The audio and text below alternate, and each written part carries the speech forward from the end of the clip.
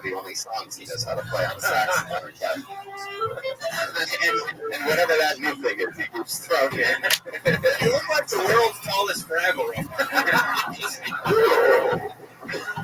And if you were my firstborn, I would sacrifice you. Oh, wow. This is on fire. A lot of biblical humor going on here. And what bar do you work at? It's called The Room in Hollywood. Have you been on the show? Yeah, I was last week. Yes. Oh, wow. What happened on it? What stood out to you? On the show? Yeah, That's yeah. You know, the really funny basketball joke I told my family at Easter. He said that they used to play on carpet, and they pull up the carpet, and they realize this is a really nice hard record. Yeah, that joke was a 3-pointer. So you were on last week? Yeah. How long did you do that? 30 seconds? No, I did. You did the full 60? Although I did forget like a tag at the end of that joke. You want to do it now? Go ahead. Just kidding. I'm just kidding. It wouldn't work now because there was so much. That's cool. What do you do for fun? I play a lot of basketball, trail sports with friends and stuff. I coach a girls' basketball team, actually. She's my cherry pie. There you go. How old are these girls? You read that? That's what the first one has. So they're adult age. It's just like a rec league. It's kind of like... Oh, you're missing out on a free chance. Yeah, rec league, repping that.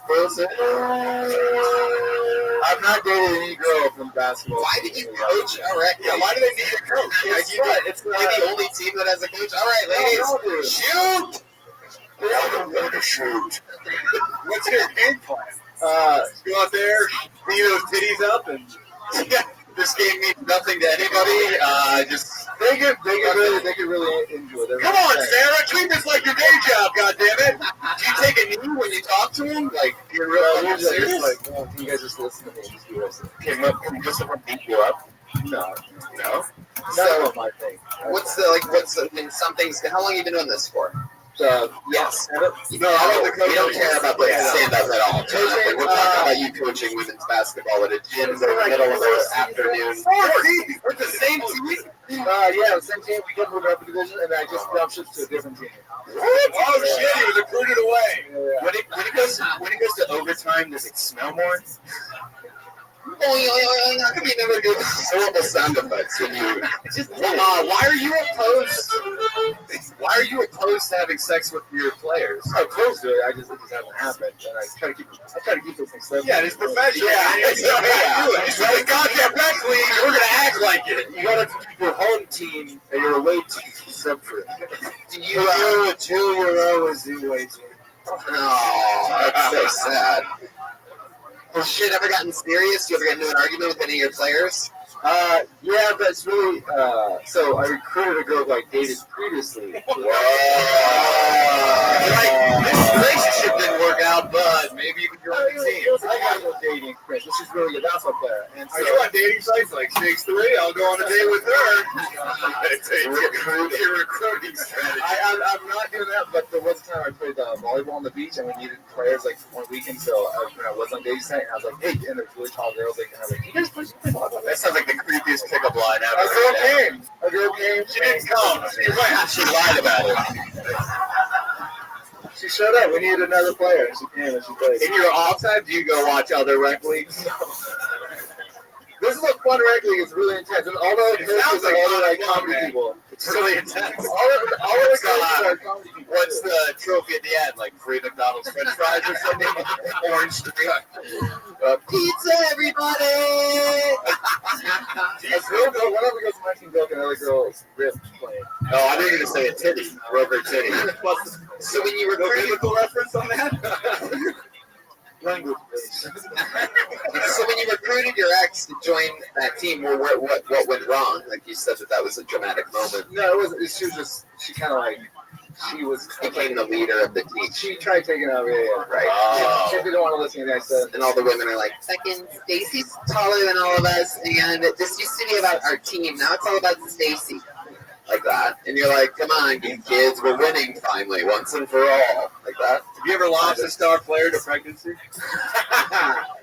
no. Do you have like a trick play that you specially have taught these ladies? I have an inbound play that we use when I played college. What's it called? Joel Bird.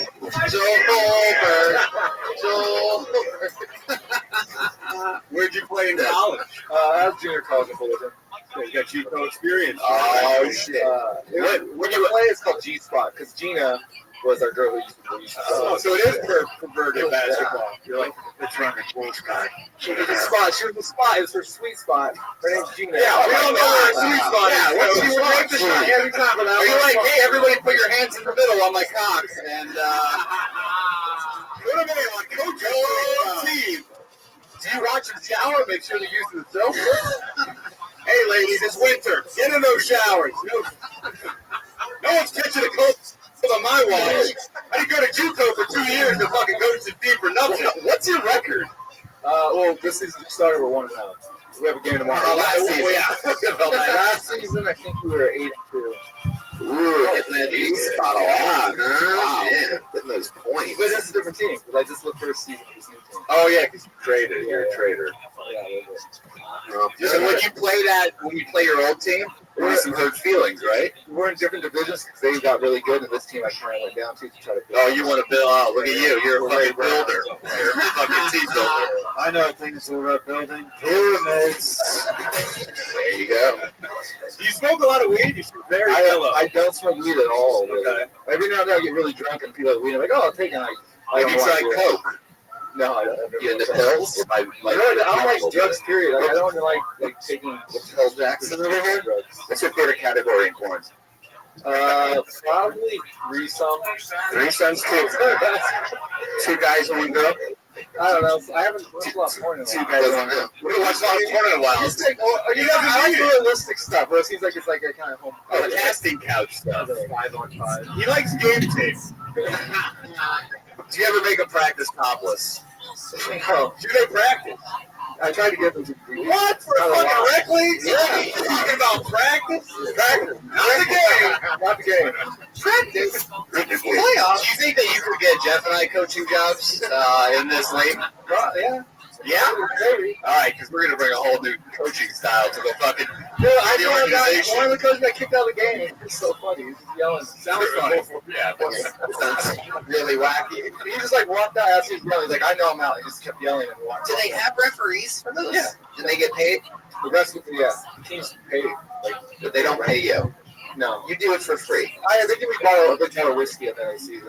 This is the best episode of Inside the Shitty Hobby Studio. Yeah, exactly. It is the fun games. We have a dance team that follow one of the teams around. The dance. It's like Aubrey Plaza made it really popular. She'd go on the teams. She'd go on like Ellen and talk about her teams. What's your favorite This is on one of the teams, and she was talking like so. Did she do it all like deadpan in one note? She helped me do it. Now we know why you're in That's a this good league. question. She did definitely. What's that? Is Leslie Jones in the league? No. I would recruit Is everyone trying to recruit her? Probably would. She's in New York though. Yeah. The real coach wouldn't look representative area. Sure. They get their ass on the plane. Get on that jet. All right, John. Get on that red. It was nice to meet you. I'm sure you have an electric skateboard you need to get on right now. And I want to see one more question from Red Bands. you have another question for Jonathan? Yeah. What is your girlfriend's areola? Is it small, big, or like? All right. They're small, very stick out. Oh, they're Wow. At the end, like it look like they got bit off. Okay, that's enough, Brian. It was one question. Thank you. There he goes, Jonathan Flanagan. He's on Twitter. John Flanagan. What the fuck was that? That's a pale It looked like a broken breadstick. Wait a minute, What your nipple looks Good like? question. Do any women here play rec ball? You need a team. Nothing. Try it. Go take yourself. Oh, somebody. I like that guy. Is that That makes Jonathan? one of you. Jonathan just fall down the stairs? Can I confirm that, Jonathan? I think he threw himself He down did, there. right? Yes, that's a thumbs up. Yes. For those of you listening to the podcast, the last comedian just fell down the stairs. Wow. Oh, wow. This show is taking a turn for the douchey. If you like douchey white guys like the last two, you're going to love this guy because he might be the master of this. You've seen him a few times. Kevin Mack, everybody. Here he comes. Master douche level.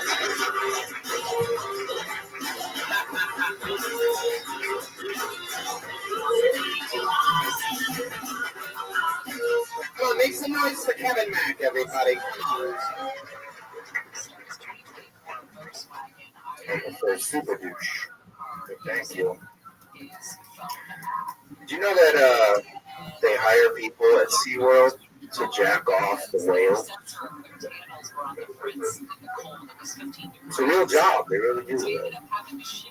They've been having trouble finding females that are willing to do the job. Surprising. But I can relate. It's hard to find a lady who can handle a huge dick and a small penis. The truth is always funny, people. It's unfair that somebody this tall has to have a dick that doesn't match the rest. Thank you, God. That's it. Kevin Mack coming out of the small dick closet. That's that small dick note we've heard that before. Kevin, is this true? You have a tiny penis? No, I actually have a huge dick. Oh, okay, yeah, that's always. You seemed cocky. There you go. Is that right there? Wow. Oh, shit. There's a roll. Watch out. Well, Kevin, How are Brittany and the kids doing? They're great, man. They're really good.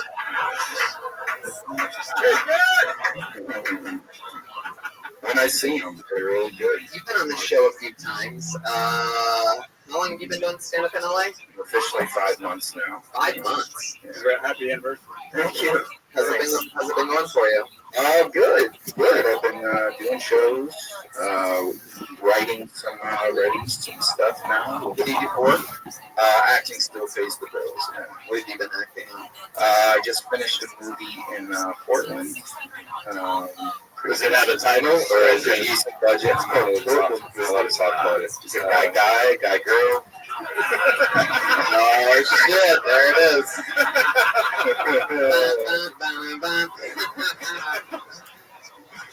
Why do you want to get into stand-up if acting is paying the bills? I answered this question for Tony before. I've always had a love for it.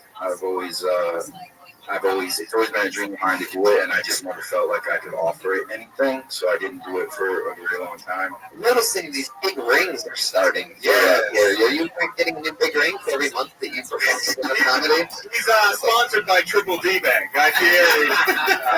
What's the douchiest thing about you? Because I very rarely do it, it's because, I know you from being on the show a few times, in which I even prefaced an intro, I called you douchey. You follow through incredibly by talking about having a small dick, and then immediately, while saying that you're being honest about your small dick, and then when I say that's true about your small dick, and you go, no, I have a huge dick. I have a huge dick. What's the douchiest thing about you? My Instagram, for sure. Oh, wow. You would have had an immediate no answer. doubt. What's so douchey about it? Can we pull it up? Let's pull it up. Bring it up. You got it over there? Follow me at Well, original maybe Kevin pull Mack. up Michael Seaver, then you should be able to. It's original Kevin Mack. Ooh, the original. Okay, why is there another guy going around? There was a guy tried to steal my shtick. Whoa. He was posting pictures of me signing for me, and then messaging girls. He tried to With a message that I probably would use, actually. Sounds like you, and then you're like, wait, I need to go switch my game. That was an imposter, Kevin Mack. I wouldn't say I want to fuck your mouth. Sounds like you're trying to escape rape charges or something. We got it pulled up. One of the main photos is you on a motorcycle looking. Channeling my inner Top Gun. I'm on a motorcycle. Hashtag Lambo life is used. I did not put a hashtag Lambo life. Hashtag real. That was a joke that Brian made. I'm going to now name real hashtags that are on it. Go back to it. Real hashtags that are on it. Lambo life. One of the hashtags is hashtag guys with tattoos. Yeah. It's true. The hashtag after that is hashtag guys. But my favorite might be the hashtag after that. Hashtag boys. Wow. So now I see why there's two accounts. Wait, go back to that one thing. This is another good one. There's a picture of him and two friends. And one of the hashtags is hashtag viral.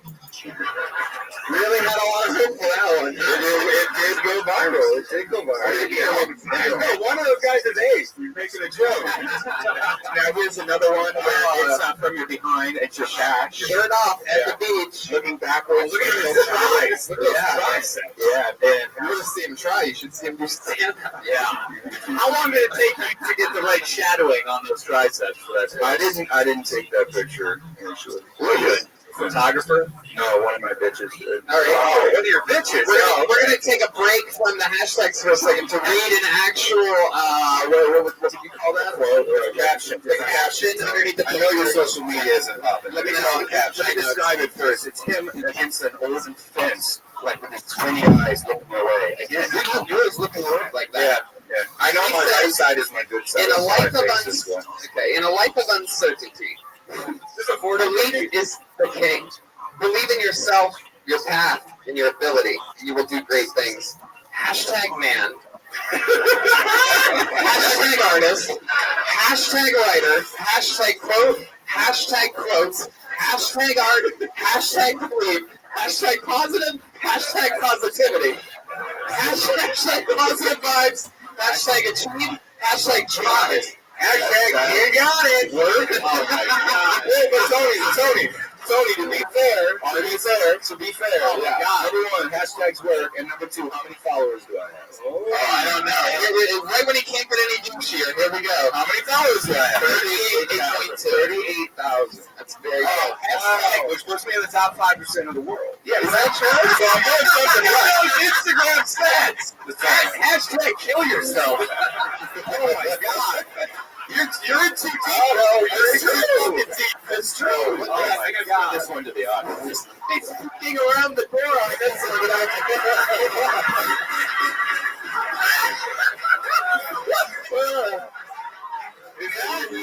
You're getting strong, though. That looks like I got beard. There's hashtag beard. Hashtag beard up with the nose job. Hashtag beard gang. Yeah, see? Beard gangs? Beard gang. Ooh, my favorite one is this one underneath that picture of him. It says hashtag comic. I didn't put hashtag comment on it. Yeah, it's right there in between hashtag jokes and hashtag comedian. Yeah, because the picture was a joke. It wasn't a serious. How can you say that's a joke when all the other ones are exactly the same? What would you? Why aren't you bringing up any of the pictures where I make fun of myself? Why aren't you bringing any of All those these up? pictures look like you used your cock as a selfie stick. Granted. Oh, wait, no caption on the one you're about to see at all. Well, it's zero hashtag zero caption. Just woke up, Tony. You lost it. Oh, way to go, Brian. Way to ruin the joke, Red Bam. There you go. Picture. Oh, it's okay. where's the bowl of spaghetti? If you would hashtag this moment, what would it feature? Obviously, a match. That moment or this No, this one right here. Hashtag killing it, bro. Hashtag man among boys. Yeah. Wow, you're like Yeah. an ultimate. You're like the Roman Reigns of California. I would do hashtag your handshakes every time you hold the mic stand. I would be honest with you. I have a constraint. I had a vulnerable moment here, but when you said this next guy's a douche, I got scared because I immediately turned and looked at him. So then he goes, "It's me, isn't it?" So he's I know, as soon as Tony starts saying anything about douche, I made it. Like, I know that I'm going up every time I hear the word. And I see you in the audience, you'll be like, what's up? And then I'll walk 3 steps and I'll hear you turn to at least one person and be like, I'm such a douche. No, I don't think. Not a bad impression. It is, yeah. Hashtag Grr Monday. It's a joke! It's not a joke! Shema It's Yisrael, Adonai Echad. שם כבוד מהחיצה I would have done if I had to admit it that my Instagram was the douchiest thing about. I would have, given you playing along with it very well. You know, I would have. I embrace my douchiness. I do. I see that. Let me ask you a question now. I think I have a good one. If you're that douchey, if you'll do all that, what's something in which you're like almost done, but you're like, whoa, that's too douchey for me. It's him laying in the pool holding the milk down. He's holding it like he's like just woke up. He's holding it. You can tell. That looks like the gay guy from Texas after he gets a makeover. All right, here. So if I tell you what I almost did, but I didn't do it, it's sort of douchey to say it because it's kind of name dropping. Go ahead. We know it's going to be douchey. That's your brand. Stick with it. We love it. Own it. I was at Coachella this week. Mario Lopez is involved, isn't he? Gotta be. I was at Coachella this weekend, and this is fucking terrible. Wow. I love that something's worse than hashtag. Fucking everyone in their life. I saw Rihanna. I had the roofie. Oh, that's hilarious. Were you working at a ring stand there? Yeah. Yeah, can I just say, if Kevin was a book in the Bible, he'd be douche around.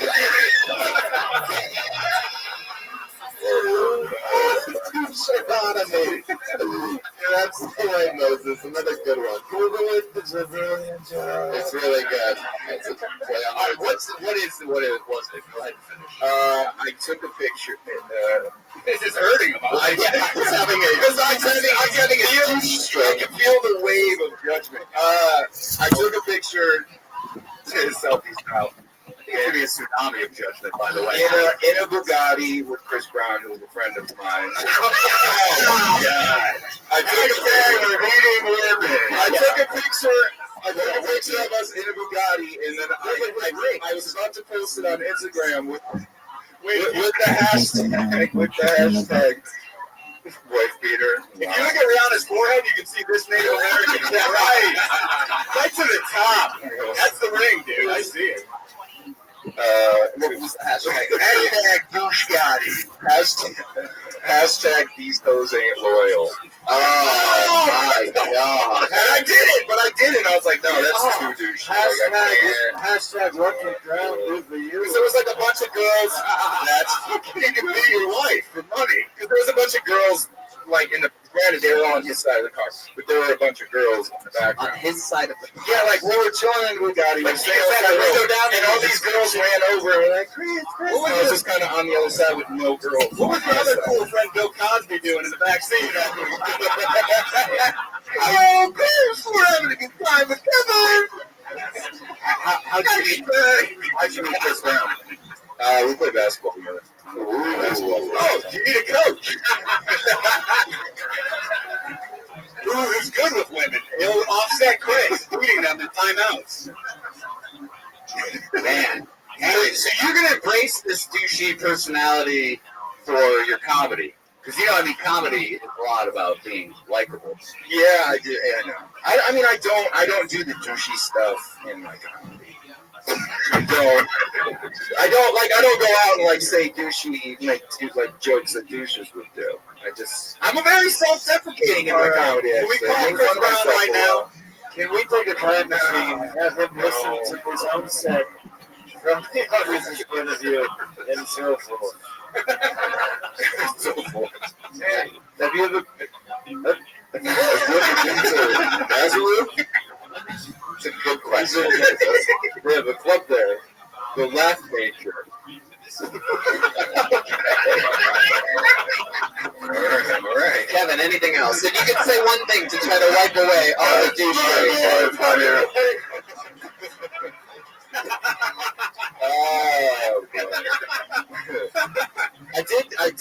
I spoke to my father for the first time in my life last week. Oh, wow. What was that like? Was he like, hey, hashtag father son shit?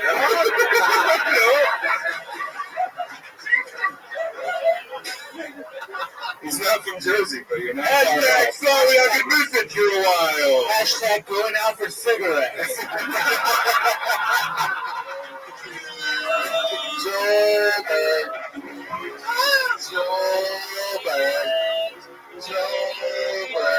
All right, Kevin. Thank you. This was a great appearance on the show. I would look at it as amazing. It was very, very entertaining. And gaining Instagram followers. Let's hope. Yeah, exactly. Awesome. Thanks, guys. Top 5%. Kevin Mack on the top 5% of Instagram.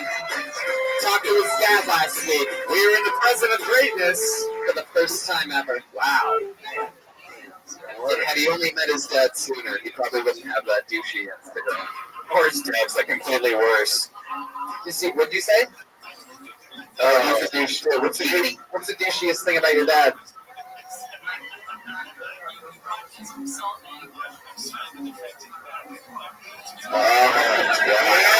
like, you bet cheater is top 5% mothers, bro. What was your answer to that? What was your answer to that? Yeah.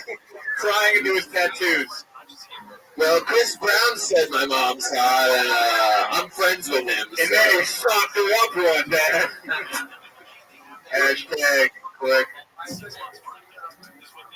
Oh, he wants another follower. All right. Get top 5%. Trying to fill the hole in his Insta fam. Every single week, guys, but we're going to go back to the bucket right after this. We're going to knock out our regular. We have a young lady who writes and performs a brand new minute every single week. We absolutely love her. She's got a new haircut. Let's talk about it. It's the great Allie McCoskey, ladies and gentlemen.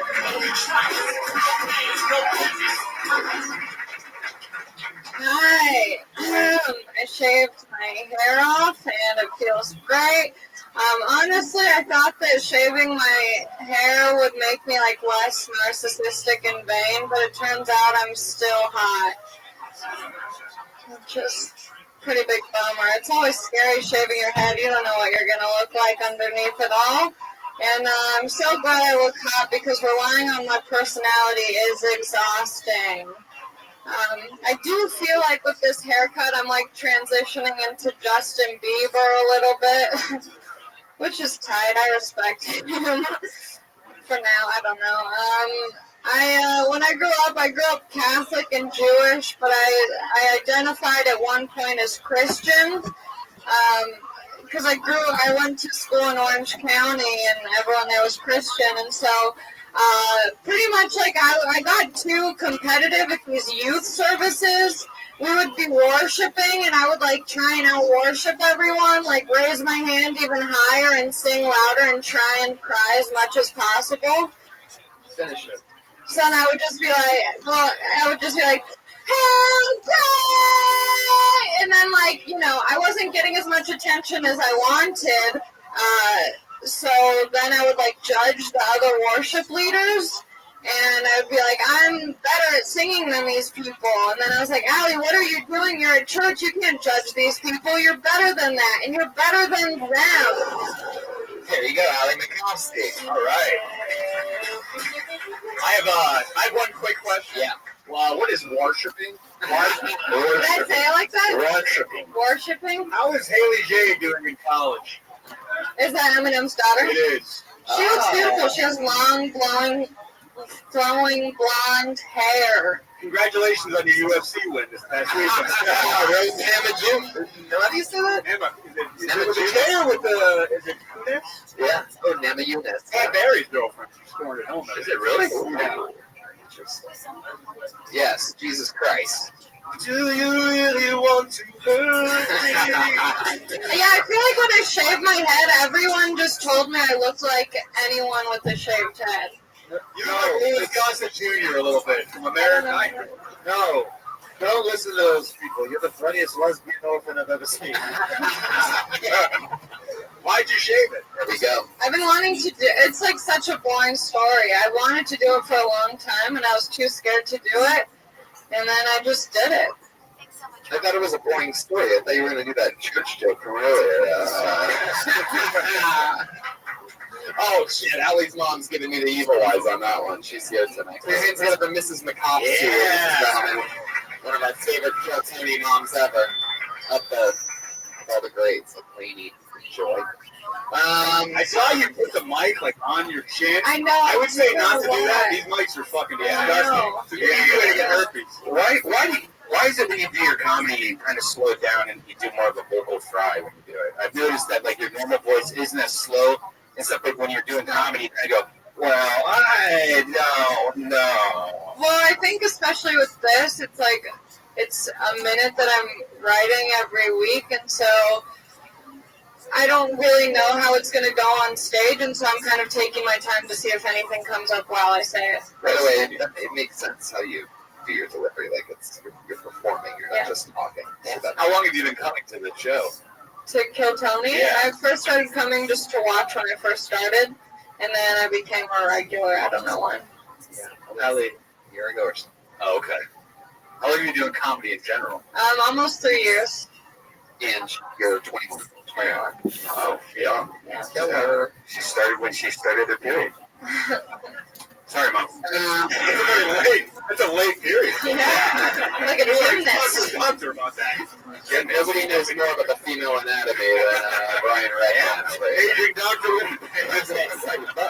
Did she tell you that, or did you just like Spell it or something. It's double overtime. Allie, you're the Jesus. best. Yes. Just the carpet, match the carpet. Very confusing, Jesus. No, but it would be cool if it did. I would do that.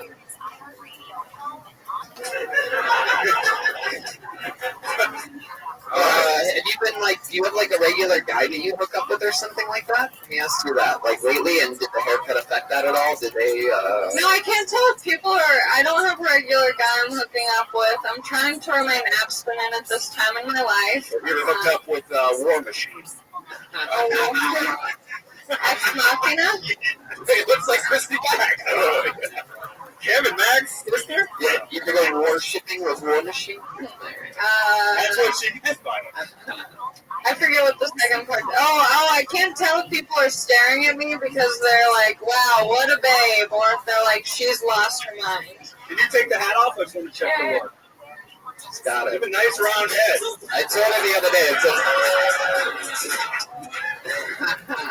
Do you think a lot of people want to know, like, the worst case scenario, if it all completely goes, what's my head look like? Yeah, You have it's a good head. It's kind of scary because I'm like, my noggin's just right in there. You know, there's nothing. It was the whole time, Yeah. but now it's good you But now it's realize it. exposed. Yeah. You can also get a lot of cancer sympathy laughs off that. Yeah. Yeah, I'm probably open with that. Pass the hat around. She looks like peanut allergy M&M. Hey, what? Oh. Allie, anything interesting happened in your real life this week other than the haircut? Precious came into my work, and I was like, this is either Precious or I'm about to bully someone. That's amazing. Where do you work? I work at a French restaurant in Los Feliz. I was hoping Starbucks and you just write Precious on all fat black women's cups. Is it Figueroa? It is. All right. Yeah. I live a block from there. Whoa. He'll be seeing you. Yeah. A lot. I'll pretend that I have never seen you before. Good. I saw, Role play. what? I saw, What's the name of the place? I don't want to, like, really blow it up. Okay. I can give you the address. Okay, that's right on the. Let me ask a better question. How much did the lady that played Precious order at the French restaurant? I was kind Dinner. Whoa, Jesus. What does that mean? Try to give her a compliment. well, because I remember hearing that she had, like, lost weight, and I saw her, and I was like, she's still precious, based on the novel Push by Sapphire. You made Precious like you're a precious woman. Well, she's still, like, it's not, like, if she had lost a substantial amount of weight, you'd be like, is that Precious? I feel like she didn't lose it in her head. Like, she still sort of has a big head, right? Sort of like a Teenage Mutant Ninja Turtle, like a wide. She's Precious. All right. Did you call her that? You know she has a real name, right? No, I didn't. I just kept staring at her. Oh, that's good. Yeah, I guess. I'm very chill. Way to handle it. At that point, you'll be friends with Chris Brown in no time. Yeah. I can see you with a pair of tongs like fat calipers, just like get away from her. Back. Whoa, what? Whoa, I think Precious is back. Oh shit. Hey, quick shout out to mad cow disease. Wow. Okay. All right, Allie. Great times. Okay. Bye. Yeah, I would say that the Precious thing is definitely a joke. Out of the minute 37 seconds that you did, that would have been very easy to say I was wait tables this week and Precious came in and the thing. She put the weight in waiting tables. Hi-yo! Okay. Bye. There she goes, Allie McCoskey, ladies and gentlemen. She's Allie McCoskey on all social media sites. We got time. You guys want to go to the bucket again? Huh? See if we can outdo ourselves. The beginning was very diverse. Very white. And then it got super white as we went on. Let's see what happens here. Put your hands together for Richard Bowen. Wow. Deep in the corner. Richard Bowen. Put your hands together for Richard, everybody. Come on. Hey, Alright. I was born in a basement and raised in an elevator. Yep, when I was 6 years old, I wanted to double my age and almost overdosed on B12 vitamins. When I was 8, I went to my friend Steve's 8th birthday party, and he offered me a piece of cake, and I was like, no, thanks, Steve, I'm already 8. Those guys like it. When I was in middle school, my English teacher caught me stealing chairs from his classroom, so he brought me into his office, and he was like, please, Mr. Bowen, take a seat. And I was like, it's only fun if I'm not supposed to. Yeah, I didn't like that guy. I love my creative writing teacher, though. He'd pass every student no matter what. He just didn't give an F, you know. When I got really depressed in high school, you guys, my principal caught me trying to hang myself. Yeah. I was suspended. In a way, though, I'm kind of glad that the public school system let me down. Because now I'm up here, and I love it up here. Thank you. Wow, Richard Cohen. That's a smattering of very funny one-liners. Yeah, thank you. That was a lot of jokes in 1 minute. Yeah, it was. Yeah, I bet you almost laughed harder. Big pun. Oh, dude. You like puns? I love puns. How long? I'm going to take a guess on this one. I'm excited about this. I'm going to say you've been doing stand-up 5 years, and you're from Phoenix, Arizona. No, just over 3 years. I'm from Burlington, Vermont. But I just worked for 2 months in Phoenix. A lot of people call Burlington. There you go. I'll take that as the... yeah. This guy. Feeling Phoenix. Oh, did I get the thing on that? What's with the watch tattoo? Oh, God. Oh, God. That's a Swatch watch. I'm a skater. You're skating. This is time to grind. Oh, wow. Kevin Mack? Leaving the cube? Kevin already took an Instagram of that like it was his own. Dude, Hashtag nice shit, nice ape. Man alive. Leaving the cube was fucked up. That was a fucked up movie. Do you ever wear a regular watch on top of it because it's a shitty tattoo? No, I got the option though. That is nice. Turn it up. Turn it up. Good shirt. Does it connect? Good shirt. There's a band in every bold move, man. What were you doing in Phoenix? You was grinding, bro. No. I actually build skate parks for a living. You build skate parks? Yeah. Joel Minnis works at a skate park. Oh, really? I used to work at one before I became Joelberg and started doing better, you know. Was that before or after you were in No Doubt? It was after. But the kids hated me when I worked in the skate park. At one time they jumped the fence. They tagged "fuck Joel" all over the skate park. It was this guy. His watch was like, "It's time to tag "fuck Joel" all over this park." You build skate parks. It's true. Man. It reminds me of the White Thing Chow, doesn't it? Yeah. Meets Josh Martin. Yeah. I've never met Josh Meets Martin. Harry Potter. Meets Christian Slater. I get Harry Potter a lot. Do you design them, or are you the dude that's pouring the sauce? I do design not for this company. I'm just a laborer. So you do it just to meet those kids? I just do it because, I don't know, normal jobs don't work out for this guy. Smart ass? Smart ass, that's right. No doubt. No doubt. So, are you building a skate park in Los Angeles right now, or do you live here? No, so I just finished about a week ago, and now I'm touring for 7 weeks doing stand-up. Ooh, back to New England. How much time do you do on the road? Well, I don't have anything booked. I just, How long do you have? I mean, I can So you just I can do anything. Really, I can do an hour. How many jokes? If you do an hour, you did like 10 jokes for 1 minute. Yeah. So you're gonna do 600 jokes for an hour. Yeah, I try to do a punchline every 5 to 10 seconds. Is that really your style? Truly, you have that much time? Yeah, I really Time to joke. it's true. I should change it. I should cross it out. No, that still applies to me. When you were building skate parks, Oh, hey, what up, Jesus? were you originally going to be a plumber, but you were like, I can't make a full pipe? Hell yeah! A couple skaters. I didn't know Jesus. I didn't know you skated. Yes, it's wood, isn't it? It's true. My father was a carpenter. Richard, you know they use nails when they crucified you, but you really got screwed, huh? Oh, yeah. This kid off the stage. Richard was a goddamn prodigy. You always you. This blasphemous fool! We called you a fool. Do you think in those, like, do you always think of these play of words? It's pretty fucking annoying, yeah. Ask any of my friends, and they're always like, okay, when's it coming? You know, You're like, time to grind's over, bro. Take a rest. I seriously have a safe word on Facebook. If I have a post serious post after a pancake, so, that's not a joke. I picked it, but. When Red Man babysits, he has the same thing for the kids. That's my safe word. Richard, what else are you into? What else do you do for fun? I really like word games. I like Boggle. Play anagram, shit like that. You ever played a game at Risk? I've never played Risk, no. Keep playing with your hands. I played a game of Risk for 40 years in the desert. It is! Really can't get over that, can you, Moses? That's true. I had a Billy Crystal from Princess Bride this whole time. Good boy!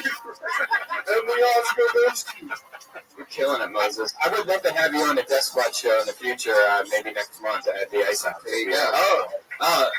I'll be gone, but I'll be back in the fall. When you get back. Okay, great. He has shows on book that are booked that he has to do the next 7 weeks. Yeah.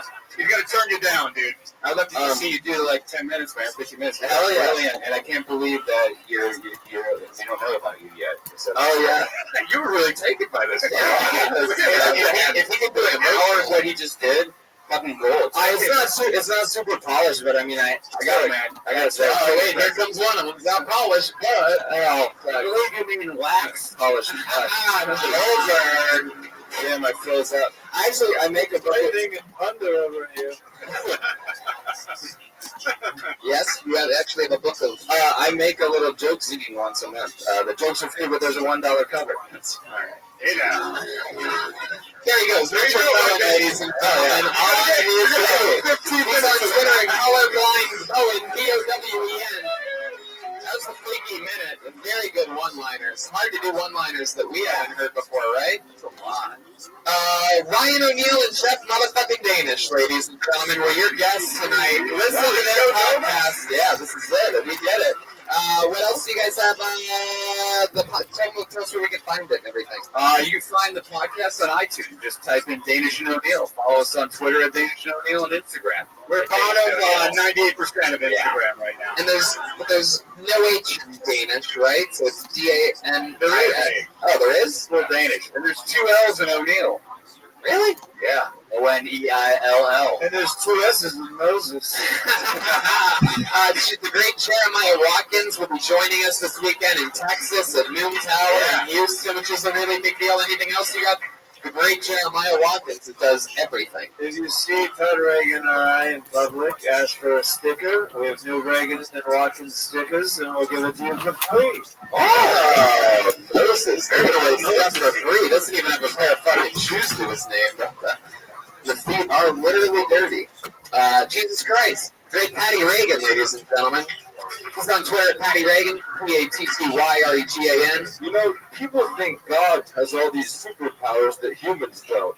But humans have a lot of superpowers. God doesn't. For example, the power to not be bothered by the smell of your own defecation. I'm Jesus, the Son of God. Technically, I am God, and my turds smell putrid to me. Oh, G-Doggy.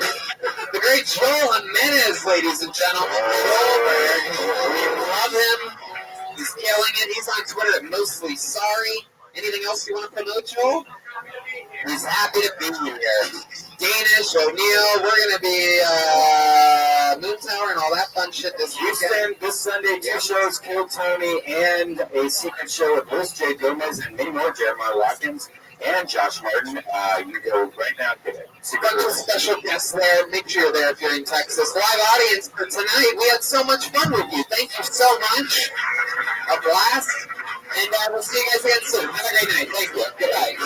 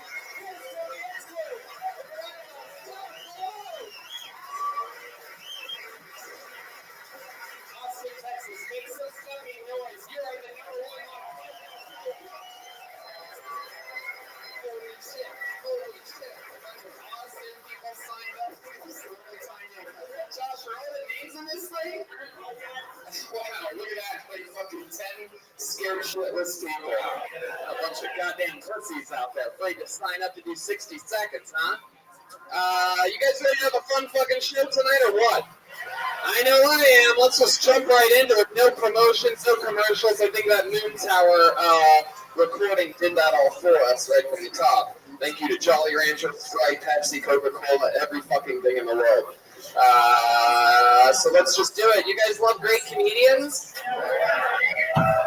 You guys like some of the funniest human beings on the planet? Great. My three guests tonight are Big J. Okerson, Sal Volcano, and Tom Irera. Make some fucking noise, Austin. Here we go. Sal Volcano, Impractical Joker, Big J. Okerson, what's your fucking deal on CISO? And Tom Irera, one of the greatest of all time, the GOAT, Tom Irera. You guys can take those mics out of those things if you want, or you can leave them in, whatever you want. We normally don't have them. I like to go It is sort of a high table and a fucking... I like it. It's worked for me. I like it. I'm excited. You guys seem like you're in a good mood. You guys have all done this show before. I'm super pumped to have you back. How many Keltoni? How many of you have heard the show before and are fans of the show? Oh, yeah, really exciting. You never know with these comedy festivals. Sometimes it's a bunch of goddamn strangers. You know what I mean? But I'm excited about this. If you're a fan of the show as much as I am, then you know that my favorite part of this entire show, through all the crazy shit that goes on, is we have a band on Kill Tony. And believe it or not, one of the first times that we've had a band member at the festival that we're at with us. One is here. It just so happens to be the great Jeremiah Watkins, ladies and gentlemen. You know him from Reagan and Watkins, Kill Tony, the goddamn comedy jam, roast battle, his own show, Stand Up on the Spot, the future Jeremiah motherfucking Watkins. The only white member of the all-black wave on Roast Battle. How does all black waves sound more racist than all Negro waves? It goes both ways. They're all terrible people. Just kidding, guys. Just kidding. That's a joke. I was raised in an all-black neighborhood. That's where a lot of the swagger that you see tonight comes from. Thank you. Brian, thank you. Really couldn't wait to get that one out. And put your hands together for the great Josh Martin over there, running around, taking care of us, looking like he's built out of Legos for some reason. Well, I'm excited about this. I guess not a ton of people signed up. I'm sort of surprised about that. Last time we did Austin, we've done it a couple times. This is actually the smallest amount of people. Spider House ever. Yeah, there's only like 100 people that sign up. A bunch of pussies in Texas, I guess. I'm kidding. Jesus Christ. Anybody want to sign up now? If anybody wants to sign up now, find Josh Martin up on the side. If you have the balls and if you think you can make us laugh and fucking have some fun with us, you know how it works. Comedians come on stage, you get pulled out of this thing, and you randomly do 60 seconds. After that, we talk to you maybe about your set, maybe about anything in the world. Maybe we just interview you about your normal life and find something more funny about you than what you actually talked about. You know how it works. You get 60 seconds. You know your time is up when you hear the sound of a kitten. Oh, you can barely hear that. Why don't you turn it up a little bit, Ryan? There you go. Wow, he has hand-on a volume control the entire time. You wrap it up then, or else you're going to bring out the angry West Hollywood bear. There you go. You don't want that to happen.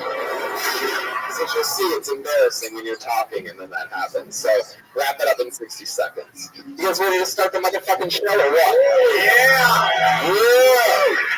You never know who's going to sign up for these things. Sometimes it's one of the top local comedians in a place like this. Sometimes it's a completely insane person that just signs up for random things on the list on the sidewalk and then sticks around. And watch out for the stairs. The stairs are over here, so if you get called, watch out. There's a lot of cables and shit. I mean, Don't stand up too fast, you get lightheaded. Yeah.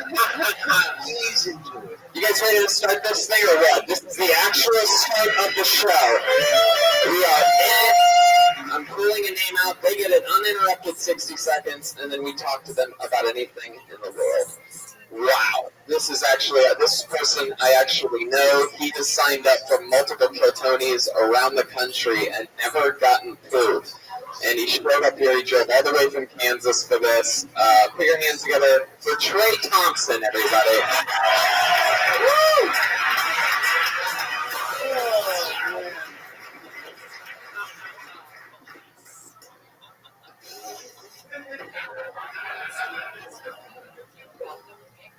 People ask me all the time if I play basketball. I don't. I'm not good at it. The only thing I'm good at playing is with bitches' emotions. I deliver pizzas. I think you should always tip the man who delivers your pizza. I also think you should tip the man who delivers your baby. I didn't tip my doctor, and I got my baby with spit on it. Didn't even notice until I was halfway through my meal. You guys need me to spoon feed that punchline to you, or? You guys know that sibling rivalry game where the older brother holds the younger brother down and acts like they're going to spit in their face, and right before the spit touches their face, he snaps it back up? I had 3 brothers, so 2 would hold me down and have to take a shit on my face. But it wasn't disgusting because right before the shit would touch my face, he'd suck it back up into his asshole. Or that's what he told me he tried to do. The last thing I want to do before I die is kill myself. There you go. That cat is too quiet, Brian. Too quiet. That means the Dorado so that everybody can hear it. Trey Thompson, everybody. Answering the age-old question, where's Waldo?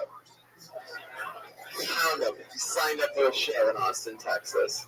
So this is it. How do you feel? You've wanted to do this for a long time. It wasn't worth it. I know, right? I've been trying to do it for a year. Funny, my favorite part of that set, through all the jokes that it seems like you worked really hard to write, was by far the 7 seconds of you unwinding the cord on a nightstand. Very impressive. You practiced that before? You used the wireless mics or something? Your wireless wasn't prepared. Wow, that's the saddest answer. He looks like a giant baby boy. The killer boy. You really are. You look like some type of like 5th grader that got like run over by a semi-truck and came back to life, just stretched out. You know the moment I love that we'll never have again is right after the words, I want to kill myself. And then you just hear a sax go,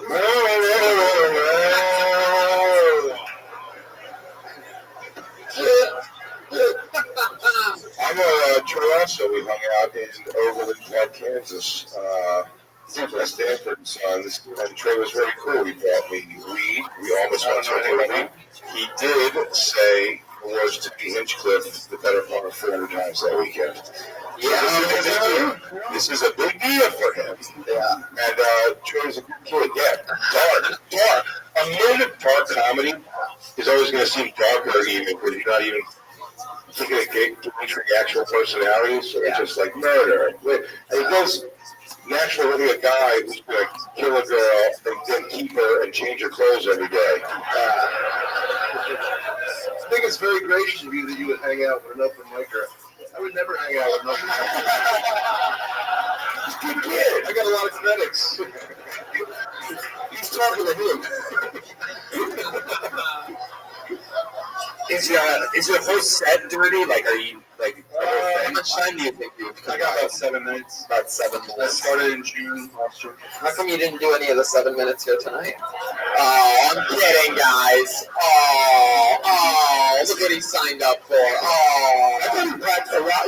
I've done this show before, and I think out of everyone I saw, even that show was like 20 comics. You packed the most. You're very efficient with your meat outside of the full power with the wire. But it was very aggressive and depressing in that 1 minute. So it was effective if the goal of comedy is to be aggressive and depressing. But it was fun. I liked some of the jokes. I think it's funny that you tried to get on for a year and you traveled all the way here to get on here, and you only got like 9 names. It would have been hysterical. That's what I was thinking. You picked 8, and he just didn't. Sorry, that's it, everybody. It's Troy Thompson. It looks like 1 minute over. How long was your drive getting here? You got here today. I went to Houston yesterday. Oh, what'd you do in Houston? I'm staying with Jake Walker, the blind guy that got up in Houston last time. Jesus Christ. Oh, blind Jake. Does he know you're staying with him? Or do you just a regular blind guy? Man, why did I do this? You said a 12-hour drive? Yeah. Did you practice your set 720 times? I do math jokes. Trey, if you do throw yourself, don't hang yourself, because I'm going to assume you were just trying to jerk off. So you traveled here 20 hours with a blind guy? No, he lives in Houston. Oh. He's the one with the car. Yeah. He drove you there. He drives with a stick outside the window. Crazy round stick. It's a yeah. You got to be real careful. I've never seen it done twice successfully. Yeah. Oh my God!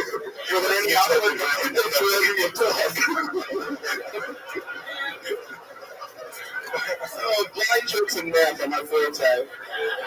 He's really fell me a real now, son. Oh man. Have you ever been with an older band? No.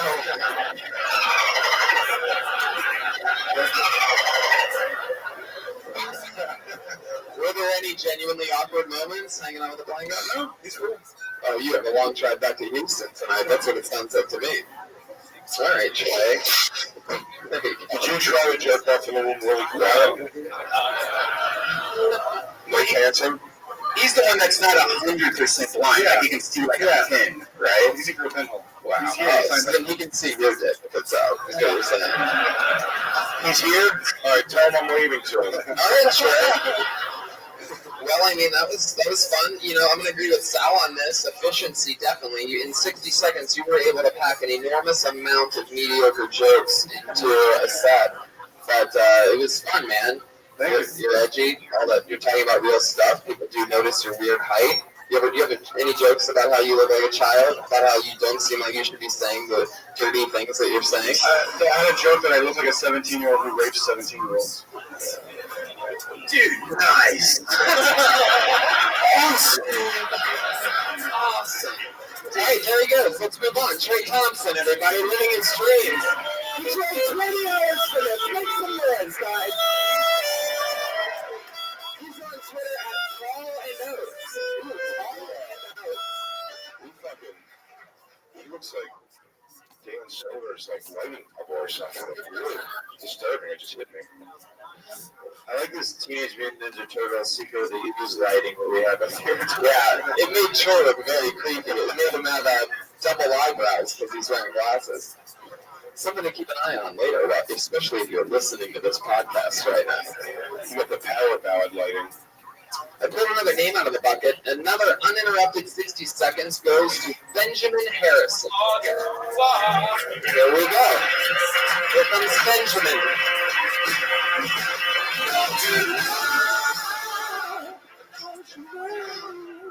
I don't want to be a bummer, you guys, but did any of you guys hear that Bob Barker died today? He's hit by a brand new car!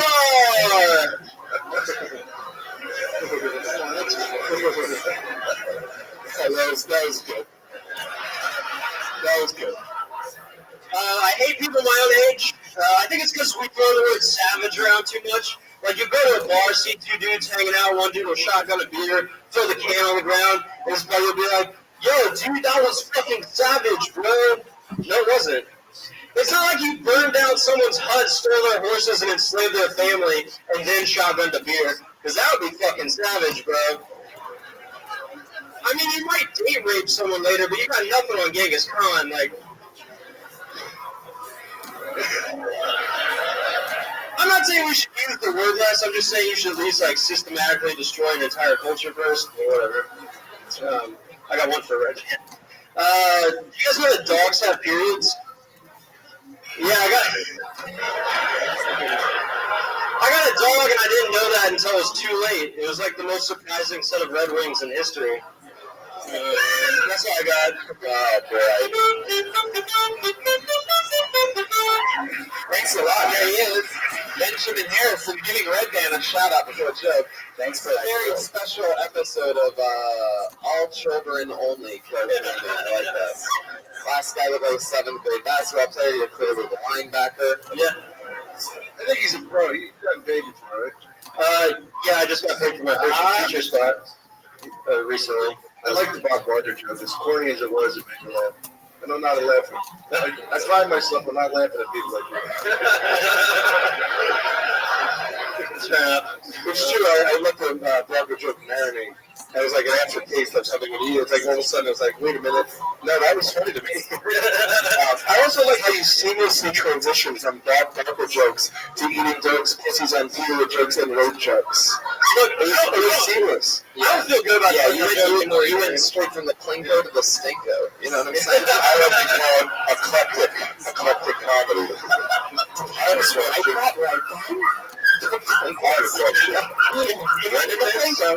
In my defense, I never tell that joke anymore, but I was like, yeah, you know, Red Band always tells the pros of shit on this, so I was like, I gotta bring it out. You just got paid for your first feature skit, you've already retired material? No, I just... That's fucking fantastic. You know, I'll put this one to bed.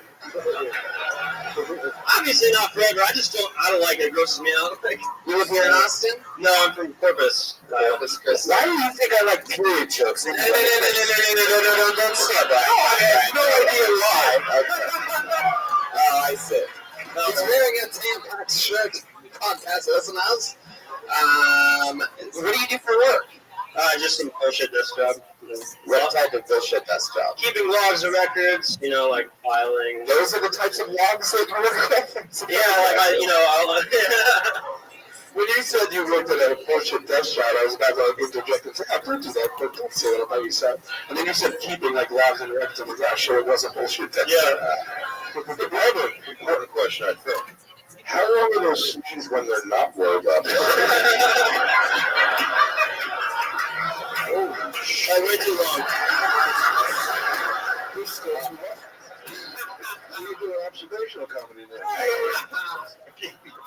I really like the Bob Barker joke that you love that set a tone for me. And I was like, oh, okay, because even if it was corny, it was the kind of joke that I don't necessarily not think corny is not funny, you know what I mean? And then it was hard for me to transition into the to the grill step within 1 minute, but I guess that's an intro. So I think you're good, man. How old are you, Benjamin? 23. 23. You're in Corpus Christi, Texas, one of the godforsaken places on this planet. Yeah, truly the worst. I actually did a guest spot when you came by the pizza place. Oh, okay, yeah. I don't know if you remember that. No, I don't. I've always saw. Well, you were just like mad the entire time. That makes sense, Benjamin. Let's keep this about you, Benjamin. Let's keep this about you. Thank you. You got me there, Benjamin. Winning the pizza parlor. Yes, they pay a lot of money for a pizza parlor. Shout out to my agent Ari, who's like somewhere actually here. They pay a lot of money. It's a fucking pizza parlor, though. I was furious. It ate my soul immediately. I realized what selling out really felt like. Shout out to the owner of that comedy club, the Pizza here. It was a short drive. Did you ever do the thing in never buy pizza place again. Have you ever done, there's a place in Florida that was like a comedy club, there's like a fish restaurant also? Oh yeah, I heard about that. Captain Brian's, off the hook or something like that. But like while you're doing it, they're bringing out like, a whole salmon to a table while you're eating it.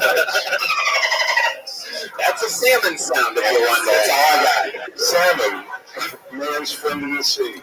So you're 23, you're stuck in Corpus. You don't. What keeps you in Corpus? You have a lady or something? I do have a girlfriend, surprisingly. How long have you two been dating? A few months now, since February. When did you meet her? If you want me to do it for you. No, so It's 2 months. yeah. When did you meet this girl? You guys are gonna fucking destroy me for this, but she actually plays D&D at the place I play Magic the Gathering, so. That's usually the situation if someone goes, I have a girlfriend, believe it or not. Yeah. I think it's very believable. I cast a spell. Where is the place where people can play D&D and Magic the Gathering? Is it inside of a high school locker? Tony's trying to find out who books it. You son of a bitch! It's true. I'll need an opener then. Just say this place is packed. Where my nerds at? How long have you been doing it? A year and some change. We're only here in Texas. I've been here for like a year. Some change. Yeah. You know Billy Bonnell? You know Billy Bonnell? It's like a Billy Bonnell clone. There we go. Hold up a picture of Billy Bonnell, everybody. If you want to laugh at that one later on. Because it sort of looks like Billy's from Corpus, I think. Is that true? It's hard to get up here for a show, especially when a crowd like this. He's sort of a really sweet guy. I'm rooting for him. Oh, thanks, man. Oh man, I'm gonna like cry. You and your definitely don't cry, Benjamin. Do you and your nerd girlfriend ever do anything like nerdy in the bedroom? Do you guys, is there something that you guys do, like tie each other up with like fucking random sound effect out of absolutely nowhere?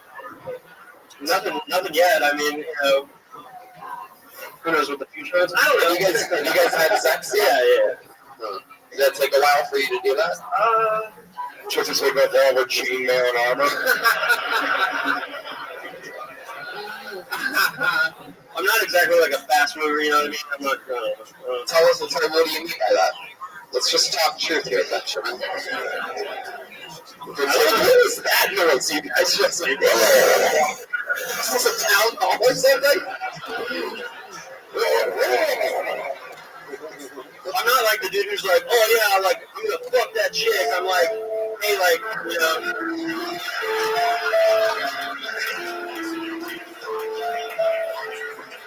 Yes. I'm like, hey, do you want to like cuddle, maybe like look into each other's eyes a little bit, see where I see. Oh, super gay.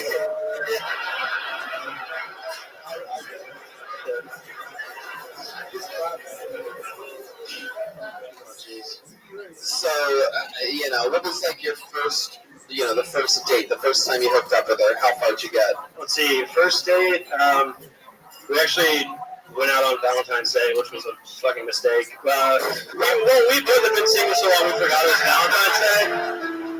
And so we went out and we were like, oh shit, it's Valentine's Day. And She actually came to an open mic that I did, and I was like, oh, Jesus. Oh, that was a bigger mistake. Yeah, it was really rough. But, you know, I got heckled by a dude who looked like he was in ZZ Top, and then I looked like an asshole. It was whatever. Can you do a whole entire set over with this music playing in the background? I think I'm on to something. I think Mark's on to something. Yeah. So then, and then came in my pants. Yeah. So then, what did she say after you got in the awkward thing with ZZ Top? Did you try to explain it like normally it goes better, babe? Like, No, she was really cool about it. She's like, that guy's an asshole. Like, you're doing all right. And then she was like, speaking of asshole, want to see mine? And you're like, well, normally I'm not a fast mover.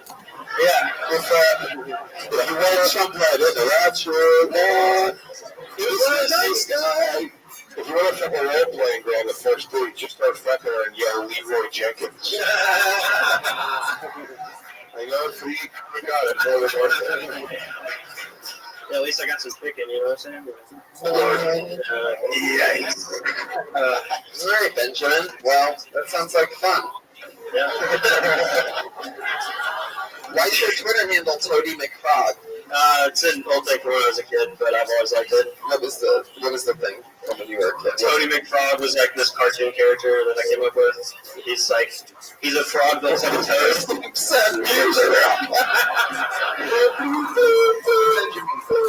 us about down. How old were you when you came up with Toady McFrog? Like 11 or 12. I thought it was great, you know, whatever. But. A frog and a toad, excuse my ignorance here, but they're two different things. Yeah, evidently. There are two different things. I'm not an expert, you know, I just came up with a stupid cartoon. Oh, are they, or are they not two different things? No, they are. When it comes to Toady McFrog, you are the expert, Benjamin. That's true. You created it with your mind. I have a math comic. That is zoologist. Is it half toad, half frog, or?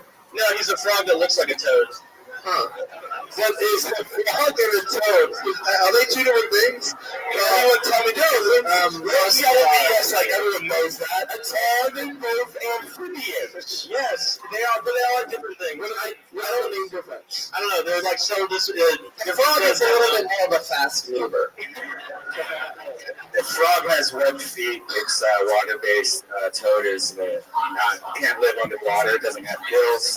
And frog who wrote the book, they were gay. Did you know that? Whoa, Jesus! I didn't know any of that, Brian. Frogs have red feet. I had no idea. I probably did that at some point, but you know, whatever. So I would never see a toad in a pond?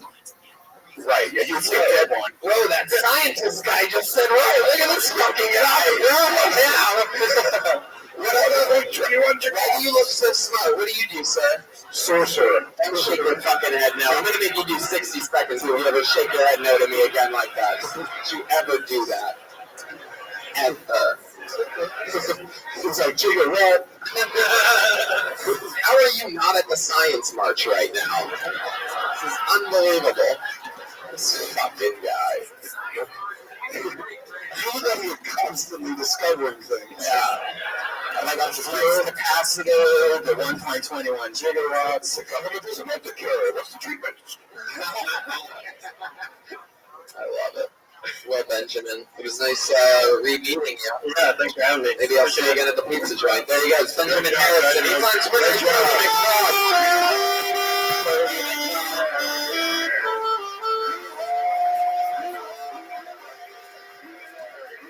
I was hoping nobody was ever going to find out that I performed at that pizza joint that weekend. And it just happened on a big episode, motherfucker. I put her in the name of the bucket premium for Ryan Giles. There we go. Whoa, right up in the middle. Perfect music for this. You can see literally sitting up in the middle of the crowd. We never shake his hand if it was any more places right. One more time for Ryan Giles, everybody. Come on. What's up, everybody? I recently moved to Austin from Las Vegas. It was awesome. We had to leave because it started getting very weird. One day my wife came from the gym and she was all excited. She's like, "Babe, I just met this super buff black guy that's really working me out so hard." And I was like, "What the fuck are you talking about?"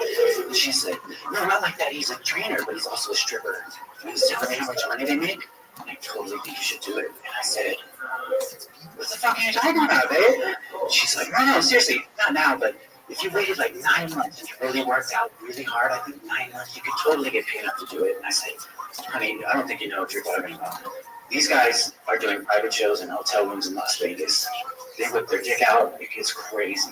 You don't even know what goes on there. She's like, honestly, for the type of money he was talking about, if they want to do anything to your dick, I don't even care. And I was shocked. I'm like, seriously?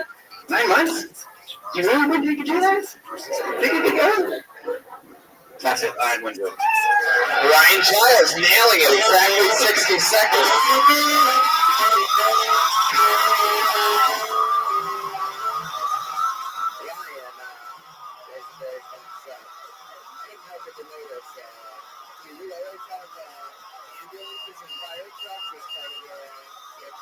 Only Austin. It was aggressive. You got fire trucked. That's what we call that in comedy. Yes. If you're wondering, you just learned something. Yeah, I think everything that could have been possible problems for that particular joke happened. It was 1 minute of comedy with a minute and 20-second setup. Yep. And then, Thanks to Doc Brown, we went back to the future a little bit and gave him a little extra time. and then 30 seconds of the minute, of the 30, oddly enough, whispering sections of the joke. Massive crime happening outside. Odds were stacked against. Ryan, so what are you doing here in Austin? Actually, I'm working accounting. Accounting. I really tell by the joke.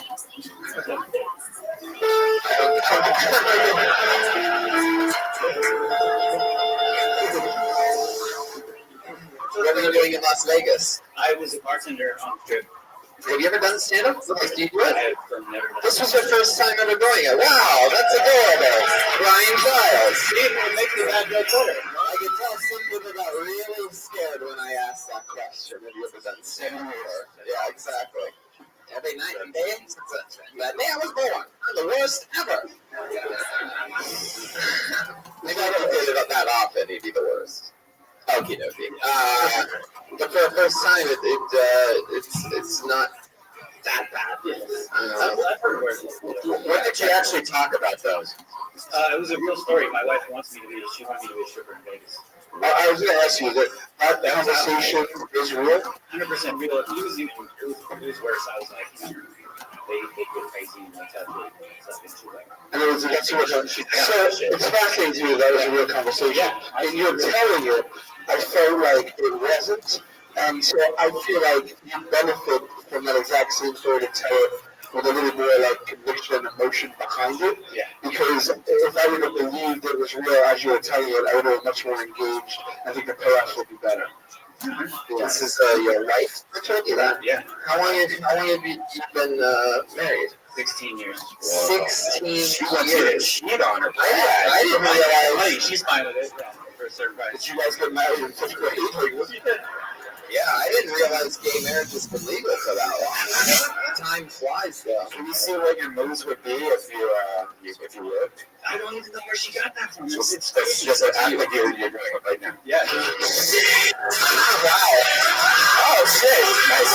Oh, shit. Represent. There you go. Did you guys plan that out or something? Yes, we did. Promotion for your own product? What's your biggest fan? Hey, why don't you strip? But just get up to show the logo of the company that I own.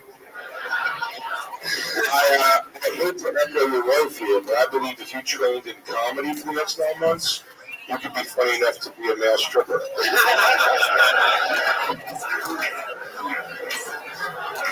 Ryan, where'd you meet her? 16 years ago. That's I met fucking... her in LA. I'm actually from Hollywood. Wow. Yes. What were you doing in LA? I grew up in Oregon. Oh, wow. Yeah, doing athlete. Your parents were in show business or something? No, they're just Landscaper? from the valley. Yeah, after we had kids, we had to move. So obviously, Vegas is the best choice from Hollywood. So Interesting. For children. for children, of course. What did your parents do? You said it like you were like dismissive, and it wasn't from how you like, no. You're from the valley. So you work in accounting. You just did stand-up for the first time ever. What else are you into? What are like your hobbies? I'm into music. Music, yeah. I play the bass. Make music. You play bass? I play Are bass. you in a band? No, Have you ever been in a band? never been. Just a one-man bass wrecking machine. You know how awful, I've said this before, just playing the bass must be when you are at home. You can't even play for fun, dude. I just think that comes up California.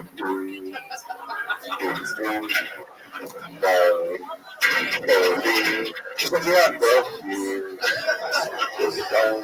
I'm totally killing it right now, nailing Crush it. If there was a rhythm and lead guitar happening right now, it'd be sick. Yeah, that is true. Like, did you know it? Did you just, why haven't you pick up the bass, you imagine you would think that you want to get into a band to then play the bass, Well, to practice the bass. You have a loader and a bass player. yeah, I always need music, and so actually my uncle was a musician. He told me if you want to make beats, you should learn how to play the bass. So Wow. yeah. Oh, hip hop. Oh, yeah. Oh, okay. Well, okay. Now I'm interested about that because you're saying that with conviction. That I believe. So you use a regular physical bass to make bass beats for hip hop music that you then produce. Do you ever write any lyrics for this? No. It's all just Hip hop beats. Yeah. That's hilarious. It's all just instrumental. Do you sell them or produce other people's music? I produced hundreds of terrible songs. You know, if you got just one bad friend, he could probably play bass for you and rap. And better. Yeah. And then you produce that. Yeah, absolutely. Interesting. What else are you into other than playing your bass? That's pretty much it. Wow. Married with kids, so mostly doing that. Wow. Yeah. So you just play the bass and your wife yells at you for playing the bass. Yes. Is that true, does she? No, she doesn't care. She loves it. Yeah. Who leads Harley coming to town? We're gonna get out of here. Follow my dream.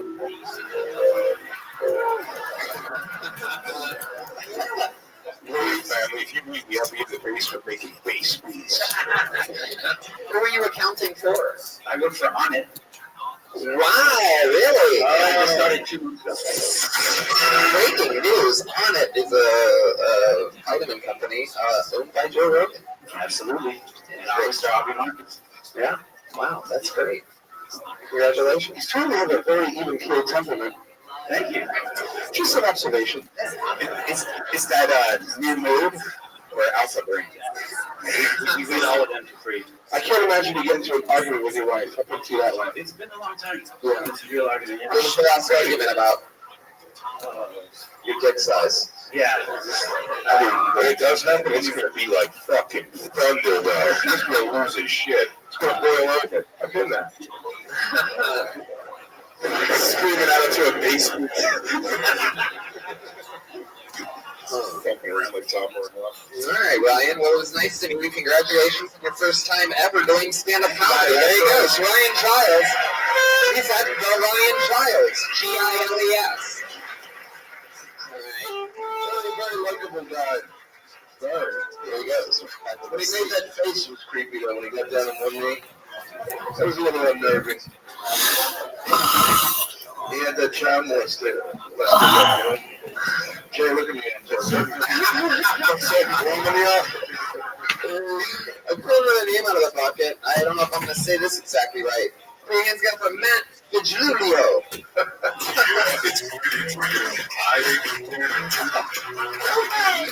If your name is Matt and you signed up for this show and you have a weird last name, then I just said your name.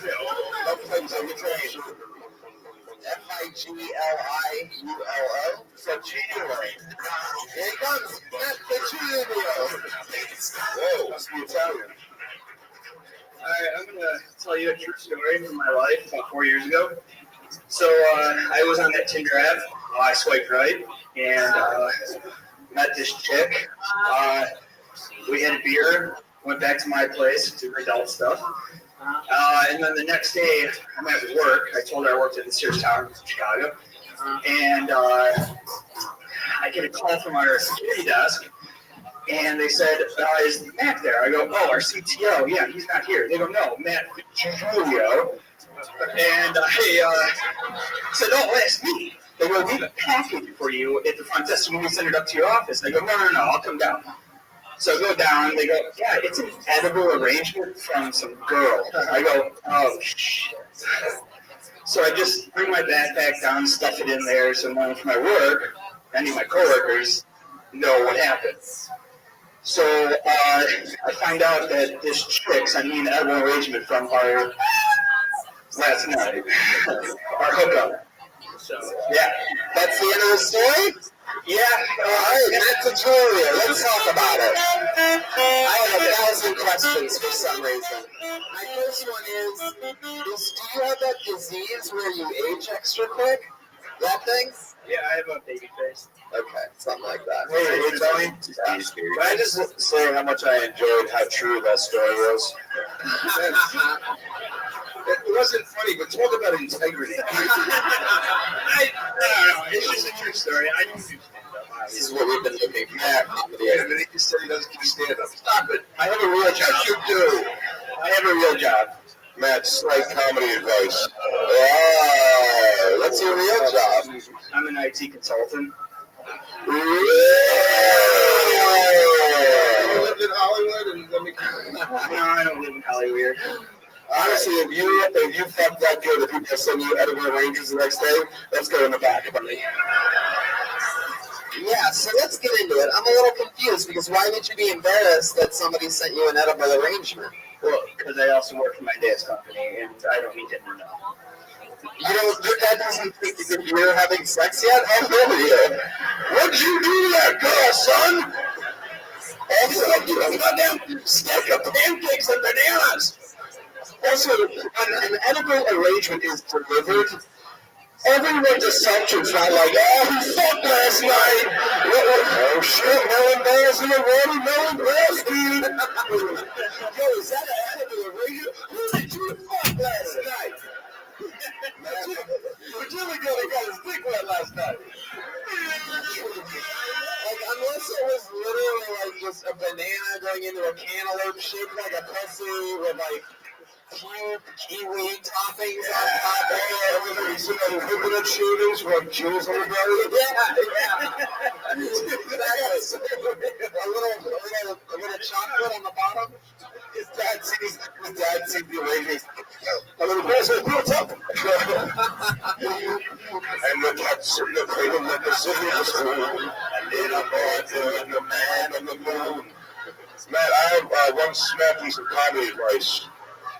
You gotta put something to do with your hands. That was going to show you stood like a superhero for 10 seconds. Then you got fucking Henry Rollins on it. Back to superhero. Then a weird like, I'm listening, but I don't like you. All right, you're my boss, so I can't say shit, but I don't like what you're saying. It was bizarre. Now he's got the thumbs in the pockets only. Now it's a fucking Marky Mark Calvin Klein poster. He's now switched it up to only the thumbs out of the pockets. If you look at short, you got those lines and muscles that go down to your dick. I'm gonna fucking send you an edible arrangement. Julie doesn't know what to do. He's doing the old corpse hands now. Just completely dead. That is a door now. There's nothing you can do with your hands that we are not waiting to make fun of. Yeah. He just had his mouth. What happened with the girl? What happened with the girl? Oh, look, he's got a stupid face hand. Never the weekend of Bernie's dead hands. Let's all definitely power thing on your hand. This is his hand. Look, come on, give this guy a hand, everybody, please. No, I was being, that was another hand joke. I didn't want you to actually. No, I have so many fucking questions for you still. This girl, did you never talk to her ever again? No. I have a question. She's fascinating to me because you met on Tinder. You said one beer. Yeah, I'm trying to kill the details in the story. Let's good. Let's just go in chronological order. First of all, I am sort of shocked that Tinder was out 4 years ago. You may have been one of the first people on Tinder, right? Is that like when it started? Yeah, about 5 years ago. No, I don't He's know. an IT consultant for Tinder. Did you go on your Tinder profile? Yeah. Loves melon balls. So So you told her where you worked on this. I said generally the Sears Tower. I didn't tell her what floor or anything, so she didn't know where to sleep. Whoa! She found you in the. Wait, the Sears. No, she just said company director. Well, that's one of the bigger buildings, right? It's a few Details. semantics. So she like tracked you down to send you. Okay, here's the $1 million question. What the fuck exactly was in this edible arrangement? It was one of the smaller ones. I brought it home. We know it's in your backpack. The next day, my roommate ate it because I didn't care. What was in it? That's how Little strawberry died later that evening.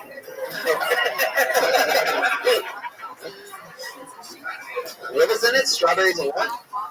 6 covered strawberries. 6 chocolate covered strawberries. That barely qualifies as an edible. Yeah. I'll tell you, you say 6 strawberries. 6 loose strawberries. He's calling it an edible arrangement. Okay, he's punching up the story. She was a fucking homeless person that brought in 6 fucking strawberries like they were fucking 100 beans. And it's the black bag for potato chips. Was it an old lady? These were the details I left out. Please bug me again, but now you made it seem like this was because you did her good.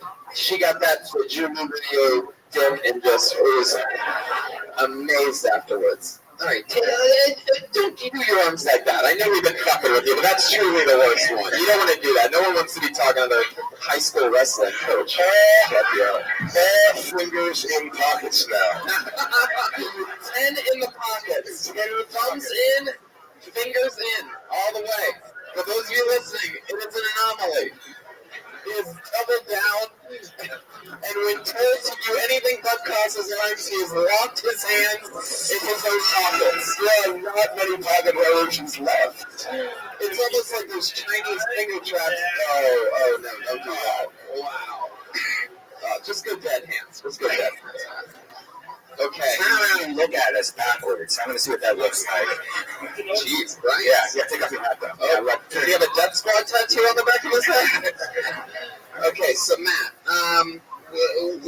what do you think that you do in the bedroom that made this edible arrangement of 6 loose strawberries come your way? Like, what do you have a special move in the bedroom that you do on a girl? Oh, come on. Matt, I'm never going to be hooking up with the same girl that you hooked up with. You don't have to worry about that. You just got sensuality. What do you do? Do you do the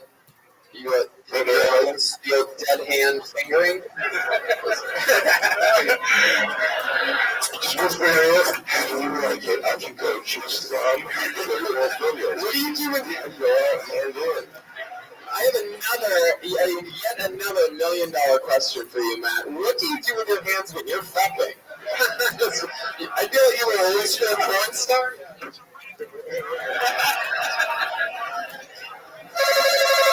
The name's Matt. Let's answer this question. I love fruit. Matt, did you, was your takeaway that this must be a crazy person? Yeah, she was great. Did you go down on her? Did you go down on her and you were all like, ooh, look at this edible arrangement? No. This reminds me of loose strawberries. She smells like you said yes, she was crazy with conviction, so did you know she was crazy before the edible arrangement arrived, and that was just like the icing on the... So, was that just the chocolate on the loose strawberry? No, wait, so she was normal, and the only thing that makes you think that she was crazy was the edible arrangement. So this could be just a wonderful person? Probably. Probably. You all want to trust. Jesus Christ. I want to come away with this feeling like I know what happened. This could have been a really nice girl. What was your least favorite thing about her until she sent you strawberries at work? 6 loose covered strawberries that if your dad found out about that, he would have been Son, I'm really disappointed in you. Chocolate covered strawberries? I remember when your mom first sent me 6 loose strawberries. Although if you had sex with someone and told you the next day that person sent you some loose strawberries, you'd think your son was fucking a guy. Son, you could have told me a different way. You didn't have to have 6 loose chocolate-covered strawberries sent to our workplace. How do I protein chocolate strawberries? I think it's time to have a talk.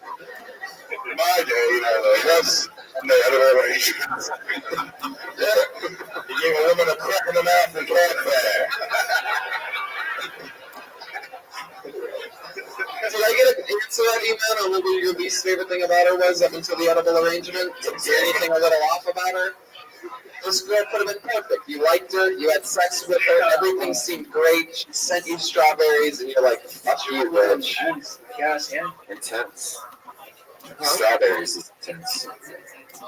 Did she have an extended labia? Was the sex good? Right. Did you just break? Did you just have a stroke? I mean, was the sex good? Was the sex not good for you? Good. Keep in mind your father might listen to this. Oh, that's true. We're going to send it to him. Son, you fucked up this time. Talking about the family business? You strawberries? Here I am in my office. Another day at the office as usual. I look at the hallway and there was strawberries all over the place. Everybody's fired. Is this the man I've been raising? What is your dad's company? What do you guys do? They're a consultant firm. Wow. They're chocolate-covered cherries. No strawberries in my car. There he goes, Matt Julia. He's not on Twitter. Matt Julia. How fun. You guys having fun out there or what? Yeah. Let's meet another person. Put your hands together for Kyle Long. Kyle Long. Wow. Kyle Long. Here he comes. Wow, walking in like a... That guy's no wrestler, everybody. Oh, shit. It's about to motherfucking go down. Put your hands together for Kyle Long, everybody. Oh. That drug. Uh-oh.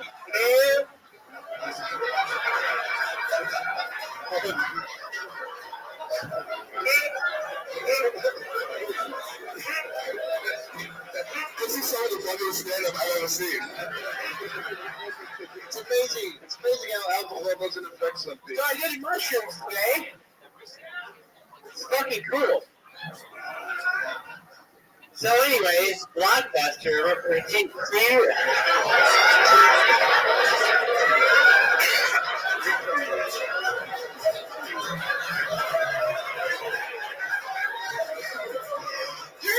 that shit? Blockbuster! What the fuck? Netflix is better than Blockbuster, right? Look!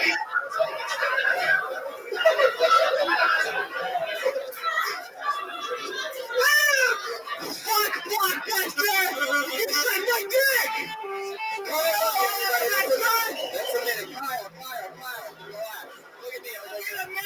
Look at me over here. Dude, taxis versus Uber equals awesome. Kyle, you gotta listen. Start listening. Stop talking. Why don't you listen to me? Hey, Kyle. Tony, can I just say Blanca from Street Fighter looks pretty rough? Alright, fuck you, bitch. Oh, it's back on. Okay, shut the fuck up. Okay. Alright, bro. What up, Johnson? Alright. Well, why don't you, Kyle, over here. Okay, what's up, bro? Everything's okay, Kyle. We're gonna let you. I was saying, so how long have you been stand-up? What? How long have you been doing stand-up? I haven't done it in 9 months. I was going to go back to it. Okay. It's been a while. If I want to be a comedian, I should go to LA or New York, so. What do you do, Kyle? He's a full-time garbage pail kid. Kyle, over here! Kyle!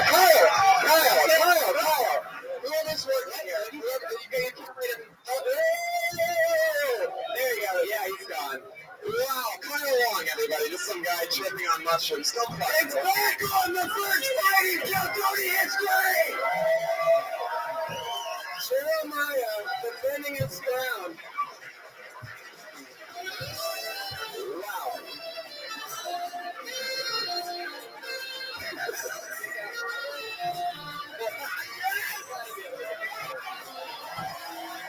Jeremiah Wilkins, everybody.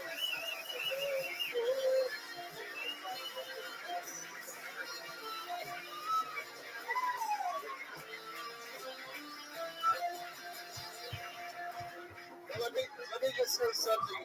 Kyle is obviously more of a writer than a performer.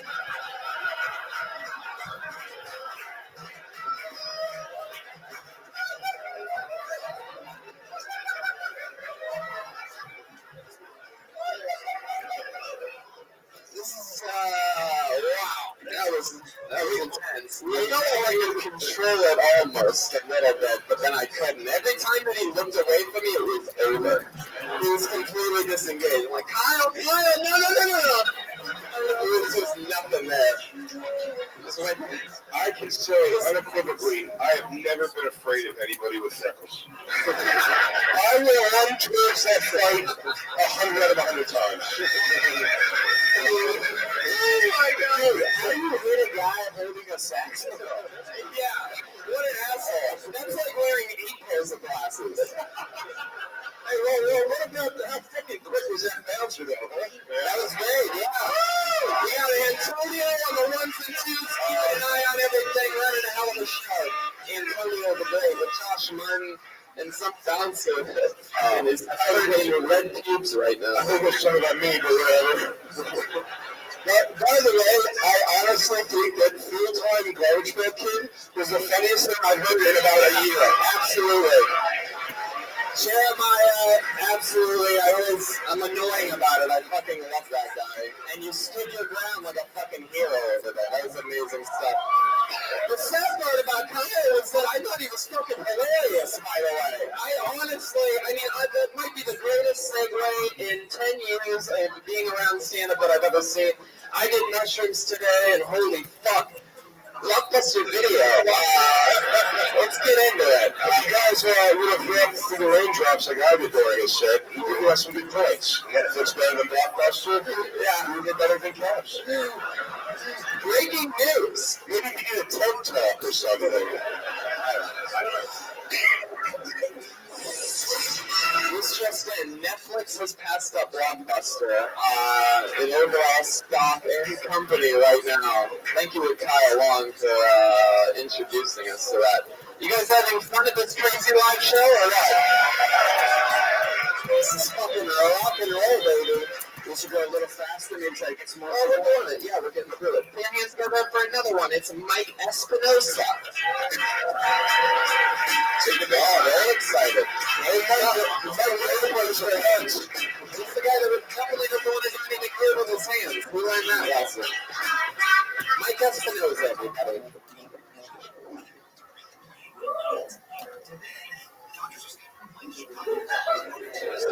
Hey, new tower, what's up? Hey, so I just had a birthday. It was a good birthday. It was good. I even got my birthday sex. But as a married guy with 2 kids, I got to take a shower by myself. Without the kids watching, it was great, you know. I got to try it, you know, it was cool, man. It was. Yeah, I've been married for like 7 years, and you know, keeping the magic alive is tough. You know, we try a lot of things. I tried to buy some sex toys, and but I'm such a nerd. I don't want to take them out of the box. Just want to put them on the wall. Just look at them, babe. There you go. Thank you. That's a minute from Mike Espinosa. How long have you been doing stand-up for, Mike? What's that? How long have you been doing stand-up for? For a little over a year. I had to take a break. What do you do for work? I'm a high school teacher. I was gonna fucking guess that. Science? Yes. Oh my god. You look like every science teacher I've ever seen. I should have just fucking guessed instead of asked. Sometimes you guess. It's a class, Tony. You son of a bitch. Wow. What grade are you teaching? I teach physics, so it's all the sciences. I could teach chemistry. I could teach math. Yeah, science. 11th graders, mostly. Very good. How old is I end up, motherfucker? Teach me dumb. Teach me. You know what that sound means. Well, you're a teacher. You do jokes about the kid fucking? Yes, I have some of those. How old are the kids? How old is 11th grade again? They're legal age.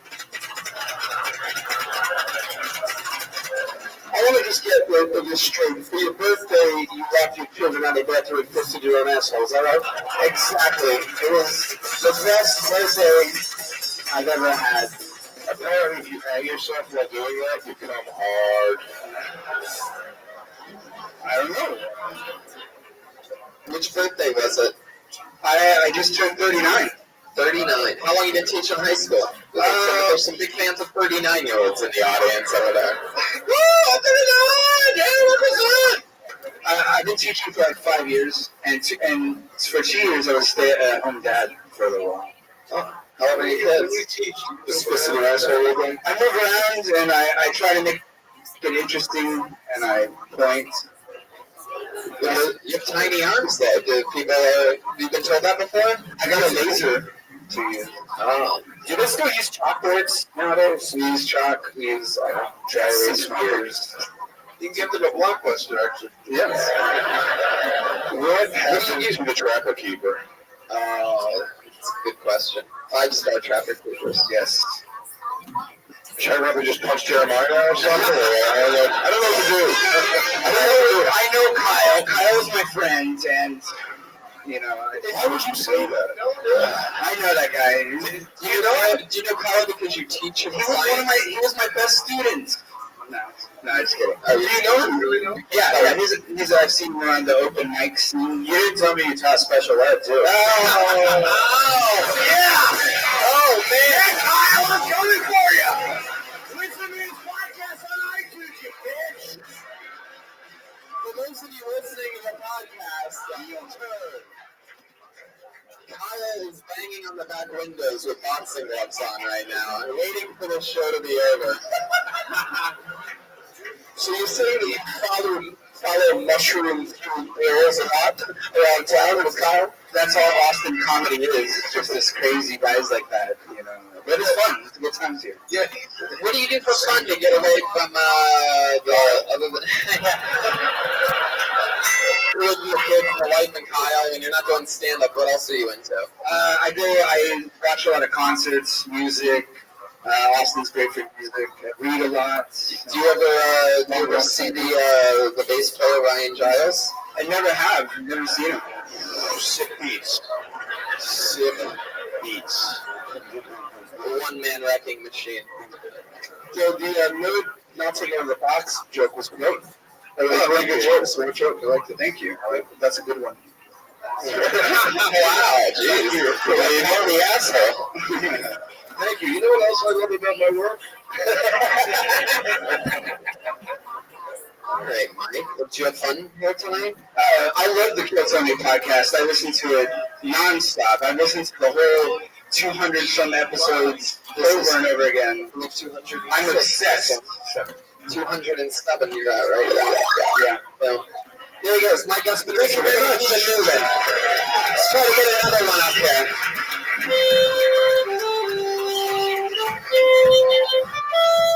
All right. How about Michael Healy, everybody? Put your hands together for Michael. This is most likely could be our last comedian of the night. Michael? I don't see anybody new. Has anybody seen Michael? Here it comes. Don my hair is about to beat the shit out of Jeremiah for some reason. Hey! Is there somebody coming? Yeah, he's coming. Oh, yeah, he got see Michael Healy.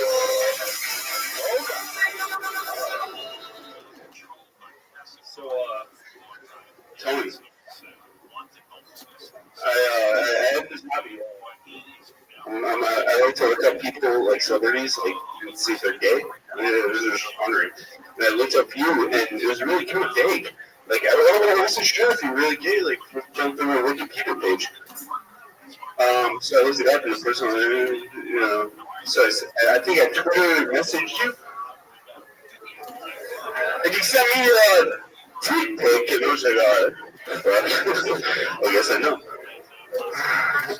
Just pass, roommate.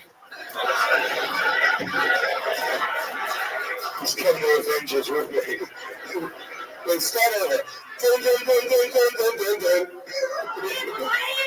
Dun, dun, dun, dun, dun, dun, dun, dun. It's all over now.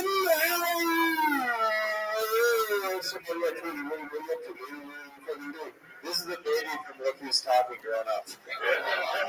Where's the cat? Where's the fucking fish? There you go, Michael Keeley. That was your time. That's what you chose to do with it. Now, all of that was a thing. Trying to look up if I was gay on Wikipedia, couldn't find out. You DM'd me. I sent you a dick pic. Oh, you just got fire trucked. That's funny. That actually isn't a thing. The city is burning down while we're here, just enjoying ourselves. That's it. We're airlifting cars somewhere. Somebody called in. Somebody that saw Kyle called in a bomb threat somewhere. I just saw one of Kyle's movies on TV the other day. Oh, you did? Yeah, what's it called? He played the character Rocky Dennis. Yeah, you retard, Kyle! Get back in here! We'll go another round! Now, him did the blind comic guy. Yeah. I guess no one actually saw the movie. Michael, are you the blind friend that Troy Thompson came in with from Houston? If so, that jump to the stage was ballsy.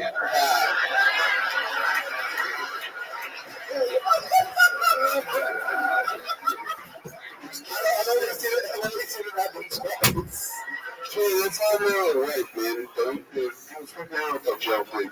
Hey, you fucking, I don't know who you're talking to, you're looking at. I thought Mike Espinosa was like making like a joke when he's like, no, that's what the Austin comedy scene is. It's people on mushrooms having meltdowns. And I'm pretty sure that Michael Keeley, how long have you been doing stand-up? I've been doing stand-up for like 2 years. Is that true? Yeah. Do you always wear sunglasses and stuff? Always. Why is that? Well, it's just because I'm very self-conscious. About what? About my jokes. Like, I don't think I'm very funny. Yeah, you're right. I'd rather think you're a jerk off and wear sunglasses about it. That's a weird choice. Do you wear sunglasses when you write your jokes as well? I did it because you thought your future was so bright. That's also a good reason. Michael, how do you make a living? I'm unemployed. Wow, it took you a long time to figure that one out. That was a long time. You have the emotions of a blind man now. Well, the way that you're, like, your head goes, though, you kind of look like you could be blind. Well, let me expect to show in this fucking thing. Those black tar nods right there. If he was a comedian, he'd be Mitch Hedberg. Mitch Hedberg. Jeremiah's on a fucking tear tonight. I want to fight somebody right now. The adrenaline's up. You can't open Pandora's box. Once you introduce Jeremiah, we used to taste blood before we put it back. Michael, are you on any drugs or anything? Yeah, I'm on heroin. Is that true? Yeah. Is that another one of your wacky jokes? I told you they were bad, man. Like, you gotta accept it. I love it, man. That is such a cool. I like how his jokes are just weird lies. Right when Austin couldn't possibly get any helper, we find a comedian that is so cool because he knows he's bad and commits to it all the way. He like owns it, bro. You don't get it, man. He's a real Austin dude,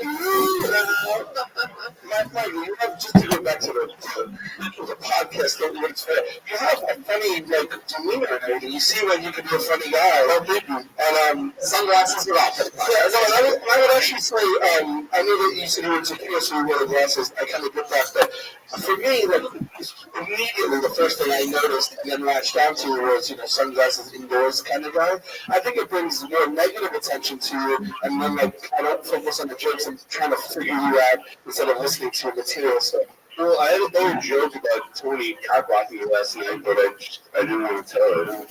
There's a whole bunch going on here, too, Michael.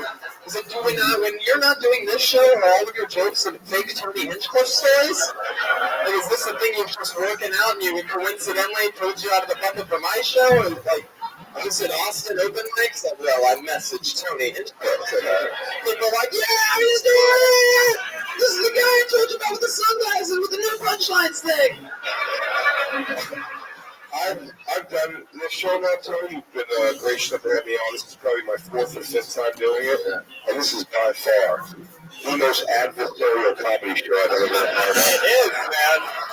People are very angry. I feel like this is I was pulling out a bunch of Atlanta Falcons right after the Super Bowl. All right, Michael, we're going to keep it moving. We're going to get one more comedian up here. Congratulations. You took a chance. Michael Keeley, everybody. Take the safe route, Michael. Okay. There you go. You guys ready for one last comment? We're almost out of time, everybody. You guys ready to fucking do this shit or what? I said, are you ready for one more fucking comedian? Wow, this is a goddamn anomaly. Put your hands together for Joey DiGiulio. It's right on the couch. Another player. Joey DiGiulio? Matt's father. The edible arrangement. He's here. Holy hell, I signed up when I found out my substance stories. Holy shit, it's real. It's Joey DiGiulio. My brother, see clearly.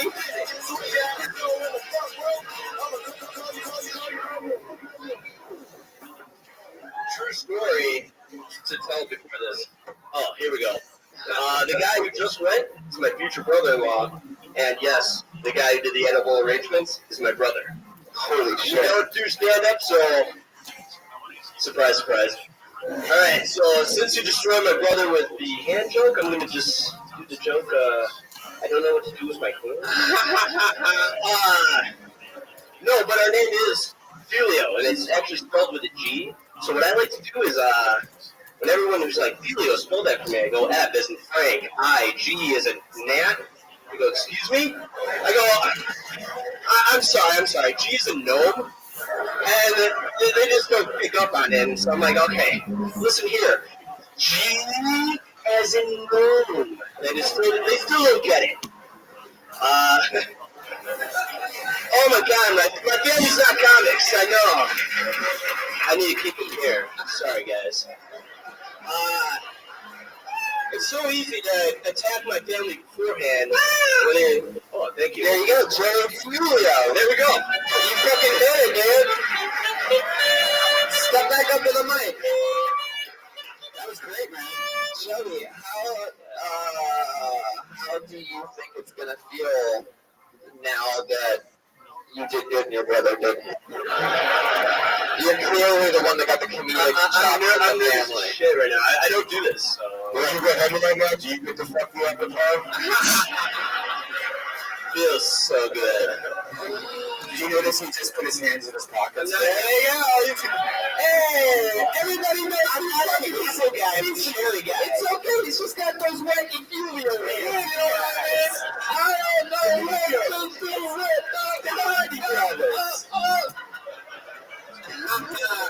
All right, let's try to knock it out quick. We're running out of time, Joey. What do you do for work? I'm a software salesman. Oh, just as boring as the last one, actually. Yeah, that's fine. You look like you're about to deliver a baby. I don't know what to do with my hand. Have you ever what I'm doing? Have you ever fucked a girl so good she sent you an edible arrangement? No. Do you work for your order? But do you work for your dad's company as well? No, not anymore. Wow, looking through the coop. What do you do? Software sales.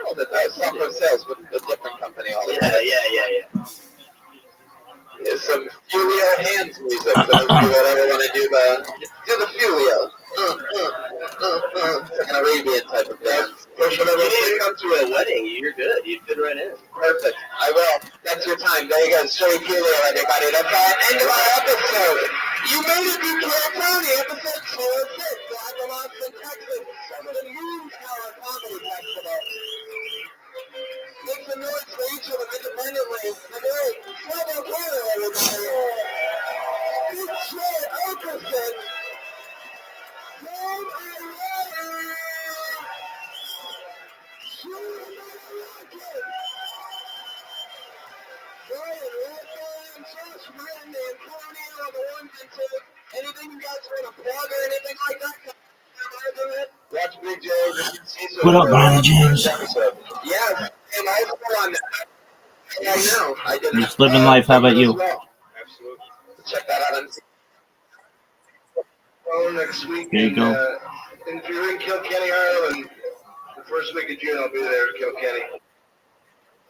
You got it. Kilkenny, Ireland. You just got fucking the most awesome news. One of my favorite comedians is coming there live. I'll be at a pizza parlor in Corpus Christi. No, I won't be. You're hosting in Corpus. That was a joke. Please don't show up and then tweet at me that you're mad.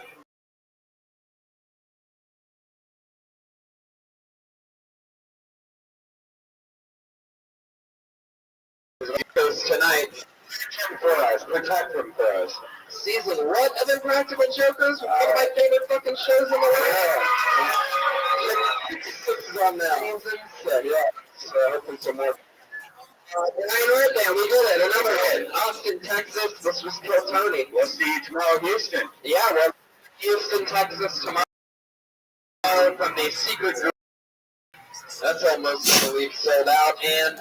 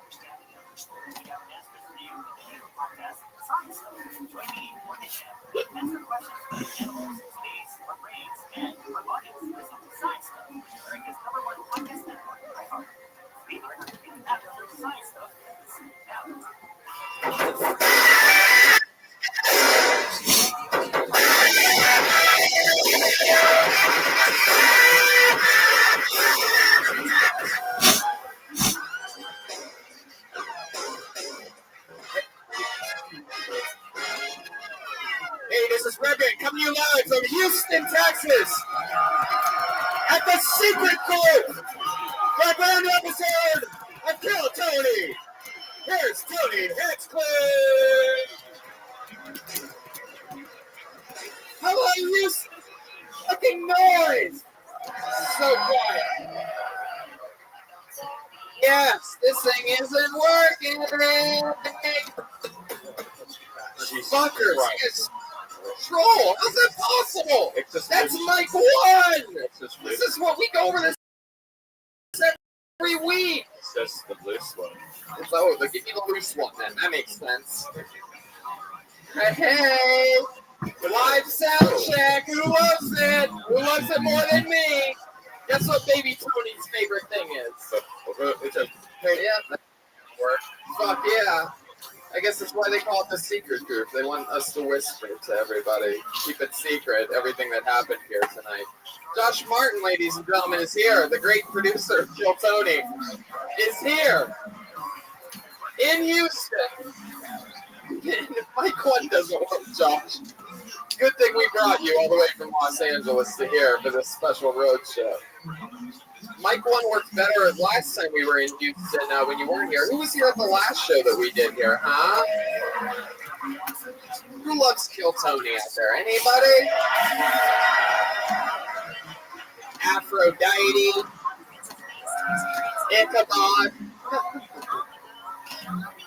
Wow, this guy, you need to smoke more pot, sir. There's certain things that I want everybody to erase in their memories, and that's definitely one of them. But I'm not even going to repeat it into the microphone. Make everybody. Hey, who was at the Houston show? Heard what the one audience member said. Have you guys go to some kind of thread to find out what happened there just now? Life is good. I'm excited. We just had a blast in Austin, Texas. I'm super pumped. Let's just jump right into it. Should I bring up the guests or what? Let's just wait. Wait for the sound. Hey, by the way, we have a comedy show right after this show. So who loves stand-up comedy? I love stand-up too. We're doing a show after this. Let's just say maybe I'm booked at a club in a city and I can't mention who's on the show. If I was doing it, but there's a whole show and I wasn't allowed to mention that I was doing the show. Yeah, and a bunch of awesome comedians. The hit secret show that is a big hit in LA is here tonight. You're going to get to see a ton of awesome stand-up after this, if you come to that show as well. Yeah. A lot of secret guests on that. We're going to use one of the operational mics during the stand-up show. If you're wondering, you're like, I wonder if they're going to use the janky mic, keep it interesting, you know what I mean? Keep it a real live show. We're going to be using an operational microphone. And what the fuck else? Did I stall one? No, I think we also might have some Kill Tony posters, some of the new posters. The brand new Kill Tony poster, guys. You're the first people to ever get it sold live to anyone because we did not sell them at Boom Tower. Yeah, completely. Josh fucked up, not we. Josh. We fucked up, he just said. Both Josh and Martin fucked up. You are correct. We fucked up. Let's bring up some guests. Who loves guests, huh? Oh boy, we do. Guys, I'm so fucking excited about this. Literally, my only other favorite podcast, other than Kill Tony, is the Legion of Skank. And I present to you Louis J. Gomez and Dave Smith. Make some motherfucking noise! Holy shit! Holy shit! Holy shit! Holy shit! Holy shit! Holy shit! Fuck yeah! Welcome, welcome. We're about to have a motherfucking blast. What's up, guys? Welcome, welcome. Dave Smith. Very unprofessional so far. Dave, first time on Hangout. Dave, it's your first time on the show. Louis, you've done it before. Welcome back. Should we even mention? I think you want to do something crazy and mention the thing we were talking about out back. The event that's coming up. Fuck, let's announce this bitch right now on Kill Tony. Right now, we're gonna exclusively announce. Right now. Oh, I didn't even ask Brian yet. Yeah, I definitely. We even talked about it. No, you have not asked me yet. We just talked about it. The last Sunday. We are going to bring Brian Redband's girlfriend. Maybe. Hold on, I have to check my calendar. But hold on, let's do breaking news, and I'll check my calendar and give you. Check your calendar. All right. Oh, oopsie daisy. Breaking news coming in. Skankfest, first of all, the new coolest #1 festival in all of New York City. For those of you, many listeners that we have in New York City, the hundreds and hundreds and hundreds of listeners that we have in New York City. Make it sexy, John. Skankfest is a huge festival in New York. Available is June 23rd, 24th, 25th. Well, we want you guys to be 24th. Hey, a lot of you guys are fans of comedy. You probably wonder. I was booking one. You're finding out very rarely. It's like a fucking comedy documentary in front of a live audience. June 20th. How about that? Kill Tony, New York City! Could be the 24th, might be the 25th. Keep a close eye on it on social media and at skankfest.com. It's actually my stepmom's birthday. Right? Somebody to it really is. Stepmom instead. Fuck yeah! It's Diane's birthday. I saw it in the initial thing. He wasn't lying. It's not like a Rachel Wheel. Yeah, you can't even really hold a grudge if you're Richard's stepmom. You're like, you'll be mad at him for like a week. Don't think of it as me raping your stepmom. Think of it as me raping the chick who's banging your dad. You know? You guys that were at the last show had a special treat because we had a band member with us that time, and that was cool. It was the great Jeremiah Watkins. Unfortunately, budgetary reasons. Well, he's in the hospital also. Yeah, that too. Last night. Yeah, we have 2 reasons why he couldn't be here tonight. True, so. So instead, you're just gonna have to deal with the Kill Tony band.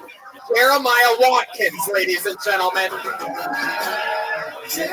one, the only. Stole last night's episode in Austin, Texas.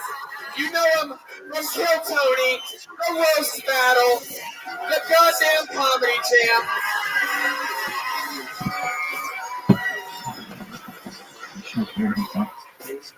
Jeremiah, welcome to the show. How's it going, my man? It's great to be here, guys. I had to go to an Indian reservation down the way to get healed from getting injured last night in Austin.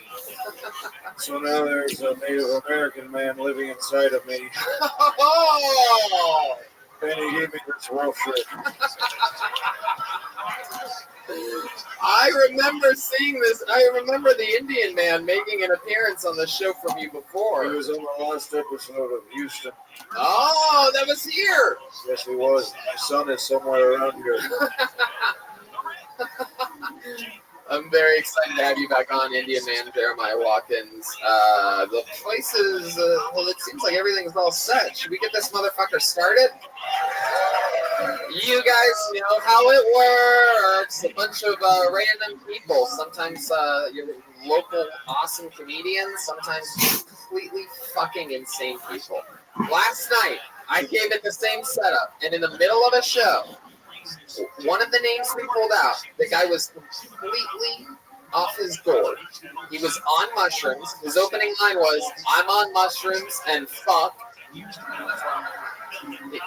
I believe his next line was, "Blockbuster's crazy." And then Jeremiah made fun of him at the end of his 60 seconds, and he got physically attacked. There was a human being that had to get dragged off the stage. The video is already up on Vimeo. You're going to get to see it soon. I'm pretty sure we're about to be on Kill Tony's about to be featured on World Star. But Jeremiah Watkins stood his ground with a saxophone in his hands, fended the guy off, and so there's a bunch of names in this bucket. If you whistle out of the bucket, you get an uninterrupted 60 seconds to do whatever you want. Then afterwards, we talk to you about anything in the world, maybe about your set a little bit, maybe just find out more about you. You're a guest on the podcast all of a sudden. You have to stand there and take it. Tony, I'm sorry, I'm new to the show. At what point do you get to fuck the young comics? Well, pretty much they do that to themselves once they sign up for the bucket, actually. You get an uninterrupted 60 seconds. You know your time is up when you hear the sound of a kick. I can't really hear that, Brian. Let me turn it up a little bit. There it almost is. Even that would be good for the first one. Maybe just leave that volume button all the way up. No? Wrap it up then, or else we're going to bring out the angry West Hollywood bear. You don't want to go over your time. That's the whole thing. All right, I guess it was. There you go. Do people from Houston know what a West Hollywood bear is, though? It's the Dallas Bear. There we go. The Dallas Bear. The Dallas Buyers Bear. It just seems like everyone from Houston moves to Dallas. Yeah, see, oh, Jesus. Dallas. All right, lady, relax. Okay. Yes. That's how it starts. I hate Cowboys. Dallas. Roadhouse was in Texas, right? Cowboys are my least favorite team. Oh.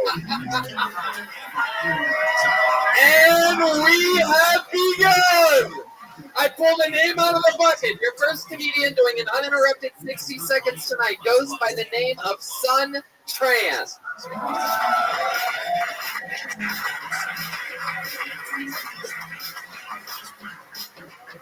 Here he comes. He's coming up. Sun Tran, everybody. Clap for Sun. Thank you very much. Thank you, guys. What the fuck, man? What the fuck, Nobody likes Canada. All right.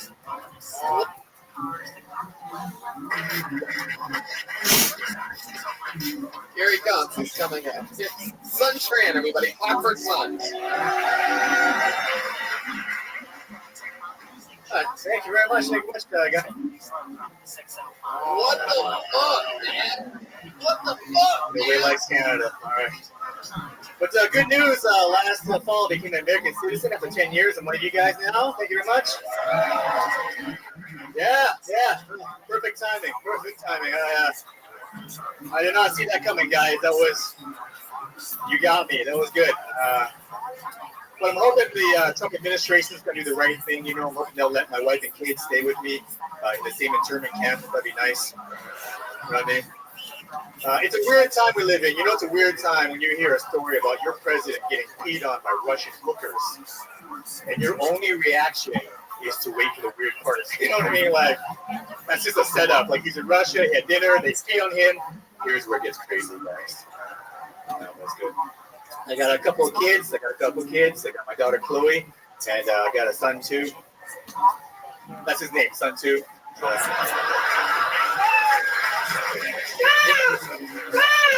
you very much. He's a good kid. He's making video games now. Oh, I know. Son. Is that a cat? Or? Yeah, at all. Larger cat than I thought it was going to I gave you 4 cats. Thank Calm you. down. That was his pet. That was very good. Sorry about the mic problems at the beginning. I gave you an extra 5 seconds. How long have you been doing comedy? What's going on right now? What are you doing, Brian? Just complimenting him and then randomly asking questions because you didn't hit the cat noise level? I hit it 4 times. We all know what's happening. You really who heard the cats? Nobody. This guy did. No, he didn't. I did. That guy wants attention. I not only did I do this, I did this cat 4 times. That's not loud enough. And I did this cat. Clap your hands if you hurt the cat. Wow. Oh, you guys are lying. You're just clapping out of habit at this point. Because everything that I've said you clapped for. Brian. Here's a fucking cat. I hate to say it, but the smoke signal in the back was louder than my cat noise.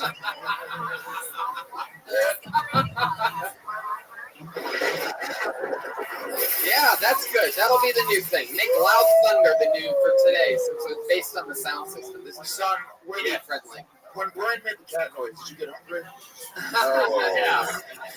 It's a real question. What kind of Asian are you? What kind of Asian am I? I'm Vietnamese. It's that kind of Asian. Whoa. I don't want to start with you. You guys do not give up. You realize they beat us in that fucking war? We don't ever talk about that much. Vietnam beat the shit out of us. Bunch of little fuckers like you. Did your dad fight on the Vietnamese side? Yeah, he did. Actually, that's why we're here. He had to leave because he was fighting with the American side. So after the war is over, it's either go to prison or flee the country. That's what your dad was just like, I'm going on Team America. They're here to stay. Yeah. It goes like, man, this is good. We'll see you later. All right. And I was like, fuck. He was also surprised by the results of that one. Yeah. I gotta say, one thing, and I think Brian did say that, but he said it in the midst of trying to cover up his own fuck up. But very impressive that the mic didn't work and it didn't fluster you, because this isn't just a stand-up comedy set. You're being judged by comedians that have been doing it for a while, and you didn't flinch for a second. You went right into your bit. Very comfortable. There was a second actually when the mic sound went out and you were still talking, where I looked underneath you for subtitles to see like true Asian style. My joke is not over. What is going on with this microphone? That was. I didn't think the microphone was long. I thought it was just going to take another 30 seconds for him to start speaking. Oh, there it is. Even my setups get laughs. What's the most Vietnamese thing about you? The most Vietnamese thing about me? Yeah. He eats cockroaches. My name, the most Vietnamese thing about me. So I never got an English name when I came over here, so Son is actually my Vietnamese name. And I guess my DNA. Jeremiah? And when he plays Monopoly, he only collects the railroads.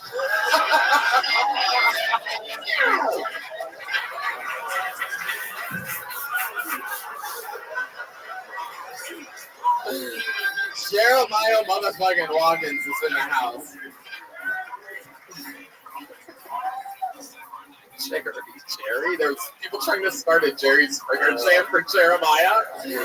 It's true. Joel does have Joelberg now. Maybe we can do This something. is funny, but painful too. But it's funny. Thank you for judging us. Yeah, thanks. So Sun Tran, that's an interesting one. What'd you name your kids? Marshall. Oh yeah, super white. Yeah. My son's name is Sergeant. That's right. And Chloe is the daughter. Yeah, you named them after the law they're going to use to take your stuff. I'm sorry.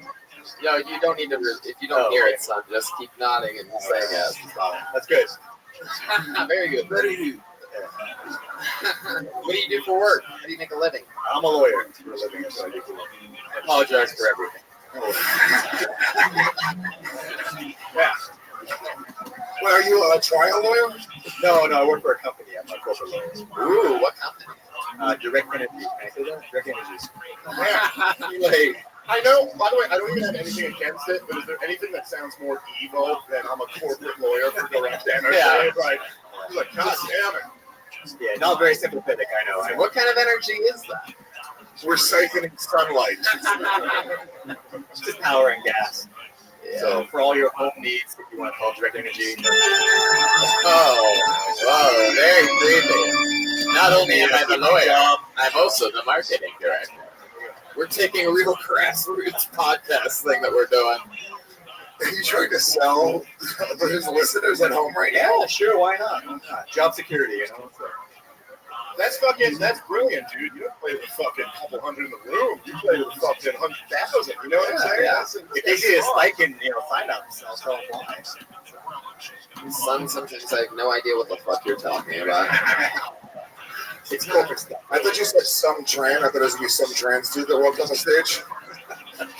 Now, an interesting part of last night's show, for those of you that do listen to the podcast, it was that there was an embarrassing part where a comedian talked with me about working at a pizza parlor in Corpus Christi, and I was embarrassed of working that weekend, and then I made a whole joke about it, and because I thought that no one was ever going to find out about it. Yeah, that's the only comedy club in Corpus Christi, by the way, is this fancy pizza parlor.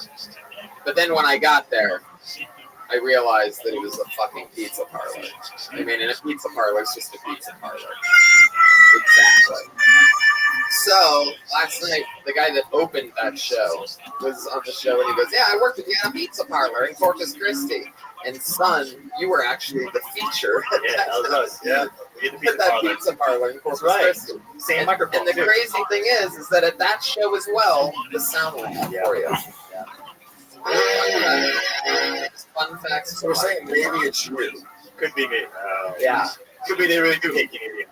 Some sort of like crazy like Asian voodoo that you're doing on the microphones here. What do you like to do, like when you're not just doing stand up or working for the devil himself? Oh, yeah. I got a couple kids, so most of my time spent Finding his motor speed and hitting his son when he's not reading. That's what they do. Get some culture. Do you get your Asian children like? Yeah, I had one of those like. You ever have one of those like little cars, the Power Wheels or something like that? Do your Asian children just like roll down the stairs in those and shit? Because in LA, I'm not gonna lie, son. I've always said this: the most true stereotype out of any race ever, out of them all. Black dude, big dick. No, even more so than black dude, big dick. I will take this down with you. We will go. I will pay for one of those fucking tests. We'll get 50 random black dudes. Look at the average size of their dick, and 50 Asian guys. Yeah. Let me tell you the problem with this comparison is it's hard to measure how bad a driver versus how big a dick you have. Like, You would need a third shot. Is your wife Asian as well? She is, yeah. Okay. How many dude can drive better with his dick than how many times has your Asian wife run into something? Never. What? You're a fucking liar. That's crazy. I've been feeding tickets. That's about it, though. Nothing ever hit. So. I've been dating an Asian for only like 7 months, and she's been in 3 car accidents. Yeah, I promise you. And it's all been things like on the side. Like I don't think she can see on the side. See, you're. Yeah. You guys need a farther side view mirror, like over here, instead of out here. So your wife drives a lot. She comes home and the car doesn't have a ding on it. No, just a speeding ticket. The only ding on your car is your other child. We didn't get it today. But have you ever thought that maybe your Asian wife, who definitely hits shit in her car, has just been fucking an auto detail repairman? There he is now. Oh, here he comes. It's trans son. Give me a kiss.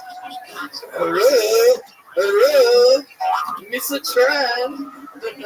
That's just ignorant. I know, I love it. It's not my Asian impression. That's insulting to Asians to do that voice. That's like the one that we can still get away with Asian versus. It's specifically a North Korean impression that I'm doing. Yeah, North Koreans I do impressions of because they hate us, and it's okay to make fun of them. I'm from North Korea. I saw a stupid. Our Missouri.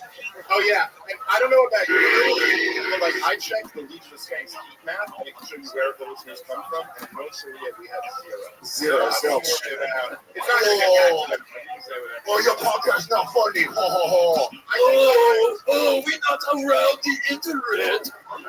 They don't allow us to do that. Dude, don't you agree that everyone should be allowed? Everyone should be allowed to do a cartoonishly goofy impression of a voice of every racial group. It's just the most fun thing. Yes. It should be like in the Constitution. Let's start right now, son. Do a black guy right now. I'm not gonna do that. Come on, son. Do a black guy. Do a black guy. Do a black guy. Do a black guy. I'm pretty sure. Your wife would do it.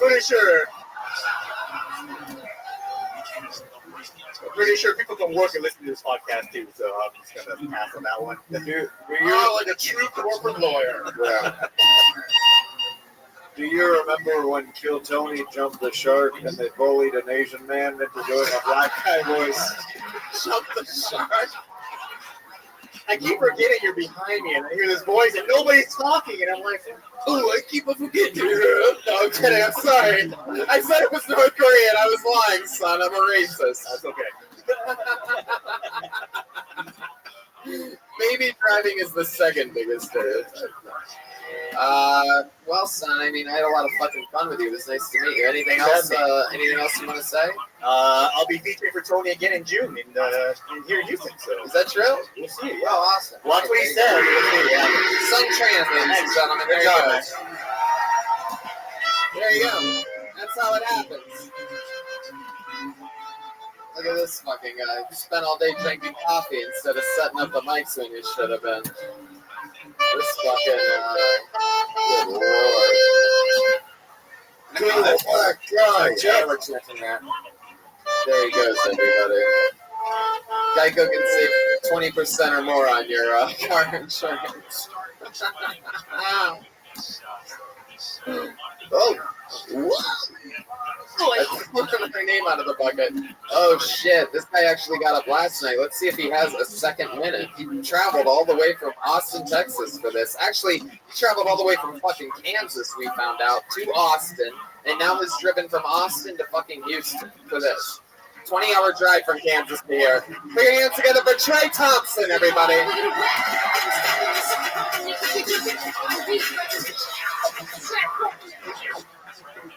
Congratulations, ladies. I am single and straight, despite looking like the tallest bottom you've ever seen. I got turned down for a janitor position, and I'm super bummed about it. You might ask, Trey, why does that bum you out? What's worse than being a janitor? Being told you're not qualified enough to be a janitor cuts just a little bit deeper.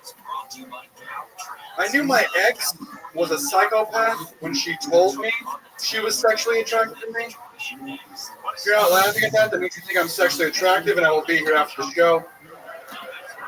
She wasn't all flaws, though. She had kind of an oversized nose, and she would do this adorable thing where she would wiggle it every time she fucked my best friend behind my back. True story, your laughter helps with the healing process.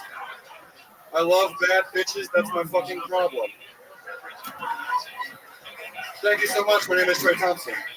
Trey Thompson, ladies and gentlemen. Holy fucking shit. Woo! Tight. That was awesome, dude. Tight. Those jeans are tight. Ooh, fuck me. How'd you get those on your body? You look like a grown-up version of everything Oshkosh the Gosh right now. I mean, you look like a doll that you would play with.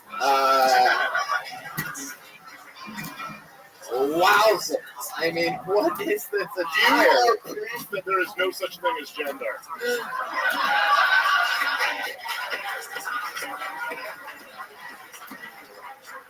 You look like you were a little boy who went to a carnival and wished to be a big whatever the fuck you want. Sure. Whatever you want, Soltaire. Have fun. This guy looks like he has a permanent ride on the Magic School Bus.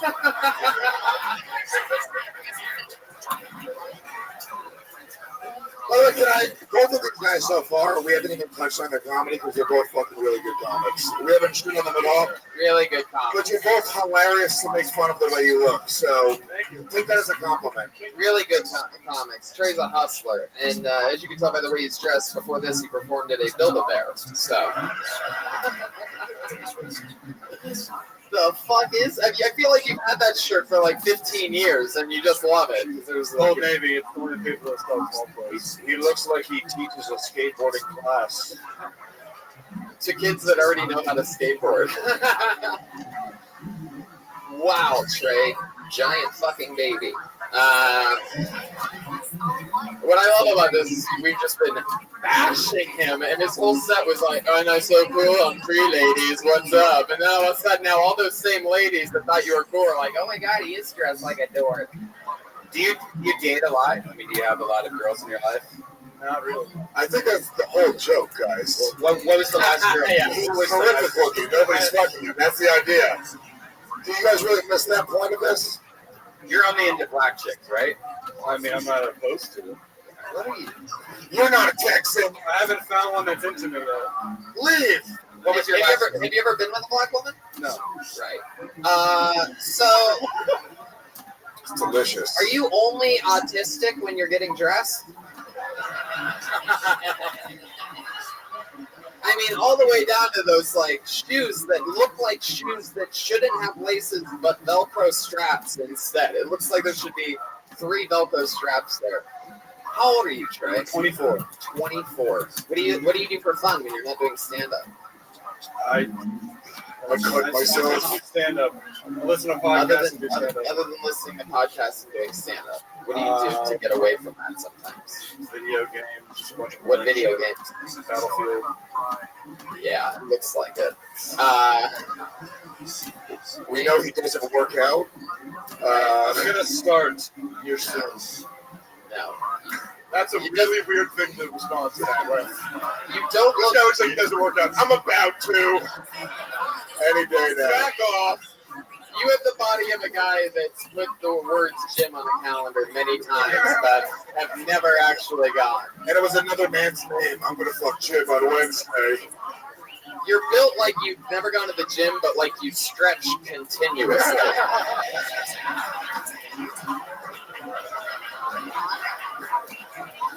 Wow. Sometimes even I surprise myself. That was fucking hot. Wow. Oh man, how do I follow that? You got up last night. Maybe we should just keep flying through. Anything else you want to say, Trey? You living your dreams? Yeah, it's fun. I got up twice and I drove 12 hours for it, so it's worth it. 12 hours. Awesome. Anything else for Trey, guys? Any thoughts or anything? Dude, genuinely really fucking fun shit. Yeah. And also, you know what I like? It was, or maybe I don't know this, but his act didn't seem like after talking to him afterwards now, this is who he was in his act, which is fucking really Yeah, great. I didn't. And you were like, oh, you're doing this character where you're some fucking weirdo. Yeah. And then you talk to him and you're like, oh. I'd even even give you a note and say you could even go a little bit slower, take your time a little more. Yeah, you know, I felt like you were even going a little, even though it's a whole, I gotta do it in a minute thing. It's like always the biggest note is like take your time during this. 'Cause it's not about how many jokes you do. It's about us fucking feeling whatever your weird child man energy. There he goes, Trey Thompson, ladies and gentlemen. Boom, another one. We're having fun so far. We're meeting human beings. He's on Twitter at Call and Out. Whoa. Whoa, damn, Jeremiah. He's down over there. He's feeling it. He's in the zone. No reservations over there by this Indian fellow. Shut up. Please don't make that catch on. We don't want it to catch on, so stop doing it. Still the same idiot that said that he heard the cat, by the way. The same guy chanting Jerry is the only guy that heard the cat. It was recorded on an MP3. So Oh, by the all be able to. I wonder who the guy that goes in and fixes the levels before the podcast gets released is. You fucking bullshit. We can listen to it immediately after the show. Nobody heard the cat. That's all that matters. If the comedian can't hear the cat, it's not about the podcast. Right, you're gonna make Sun look like an idiot. Sun Tran look like an idiot on the podcast. Like, wow! The cat's like, wow! No! Maybe Ryan's girlfriend was getting into so many car accidents because he was working on her car. There's I can only push the button. That's all I can tell you. I don't know why you're so defensive about it. Because I pushed it 4 fucking times. What the fuck do you think I'm talking about? Defensive and then Jesus really Christ! So you not hear what I'm saying? But if you can't hear it in the room, God. Yeah, it's not me! Then turn the. I'm looking at. Oh, wait the fuck up! I don't know why. I don't have it's anything not other than have this no knobs and turn all the fucking way up. But it's not. Jesus Christ! I don't know why you're yelling because it's definitely. Because I'm sick of your shit, man. Are you serious? No. Oh, perfect. But I'm just saying, in the future. And the Academy Award for Best Yeah, it was pretty good. Performance. I think there was a little bit of truth in there. I think he came from a real place, but he's still red banded. Not to pour gas on the fire, but I did hear the kitty once or twice. Yes! Shut the fuck up. You did! No, you heard the wolves on your t-shirt, you piece of shit. Can I have a Crown Royal and Coke at some point, by the way? Hey, can I get a Jack and Diet? You guys want a drink? Yeah, I can get another Shot of Fireball. IPA? What do you... Oh, wait, no, you don't know. No, Zarka for UJ. Put water. Find us with Zarka. Could I get some white man fire water, please? I pulled another name out of the bucket. You guys ready for more? Uninterrupted 60 seconds going to Zane Fletcher. Zane Fletcher. Oh, wait. Is he coming from the middle of the room all the way around? No, music. Zane's taking the long path. Music. Oh, no music. Music. Hey, put your hands together for Zane Fletcher, ladies and gentlemen. Hey, what's up, y'all? So, I have a friend who's like a weed head trying to pass a drug test. No dice, let me tell you. He had this Visine bottle he filled with like coffee grounds and water that he strained or some shit. Put some pineapple juice in there. I guess it should work, but so he figured he had to get it up to temperature for the drug test, right? It's got to be body temperature. But he put it in the microwave at this gas station right by the drug testing place. And we were smoking weed on the way to the drug testing place, so it's like, Jesus Christ. And so I was like, dude, put it in there for like 20 seconds. This motherfucker puts it in there for 2 minutes. Okay? He gets it up there, it's like engorged, like Zeus's cock. It's like fucking scary. It's like this fucking fat, right? Okay, there you go. That was the cat.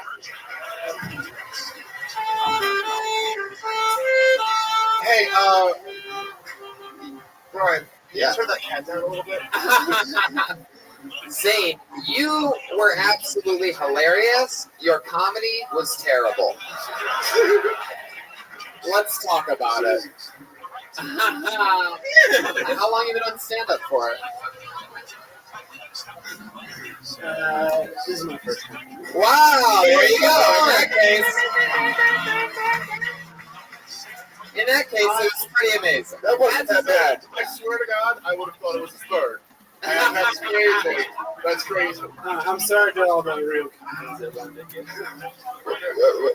Oh, shut up, Zane. Get back Yeah, in none of front. these people are real comedians. Get back in front of the They mic. live in Houston. I like your style, Zane. I love it. You look like a guy that wants to be a school shooter, so he dresses up.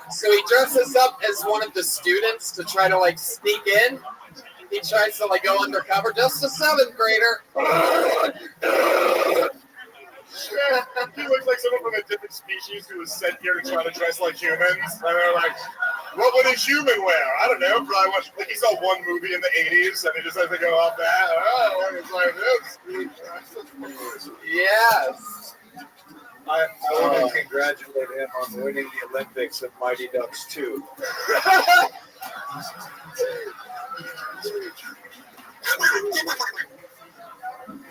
Oh, this is so much fun. Zane, what made you want to do stand-up? What was it? Yeah.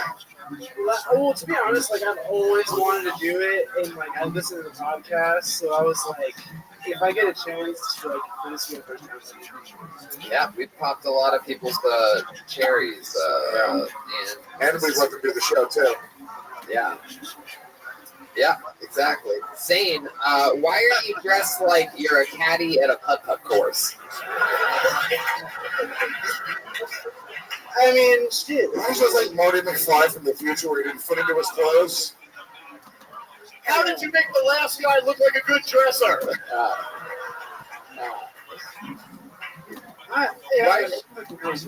This is a nice jacket, great t-shirt. Interesting. So Zane, what do you do for work? How old are you? By the way, what are you, Ric Flair? All right. What do I do? I'm silent profiling, Tony. I don't know if he is. Zane, what do you do for work? I have been like unemployed. Wow, why did you just turn gay? It's raining, man! I've been unemployed for like just 2 months. So I'll suck your dick for $12. You got so gay there. As soon as you mention money, he goes into gay hooker mode. Oh, music's back up. Look at this. This is perfect. All right, Zane, I have a lot to find out about you. Let's talk about it. How old are you? I'm 26. I turned 26. Got to turn 27. I turned 26 last month. Okay, just say fucking 26, dude. I turned 26 last month. I turned 27 in 11 months. 26. 28. 13 months. Fuck that up? Yeah, I did. 23 months. Motherfucking haters. I'll get tweets about that. You idiot. You idiot, Tony. Your math was way off. Cheers. Thanks, Cheers to you guys. Okay, so let's get into it, buddy. What was the last job that you had? I was an auto detailer. Answer the question, Zane. I did a detail. I was like, what's the answer? Go straight to the answer. Where's the DJ? A DJ.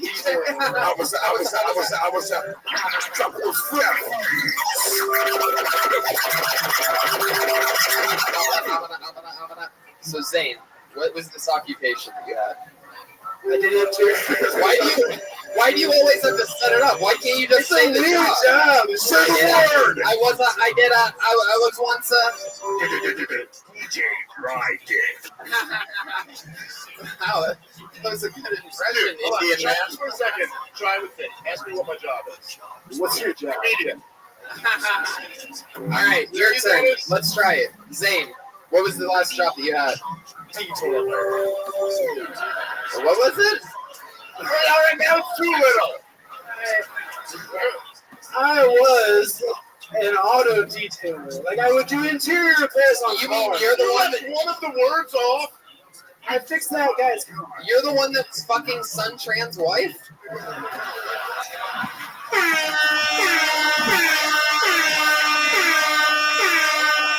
Very hard to do an auto detailer callback on an improvised show. Let it be known, you don't find that anywhere in entertainment. It's high level, Tony. That's a high level callback. We're just playing. We're all the Yankees tonight. We're all just hitting home runs. Back to you, Zay. You like manga? You like anime? I like anime. I love anime. I'm not like a fucking super anime. Oh, you know what?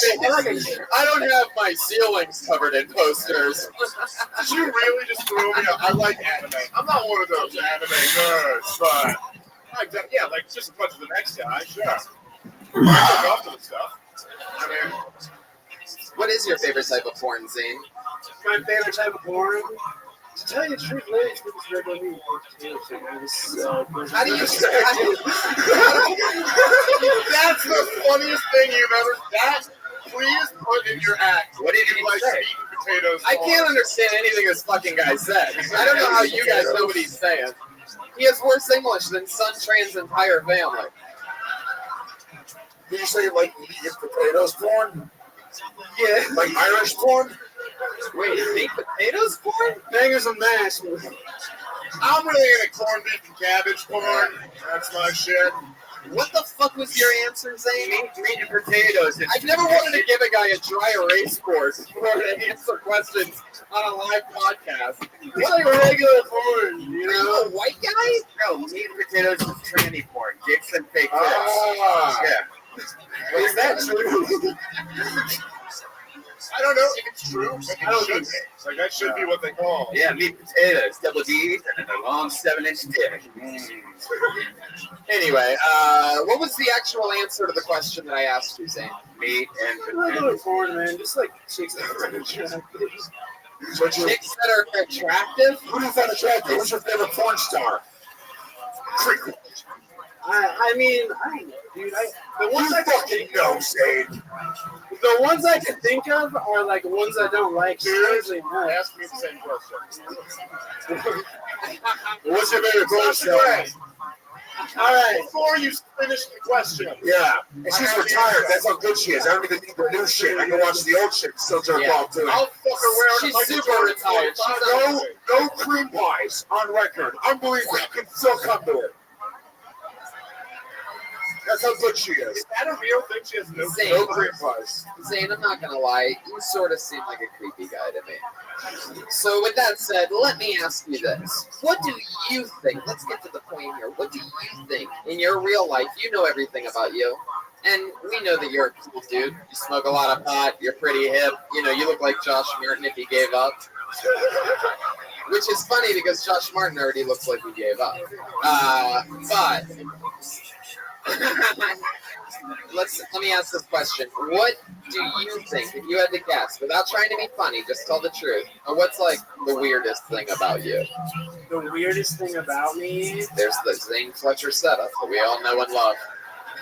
Are you doing the weirdest stance about you? Yeah. The weirdest thing about me is I'm a gay superhero. I don't even know what you're. Whatever he thinks, he turns into a homosexual. Let me answer your question. What's the weirdest thing about you, Zane? I know you're at number like 117 in your Rolodex of weird. Can't say that one, can't say that one, can't say that one, can't say that one, I can't tell them that. This is a live podcast. What is the weird thing about me? You tell me, man. It's hard for me to tell like the weirdest thing. I mean, I can name like 400 things. Like, Come on, throw something out there. Tell us something that you don't want people to know about you. I don't want people to know about me. All right, Zane, I'm going to ask you a question. Okay, hold on a second. Can we pause that for a second? I need to get serious here. I'm going to ask you a question, all right? I want you to already have the microphone next to your mouth. Stop doing that fucking boring Anthony Jeselnik thing that you keep doing by dropping the mic near your waist. I'm not saying Jeselnik's boring. I'm saying he's a boring version of Anthony Jeselnik. Let's just get that clear. I love Anthony Jeselnik. No, not at all. Multiple-time guest on this show. Love Anthony. You're a boring version of Anthony Jeselnik. When you drop, keep the mic right next to your mouth. You ready? Keep it next to your mouth. Don't move it from there. I'm about to ask you a question. With no reset, I need you to answer it immediately without thinking. You can do no wrong. Ready? What's your least favorite race? Oh my God. Answer it! Say it! White Insane. Every second that you wait, you're All right. Once again, ask the same question. Choose. Obviously, it's Jews, you idiot. It's always Jews. Let's try it again. Zane, you totally failed at the one fucking mission, by the way. Stop putting the mic. What are you, is your dick about to do stand up? Put the mic up next to your mouth. Put it next to your fucking mouth. He's doing this like shuffle thing too, like he dances up there. It's great. Jeremiah's hating us right now. It's time to move on. We need more comments up here. I agree. I'm sorry. I'm trying to get Zane. I'm trying to get Zane to have a breakthrough, and I don't think it's gonna happen.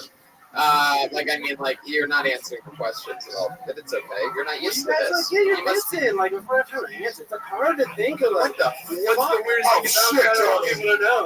You seem like a rapper. Look what's finally happening. Look who's coming out of his. No, I'm the kidding. weirdest thing about me is like I listen to your podcast probably. No, you're wrong about that.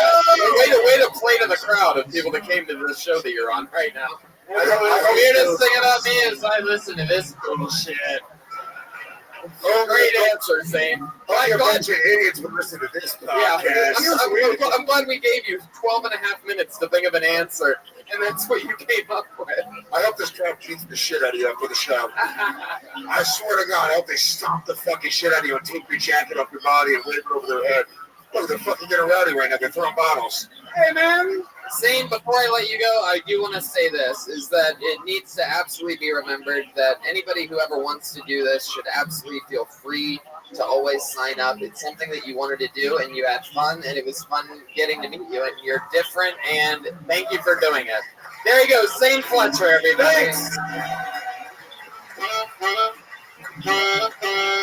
It's fun to take chances and do different shit.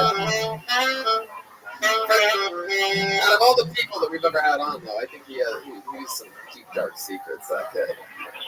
Oh, what's the weirdest thing about me? He's just picturing this girl that's tied up right now behind his parents' shed.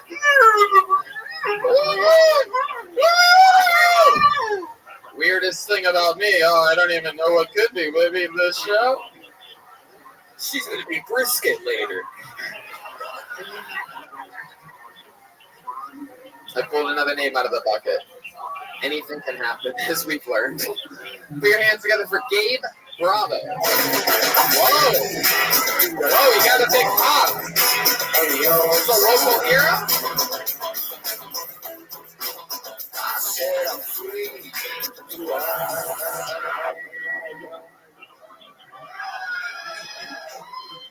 I've only got a minute, so shut up. Cut my girlfriend's cocaine with Valtrex because we have herpes. She doesn't even know about it just yet.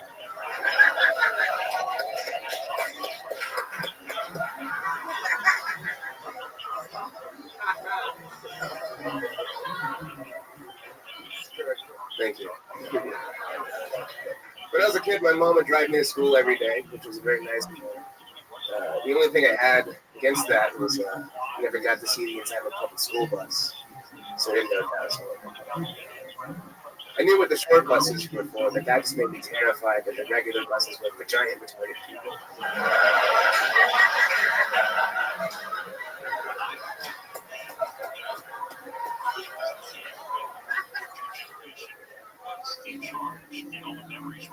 People have told me I have a golden penis.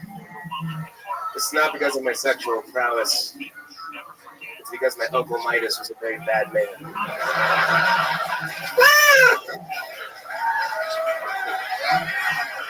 Good job. Listen to that. Gabe Bravo, ladies and gentlemen. That's me. I believe it was the great Louis J. Gomez that once said the words tight.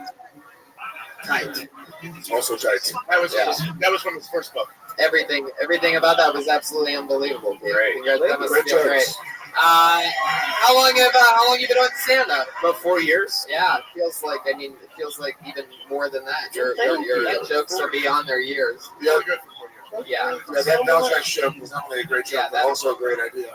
Yeah. I feel like I You wrote know that what's down. weird? The last guy apologized to the real comedians, but he couldn't have made you look better. So he really. Sure. That's true. I feel like this is a weird compliment that I don't think I've ever given anyone, but I can like picture all the funniest comedians that I know laughing at that Valtrex. Like that seems so smart to me. Lewis even turned to me, and we're fucking at the top of Hater Mountain, if you're ever wondering. And that's a great joke. I mean, Valtrex burns, though. I noticed it always burns. burns. That's the thing. I know a friend who has it prescribed to him, and it's very, like, the pills are huge. Like, I wanted to take a look at them. What's his friend's name? Stephen Brando. He's the owner of this club. Oh, it just got called out. Oh, that's fucking hilarious. Yeah, that backfired, motherfucker.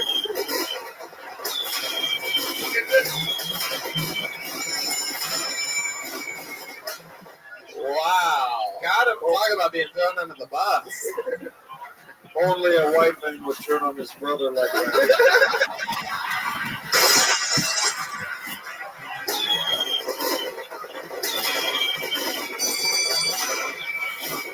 Holy shit. Holy shit. Oh my god. Oh, you're gonna change the fucking chant you got Yeah, what the fuck? This guy's the worst. Alright. Well, Gabe, I mean, you're fucking unbelievable. Are you here in Houston? Yeah. Why? What are you doing? It's cheap to live here. I tour with a couple of guys. I've done a bunch of shows with Todd Barry. I do stuff with. I went on a little run with Joe DeRosa. I like that run. I'm about to go on tour. You should borrow those clothes from him. I don't have a lot of clothing options. I lost You a got bunch the of pants weight. from Todd Barry and the shirt from Joe DeRosa.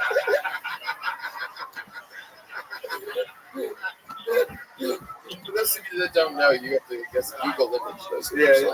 I mean, literally, if you took the bottom of Todd's body and top of Joe's body, that would be exactly that. We forgot to mention that whoever's the best, we think is the best comedian of the night, gets to open the next show. Oh yeah, the stand-up. You're definitely high on the list right now. There you go. Oh, thank you. It's very nice of you. It Unfortunately, he only has a minute, so if you don't like the same jokes, you're not. Do the comedian decide or does the audience decide who goes to the Yeah, audience will decide. Wow, okay. No, just because he said audience, I wanted to say Then we can veto it. Yeah, You're so annoying. I had to remove so many people at the festival, and I'll do it to you. I don't give a shit. Thank you. That's how it Too happens. much sexual tension. Not only do we want to, That's what it is. I totally want to fuck that guy. we want his head to hit every door on the way out. Gabe, what else about you? What's your real life like? You have a podcast? I don't have a podcast. You make money?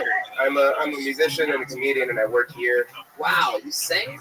No, I play drums. That is so fucking On your cool. stomach? Yeah. Oh. It's called Hambo. Are you in a band? Kind of. I play with a guy named Dylan Trim. He's a very talented singer. Really? Oh, Well, where were you fucking yesterday, idiots? Fuck you. Come Wait. Let me just tell you something. Only 3 people clapped at that. Yeah, How small was your audience last night? Oh my God, it was Where were funny. you 3 people? There you go. It was embarrassing. We have some footage of Gabe playing.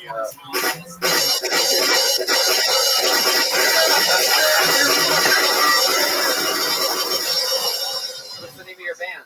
I play with Dylan Trim. So the band is called Dylan Trim and Gabe Bravo. Oh, that's awesome. Original. This is a drummer and a singer? Yeah. Really? You guys like killing it? I wanted to hit that, but I was sort of thinking about it. I was like, Do you love that? I like it, yeah.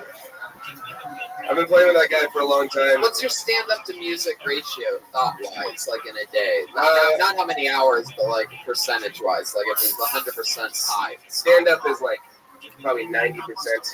And then music is like maybe 9%. You could. What's that other 1%? Like high level. Like if you wanted, your dream is one over the other. You gotta be. I want to try to do both at the same time. No, you gotta choose one, dude. You gotta pick the fucking lane. You gotta pick a path right now. Tonight's the night. Yeah, no one's ever been like the person of hell. Here, bring out Phil and Trim. Bring out Phil and Trim right now. We're gonna bring them up on the stage. We're gonna put a fucking gun against his head. So I can only pick one? Is that what are you trying to... Dude, no one does music and comedy. Oh, you know what? Actually, it works out. Think about how bad that would be. It'd be awful.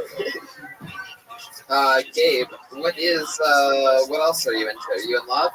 No, not at all. Single? Single. How long have you been single for? Ooh, how long have I been single for? Are you gay or are you just super hip? I'm just super hip. Super hip. I'm the same way. I get it all the time. Later on, we can talk about it. Totally not right now. No, Tony, he's not super hip. He's got super hips. That's how he keeps those pants up. You do, but the hip and hips. Thank you. That's lovely. What kind of pens are those in your pocket? I think, what kind of pens? These are big pens, I think. Big? Oh, Big guy, huh? Yeah. They were here. I stole them from here. So, Are you looking to purchase any new dream catchers? Do you have 2 pens because you're a douchebag and you gotta let people know you're a drummer? Yeah, take them out all the time. That's it. No, these are actually Sunchan's chopsticks. I tried it. It didn't work. Well, Gabe, you Sorry, were son. I'm so sorry, Sunchan. absolutely so fucking funny with your minute tonight. You should be extremely proud of yourself. There he goes, Gabe Bravo. He's on Twitter at the Gabe Bravo.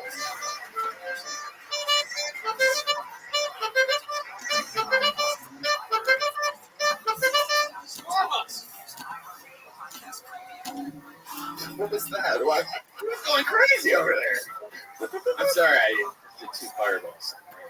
Well, then, just relax then. I pulled another name out of the bucket. Put your hands together for Gavin Burr.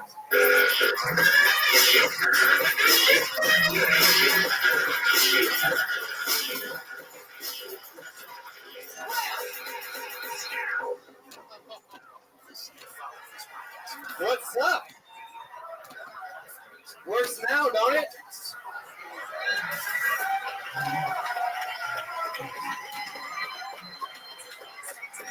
Thank you. I have this theory that veganism and CrossFit are spreading the same way Christianity used to. Just a bunch of white people moved in and they never shut the fuck up. It's like, you guys want to try this thing we're into? It's got a lot of rules. Got fancy places where just us hang out. It's great. It's really the way you want to be. Anyway, I was raised Catholic. Yeah, it was terrible. But a good point is, I don't even know where I was fucking going with that. Gavin Burr, what up? All right, for those of you listening to the podcast, we were surprised to see that Gavin Burr, we pulled the name out of the bucket, and that was the sound tech that's been fixing everything that's gone wrong throughout the night. Yeah, I'll be fired tomorrow. You shouldn't have fixed anything. I don't think they were gonna fire you up until the set that they just saw you do. Yeah. Now they're probably gonna fire If you. only you could go back in time and not fix your mic. Yeah. I would totally do that. No, it's a good point. It wasn't. Not your fault, it's the cable. Like, Yeah. you guys buy the shittiest cables ever, I guess. 4 in 1. 4 in 1 show. It was the great Alanis Morissette that once said, "You live, you learn." Yeah. You live, you learn. He just leaned into me and goes, "What song is that?" What the fuck happened to you? I thought it was just a lyric, Tony. Oh, this new yelling thing is the worst, by the way. If this is your way to, all right, fuck it. Gavin, let's talk about it. You work here. Yeah. How long you worked here? 6 months since we opened. Oh, Yeah. it's only been 6 months. Yeah. The week you were here, we sold this place out twice in 6 months. How about that? That's crazy. Somehow Houston has become like the Tower 7 of Cook County. It's just our little brother to the east. Gavin, okay, let's just try to jump into it. How have you done? Do you do stand up? Yeah. Well, in that case, whoopsie daisy. Gavin, put down the mic stand. Don't hit us. How long you been doing it? About a year. Also, I do have like legitimate like crippling fucking anxiety, so I've already been like cursing myself for this fuck up that y'all have experienced. Well, let me say, because you even mentioned when the first guy was up, that you were very poised up here. I just say, for a year in comedy, when I was a year in comedy, I was still nervous to do comedy. And to do comedy with comics who have been doing comedy judging, and that's the anxiety provoking, is like very normal. Right? That makes Especially sense. It's not a thing that's weird. Here's the thing. Gabe's trying to work here again. I don't really care. He's lying right to your face. That was horrific. Dude, it needs to be said. It needs to be said. Gavin, the anxiety never, ever, ever goes away. Oh yeah, no, it hasn't. Remotely come close to stopping. What? It hasn't come remotely close to stopping. Well, I mean, that's a different conversation. What I'm talking about is the anxiety. Just don't do anything crazy. And if you do happen to kill yourself tonight, do it by these janky cables that you bought for the show. Yeah. You can hang yourself out. No, I'm kidding. Good. Are you also a musician? Because you have that musician look. Not currently. So you have nothing else. No, I tried to get laid when I was younger, so yeah. You like? I feel like you're maybe more of a roadie. Your favorite band? I just do whatever Andrew tells me to do. I need I you to just do whatever Andrew tells me to do. What are you, the gift? Yeah. Bring out the gift. He does make me wear the suit. Does he beat you? Yeah. Oh, interesting. Gavin, what's your life like? I mean, what do you do on a day-to-day basis? Go ahead, Gavin. Waste time until I fucking come here and spend 18 hours a day here. And then what do you mostly do here? Just run around fixing shit? Yeah. Taking care of before? See, I did sound check every item on this stage. Yeah, we did. And it was great. We did. That's true. It's true. But didn't make it to the start. What are you beating yourself up more about, the set or the sound check? The sound check. Clearly. Really, the sound check. Andrew's gonna be very mad at me. I'm a bad boy. Andrew doesn't like it when we make mistakes.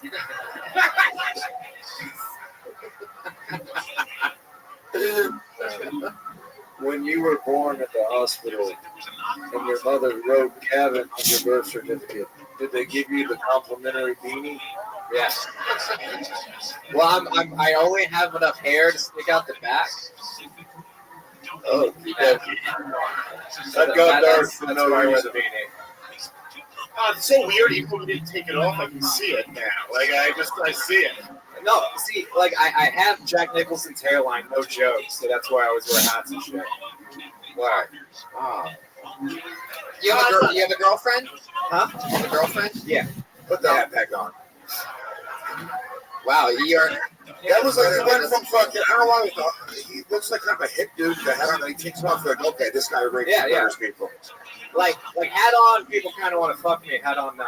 No, not at all. You look like the disowned son of Jesus Christ. Funny story. You Okay, are really? Son. Oh, now you're gonna start? Yeah. All right. Go. Oh, here's a bunch of funny jokes I can tell you. I remember now. Well, it's not really a joke. Speaking And of entertaining little Jesus' tidbit of the disowned story. son. Like, fuck you, Dad. Grandpa runs everything anyway. No, but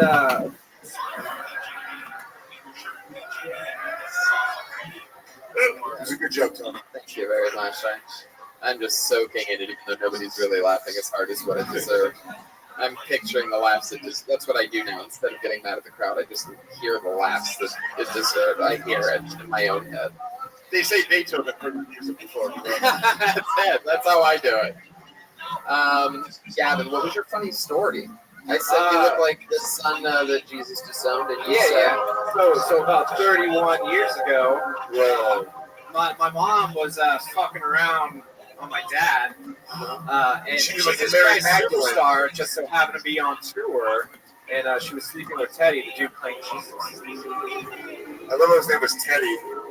The guy named Teddy was fucking your mom. That's awesome. Yeah.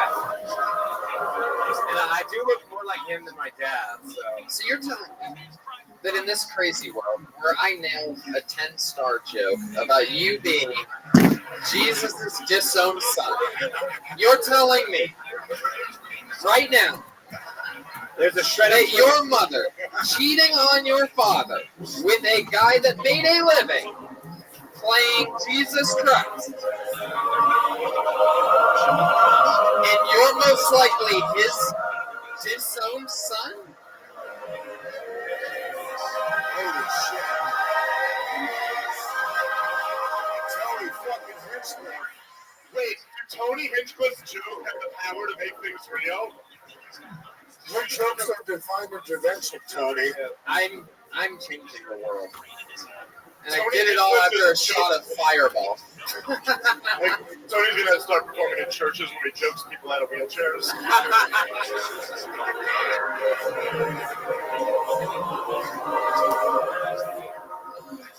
Oh my God. All right, Gavin, you get back to work. We need you out there. We're going to fly through some more people. There he goes.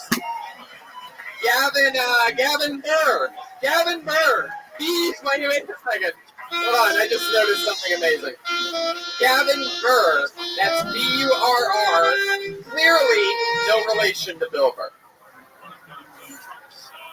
It's really... Jeremiah over there.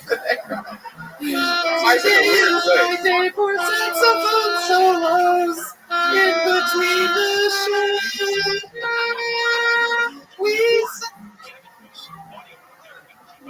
It is my favorite motion picture film, Jurassic Park. I pulled another name out of the bucket. Let's make some noise for Zahid Duji.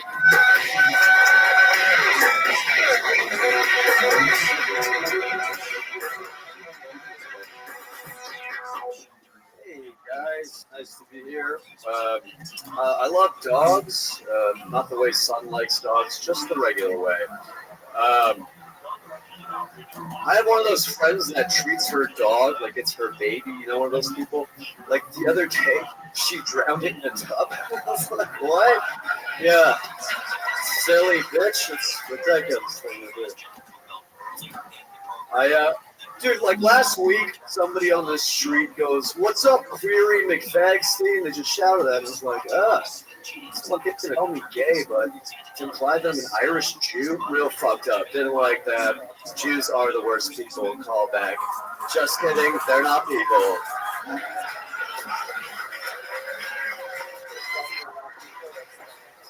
I'm 29. I still live with my parents, which would be totally acceptable if they were still alive or whatever. So,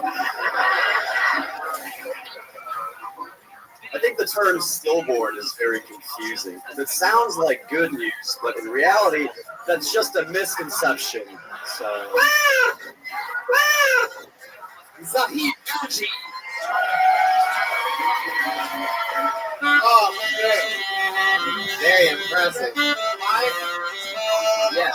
I love the most that he was doing so good that in his last 20 seconds of his minute, he got into that comfortable leg pose where he's like, I'm really going to enjoy the stage. It made me furious. Yeah. I said it to Tony, as soon as his foot went on there, I was liking him, and then I watched it in slow motion. Yeah. And I was like, oh, who the fuck does this guy think he I'm is? into it. And then Tony goes, ugh, those are feelers.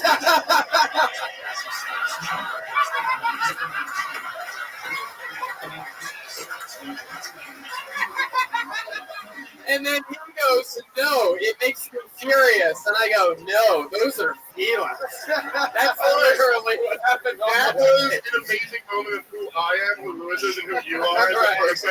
I was like, I like it. And Lewis was like, I hate it. And he goes, those shoes suck. I was with you. It was more like an and their feelers. They're just like, ugh. It's true. Very I've never seen anybody go in 40 seconds from a nobody to Kevin Hart. But, I mean, Hey, I'll take the comparison. 40 seconds, I got this bitch. Just start taking off your clothes. He was kind of nervous at first. His arms were his body. My first note in my head was his body language was very nervous. And then he got that first big laugh, and it was the jokes were good. You opened the fuck up, but you opened up just a little bit too much. Did you ever see what's the guy's name? Fucking who's married to Mariah Carey? Did Cannon something? Yeah, and he did a special. If you didn't see it, you should. But he starts out in a suit. And by the end of the hour, he's like in a white beater. Like he keeps loosening the tie and then blah, blah. You pulled that off in a minute with what you did in that thing. So you're already better than Nick Cannon in my mind. So. Hey, yeah, I think we all are. All right. But he's legitimately a better comedian than Nick Cannon. Oh, right also, now. By the way, also in that minute, you're also a better stand-up comedian. Thank you. But to your credit, Zahid, you do sort of look like you were shot out of a Nick Cannon. So... What is your ethnicity?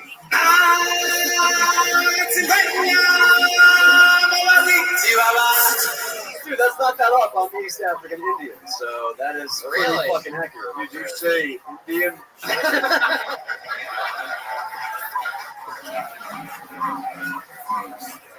I can relate to Tommy. The only thing I didn't like about your set was your shoes because they are rubbed.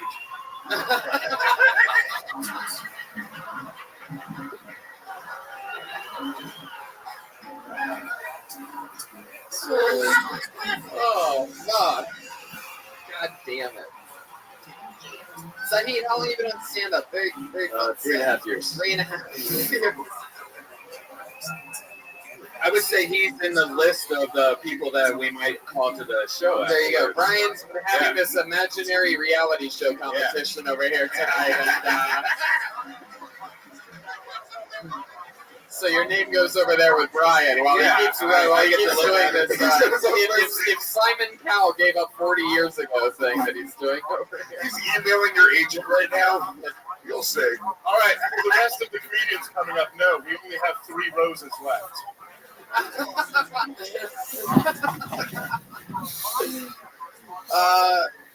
Are you all white over there? What's up with Jeremiah? Reset him. Can you hold it? He's light as a feather, stiff as a board. That's a feather Indian. All right, fuck it. Great joke, Tommy. I'm already pulling another name out of the bucket while Zahid is on stage, by the way, for those of you paying close attention. So you're also, I will say right now, for whatever your ethnicity is, kind of like an attractive version of that. Yeah, you're the better version of that, totally. 100%. Well, actually, what are East African Indians known for? Are they known for, like, East African and Indian? Yikes. Am I right? Vietnamese, though, am I right, guys? Yikes. All right. Like tech support for DM. It's almost like if you're African.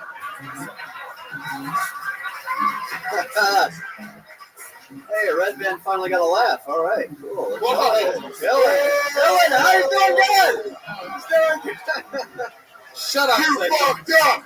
You fucked up! I'm taking this fucking list. Oh! Looks like Gabe Bravo just jumped right back to the top. Hard to do in pants as tight as he's wearing, but he made the jump back up to the top. But seriously, okay, guys, so African and Indian, does that mean that you show up late and you find out you should have made reservations? Or does it mean you constantly search for chicken on the internet? Indians go on the internet a lot? Do you not like the gas station kind? Yes. Do you not like the Asian guy that was up for 2 shots at him? No, I love him, man. I love Son. I love Gavin. All the guys up here. We're all good friends. So I don't know the fuck that Zane guy looks like. Everybody else. I love that. Well, man, we're going to keep flying through people. You absolutely did great tonight. Congratulations. Thanks a lot. Awesome Appreciate it. Good stuff. night, guys. Thanks. There he goes, Sahid Uchi. Whoa, Brian just put him back in his magic pile.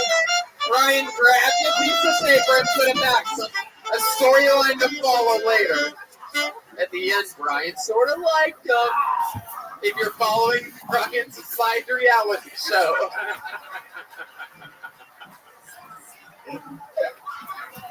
Rabbi, man, what I did this time? Okay, I pulled another name up. You guys having fun or what? I pulled another name out of the bucket. Another uninterrupted 60 seconds goes to Jake Walker. Here we go. Not much of a walker at all, it seems. He's coming. Yes. Oh, You fucking asshole. He's going the wrong way. help him up. Somebody fucking help him out. Take him to the other side. Wait. You're gonna confuse him or something. Hey, just have him climb He's out. not a black guy. Don't worry. Yeah. Oh shit. This is unbelievable. Don't mistake my hand is hereditary. For my technique, prejudice.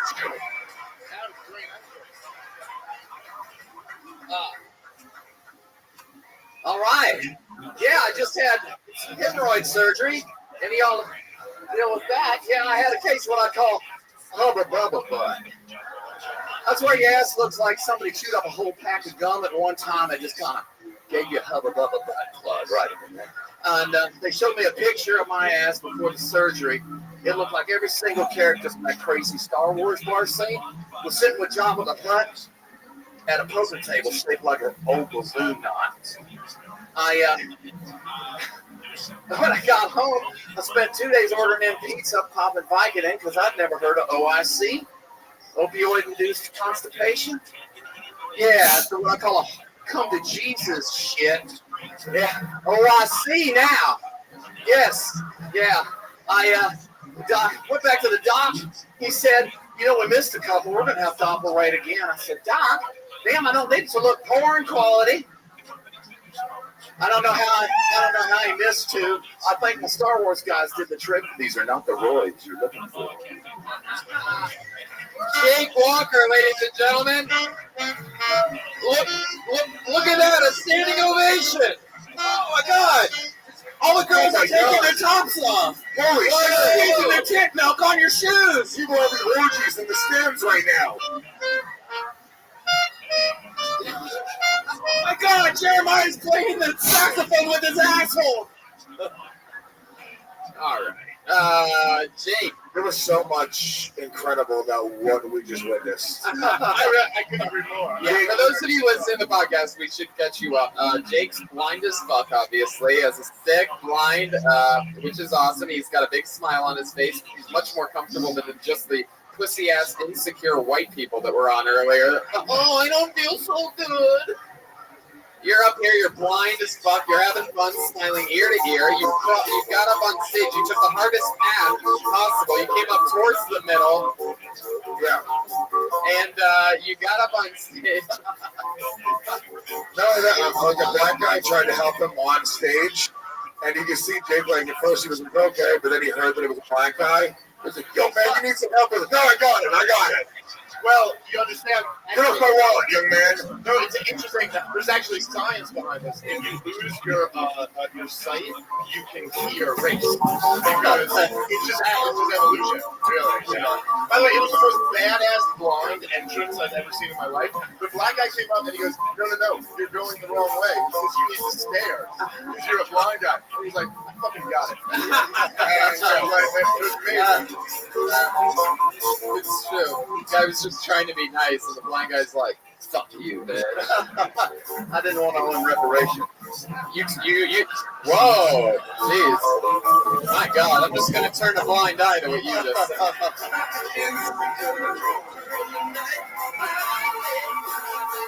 Thank you, Ashley.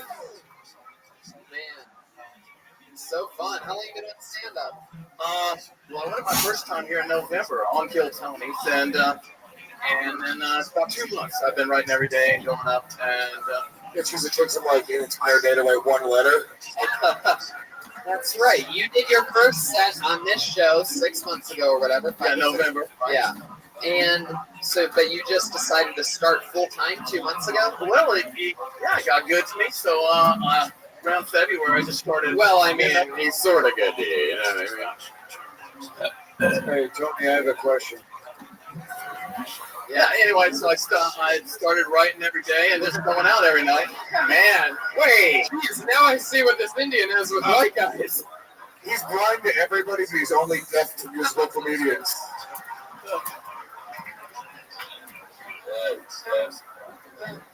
Yes, go ahead, Indian man. I was going to ask him where he went to college. Harvard?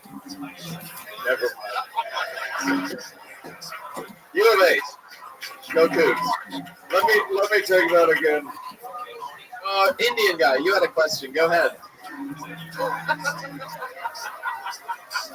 I was just simply going to ask which college you went to, Harvard or Brea? 1 second setup for sure. Totally. He's got a concussion.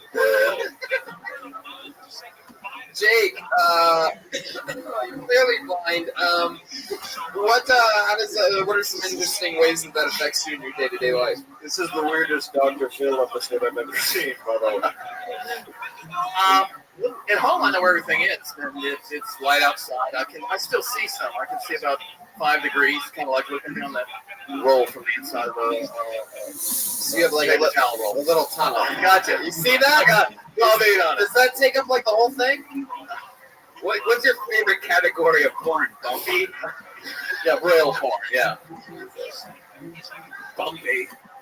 Bumpy. I like Oh my God! Dirty slut. Oh shit. All right, Jake. Well, I mean, what else goes on in your life? You in love? I am not. Yeah. Doing a little dating, seeing an ex, and Well, I mean, you're sort of seeing an ex. He's a joker. This one. He doesn't stay there. He's never off. Where do you go? Where do you meet these dates? Plenty of fish in the can't see. Oh, come on. That's real right.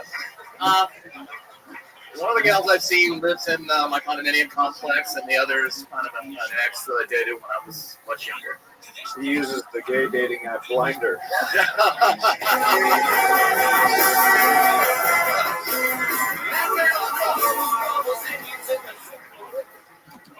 Okay, Jake, we are going to hustle you off, and we're going to get one more human being up here. Jake Walker, ladies and gentlemen. We have enough time for one more. You guys want to go to the bucket one more time? Whoa. Jake, please be careful. Yeah. I hope he's got cartwheels out of here. If he falls and hurts himself, we can't have a lawsuit, so we're just going to all kill him and bury him in the back. So they have a nice big parking lot in the back. Nobody will ever catch him. Andrew will be mad at us for this. Oh, so mad. I pulled another name out of the bucket. Your final comedian of the night. We got to hustle right through it. His name is Tim Keaton. Whoa, right to the middle of the room. Oh, he's taking the blind guy approach. Make some noise for Tim Keaton, everybody. Come on. Thank you. This is my first time doing stand-up comedian. And well, it's my first time doing stand-up comedy, and unlike my first time in sex, I do hope I lasted 60 seconds. So, my mom used to whip me as a child. I used to get spanked because I was a bad kid. And just like any other Christian lady, she would go straight to the kitchen, grab the first wooden spoon that she could see, and just whack the shit out of me, right? That's fine, but later on at dinner time, when Dad's sipping, so who got their ass whipped today? Tim? He's like, I'm tasting some ass. It's like, that's all I got, man. That's the 49 seconds of thunder from Tim Keaton. This definitely seems like it was your first time comedian. yeah. Out of all the things. Comedianing is one of the hardest things. Yeah. that you could do. And we've dealt with a lot of comedianing. And on this podcast in particular, it's comedianing, talking to comedians that are also comedianing for a You living. know, actually, one of my favorite web series is Jerry Seinfeld's Comedians, and Cars Getting Comedians. It's unbelievable. I'm gonna have to catch that. I love it. Tim, have you ever thought that maybe your words would come out better if your blood wasn't being constricted in your arms by that shirt? Oh, yeah. You are a big Texas boy. There's no reason. There's no reason you and I should be wearing the same size shirt right now. No, I used a little too much starch there. Wait, what? No. No, you're wearing too small of a shirt is the answer. It has nothing to do with stars. His pistols are too big. That's why. My pistols? What is going on over here? Pistols are too big. See, we're turning into a full-grown bear. You're turning into the West Hollywood bear, For your first time, It's a Dallas bear. it's a Dallas bear. For your first time, that was amazing. I mean, like you can't have a better set than that. Like, that was congratulations for your first time. Totally. Thank you. It was fun. It's a bit of a stretch. To the Indian guy, go ahead. No, that shirt is a bit of a stretch right now, I'm saying. Here's the thing. Here's what I'm talking about this guy. Number one, love the arms. Fucking dope, bro. Second of all, okay? Just gotta get that out of the way. I can tell you're one of the funny guys in your friends, right? You're More made fun of. more made fun of. Okay. Well, maybe you should. But no, in a Step fun it way. up. Don't awe it. It's a good time. Yeah. Yeah, but I'm saying you gotta be like a jolly energy. Stats, by the way. Yeah. It's like, you seem like the funny guy in your friends. Just, I don't have friends. What are friends? Tim, what do you do for work? I work for an engineering firm. Oh. Engineering what? Big biceps? Oh yeah. What I don't like is that I just can't get a gauge of it. Like, I don't know what this is. Like, you're part of like a progressive hate group or something. Like, I don't know. Like, You don't recognize him? He was the villain in the 80s movie Over the Top. It's an arm wrestling movie reference for those of you who missed it. Google it, then you'll love it later. I will say that Indian Jeremiah was trying to get that joke off for 5 full minutes. Tim Keaton, I've always wondered what it would be like if Mark Hunt did comedy.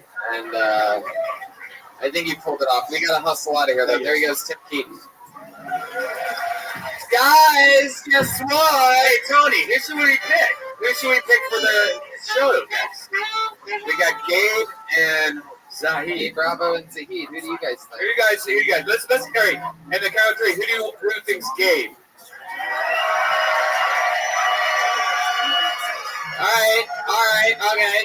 Who thinks Zahid? La, la, la, la, la, la. There you go. Catch Gabe Bravo. Gabe, you're up. You get to open the show next.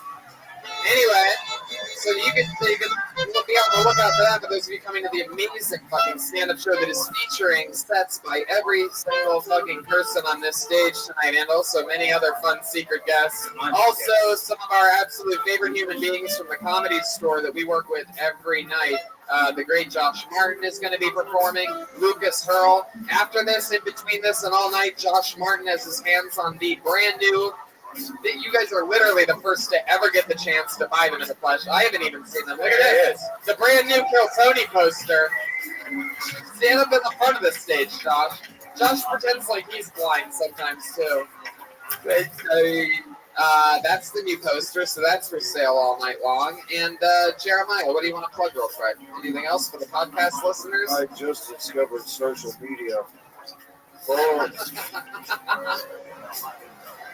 Follow me at Jeremiah Stand Up. If you reach out to me, I might just hit you back.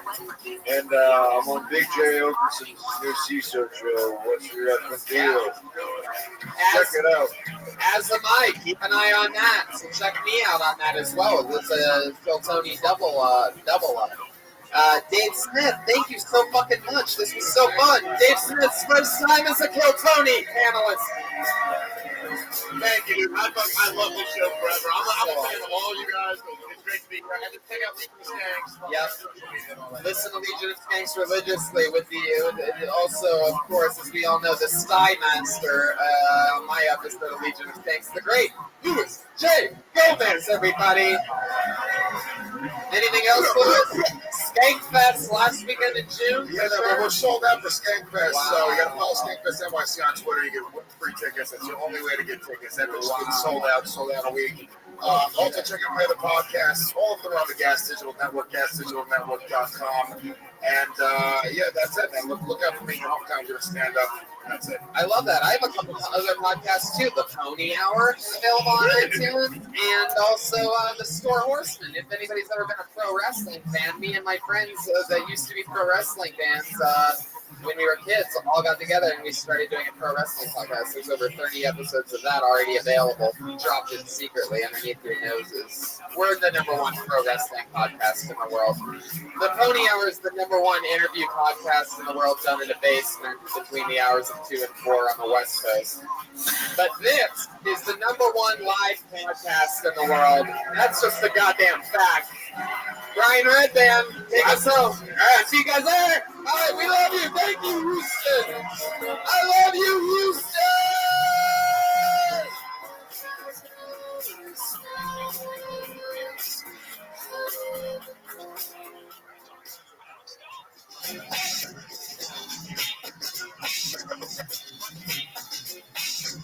Down the street and my 6 bucks like that, and it's like this. I took it to the back and you started to see. Now my dick's so hard, you know what I'm saying. Just the panties off and the pussy one thing. Pull off your clothes and it's not too thick. Now the pussy's wet, so my dick slides.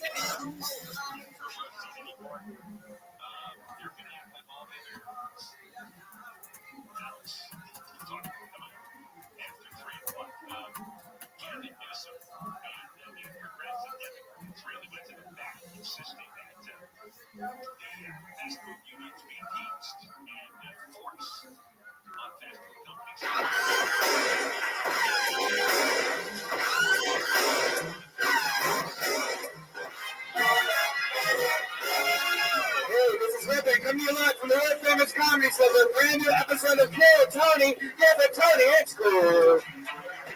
Make some fucking noise. What is going on out here? Make some more noise. Are you guys excited to be at the #1 live podcast in the world or what?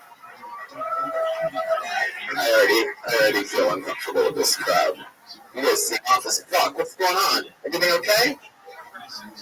We are hot after 3 shows. Guys, let's try it one more time. Make some fucking noise. Let the people listening. There you go. There it is. Jesus. You're making me fucking work. Good to be here. Welcome to the show. Come on in. Settle in, guys. Here they are, the Diaz brothers. Welcome. Have a seat. I'm excited about tonight. We have done 2 Kill Tonys last 2 nights. We sold out Austin, Texas at Moon Tower Comedy Festival. We actually have Moon Tower Comedy Festival now because we stole it, so it's ours now. Yeah. You have that, yes. You haven't, if you don't know, Jeremiah Watkins, band member of the Kill Tony band, got attacked by a guy on mushrooms in Austin, Texas, and stood his ground, continued to roast him while getting attacked, and stole the entire show. It was amazing. We also sold out Houston, Texas last night. 2 shows. Yeah, unbelievable blast. Thank you to Houston and Austin. And we are back home. And we are also going to announce that we're doing Skankfest. Yeah, Skankfest. It's already sold out, but we're just letting you know that we're going to be there and you're not. So, haha. All right, let's do it. Yes? Oh my God, that's right. I almost fucking forgot. Look, we have a house artist, everybody. It's Ryan J. Ebelt. He's drawing tonight's episode. He drew the brand new Kill Tony poster that's for sale at ryanjebelt.com. I have it framed in my living room. ryanjebelt.com for all the prints. He draws every single episode while you sit there doing nothing. This man's already hard at work. Yeah. We're going to bring up tonight's guest. Okay? Who loves great comedians, huh? Who loves the Comedy Store? I know I do. These are 2 guys that were built right here. 2 of literally the funniest comedians in the world. Both returning guests. Put your hands together. Let's see how loud this place can get for the great Steve Ranazizi and Steve Simone. Fuck yeah! Comedy Store, please. Welcome back, gentlemen. Hello, my 2 Steves. It's Christmas Eve. Fuck yeah, man. Welcome. Is this thing on? Yeah. Fuck yeah. Yeah. I'm excited. We have Steve Simone, the nicest guy in comedy you're going to see here tonight. It's gonna be rough for you to make fun of people tonight. I'll say nice, fun stuff like that. You're gonna be fun. One of my favorite. Welcome back to the show. Super excited. You guys are the fucking best. Hear me this now, Steve and his knees. Hear me this book. Hear me this book. Hear me this now would be even better. Hear me this book. Hear me this now. Hear me this book. My podcast. Good times, Steve Simone. So much fun. What do you do on yours?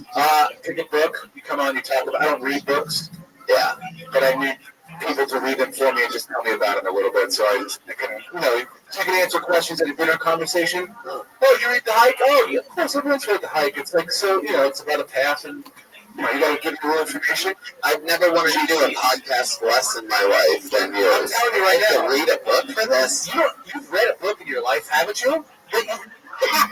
One book. Finished the whole one? A whole book. I end up looking up the rest on the Cliffs Notes on the internet. Cliffs Notes? Yeah. Cliffs Notes. I've read a book. Everybody poops. Tales of a Fourth Grade Nothing. Super fun. You've read a book, right? Last two. How many people in this room have read a book in their lives? From beginning to end. We've all read books. Like, how many of you have finished a book? Okay, liars. How many of you keep clapping if you've hit a hole-in-one in your life on a golf course? See, those liars. Did you hear the claps? Fucking liars, putt-putt players over here. You guys ready to meet the band? Who wants the band? I know I do. The fucking greatest band in all of comedy. Put your hands up for the Kill Tony band. It's Reagan Watkins and Joel Jimenez. Motherfucking shoulder. Here they are. They do a different intro every week. Oh, wow. Oh, it's like a... Oh. Yeah. Supermodel, or what's that, runway models, huh? Hey, Jeremiah, where'd you get that shirt? At frankanoak.com. Where did you get that cool shirt, Joel? At frankanoak.com. Wow, that's pretty dang. Want cool clothes like us? Go to frankanoak.com/invite/Reagan and Watkins. By clicking this link, you'll get $30 off your first month, and Reagan and Watkins will get $15 store credit for every sign-up. TDs! This intro brought to you by frankanoak.com. Okay, well, it looks like the band has a new sponsor. frankanoak.com. I love it. How you doing, Jeremiah? Fresh off an amazing weekend in Austin and Houston. Yeah, still icing my shoulder from the incident, but things are good. Things are good. You got attacked while holding a saxophone. It's amazing. It's one of the greatest moments ever. Are you scared? Your first comedian, a midget from... I had so much adrenaline going through my body because Big J Okerson was right next to me, and Dom and Sal and Tony and Red Band, but I was like, I can handle anything right now, which I was more concerned that my sax was going to get damaged than my face. If Dom and I pushed you out of the way and beat that guy up, you should kill yourself. we were really close to him, though. Like, we were kind of like behind a table, and you were like right there. Yeah. I mean, he kept on like unplugging your mic cable. My cable out twice. Yeah. I can't believe we would do that. And then I put up with a lot. And we never touched a sax player's cable. Yeah. And then there was an after party for Moon Tower, the last party of the whole thing, and got kicked out of there immediately. The guy, I guess the police were like following me. Anyway, enough about that guy. Let's talk about tonight's show. You guys want to have some fun? That guy was an asshole. I don't even want to give him any more attention. It was Jeremiah that stole the show. You guys know how it works, so maybe you don't. How many people is this your first time seeing or hearing the show? Okay, a lot of them. Make some noise if you know what the fuck's going on here tonight. Wow, that's so cool. I love that. People get pulled out of the bucket. You get 60 seconds. If you sign up for the show and I say your name and come up here, you get 60 seconds uninterrupted. You know your 60 seconds is up when you hear the sound of the kitten. Oh, yeah, that means wrap it up then, or else you're going to bring out the Angry West Hollywood Bear. You don't want to do that because that's annoying, right? You guys ready to start tonight's show or what? Here we go. So many names in the bucket. Let's see what happens here. Put your hands together for Casey Stoddard, ladies and gentlemen.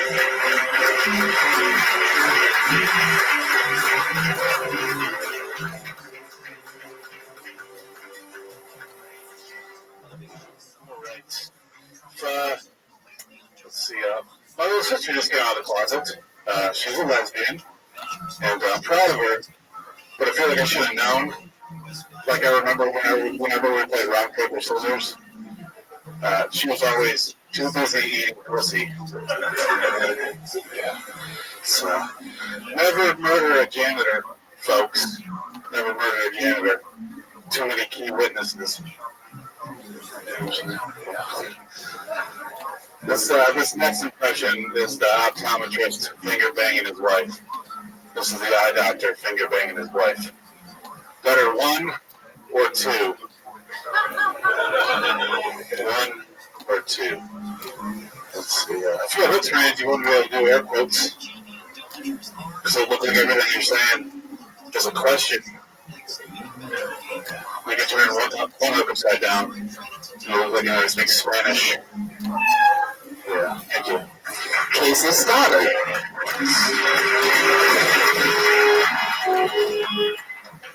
How long have you been on stand-up, Casey? I started when I was 19, but it's got a little more serious. Well, now you're just like, how old are you now? What do you need to say the reference, right? 27. Where did you start at? Grand Rapids, Michigan. Dr. Grant's? Yes, first place. Third in comedy. Your dad, Daniel Day-Lewis, told you to chase your dreams. What? Yes, exactly. What do you do for work? I put subtitles on stuff. Really? Yeah. Really bad, like, TV shows for the CW. Who do you judge? I have to, watch them. Oh, okay. It's terrible. You seem like somebody that has the energy of somebody that would do subtitles. Yeah. The CW, is that the channel with the frog? Formally. It must have been WB, right? Is that right? There it is. The sound of the CW. And the Flash. Yeah, it's pretty dope. Yeah, I do that sometimes. You do the subtitles for Flash? Yeah, sometimes. So you have to listen and type and then decide when exactly that appears?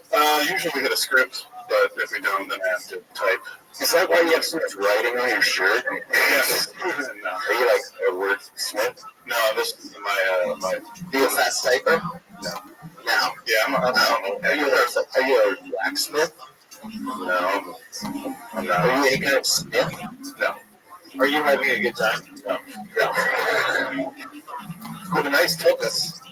Oh, thank you. It's like staring at from behind here. It's like a pretty good secret. Imagine what that tokus would look like in Frank and Oak jeans. True that. True that. FrankandOak.com. Casey, you seem so bored right now. I'm just tired. What do you like to do for fun when you're not doing comedy? Lullabies.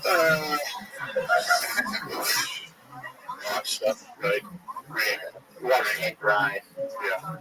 Oh, you like to read?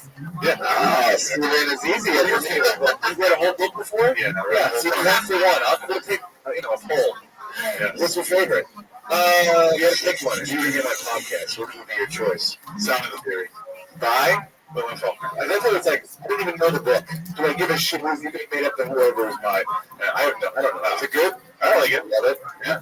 What's the most illegal thing you've ever done? I don't know. Trespassing? Trespass? What'd you trespass? I don't know. I was just drunk and we wandered into a building. What'd you do in that building? Broke some stuff. What did you break? Do you remember? It's not like lamps. No, just breaking and entering is your worst crime. Yeah, right, dude. Yeah. Trespassing. Yeah. I like your beard, man. That's a thank you. You almost seem like you got nervous about that, like it happened very recently. No, it was a while ago. What kind of building was it? It was just an abandoned building, not like you mentioned. Well, what kind of stuff were you breaking inside of an abandoned building? Just like windows and stuff. Human beings. Yeah. Seems like that's the vibe.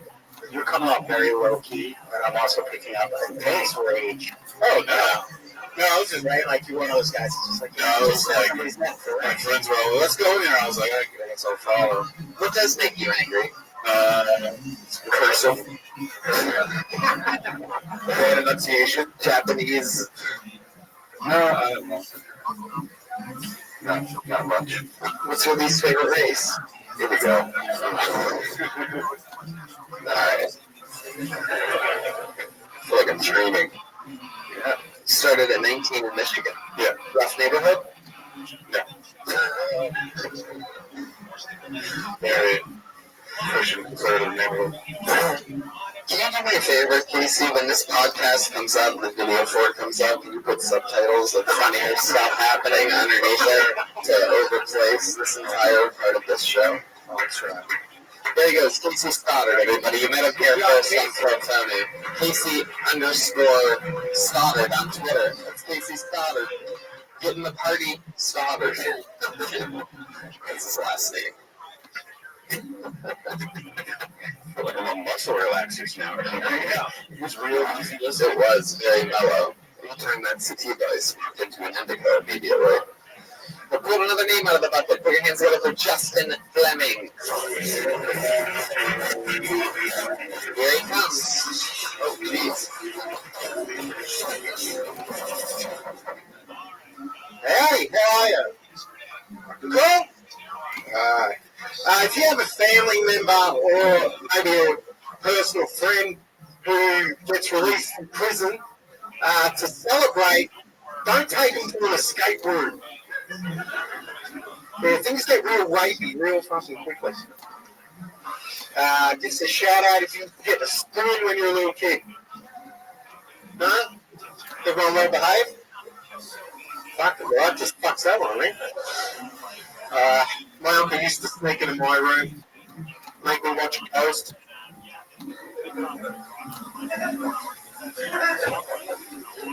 My brother had it worse. He used to have to stand in the corner with a wet mop on his head and pretend to Whoopi Goldberg. It's fucking terrible. Just like this said. So a penis walked into a vagina and said, "Do you come here often?" Yeah, I'm just being deep. Justin Fleming, everybody. Wow. In the history of the world, I'm pretty sure it's the first time Australia has ever bombed. I always thought you guys were one of the more neutral countries, right? Now, we usually kind of read books. I'm pretty fucking hard on this. Oh, okay. You are? You got stung before this? What's your deal? What part of Australia are you from? Melbourne. Melbourne. Yeah. That's fun. Dude, I like how he called it a giner. What would you have said if the crowd gone crazy of getting the spoon as a kid? You're talking about like getting spanked by a wooden spoon or something like that? Yeah. In Australia, that must be much more common if it's just called getting the spoon. Oh, like, really? Nobody? Well, that just fucked up everything. I'm a dude who gets fucking hit with a wooden spoon. I wish you'd explain a little bit more about you and your uncle watching Ghosts together. Let's see if you can really... Forget your brother in the corner with the mop on his head, which would even make sense if she had black dreads. But why Ghosts? And what happened? That's a long movie. We just got that movie in Australia. Yeah, that's... Ghosts just came out. It's still number one. So. Justin, Theodore Rex. what? Really obscure. Whoopi Goldberg. I know. Yeah. How long you been doing stand-up, Justin? A few years. Jeez. You perform at the Comics Lounge? Regular. It's hungry. Yeah, it's a great club. It's the best. It's all pink on the inside. Justin, what do you do for work in Australia? You seem like if you were American and you didn't have an Australian accent, you would be a shitty fucking white guy. Yeah, exactly. What? Meth dealer. You'd be a bad human being. Is that pretty much what it is in Australia? I just work at a comic center and get on it. Oh, that's cool. Yeah. What do you do there? Shit. Whatever. I just fix shit. What? Fix shit. Knock off sphere now. Look for things that are broken, got open, and then play it around through gigs, and then do the gigs. And basically, what they try to fix yourself. No. Have fun. Me, Steve Simone, and Steve Anazizi all for years worked here at the Comedy Store actual employees. Or what happened? We broke a lot of shit. We didn't fix anything. Yeah. and what happened to us is not going to happen to you. The whole career thing, the success, the momentum. I'm just kidding, Justin. I just wanted to be mean for a second. Please don't hurt me. What's the most illegal thing you've ever done?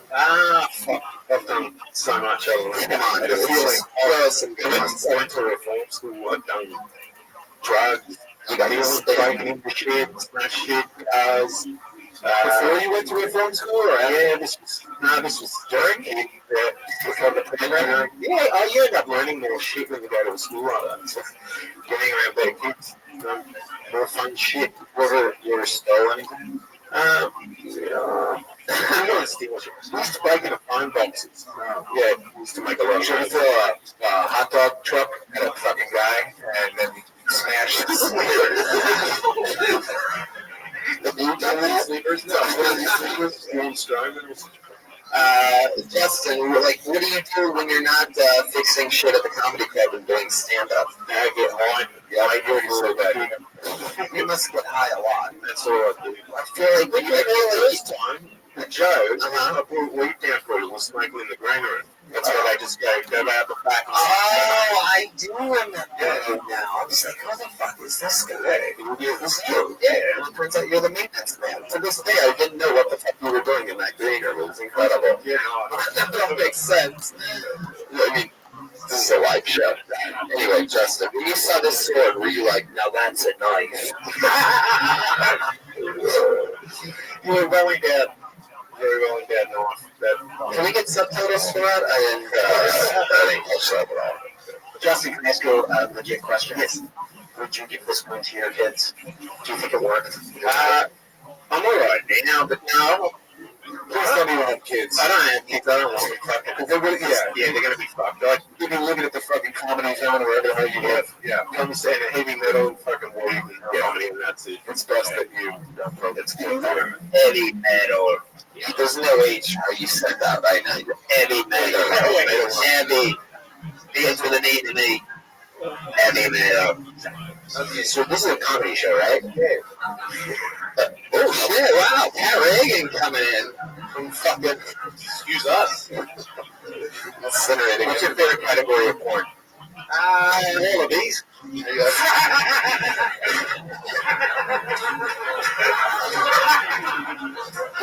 you have a laptop? Yeah. What's your favorite category of porn? Be honest. It doesn't filthy. So I've seen it. I used to do porn in Australia. Wow.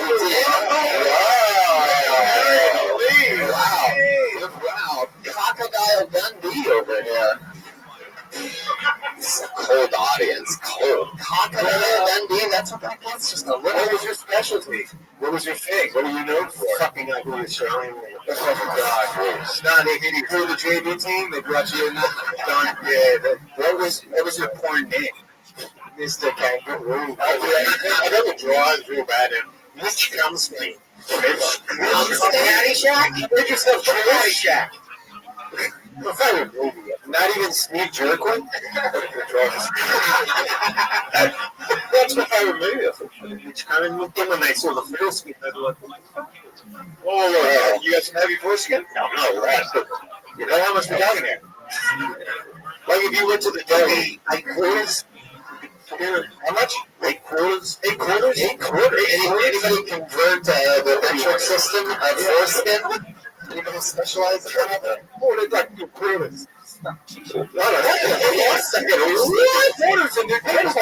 You know, I haven't seen it. What? I haven't done it before, but fucking really bad representation of the you guys put coins and 8 quarters and then tip of your dick and you have foreskin because you're animals. No, 8 quarters. $2 worth of.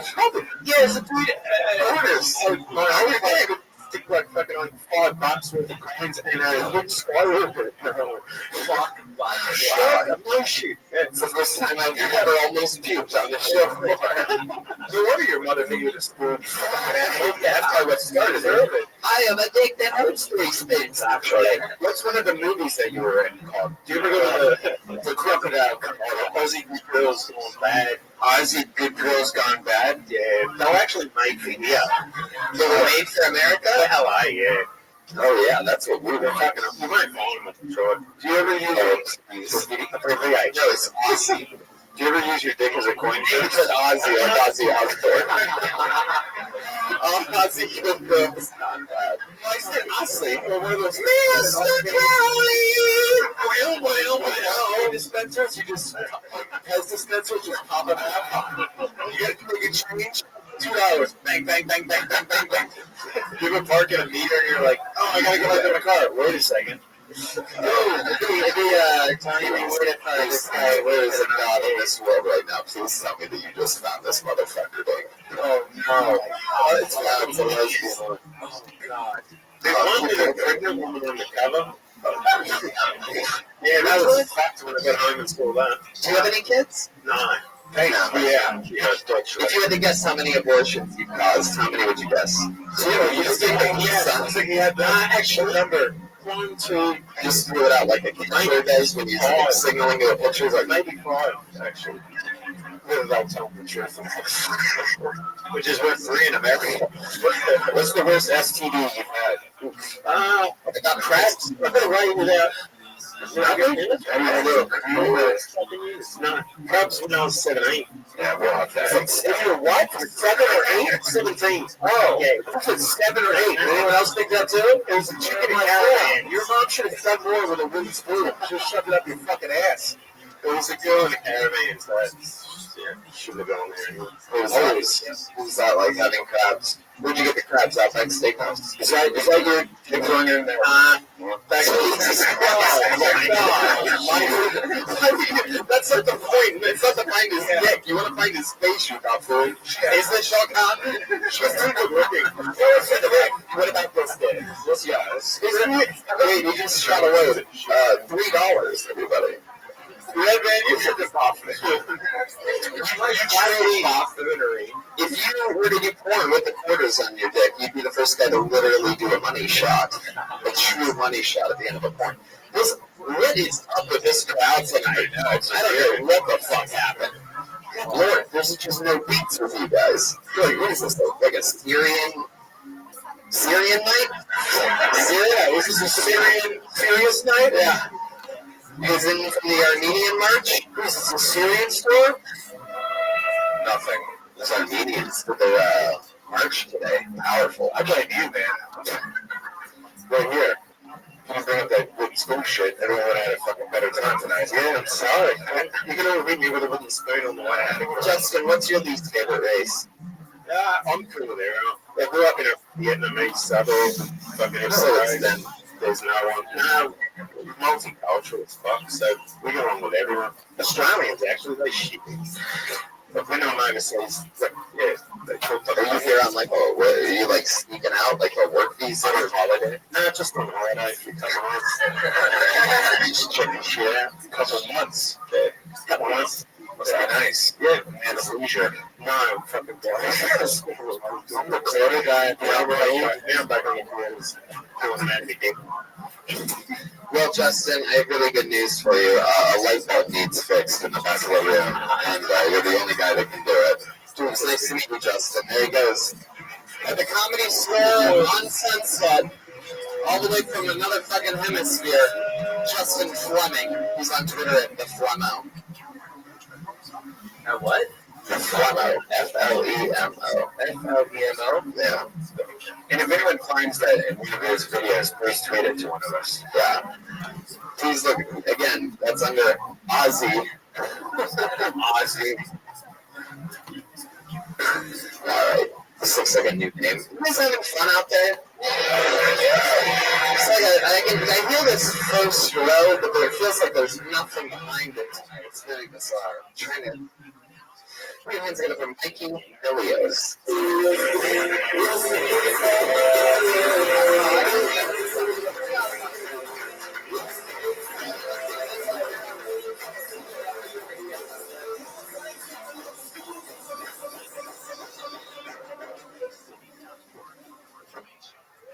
So, I'm Mikey. I'm from Australia. I just moved here 6 months ago. I have a therapist who was in my lease agreement, and she's pretty cool. The office is right across the road from Shake Shack, which is handy. Because I only get to sit there for like an hour, but then I can go spend all the time I need at Shake Shack. It's not true. It's only so long that they'll let you cry into your fries. Hi, welcome to Shake Shack. What can I get you? Do you guys have a dad who loved you? Or a mom who wasn't a petulant child who was looking for validation? No? Well, I guess I'll have 7 Shack burgers then. That's too sad for you guys.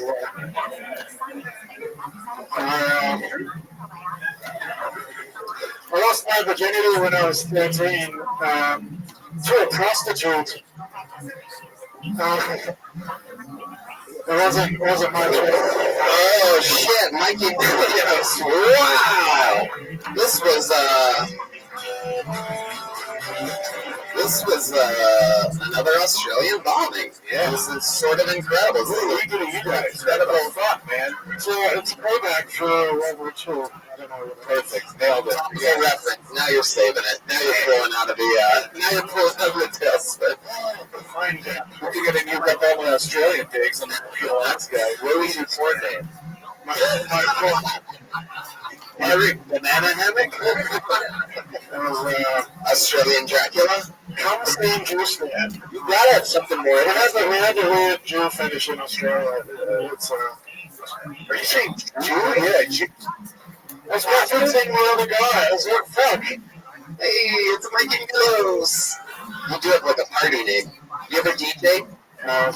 No? What do you do for fun? Just hang out back. Try not to kill myself. Try not to what? Try not to kill myself. Oh boy, this is not a good place for you to be right now. No, it's not. Do you have a job? What do you do during the day? No, I don't have a job. A few years ago, I managed to convince my parents to give me my inheritance. Oh, wow, you're the biggest douchebag ever. Wow. How old are you? 36. 46? No. 36. Wow, I love how mad you got at me for that 10-year difference. It sounded like 40 to me. Is that shit gone, by the way? That inheritance? Is it gone already? So that a little lot? So your dad's very wealthy? Do I start hanging out? Perpetual. Say that again? Oh, perpetual. Yeah, it's like It never ends. What type of business was your father into? I can't talk about it. Really? It's just construction work. I don't know. It's like stuff. It's good at things. I don't know. I'm not obviously.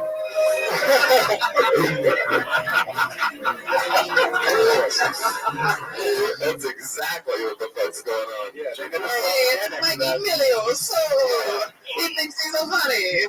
Where you're from, everybody just has to laugh at you, else they get whacked. Oh, you're so funny, Mikey. Here, everybody's just like, what the fuck?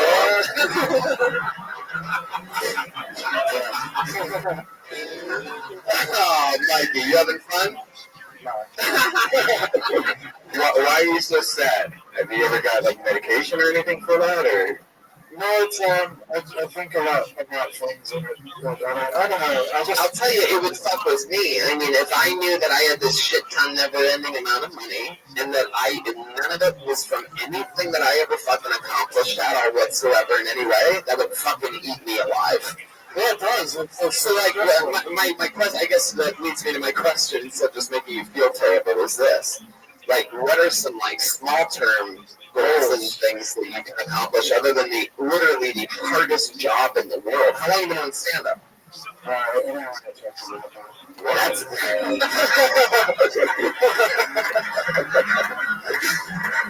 I literally, like, I put my name in these fucking buckets and then just pray. Don't call it a fucking bucket because it didn't go good for you, buddy. Put it in the fucking bucket! Fucking bucket! My God! Oh. This is the best said I just end up getting stomped De Niro style right on the stage. Can you guys come to all my sports and just look like heckle? Yeah, totally. Yeah, which one? Your dad's gonna have to pay us a lot. What do you do for fun? Can you talk about that? Clubs? No, I'm just strip clubs. I'm dating a lot. I guess that's fun. I don't know. It's I don't really read. You have a never-ending amount of money. Can you give me a description of what a date with Mike Emilio's? How does it start? The Olive Garden. No, I'm just trying to become like more aware of myself, and everything I do is about trying to learn about who I am as a person. And, I mean, it sounds really boring. No, literally. Self-awareness. Mikey, I'm with you, bro. You're killing it. My question is, what does a date, like, do you have a card? Do you pick them up on a date? I'm just curious, like, how this goes. Usually, like, you date, right? Who picks up people on a date? Like, you meet them online, and you meet them at a place. Who's going to someone's house? Where do you live? I want to pick you up for a date. Like, Where do you meet them? At a restaurant or a bar? Yeah, I don't know. Something like that. Wherever, like, I usually let them pick where they want to go. I don't know what the triangle is, but I love it. Seems to make sense. Do you live here or in Australia? I live here. You live here. I'm glad I live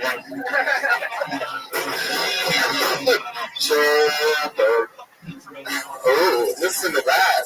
What they wanted. What is your favorite category of porn? It's all depressing. I don't like watching porn. It makes me sad. Ooh, sounds like somebody has daddy issues. No, it's like I like porn that looks realistic. Like the girl hasn't been forced into doing porn for money or some shit. Whoa, they have a lot of porn that's not forced. Not porn. I mean, like it's like. You like it when it's forced or unforced? No, unforced. Like I guess I like. You don't like it. Porn, I guess. You don't like it if the girl's like, please, daddy, please give me my inheritance, like that. What if she's getting close? It's like, I'll give you your inheritance. Here comes a deposit. Yeah, that's what I do. I just watch that. It's a direct deposit.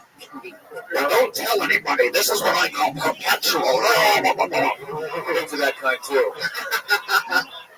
It's a good kind of genre. A lot of people tonight seem like they're victims, and they seem like they didn't sign up themselves, but they were signed up by people that hate them. That's what I do. The fucking threw out my name, and here I am. No, I don't know why I put my name into the records all the time, and I just sit there playing out of a dream. Yeah, for a dream, man. If you treated it like you were having fun, then you'd be having fun. I'm having a lot of fun. You can just get like the right answer, sir. I'm having the time of my life. This is the most fun I've ever had in my life. I'm gonna kill myself after this. Stop it. You will not kill yourself. Say that again. You will not kill yourself. Hey, until you check in with my lawyer and put me as the recipient of your perpetual. You should at least donate some of that to the podcast, if nothing else. Do you choke yourself when you masturbate?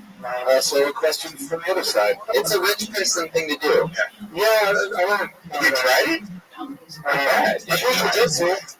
I don't trust you. No, that's a different thing. Yeah. Do you masturbate while choking yourself? No, but I do jujitsu. No. Daddy pays for me to be jerked off for. The Australian, back to back. Mikey Emilios, everybody. Fun times, Mikey.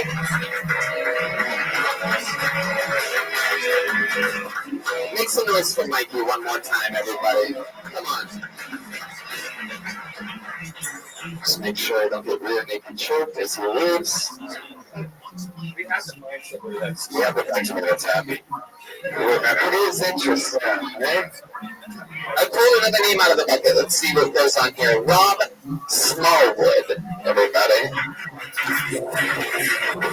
Rob Smallwood. Here he comes. Come on, make some noise for Rob, everybody. Here we go. Oh, I was asleep in the back. The other day, I'm in West Hollywood. I'm at the donut shop.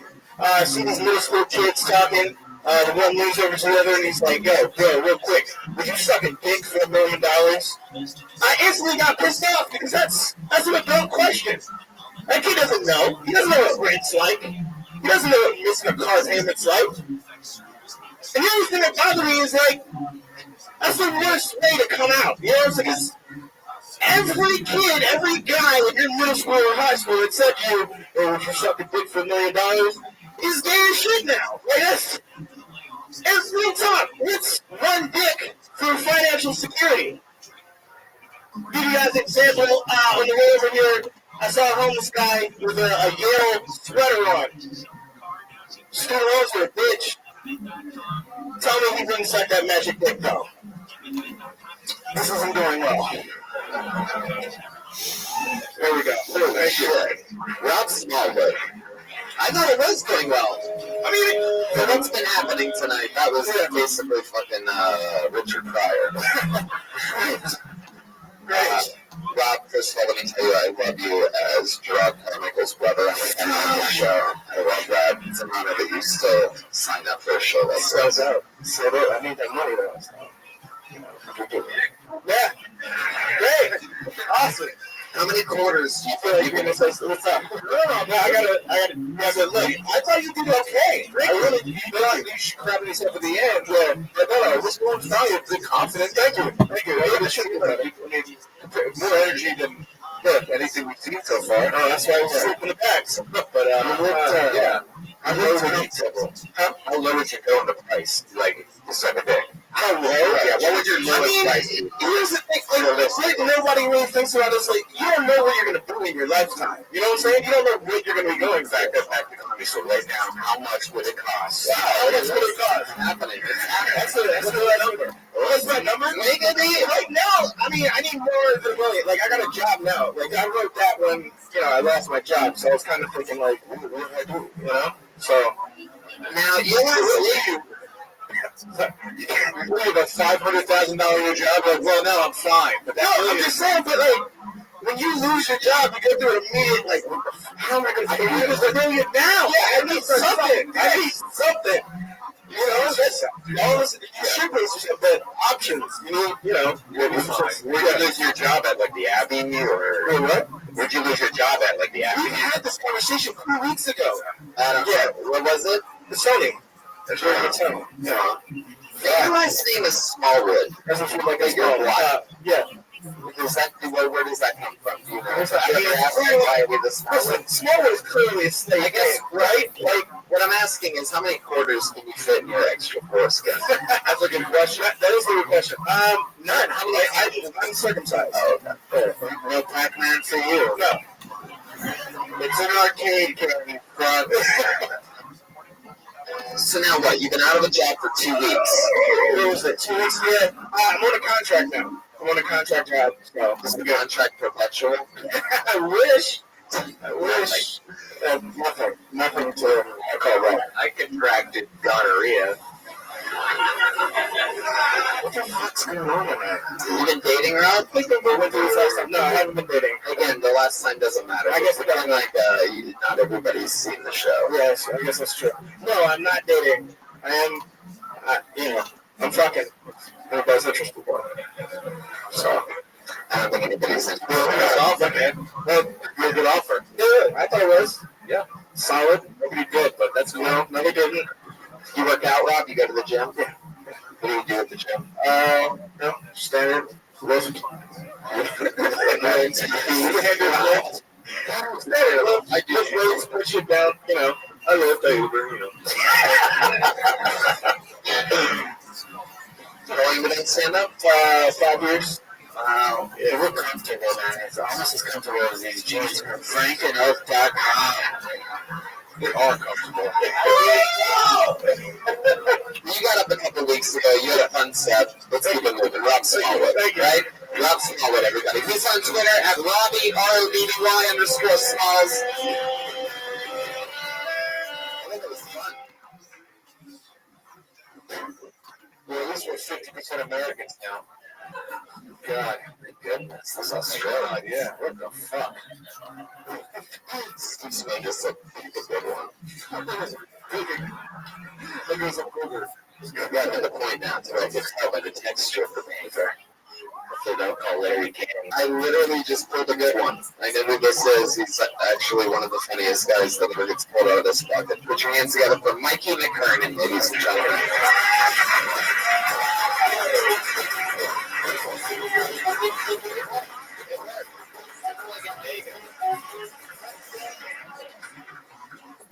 Thank you.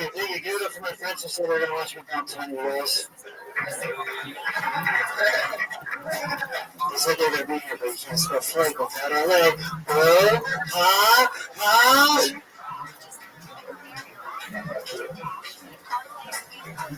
Everybody gives me the homeless people. Don't do that. Stop. That's fucked up. We're just making them more hungry later. That's why I give them an elbow. 2 birds. 1 stone. Homeless guy. I just got a Jesus audition on this. Don't forget it.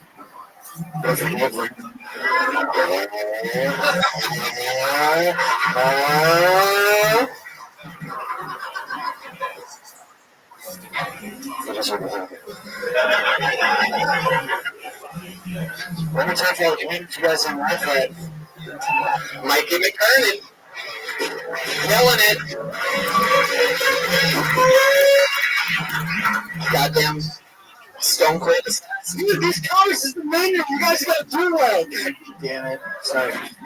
You're on a commercial, right? That's running like non-stop. Yeah, we're the back seat. I'm trying to get your fake iCloud. Yes. Yeah. Congratulations. I'm off the artistic roll card. Hooks. Yeah.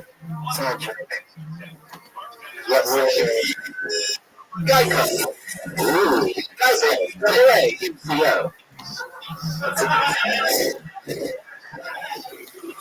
So, Mike, you had this good. You have commercial money? Not yet. They like aired 2 weeks ago, so I gotta, start going over nights because everybody's with about every little bit. So, it's gonna happen. I already know. And if they did, though, like, okay, every time you get the light, I'm gonna get there and go, I'm always so jealous of the audience when you do that shit because we never get to see it. Yeah. Can you do it to us? The Jesus blood, yeah. That was I can't do it once. Every time I feel too much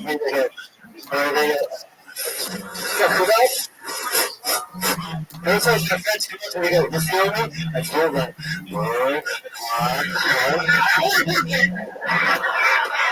Steve Renazzi's got raped. You are freakishly hilarious. How long have you been in stand-up? 9 years. 9 years. Where Where you from? Rancho Cucamonga, California. And you've been doing it all here and there pretty much. Mostly in Los Angeles. I started doing it here, which was a mistake. But that's it. If I can make it Los Angeles. Hey, I have a question. Is somebody cut the beef on? It smells up here. Fucking nailed it. Is that, for those of you that are listening to the scratch and sniff version of this podcast, is it really smell over there? Mike, you have the no shower things? No, I showered today, actually. Mikey smells great. Mikey runs a show at the Universal Bar and Grill called Turbo Tuesdays. First place that ever booked me like 5 years ago. Him and Robert, they're good guys. Terrific sugar bar show. That's our comics. Wow. You have comics that every time that they go, no, they don't want to. I don't want to get that. So you got something like, yeah, every Tuesday I'll be there. When's the last time you came to turn you down every week? No, I say nice. What? When's the last time you came? What is his name? What do you do when you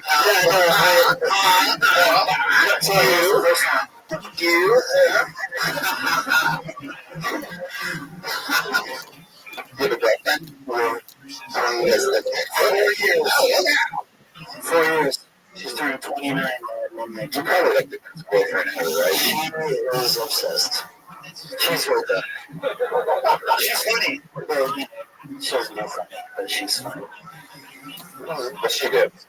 She went to UCLA to do anthropology. Wow, 18.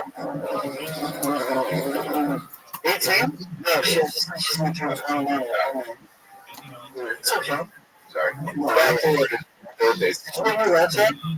Okay, Mikey, over here. What's your living situation? You live with her? No, we did not. She was, You live with a bunch of comedians or something? Dan, there were some Cal Artists. What? They were the Cal Arts. So they call themselves Cal Artists. Awesome!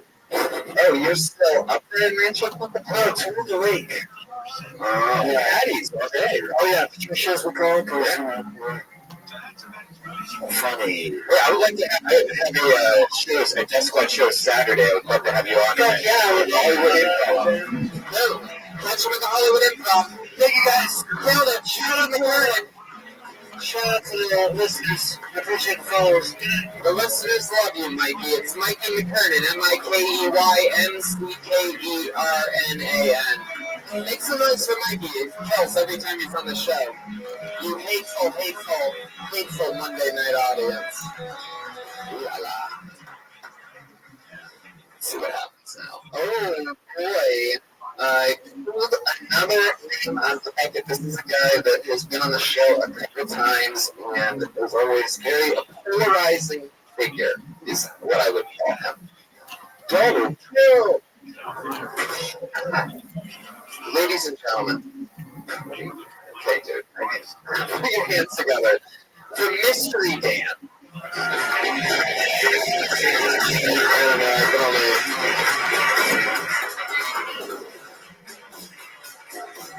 Here he is.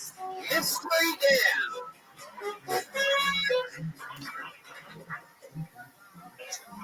Thank you. I'm a patriot. So whenever Uncle Sam flexes his military muscle, my dick comes to attention. Nothing gets me hotter than firepower. We just fired 59 missiles in Syria and dropped our largest non-nuclear weapon in Afghanistan. I haven't been this excited since shockingly. I don't think we would like shock and shoot. This bomb in Afghanistan, they call it a MOAB. That's short for Massive Ordnance Air Blast, or mother of all bombs. This thing is set to explode in the air and kill absolutely everything in the blast zone. That's what I call a surgical strike. Baby's got 21,000 pounds of explosives. That's 10.5 tons of American justice. I'm sorry, I get excited just thinking about it.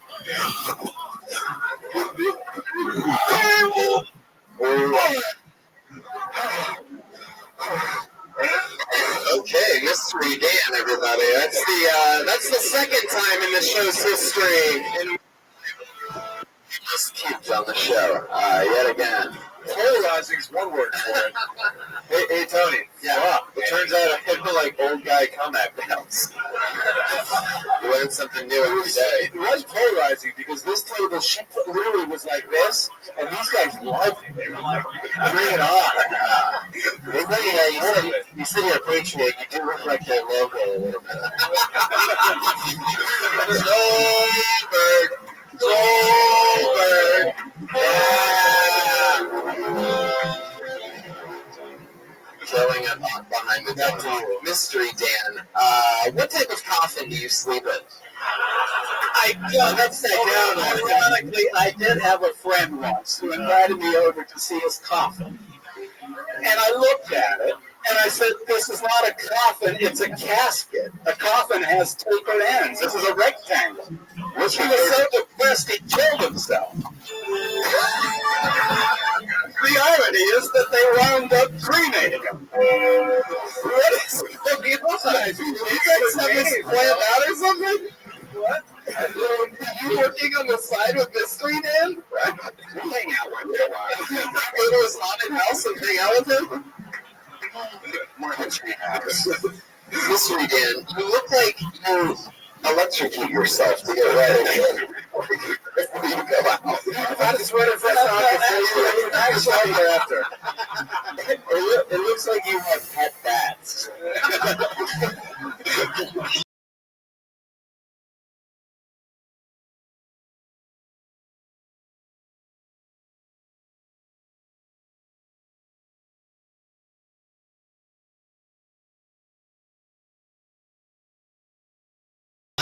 all your friends dying. Cats leave the haunted house next door. Wow, so the laugh's the scariest thing about you. I almost forgot from last time. Whoa. What do you get? On Halloween, do you give kids candy? No, I go to the West Hollywood Parade every year.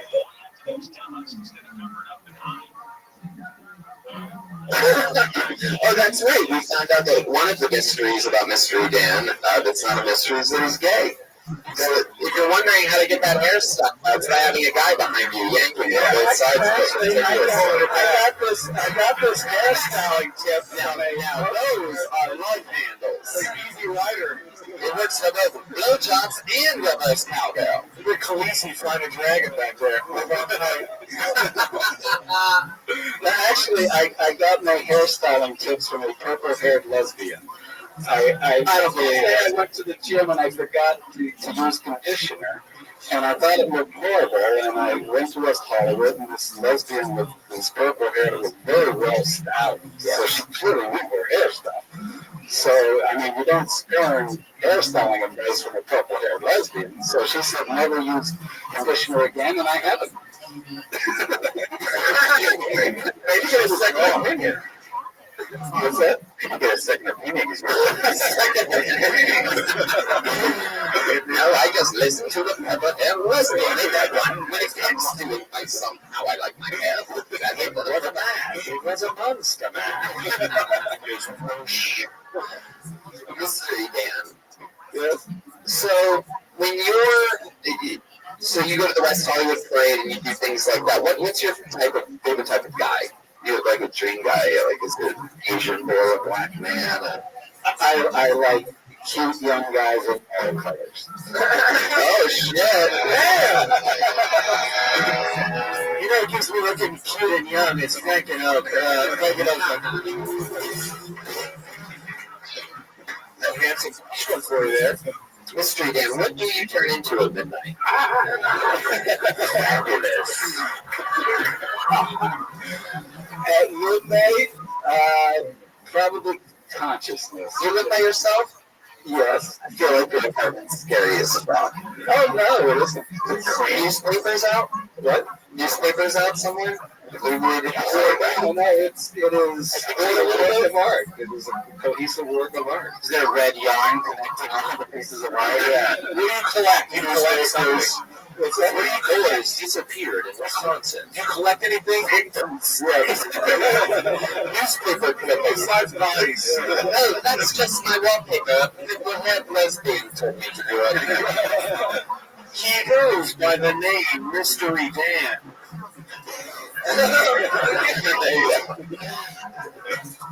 No, but I'm very proud of my apartment. It was one cohesive artwork. Tell us more. What do you mean it's one cohesive artwork?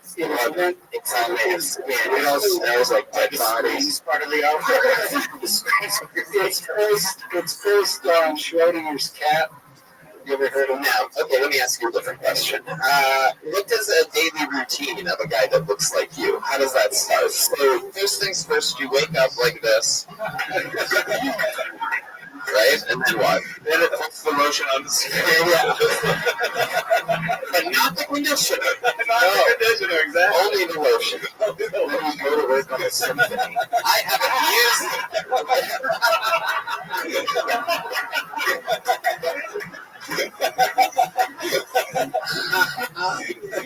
So what does a day look like? You wake up, what's the first thing you do? Feed the cat. Whoa, feed the cat, just like I can't get any other Yes, that's The cat wakes you up? Yeah. What type of dead animal does your cat bring you to wake you up? It's a one-way street on the feeding side there. I mean, she never comes I always have to feed her. And then what? You feed the cat. What are you wearing when you feed the cat?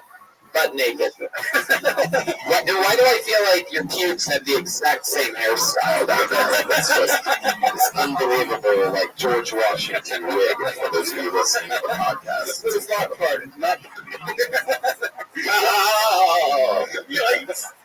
Brushing those teeth? Well, that's a good thing. I'm going to do I got a real bad view here. So,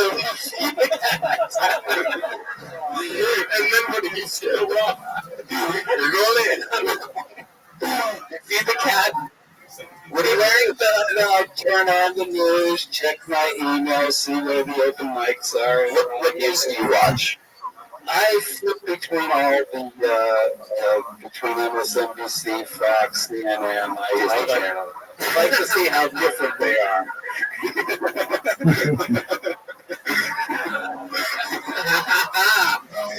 Mystery Dan, are all of your outfits already like pre-ordered and like already on a hanger like that? I feel like that shirt was already.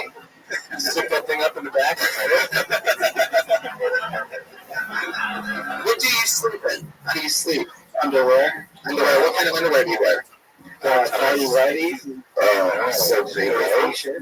Shirtless? No, I always put my shirt on. No matter what. No matter what. Even when you're making love to another man? Well, then I'll take it off. He's a gentleman. Do you have your foreskin mystery, Dan?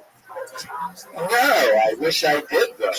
Why do you wish you did? I was not consulted in that. Because it's not. Hey, Mystery Dan. Why mystery? Why Mystery Dan? My nephews hung that name on me because I'd never seen him before. And the one time I met him, I gave him a copy of the Mystery Man. And so thereafter, they referred to me as Mystery Dan, and I just liked the name. So you met a nephew one time, and they called you Mystery Dan. You stuck with it. You walked by a lesbian with purple hair. She said, "Do your hair completely insane." I take good advice when I hear it. and how long have you been giving smallpox blankets to Native Americans? What's the most fun thing you've done recently? What's the highlight of your 2017 so far, other than you talk about comedy, like in real life? Probably going to a night out on Broadway downtown. They have all the theaters on Broadway open, 6, the really neighborhood fancy ones. That's literally the gayest answer I ever could imagine. And I could mention a lot of gay answers from people who enjoy playing. Do you want us to adopt a child in Africa? Sure, go ahead. Mystery Dan. Where can people, you don't have a Twitter, where can people find you other than underneath their bed? Mainly Amber Alerts. What kind of car do you drive? I don't drive. I'm strictly metro. I quit driving in LA about 3 years ago. I just had it with the pedestrians coming out in front of me. So. You ever getting arguments at the bus or anything like that? A lot of crazy people on the bus. People that look like you. I managed to avoid it. I've never been stabbed on the bus, though. How many pedestrians have you killed with your car, though? I've never killed a pedestrian with a car. Yeah, not with the hearse that he drives. All right. Can I just say, Dan, do you remember when I beat you in pool? That's right. You beat me in pool. Thank you. I just wanted to say that live on a podcast. I said, all right, moving on. Rocket pool. All right, there he goes, Mystery Dan, ladies and gentlemen. Thank you very much. Thank you.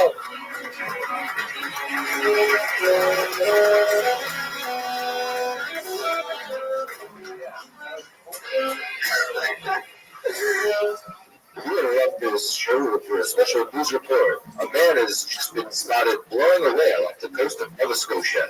At this time, it's unclear whether the whale enjoyed it. Back to you, Tony. Thank you, man. This goes by the name Mystery Dan. This message was brought to you by frankenoak.com. At this part of the show, we're going to watch the regular. We have one human being that writes and performs a brand new minute every single week. She is I'm a huge fan of her, absolutely phenomenal. Putting hands together for the great Allie Makovsky, ladies and gentlemen.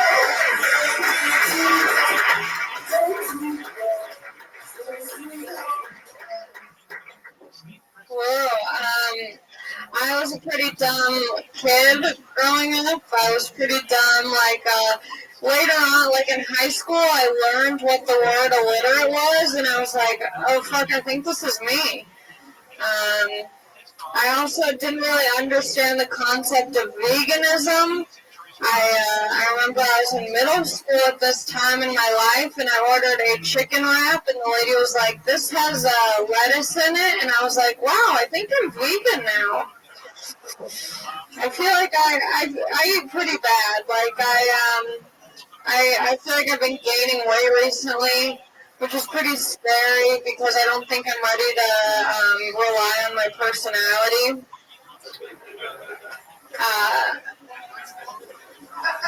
I eat at Chipotle a lot because it's the only place where you can eat a salad with sour cream on top. And that's all I'm going to do, thanks. There you go, another new minute from Ali Makovsky.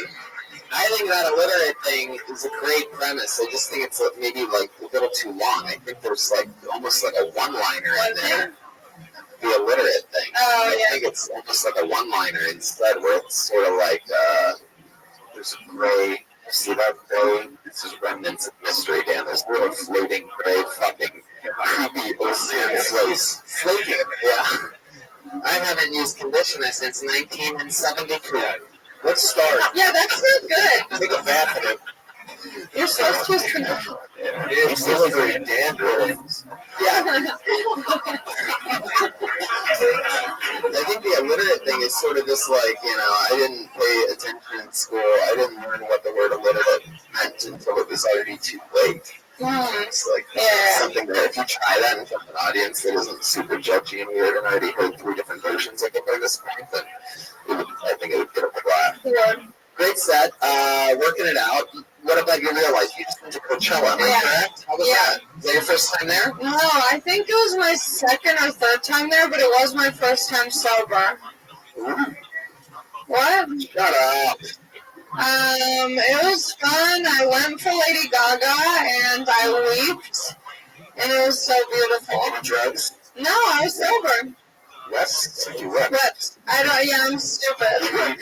My mom's like, Allie, all comedians are really smart, and I was like, I must not be a comedian then, because I'm very stupid. Look at that 5th grade skinhead. It's too much hair to be a skinhead, no? I think that's why they're called skinheads. Oh, shit. Fire back. Damn. I mean, just put Patty in the corner. It's Patty in the corner. So some highlights of Coachella other than just being sober. So I was like judging everyone, and it was great because everyone was like there with their significant other. And you could just tell that none of them were going to last. Like, this was their last Coachella. And I was basking in the glory. I was just staring. Okay, so there was this couple that was making out. And keep in mind, it's 100 degrees. No one wants to make out in 100-degree weather. And they're going at it. And the guy's like looking around at other girls, and the girl keeps making out with the guy. And I was just like, this is over. I can tell. I was going on for a long time. There's no point, but I can really tell when things aren't going to work. Another interesting premise. The execution of it. Great premise. That is a great premise. Thank you guys so much for your feedback. Hey, Ali, has anyone said my tea's gone cold? I'm wondering why. Yeah, thank you for bringing that up. I am Ditto. Isn't that who it is, Ditto? Fuck, I don't know anything. It's alright, you're still cool. Your uncle make you watch Ghost too? See, I said this last time, but... I saw you. Hey, Sam, it was me. That version too. Not so bad. Not so bad. He is slim. Yeah, he is slim. It was me. Oh, I love the end of that song. Oh, shit. It was me. Did you figure that out? You knew the whole fucking time you were saying this stupid song. Are those fake and oak cheese?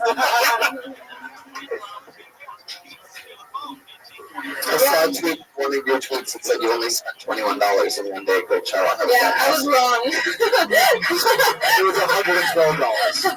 I miscalculated. It was like $31, so it's still pretty reasonable. Why'd that make you laugh so hard? Because it was... Are you turning into Mystery Dan right now? Mystery Danielle over here. Because I could have corrected myself and deleted it and started over, but I was like, nah, I'm just gonna act like I'm really smart with my money. You have a cool new rock and roll haircut that you just did. Are you thinking about not using conditioner and letting it go out on the sides? I use so much conditioner. Yeah, she did this. There you go, another new minute from Alan Mikowski, ladies and gentlemen. She went to Coach Shout.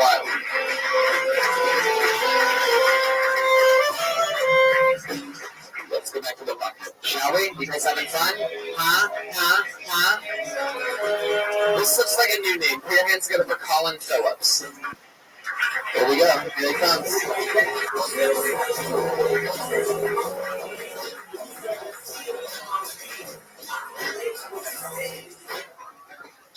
Alright, so I was on probation and I was thinking about life extension, you know what I'm saying? So I was thinking about it, and if you took like an isolation tank and you put nitric oxide in it, and then you went into it and you drop the temperature of the water, then your reptilian brain would turn on, and then you go into a state of hibernation. And so you could like just hibernate. So think about it, you could sleep for like 6 days and then you wake one. So like if you're like 18 years old, you'd only be like 3 years old, you know what I'm saying? And so it's like you could live for like hundreds and hundreds of years if you did this. And so what the nitric oxide does is it makes your body highly adaptive. So that's why when you're at the dentist, you're like protein and you don't bleed as much. And this is how it was like back in the Garden of Eden. Because instead of oxygen being in the air, it's all nitric oxide. So if you're breathing this in all the time, and you feel super great all the time, you be able to like communicate with animals and all this shit. And so if they didn't feel pain, you could walk up to them and cut them and eat them and all this shit and say, hey, I need to eat you right now. And they'll be like, wow, okay, demon. Colin Phillips. Steve Smoon is going to kill himself right now. Was that a TED Talk? What the fuck, man? What the fuck? Let me look at you from the. Let me see you. Wait, can I see your shirt from the front? I want to. I'll turn around and show the audience the back. Please, give it from Marlon Land. It's a marlin on the back. Ah, an actual marlin. A lot of work for that joke. Marlin, that was unbelievably somewhat educational. I felt sort of like I was on mushrooms 10 seconds in, and you kept me right there, right in the zone. There was nothing you couldn't really. Yeah, I say that a lot to myself, so it's good to say it to other people sometimes. So when you think about this stuff, right? You literally thought about like, like every day. You would have laughed, even though that was funny. No, I mean, it makes sense. A lot of stuff you would think that we would think that it was funny. That was funny. I mean, I just want y'all to be able to do this. This is it. This is comedy. So you're literally just being a spokesman for nitrous oxide?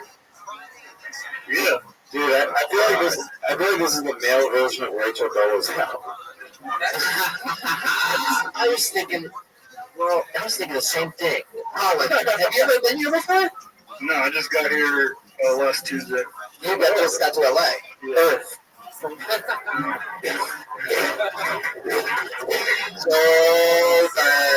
Joburg. Where did you come from last Tuesday? Atlanta, Georgia. Wow. Did you take a bus?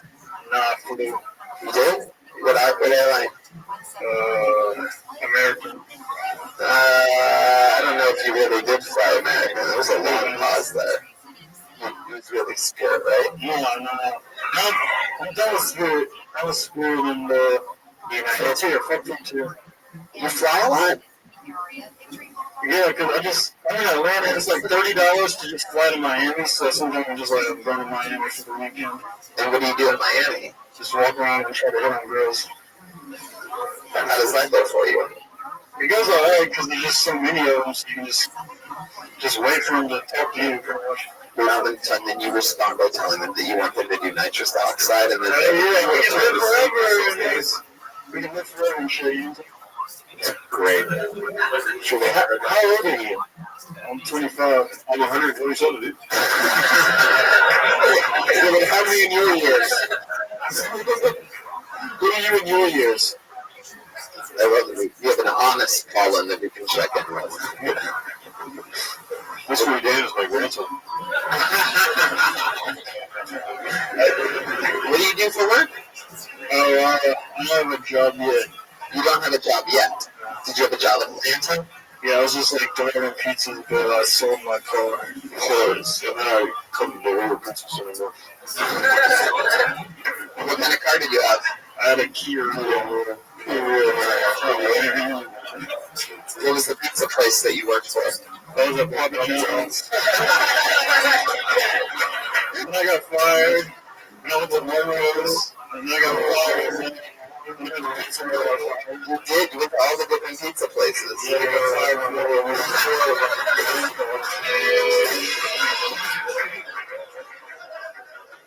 Have you ever been in love?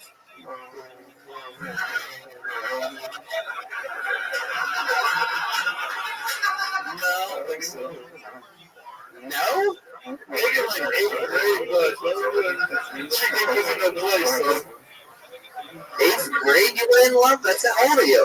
I'm only hearing the alien answer. I don't even know.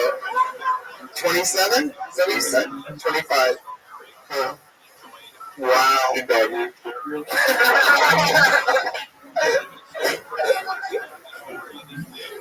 How much nitrous oxide do you do, Colin?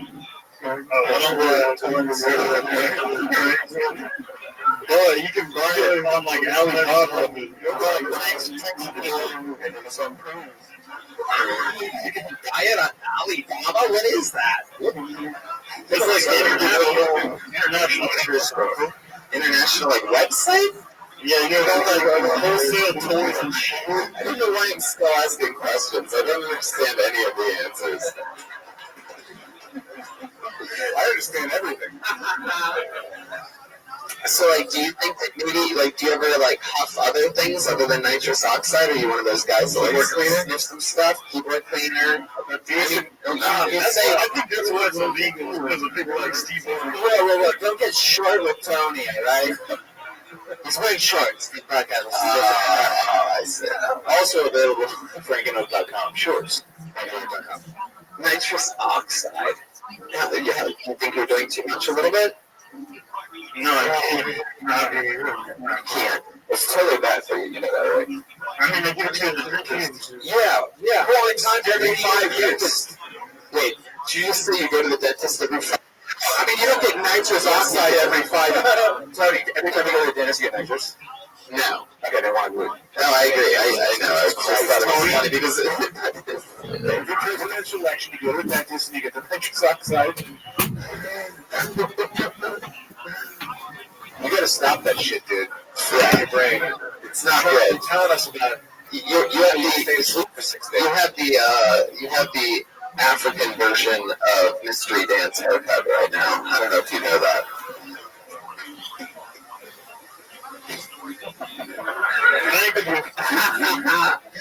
Wow.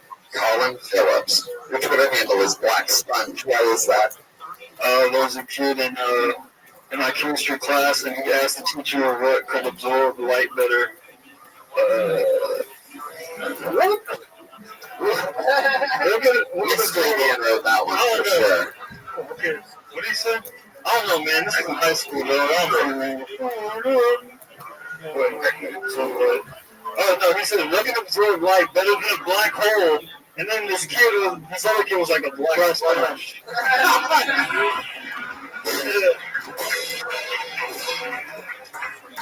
And you're like, that is going to be my brain. I'm taking it from Twitter. Yeah. How does that work out for you? You have a lot of followers? Like, under 100. Under 100? Is that what you just said? Yeah, what's your mind over is 20,000. When you say under 100, that gives a lot of options there. 99. Oh, I think I got like 83 or something. Okay. What do you like to tweet about pro-nitrous oxide things? No, I don't really tweet that much. Like giveaways and shit, or somebody uploads a video, you know what I'm saying, or like share it for them, you know what I'm saying. Have you ever fished out? I'm on your Twitter right now. Yeah, when you do too much nitrous and you like have a little seizure. What I'm on your Twitter right now. It says Allah Akbar, death to all Christian faggots. Now, what made you tweet something so friendly? Fucking weird ass. Hey, you still looking for, you or Bird Crusher still looking for production assistant? Yes. You're a funny dude, man. You're hired. Are we looking for a production assistant? That is so fucking great. Josh Martin, look out, dude. This guy's coming for a job. Josh is just in the back inhaling a balloon. Just, this is amazing. Amazing. How often do you do it? Do you get just tanks, or like, what's your process? No, I've never done it out. Wait, what did you just say? No, I've never done it? No, it's like a bodybuilding supplement. That's how I started researching it, and that's how like finding all the different. Yeah, but I feel like you want to get boners. You're thinking of a different kind of. Have you ever done stand-up comedy? Have you ever wanted to do it? No, this is my first time. Oh, really? I don't think it wasn't his first time. It wasn't. This was his first time reading a half-written science report. Yeah, sorry. In a third-grade class, we'd get an F. I feel bad now. My first time I made 237. I had like an acting agent in Atlanta and shit, so I've like just in Atlanta? Yeah, taking classes and shit. So what you got work in Atlanta? No, I just had a couple auditions. Like I got like 10 auditions like in the last year. Audition for? That's your enhanced videos. I went for Survivor's Remorse in the show Atlanta, and then those are only shows, like a couple of movies. Oh, really? You auditioned for a couple of movies? Yeah. This totally doesn't seem made up. No, Girls Gone Bad Part 3. It was on location in Atlanta. What's the thing you've done in your life that you sort of regret, Colin? Anything? You seem like you do a lot of different things. You seem very adventurous. I'm on the dark web, so I'm like stealing people's credit cards and shit. Oh, shit. Jesus Christ. I mean, you can't make that much money because it's like, after a while, it's just like too much heat, you know what I'm saying? Have you done anything that you feel bad about? You know, like dark web, like dark web, and I steal people's identities, but I guess, you know what I'm saying, like buying drugs in the mail and stuff like that. What are you most proud of? What are you doing? Good question. Probably the same thing. What are you most proud of? Anything you've done? You have any trophies or anything like that? You really got distracted by that bug. Yeah, man. You are very alien-esque. No, I'm not really proud of that much, I guess. No. Nothing much. Come on, this guy here. He's not here, dude. The subtitle says phenomenal.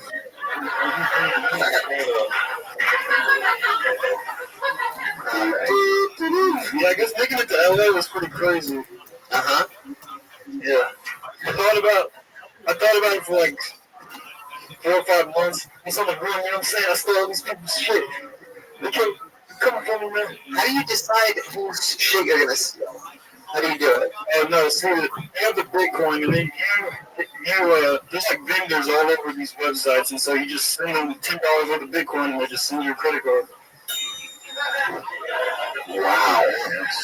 I got it. I'm pretty sure. They got PayPal logins, they got Xfinity passes, Google passes, PayPal. So that PayPal logins. Right?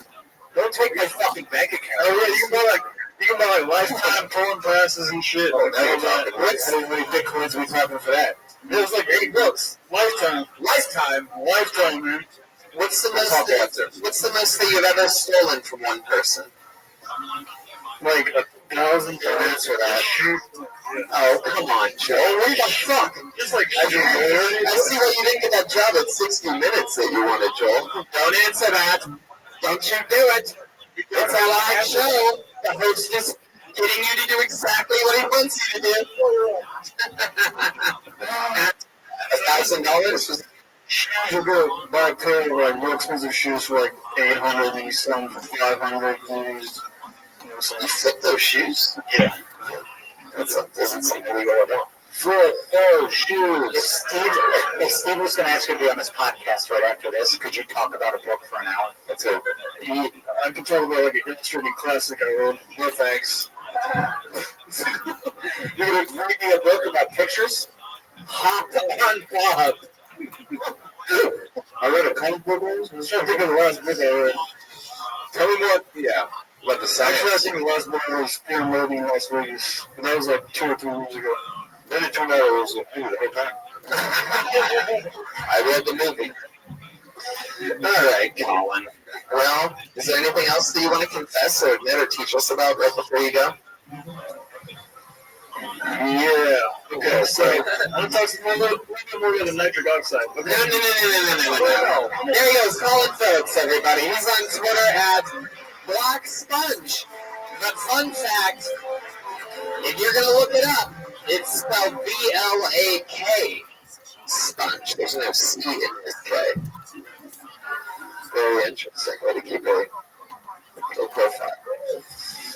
This is by far, without a doubt, one of the weirdest episodes we've ever had. This was almost like a hybrid episode of Kill Tony and Unsolved Mysteries or something like that. I feel like each one of these people has a backstory and committed some crime. It's almost like, remember the movie Clue? Remember the movie? And it's like this character and this character. And who did it? We find out that outside of here, like, everybody's dead. Yeah, it was Black Sponge in the sub-internet with nitrous oxide. Yeah. I think of the Twilight Zone as a podcast. Yeah. Let's do one more, Joe. Really? Just to hopefully get it heard. What if this guy sucks? This wasn't gonna be good. And we're burning alive on the stage. Yeah. It's kill or be killed. Right? That'll put some motivation in someone. Pull the name out of the bucket. Put your hands together for Angel Gonzalez. Fuck yeah. Hell. Angel, are you here? We need an angel.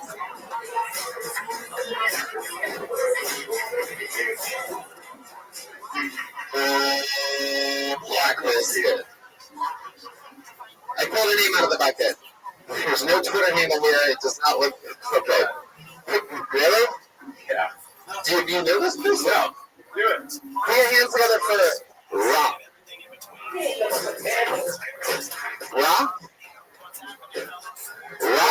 Rob? Why am I glad this person isn't walking through the stage? Blacklisted. He was caught between himself and let's try Manuel Herrera.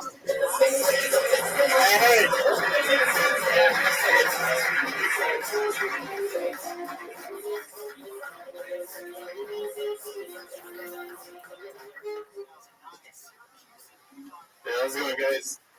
I lost my virginity at 21. It's crazy, man. True story.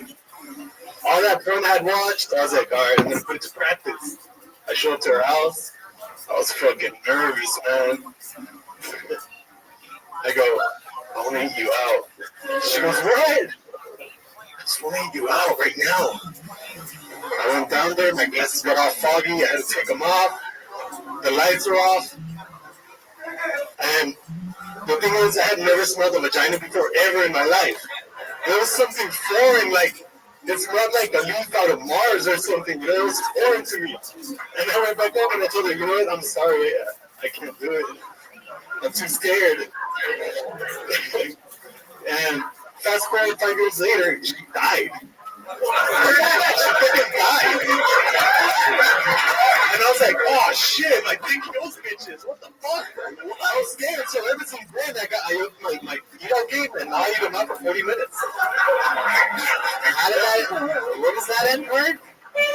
What about 40 minutes? Now I go down on them for 40 minutes. Now you go down there for 40 minutes. Yeah. They're gonna go down on you. I think you are accidentally hilarious. Yeah. Oh, yeah? Yeah. Oh, yeah. Special kind of funny. You can't. You're gonna start off with you want to like, cut all that beginning shit out. The right to I want to eat your pussy, whatever. Yeah. Oh, okay. Whatever that was. It's so honest. It's like I've never heard of anybody just say it like that. It was sad. I would like to eat your pussy. You went to a funeral? Yeah, dude. You say like I should have ate it? Like you upset that? No, I was in done with my training. You know, like why did you die? Would you eat it now? Would you eat it now? No, I'm not into necrophiliac. Is that a cigarette substitute? My other favorite line was, and it's the genuine way you authentically delivered it was, I'd never smelled a pussy before that. Yeah. And you were like, oh, this is bad. Like, I don't want to eat your pussy. It's very, like, I've changed my mind about eating your pussy. Yeah, pretty much. I don't want to eat it anymore. It's the only thing that you can eat that you can't throw back out. But you felt it though, right? Yeah, but not all the way. What? What do you mean not all the way? This is my first time. Yeah, okay. All right. I was like, I don't want to come. Yeah? I lost the boner. So wait, you talked yourself out of coming and you lost everything. Yeah. So she basically, this poor woman Gray there, you told her you ate her pussy, you didn't eat the pussy. Right. Then she would have tried to fuck you, like, I don't need it, I can't get hard. But when did she kill herself 5 years later? When was this? God. I'm going to say maybe 2009 around there. 2009. So have you gotten laid a lot since then? Not really. Oh, that's good. Not really, man. Where does it normally go wrong? Accidentally hilarious. Man, they laugh at that. That's fucked up, dude. What, dog? How long you been doing stand-up? This is probably my 18th time. 18th time ever? Yeah. Wow. Genuine, I like it. Yeah. It's so genuine. It's so like, it's real, and you gotta try to keep that forever. Good luck. Yeah, it's really hard. Thank you guys. You guys can follow me on Twitter. We know, Manuel. We know. I say that. Jesus. Winter Snake. The chat from. Okay, relax. I say that at the end. You're jumping the gun here. Well, I thought we had a time limit. I don't want to. What do you normally, when the date ends up going wrong, or you go out on dates? Yeah, I do, but they don't get back at me. They just they leave me hanging, What part do they leave you hanging at? Block me and shit. They block you? Well, yeah, I guess. After how many text messages do you send until they block you? Maybe 4 or 5. It's because we meet up or whatever, and I'm not what they expect. I have a lazy eye and shit, Can you let me see? Oh, I can't have a lazy eye and shit. You're beautiful, man. My eye's so lazy it stops eating pussy halfway through. Yeah. The later it gets, the lazier it gets. The lazy eye and a lazy eye. Your nose was what I was eating. I guess it's the later it gets, the easier it gets. The later at night, your eye just We have coffee dates in the morning, dude, and that shit's fresh. But that shit's all woke up. I have a daytime job, Good morning. Is that coffee eye going? No, but I have a daytime Let's job. go forward, man. Come on. Manuel, I'm a supermodel and I really, really like you, but why do you always run away at about 5 p.m. Dude, I'm telling you, I don't even see a problem with that eye. You're a good dude. You gotta just go out there and be yourself, man. You're funny. Well, I don't know. I mean, I feel like I look like Drake, but it doesn't really work. What?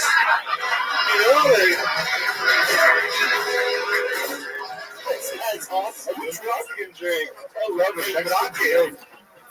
I don't understand why I can't make any no fans. No fans. What's your day job? I drive a forklift at a warehouse. I'm a forklift at a warehouse. Sports clips? No, forklift? Oh, forklift. Forklift at great clips? No, a regular forklift. And is any girls there that do that job with you? There's only 2 girls in the office. How hot are they? They're all right. Why don't you try hitting on them? Have you? They don't want me to. How do you know they don't want you? They blocked them. They blocked them. They shielded them in the cubicle. They blocked them in real life.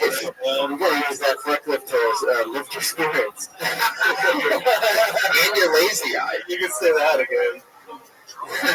You do online dating stuff so that they see what you look like. Why do they not like you when you get there? They probably see you before that. I don't know, dude. It's all angles, bro. Yeah, maybe, yeah. You're really funny. Yeah, man. You're incredibly funny. Absolutely. I mean that from the bottom of my heart. I don't like anything. What's your life's greatest triumph? Probably making it here from Mexico. Yeah. Wow, you were born in Mexico? Yeah. Really? Yeah. Wow. Yeah, true story. True story. 91, yeah. Nobody would ever make that up, by the way. True story. You know. Especially in these times, you know? Yeah. No one would really admit they're Mexican. I'm going to do something I've never done before, and I'm going to invite you back to do a guaranteed minute next week. Are you going to be in Los Angeles next week? Sure. You are awesomely awesome. I mean, the fact that you've only done this 18 times excites the shit out of me. I want to find out more about you and talk to you more and see what else you want to talk about on stage. I see you next Monday. Manuel Herrera, ladies and gentlemen. He's on Twitter at Winter Snake, all one word, Winter Snake, and Snapchat at Winter Snake. There he goes, with his hands up in the air. Manuel Herrera. We'll see you next week, buddy. There he goes. One more time for Manuel Herrera, who just shook my wrist. Just shook my wrist. Shook the hell out of my wrist. Really? Yeah, he shook it very strangely. Next week's canceled, by the way, Manuel, after that wrist shake. No, I'm kidding. Yeah. Oh, no, you can't. I hope he changes so much in 1 week. We're going back like dice next week. We're going back to Alley next week, okay? Perfect. Manuel Herrera next week, next to Ali Nikoski. John Candy. Steve is easy. Talk about your podcast one more time. Give me this book. It's a very interesting podcast. If you fucking read a book in your life. Yeah. And every Tuesday I put a new episode on, and tomorrow is Stuart Thompson who works here. So awesome. Yeah, check it out. It's on All Things Comedy. Steve Simone, one of the goats of the universe. You have to, whatever you do, go buy his everything. Buy his fucking comedy album. Show your family and have your mind be completely ripped out of your spinal cord. This is truly one of my favorite comedians in the world, Steve Simone. What else is going on? Get ready for a USO tour. So, performing for the troops. Sure. Not allowed to say it. Oh, gee. Whoa, a secret location. Australia. Mar-a-Lago. Fancy. I look like Geraldo Rivera. Joel Jimenez is on Twitter at Mostly Sorry. The great Jeremiah Watkins, ladies and gentlemen. Come on. Hey guys, I'm on social media at Jeremiah Stand Up. I just uploaded the of me getting in a fight with a comedian on shrooms to YouTube, so look for that. And we're looking for new sponsors constantly. So my boy Patty Reagan's always to my right. Patty, do you have anything to say? No. Patty Reagan. Get his album on SoundCloud and iTunes. Bad Chat on Spotify. Bad Chat on Spotify. There's Ryan J. Ebelt's drawing. That's available at RyanJebelt.com, as is the brand new Tony poster. Make sure you go back. If you're listening to this live stream, go check out episode 207 and whatever on video. Is Houston on video? Houston will be on video tonight. Awesome. And rock and roll. We're live audience, thank you so much for being a great crowd. Is there anything else that I'm not remembering? Me and Tony will be at the Death Squad Secret Show on Saturday at the Improv. Yeah, the Improv. All right, thank you, live audience. Good night.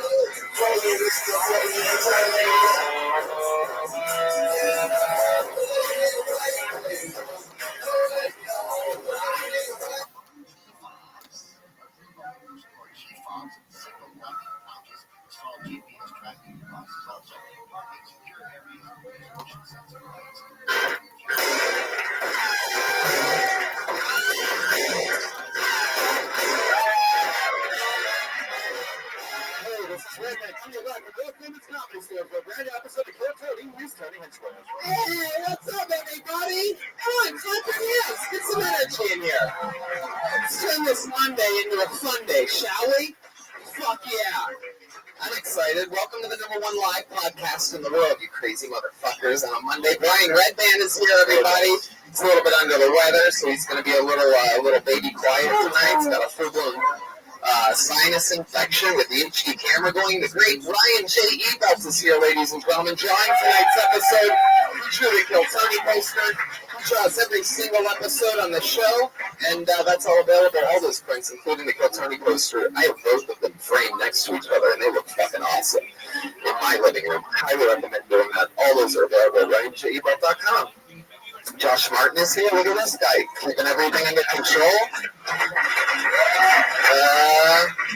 Let's do it. Let's bring up tonight's guest, shall we? A lot of fun shows that we have coming up in a bunch of different cities. That's all available at TonyHinchcliffe.com. Decibel.tv show here on Wednesday. Big one with Rogan. That's going to be a lot of fun.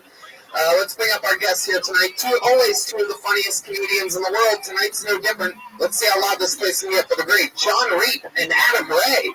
Wow. Fuck yes. Only two of the best in the world. John Reed, one of my all-time favorites. Adam Ray, a guy that I started with, came up the ranks with. Yeah, baby. We just had an amazing weekend in Texas. In Austin, yeah. You sang at the goddamn Comedy Jam, and you fucking killed it. I tried way too hard. You are like a real singer. I don't think anyone can fully prep when you get a great live band behind you that like wants you to do well, and you get a crowd of people that is cheering on your selection of Alanis Morissette's Ironic. It was very good choice. Thank you. Yeah. I did a horrible version on the same show of George Michael's Careless Whisper with our good friend Jeremiah Walker. Yeah, I won't let you say horrible though, because you went in with so low expectations and then you delivered like you always do, and you committed. I committed. Yeah. It may have been I wouldn't do assault on the audience's ears, but I committed. I definitely wouldn't do that song without the band. No, but yeah. Oh yeah. We don't have to change the power. Yeah. John Reed, everything good? Yeah. First time on the show, make some noise for motherfucking John Reed, everybody. Hi. You know him and love him from fucking I did the goddamn Comedy Jam at the Wild West Comedy Festival. What'd you sing? I sang Oldie But a Goodie, Gorgeous Satellites, Keep Your Hands to Yourself. You forget you know it till you hear it.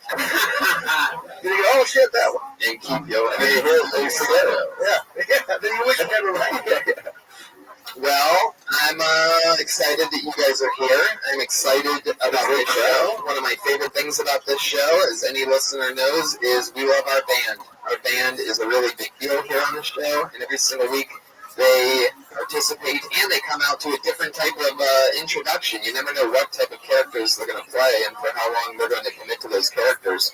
Let's see how excited you guys are when I introduce it's the Kill Tony Band. Jeremiah Watkins and Joel motherfucking Joelberg Jimenez. Yeah.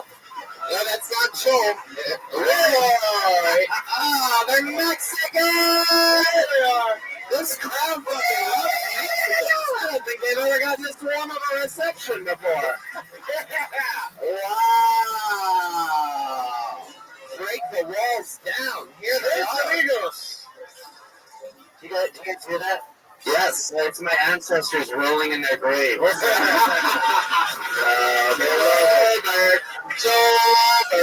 Joelberg.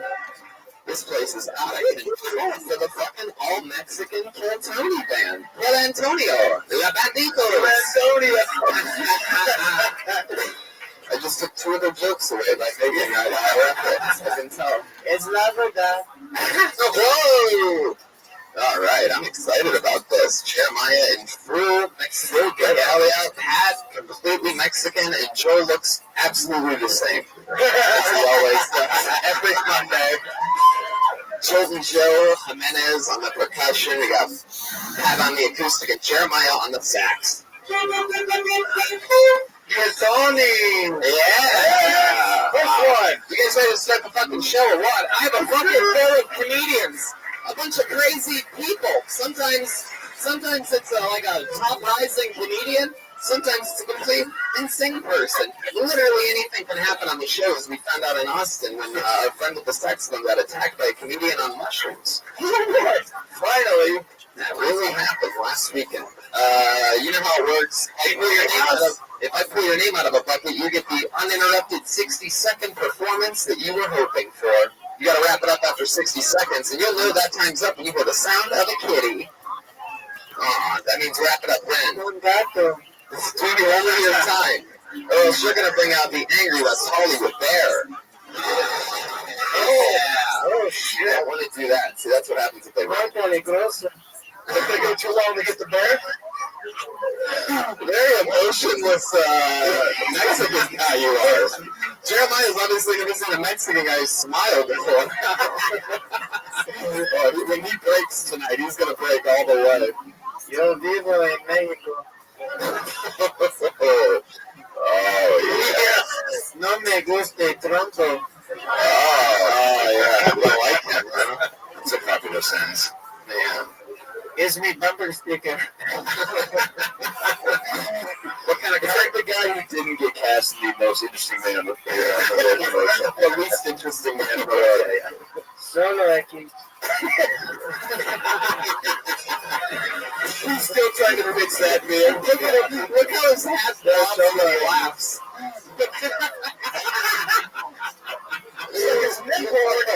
Oh, I just want to fill that thing with water and watch you trip out every time you laugh tonight. Sombrero. All right, let's do it. I have a name full of buckets, and I'm just going to pull one out, and then you're going to clap your hands when I say this person's name. You guys ready to start the fucking show? It's that easy. Your first comedian going up tonight is immediately an absolute legend of the show. You know her, you love her. If you wish she was here, you wish she got pulled out of the bucket. Put your hands together for Kill Tony legend, Aphrodite. Yeah!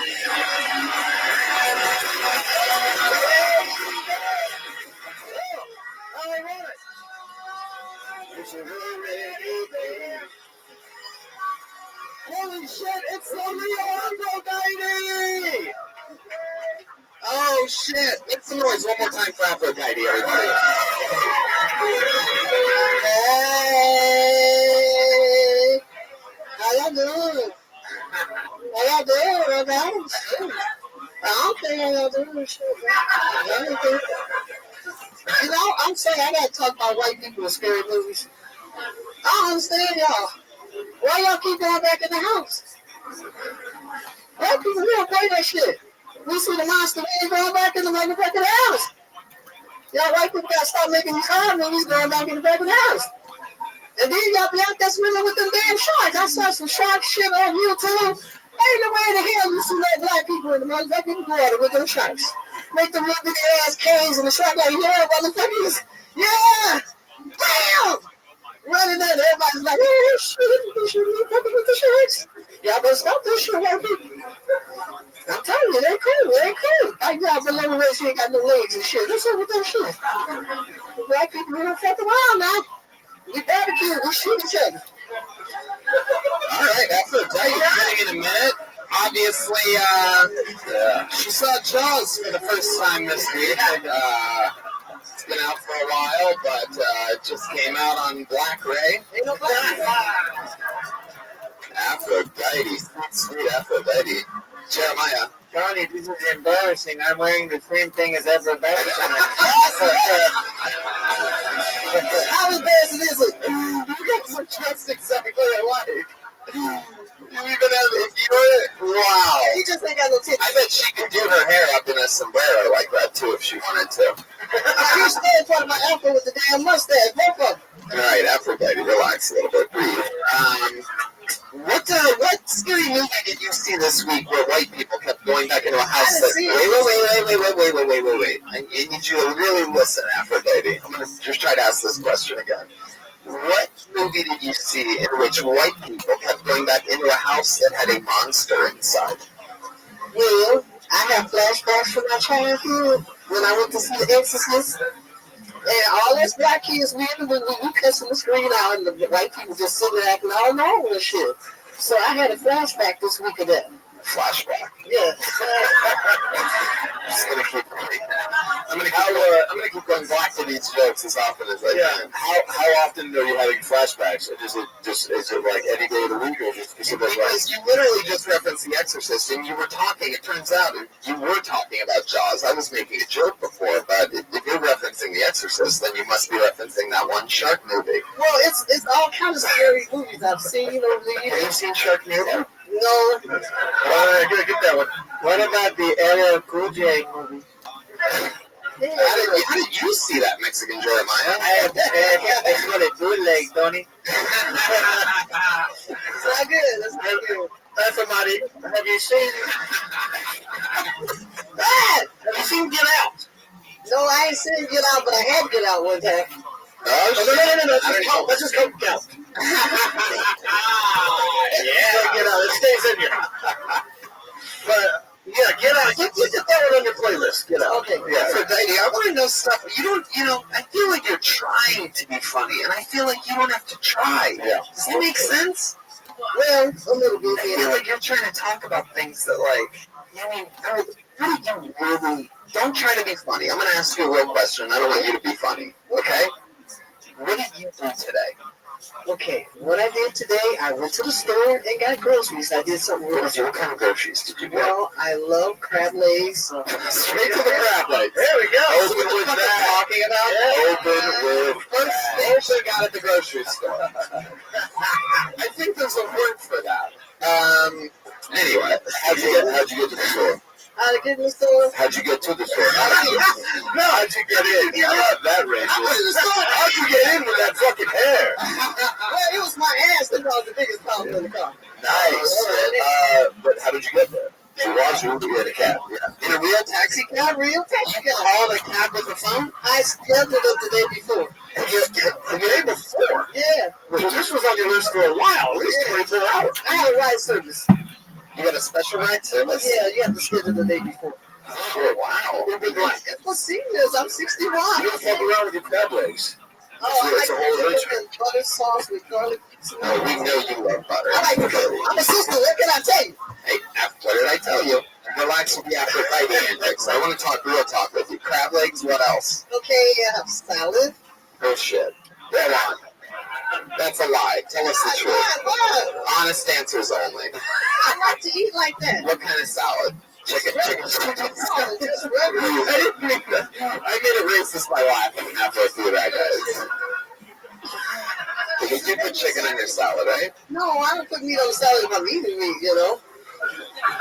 It's the crab meat that I wanted, not chicken on the You salad. put the crab meat on the salad? Sometimes. Oh, you are. You do have a soundtrack when you cook? Do you cook any jams? Well, I sing myself. I like that. That was what I was getting at. What do you sing? Whatever hits me at the time. Do you make up songs about like what you're cooking? Whatever hits you Well, at the I time. have the song that came to me tonight, though. Chris Brown? Well, you want to hear what came to me tonight? Oh, please, yeah. Okay. If you want to, you can have me, baby. Hey, yeah. All I'm asking is that you don't drive me crazy. Anybody else mixing their little crab legs and running out of the kitchen? Get me out of here. They ran out of the house, not back into it. Salad?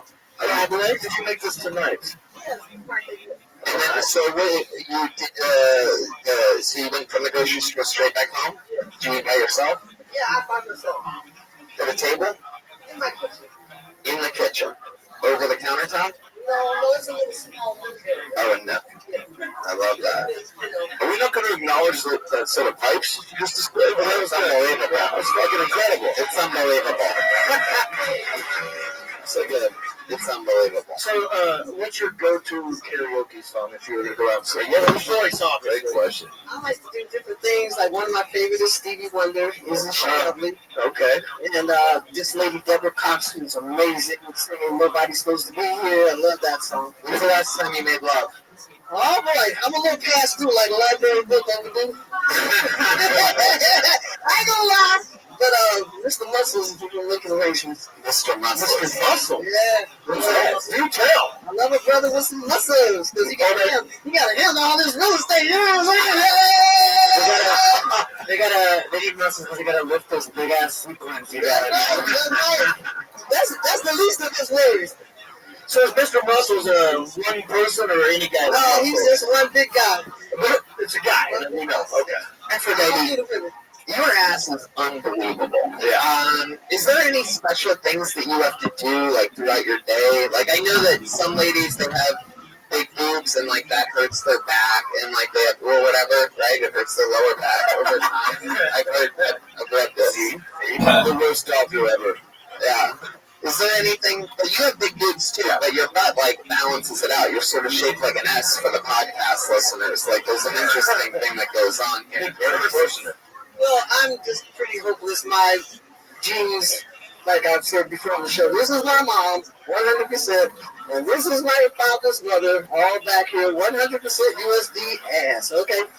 Ain't no fillers, ain't none of that, glue on shit they give to the women.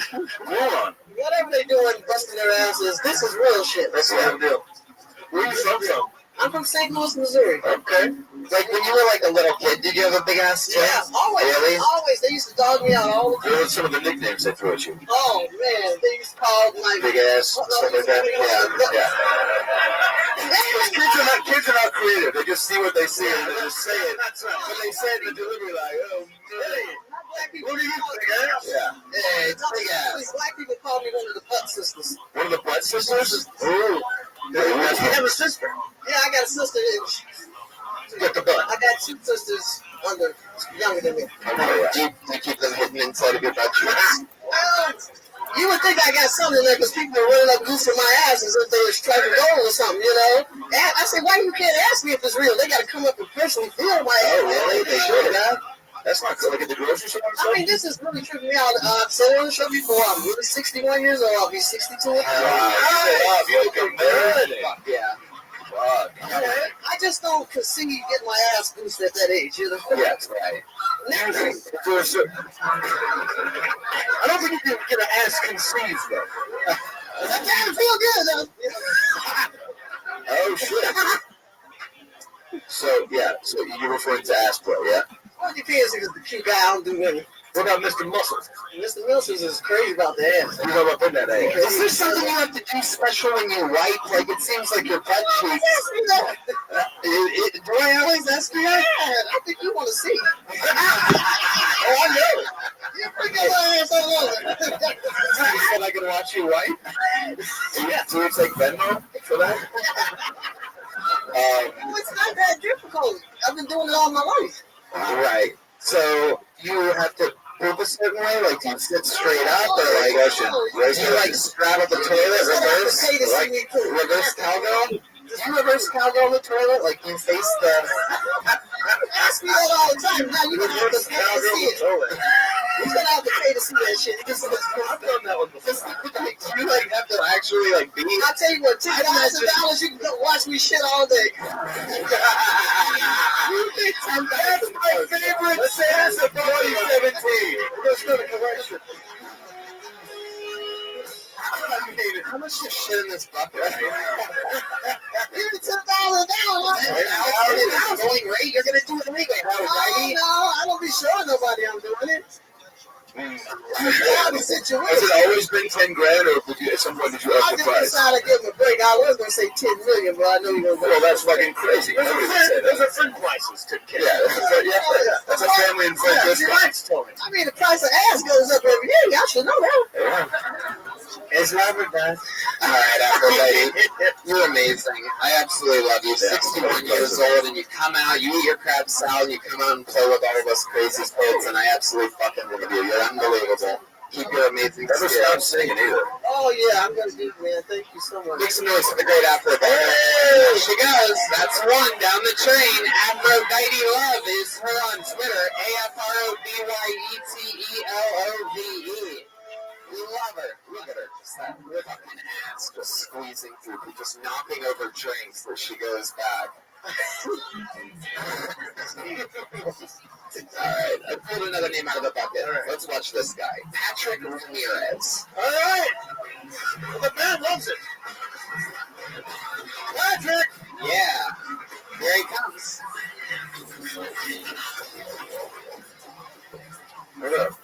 Hey everybody, how you guys doing? Quick question. Make some noise if you're currently employed. Are you currently employed yet? Yes. I just do that so nobody asks after the show for hiring. I did not make a lot of money this year, and I just did my taxes. I love doing my taxes. I was doing my own taxes. I think that's how you know you're broke, right? You like doing your taxes. I did my taxes like, all right, I'm getting $62 back this year. All right, I can get my life back together. In the body, I got my chain W-2 back from my job. When you go to get the W-2 back from your work, look at the number and go, I lived off that for a year. This isn't a tax form, it's a letter of recognition. In the box it said yearly earnings, I just said, you tried.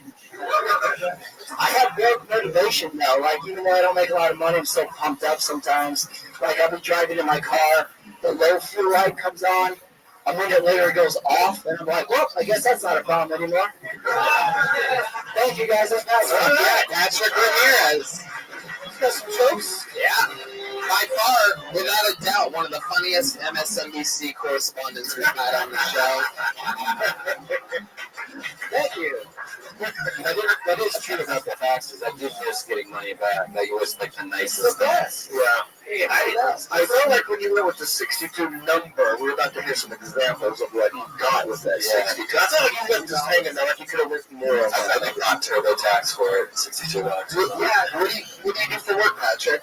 I used to work at a bike store, and now I do my own solo thing. I do bicycle fitting, athlete consulting.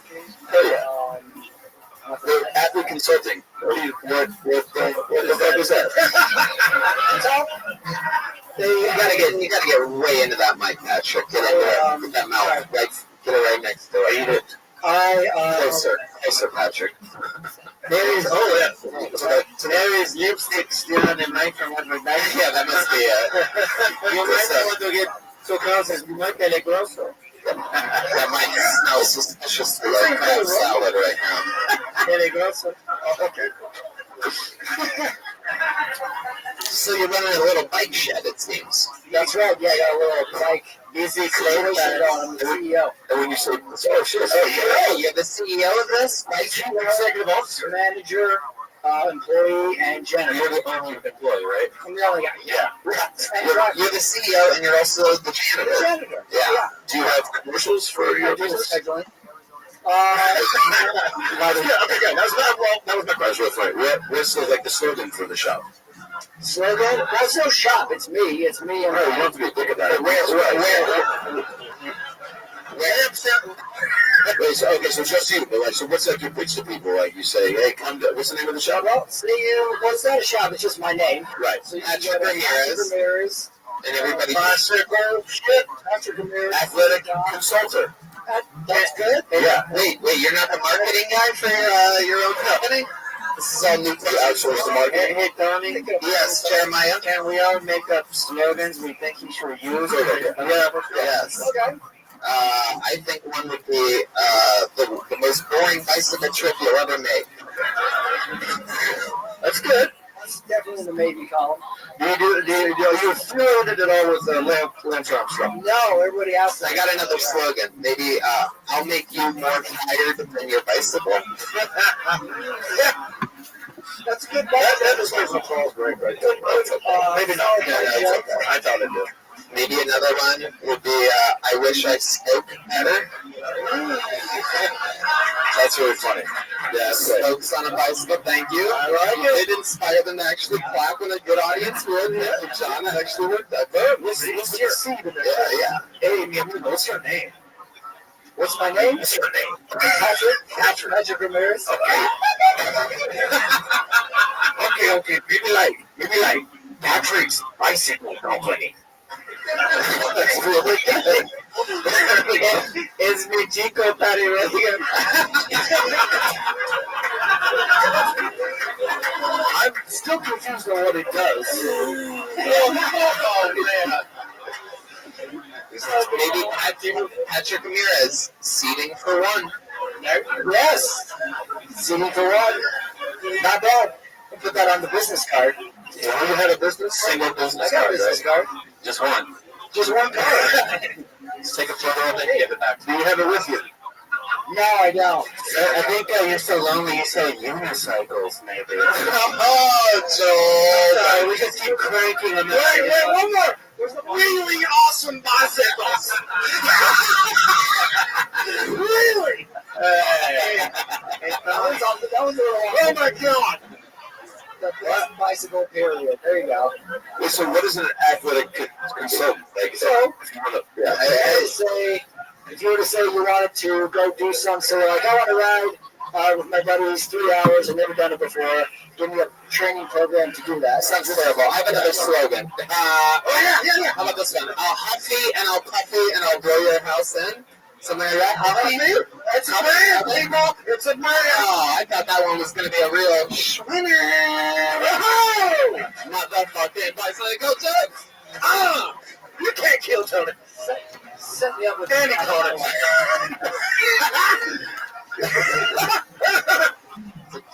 Jeremiah. Bicycles, we win, thank you. I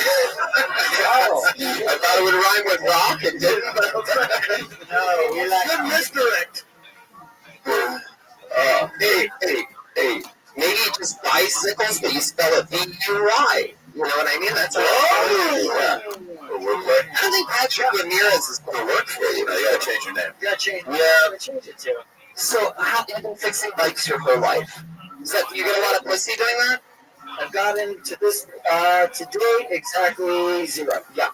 Today? But I mean, how about in life overall? To date. To date, 0 bicycle pussy. 0 bicycle pussy. How about bicycle asshole? Are you yourself bicycle? No. But I could change that. Cast a rider net for clientele. Yeah. Oh, so you would be tricycle?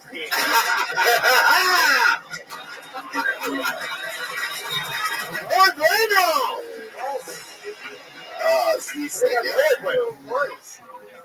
Was this a family business that was passed down, or did you on your own? Was like, what's the fucking most boring thing ever I could do? What would get me laid the least, and then back that down? Yeah, but you love it. You love it. What about it? Riding a racing bicycle. Yeah. Well, there we go. Racing bicycles. When's the last time? I'm sorry. Go ahead, Eric. Yeah, racing bicycles against. Have you ever seen the Tour de France with the big group of riders going down the road? Yeah. That's Professionally. No, that was the goal. Yeah. That was the goal. It didn't I work never out. got to that point where I could race outside of the States. It was all in the States. You couldn't get a passport? Like, why? I understand it's hard. It's hard. Now, Patrick, you are a Patrick Ramirez, but you are a white-seeming Mexican up there with, Ted Cruz and the band tonight.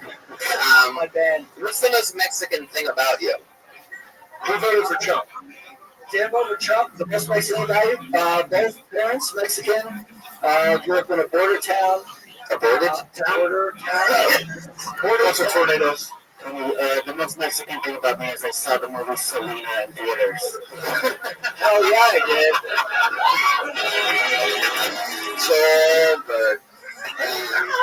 I didn't see that in theaters though. So, you were answering though. Go ahead. Your 2 parents were born in town. I was in the movie, so You were in the shotters? anything for Selena. Most Mexican thing about you, Patrick. Both your parents born in a border town, and then we had a bunch of laughs. I never got an answer. Really. All my family is Mexican. But I would what's the most Mexican thing that you do, where you're like going through a day or something like that? Yeah, where you do something. That was pretty fucking Mexican. Yeah, exactly. If you went to my house on Christmas or some holiday like that, it's super duper every stereotype you would think of. Like the food, all the people that come over, all the Spanish spoken. So I get it all the time. Yeah, I would never be thought of as a Mexican person. What's the white house? I went to a liberal arts college. Yeah, very good answer. There you go. The rebel gets a square. See, I could have said a bunch of white stereotypes, and as much uncle. What college? College of Santa Fe, which later, of course, even the white liberal arts college sounds Mexican. Yeah, that college after I graduated closed too. I found out. Shut it down, dude. It was no good. You got your master's degree in bicycling. I got a bachelor's in bicycling. I'm sorry, I said to you. Say again, what? Psychology. Consider fucking interest. Psychology. Yeah. Lance. Psychology. Got it. Yeah. Tony. Yeah. Joseph Antonio. Ask me in Mexican. Hey, Mexican Jeremiah, how Mexican are you? I'm so Mexican. My first blowjob was from a leaf blower. That's Mexican as fuck. And so is Patrick Ramirez. There he goes, everybody. He's on Twitter. Patrick. Keep it up, Patrick. Patrick. Keep it up. Patrick Anyhead? I can't read your handwriting, Patrick. Another new one. What are the odds? Fucking Ramirez out there with the band. Just yeah. Hey, I own the sponsor. Oh, yeah? With the everyone's Tony friends with applesauce.com. Put in the code Tony. And you can get your free applesauce.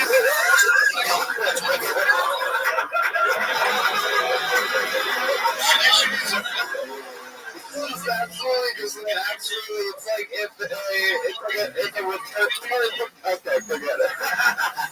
It's perfectly funny. It's like doubly so stupid. It's just, at first I hated it, and then I just fucking ended up loving it because it just is so. Applesauce might be the perfect product in the world to have as a sponsor, to need a promo code for. Jeremiah's spit take left me with a wet back. Joelberg is listen to the crowd roar. It has begun. Joel is notorious for going on joke streaks, so he gets a special chant. I love it. I pulled another name out of the bucket. It's like another new name. I'm pretty excited about this. One-word names are always some of my favorites on this show. How could we forget greats like Aphrodite, and maybe you've heard of it in character we once had called Ichabod. This is, you guys still know about that. I love that. I just pulled a one-word name out of the bucket, and this name is Callie. Callie! Here we go. Callie! Move over, Callie! Move your ass! Anybody see anybody moving up there? Callie! No movement. No movement. Callie's in big trouble. Pulled another name out. Isabella Charlton. Here she comes from back. Isabella from the top back. Yes. Make some noise for Isabella, everybody. Yeah. My brother does really good impressions of the characters from Harry Potter. And I can do impressions of his impressions. Harry, no! Thank you. That was Hermione. Or Ron. I told my mom I was doing carnival, and she said, "So you're trying to be like that Amy Schumacher?" Yeah. My mother never hugged me because she's British and I'm not a Bruce.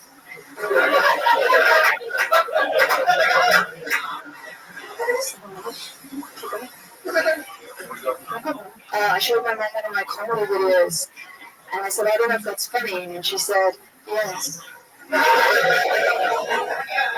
There you go. Isabella Charlton.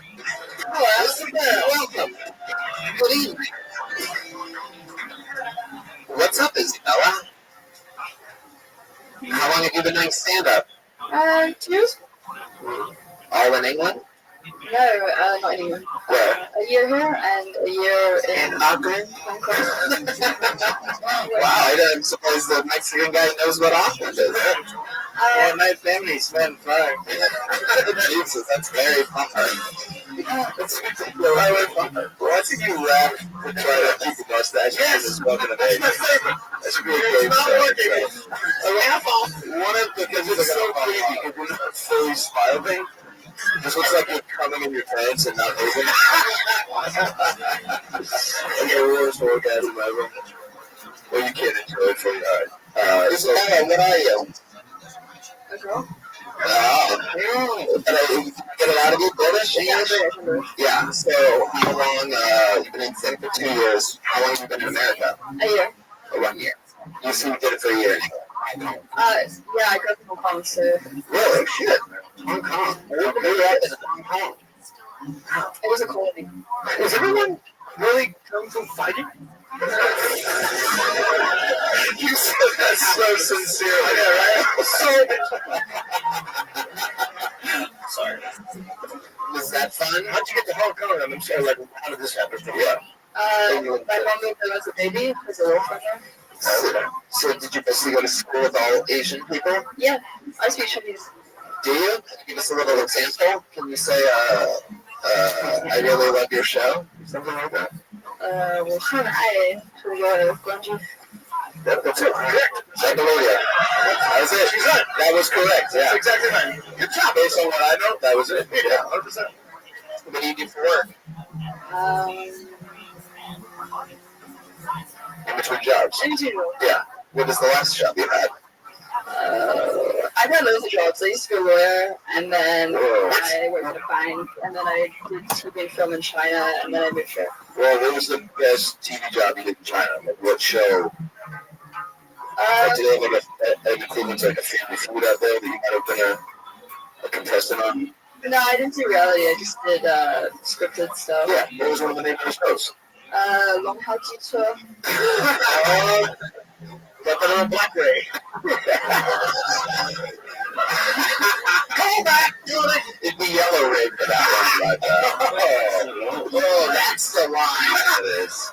Lost it. Tony. When you were a lawyer, were you representing yourself? No. Okay. What kind of law did you specialize in? Crime. Yeah. Oh shit. What's the worst case you had? And did you win? Yeah, I won most of them. Was Win the name of the guy that you represented? Who? That's funny. So you grew up around mostly Asian boys. Have you mostly been and like dated and in love with Asian boys, or did you always try to find the right kids out there? Yeah, I guess. You tried to find the right kids? You just said, yeah, I guess, to a different type of question. So white guys? Yeah. They hard to find in Asian? No. I don't know what just happened. Total. That's a total. That was a total weird thing that happened there. I don't know how to explain that. It's like an Asian popularity. Yes, Jeremiah? I was just thinking to Asian rappers, like they have a dope rap at the end where they say SARS instead of bars. Wow. That mustache is coming off, dude. I love that sound so much. That's the same noise that Isabella used to wake up to every morning, by the way. Not that one, the car crash. What was one of your secrets you noticed when you got to the States from the UK? From the UK. Yeah. Probably the food, isn't it? People are more positive. Like the hillbilly accent on that Mexican accent. Probably the food, right? I thought I said that for a second. Hey, I didn't say anything. Okay, so tell me the case, reverse case, in criminal law in Hong Kong. I went to London as a criminal lawyer. I know, because you make sure you look London earlier. How old are you, Isabella? 30. How do you survive if you don't have a job and you're in between jobs and all this? What's your story? Like, I don't get it. There's something missing. Yeah. She's got a secret. I did work. I had all those jobs, so I saved money. And my mom's pretty nice. Your mom's pretty nice. What did your mom do for work? Yeah. And where does that money come from? War. War? Did you say war? Law. She works in law. Yeah. War. Yeah, that's deep. Say that again? War. Oh my God. Were you in the UK when oil popped? Was that a pretty big deal? Yeah, the bus went everywhere. The accent's back. Isabella, what's something that when you're not doing stand-up comedy, what are you into, like hobby-wise? What do you like to do for fun? I like woodwork. Oh, yeah, here we go. A lot of horny guys clapping in this. What's your favorite type of wood to work with? Balsa.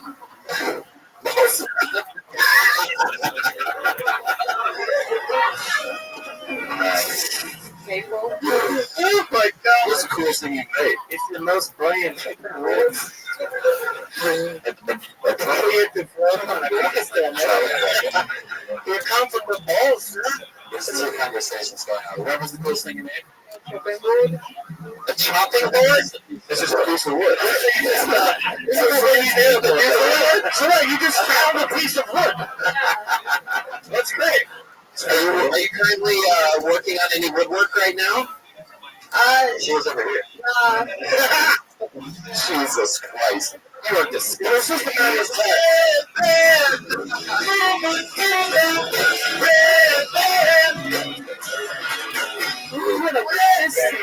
Oh, you guys are out of control. So earlier you talked about your brother who does Harry Potter impressions. Yes. How old is your brother? He's 2 years younger. 28. Okay, so we don't know you. Oh, look what you did there. That's a real pedophile show. She was 30. Yeah, You guys never lived. He's obsessed with Harry Potter, yeah? No, when he was a kid, he was auditioning for the role, so. Oh, shit. Which one? Harry Potter? Okay. Well, those are the ones on there. He went to the same school as Emma Watson. That's a boarding school. Yeah. God, look at you. That's like real British royalty right there. Alright, other than woodwork, anything else? That might be the most British, boring ass answer I've ever heard in my entire life. So other than woodwork, what would be your number 2 favorite hobby? Something that you're into, a fan of, or perhaps, you know? I like petting dogs. Wow. Basically a bunch of grown-up kids on this show today. I work with bicycles, I pet dogs, and woodwork, and Aphrodite does literally nothing all day. Do you for weed? No, yeah. So like for like the food, like a day like today, like what was your when you're in between jobs? How do you feel with the time? Yeah. This morning I got a parking permit. You got a parking permit. Yeah. And then I got. You have to have a permit to park? Yeah, on the street. What the fuck do you use it? Oh, not here, apparently. Really? Yeah. I have a girl on my show. Oh, well, yeah. Yeah, I mean, yeah.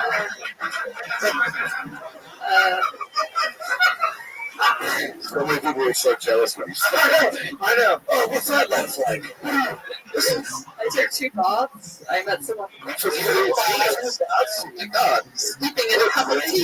Dirty girl. I'm writing too. You're writing, yeah. I'm writing a novel. Like that's the. You're writing a novel? In the tub? That's what it's called. About what? It's a young adult. Young adult? Go ahead. More descriptive. It's set in a boarding school. Yeah. Again with the wood. And then what happens? I bet it. I'm working on the arc. That deserved more. That was really funny. That deserved a couple dogs. Yeah. Again with the wood. That's like your catchphrase with a shit. Again with the wood. Again. So what happens in the boarding school? Young adult in a boarding school, like what? I guess it was loosely based on me. Oh shit! I got in lots of trouble at boarding school. For doing what? Shenanigans. Yeah, but why? Like what? What kind of shenanigans is different to everybody? You smoking a good shenanigans. I got suspended for climbing on a roof. Oh wait, I just realized these are like British shenanigans. Yeah. One time I went into the exit. You can't do that. I got in big trouble one time when I accidentally dropped a lemon seed while making tea. 10 conduct points off my overall score. I ate a breakfast biscuit for dinner. When the principal found me, I was in big trouble. Everything was accent. Something in my repertoire. It's a loophole. How long do you expect it to take you to finish this novel? Another like 2 years. Another 4 thoughts. Yeah. That's cool. That's is the main character named after you, or are you making it very personal? Well, it's gonna be like pretend fictionalized. Pretend fictional. I think with the novel together, it seems like it has a storyline. I think it's really something that would work. That's right. There she goes, Isabella Child.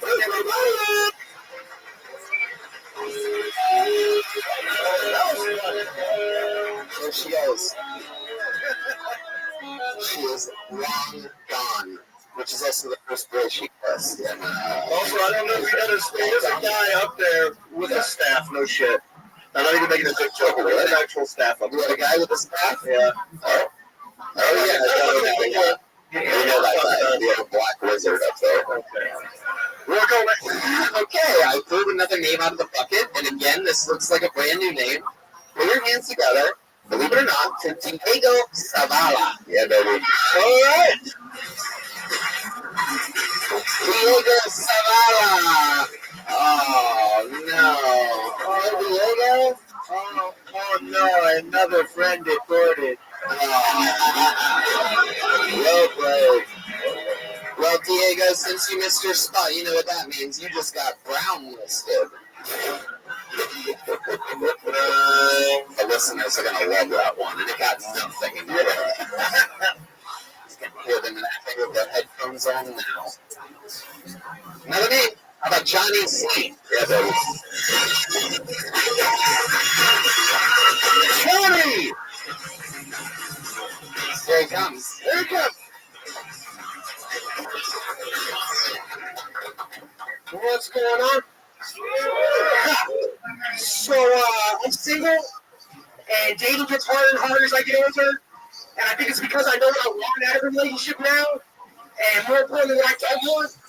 Like, so many women out there have terrible relationships with their families, or do a bunch of drugs, or the weird sex shit, and it's so hard to find all those things in one person. She's out there, though. I'm looking. Money can't buy happiness? It's true. I work for a rich guy, and I see him travel around the world doing rich guy shit with his rich guy friends, and it doesn't matter. No matter how much money I steal from him, I'm still not happy. Thanks a lot. Fuck yeah, Johnny C. 48 seconds. Keeping it tight. Keeping it tight. You are the funniest guy that's ever performed on the show that is a cast member on every show on A&E. Every single show, Pawn Stars, Code Red, Prison Life, First 48, right? Johnny, what's your story? You're like a funny guy. What do you mean? Can you read the tattoos and tell the story? How long have you been doing stand-up? A little over a year. A little over a year. Where are you from? LA. Wow. Yeah. Do you want to work for Rich Guy? Yeah, I do. Okay, so give me that. I mean, what I do? I work, Landscape. What work do you do? What work it? Look, I open a dispensary every day. Like, I go get everything ready. Like, fill jars and stuff. Oh, okay. Storing them. Matthew McConaughey! No. Okay, I thought that's what the guy was. Well, that's fine. You really stole money from him. Sure, he told me my first day that he didn't trust anybody that didn't try to steal from him a little bit. Oh, so I had to figure out what an acceptable right steal was. Yeah. You know what I mean? Did you? I'm still working on it. I have a formula. You know what I mean? That's a fucked up equation, but that's Sure. I mean, you're playing with fire. You know what I mean? I don't want to, like, not steal as much as I could. Sure. You know, You gotta maintain the street cred. Just enough to get fired, but enough to, you know.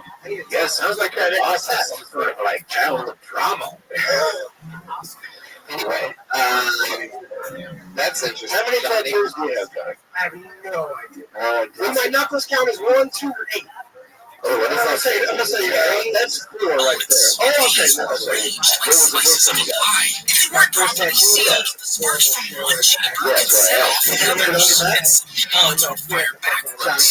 Yes, are you in love? Sometimes it can go to No. Firing bullets. No. What's the last time you had sex? Always ask me. Last night. Sure. I would sex and dating. Wait, what? Sex and dating isn't the same thing, right? No. That's just. You know what? I would be stoked to date and stop just like. Depends on what you did before the sex. What did you do before the sex last night? I was asleep. When's the last time you got your burrito wet? Alright. That was so okay. Just like late night? Yeah, that's what she's saying. That's what she's saying. Do you like girls who like crab legs and salads? How does yours respond to all your tattoos? Are they Either in or out. Yeah. pretty immediately. You know what I mean? How do they respond when they come into your place and the pit bulls start running towards them? When they see the cage, I'll post the photo right on that. I don't have any dogs. Really? If I was going to have a dog, it would be a big dog that could knock me down and fuck me for sure. You'd want to be whoa. Learning some new shit. Hey, welcome back to what? How many Sublime music videos have you done? There it is. Man, you're an interesting character. I feel like you've seen a lot. I feel like you're like the guy that drives the getaway food truck or something like that. I don't know. Now you're not far off. Right. Now, have you always been a hat guy, or is the hat used to offset all the tattoos? No, I've worn hats since some kind of hat on my hood since I was a kid. Like, it was a couple of free trombone. Whoa, you have a burn on that one. Nice. Trombone joke. That's what she stayed. That's what she stayed. You always want a hat? Yeah. I like it. Do you have a bunch of hats? Do you have any of that collection right I there? do have What is the C stand for? Like, I mean, what's your ethnicity? mixed Mexican white. Mexican and white. Oh.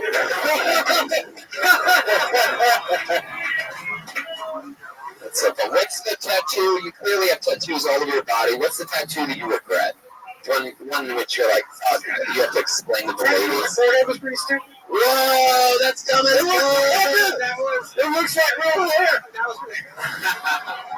That was pretty dumb. The dude trying to talk about. Are those horns? They're diamonds, but they look like horns. Yeah. You know what I mean? Hey, horns are a girl's best friend, Charlie. I'm out of here. Oh man, Johnny C, when you're not doing stand-up, what are you into? Like when you're not working at the weed store and you're not. I hang out at tattoo shops a lot. Really? That's Why is the conversation that good? It's home. You know what I mean? It feels comfortable. Yeah. Like I'm just like coming to the comedy club. Yeah. Where you just know, It's regardless like of what cheers. 100%. And it doesn't matter what city I'm in. It doesn't matter. Like I know there's shops in every city where I know somebody. So if you walk into a tattoo parlor anywhere, they go, oh hell yeah. Anywhere, but there's at least one in every major city that I could. It's a place you go to where everybody knows your name because it's written across your chest. Yeah. Right. Would you guess between the three of us here, how many tattoos we'll have between the three of us? Go ahead, give it a guess. I'll give you a hint. You have more on your forehead. I would guess What do you got? I got two. One here. What is this? This shit right with my fucking hat. I got one that looks like a freckle. Got it in Myrtle Beach. Yeah, it's a fake freckle one. just to match the rest. I have the cast of Space Jam on my tape. It's not a Wayne Knight. Couldn't fit Wayne Knight on it.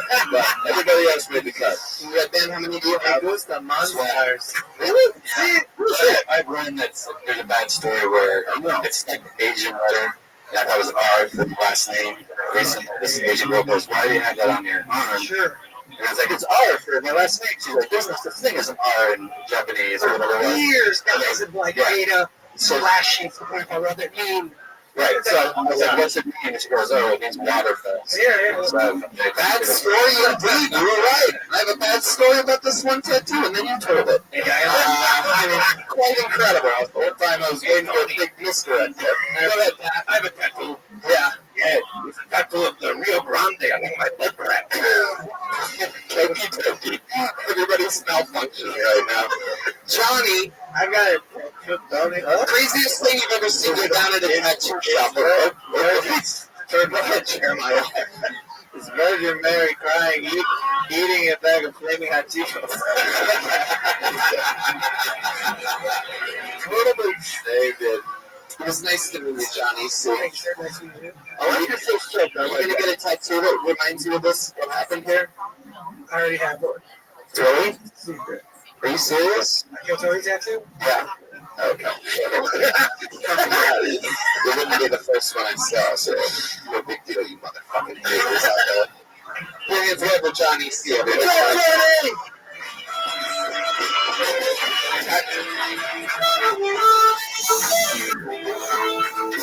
Let's do something fun. Before going back to the bucket, let's bring a regular on. Because this young lady, John, this is her first time on the show. She does a brand new 60 seconds every single week. Like, wow, kind of. She's up to 10 minutes now. She's actually done more than 10 episodes, but yes, she's up to many minutes. Good deal. Put your hands together for everybody. It's the great Ali McCoskey.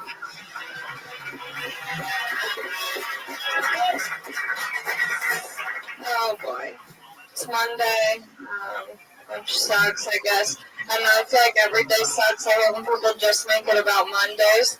They give it a little bit too much credit about how shitty their lives are. I work at a restaurant. I'm like, hey, how's your day going? And this lady's like, oh, you know, not bad for a Monday. I wish people gave the same, like, props to other days. Like, on a Friday, be like, hey, how's your day going? They're like, well, I want to hang myself, even on a Friday. That's something I can get behind. I hate small talk, too, especially at, like, restaurants and stuff. Whenever I have to go out to eat with someone I don't know that well, our conversation is about how hungry we are. Then we don't talk about anything else we eat, and then we talk about how full we are. And then I want to hang myself every day. Okay. Another brand new minute from the great Ali McCoskey. 56 seconds of great stuff. You're fucking killing it. How's life going? Why? What's happening? I don't know. I'm just like in a little funk. You know how it goes, ebbs and flows or whatever. Something like that. So you're working a lot. And just... No, that's the problem. I have like one shift a week. So yeah. It's fine. I'll find another job. Where do you work? I work at a French restaurant in East Hollywood. Okay. Yeah.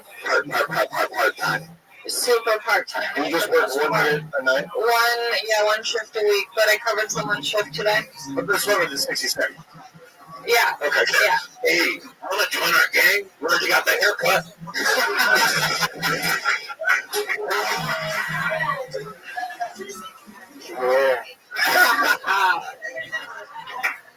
Well, that's fun. So you're working at a restaurant, right? Yeah. Yeah, I used to do that. What's your least favorite thing about working in a restaurant? How do you hate the most? Refilling salt and pepper shakers? No, I don't do that. I have to fill up water all the time, and sometimes I just like don't give a fuck and I'll spill it all over, and I'll be like, whoops, part of the job. Wow. Maybe you'll get more shifts if you stop spilling water on everything. That's why you have one shift. Yeah, Ali and I recently received some good news. We're being recast in the movie Alien. She's Sigourney Weaver and I'm just a ego.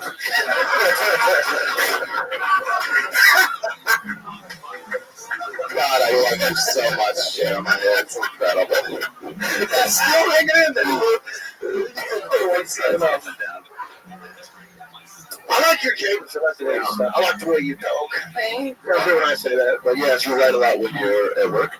Yeah, I just started today. I bring my notebook with me, and I just started today. I made like a bullet point thing for every day of this month to at least write 2 things, and then as the month goes on, write at least like 6 things by the end of the month every day, just to kind of like practice, because I've been like just really lazy. Yeah. Can you flip it away from the job, or do you hate it so much that you can't even see that? It's kind of a mix of both, because I'm dealing with so many people. It's less about the job and more about like interactions with people. Yeah. But it's like I just hate working so much that it's hard to be like, what am I going to come up with today? You know? Someone's like, what are the specials? And I'm like, fucking nothing special. Yeah. Now, where are you from? I'm from Long Beach. Okay, good, sweet. Yeah. But I went to school in Orange County, so I like claim Long Beach, but really I was like going to school with all the surfers and stuff in Orange County. Born and raised? Born and raised. Oh, shit. Rare breed. What? Rare breed. Rare breed, yeah. Wait, Ali, surfers go to school? People that own bicycle repair shops go to college. I was going to say, if you got a job, I know a guy with a bicycle shop that's severely understaffed. The lawyers are woodworkers, apparently. My goodness. It's a crazy world. Have you had jobs other than this restaurant? Yeah, oh yeah. Yeah. I feel like they're all the same. It's like mostly I work at restaurants and stuff. I don't think, I worked at a movie theater, but yeah, everything else is restaurants. Movie theater's awful because you're just like drenched in butter at the end of the shift. Well, I mean, like my ex-wife. It's always a tough time, building, gaping that bridge in between fucking, like having enough to survive and eventually being a killer. But you writing and performing a brand new hit on this show every week, it's obviously pushing yourself to a fucking crazy place. And I just, got a coffee before the show at the exact same coffee shop that I had to fucking work at, 9 years ago. It was miserable. Yeah. And, great stuff happens because now I have young, dirty, fucking Netflix money. That's a whole thing you have to look at. How long have you been doing it? Almost 3 years. Yeah. Good stuff. Yeah, I went to a party this weekend and some person I was like doing tarot reading and I got the death card. And so I'm just like, I think it really took me. All right. I don't know. You're good. Wow, that's terrible. Well, retarded. All right. Allie, keep it up. Allie, you are a stone cold assassin, and I love that you are part of the show. Keep killing it. There she goes, the great Allie McCoskey. Good job, super regular. Absolutely slaughtering it. Since episode 100, I think, with Bruce Buffer. 100? Is that when we did the switch? It was, right? Wow, we're at 208, 9? This is 209. Represent Nick Diaz. Shout out to you on episode 209. That's the area code to Stockton, for those who don't know. Hey, is Manuel here? Manuel, are you here? Okay, well, last week, before we go back to the bucket again, we're just going to knock this out now. Last week, I fell in love with this guy. A lot of us did. Very interesting character, extremely honest. We were very excited about his interview and what we saw, so we, in an unheard of maneuver, invited him back to just do a spot this week. Let's see what he does tonight. Put your hands together for the great Manuel Herrera.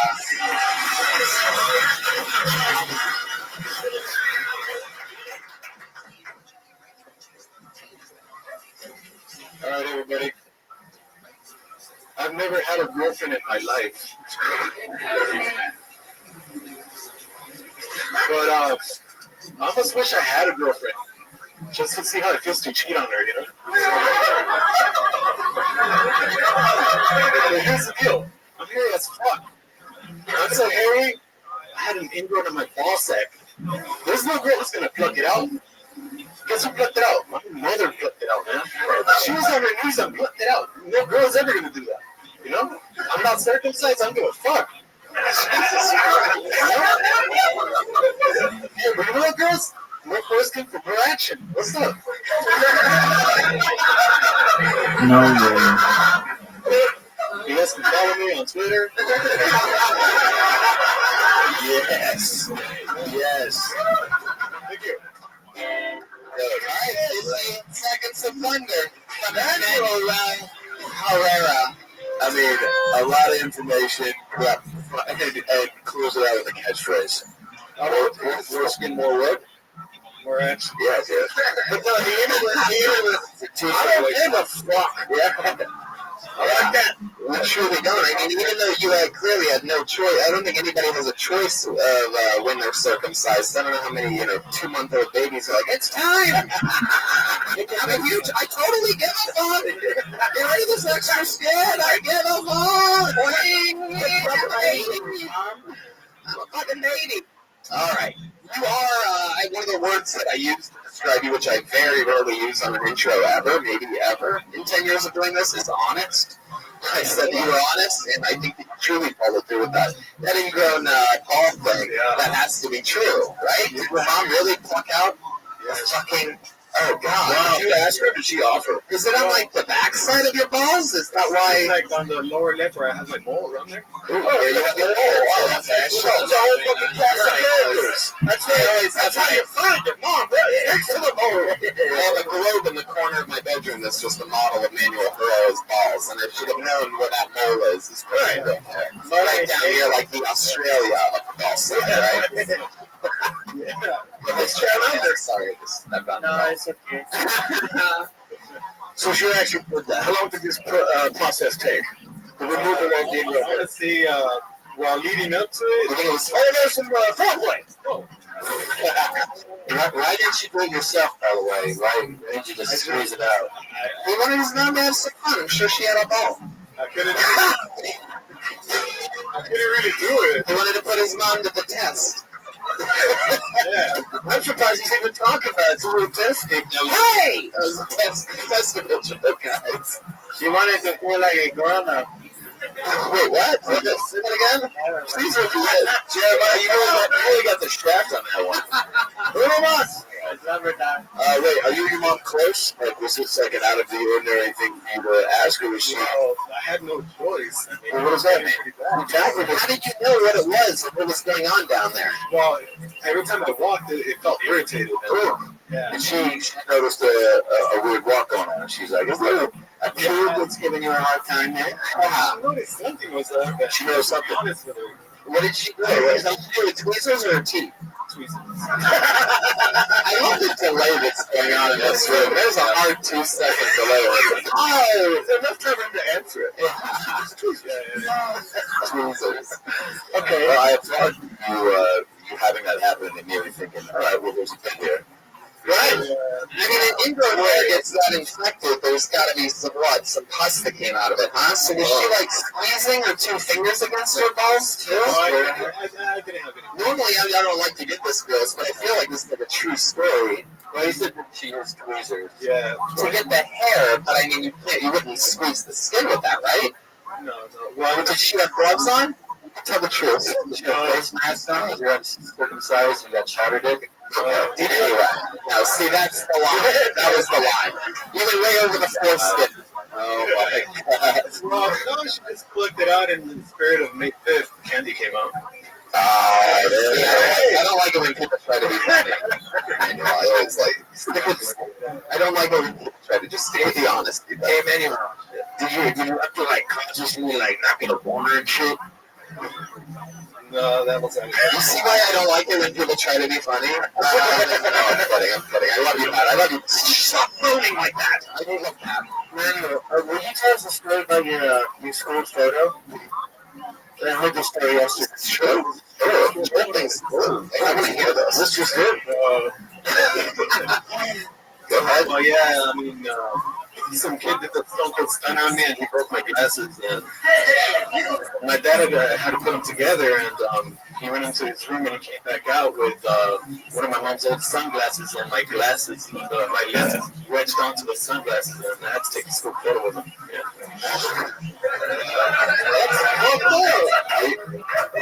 Are you still on the movie rights to that story, or? Not yet.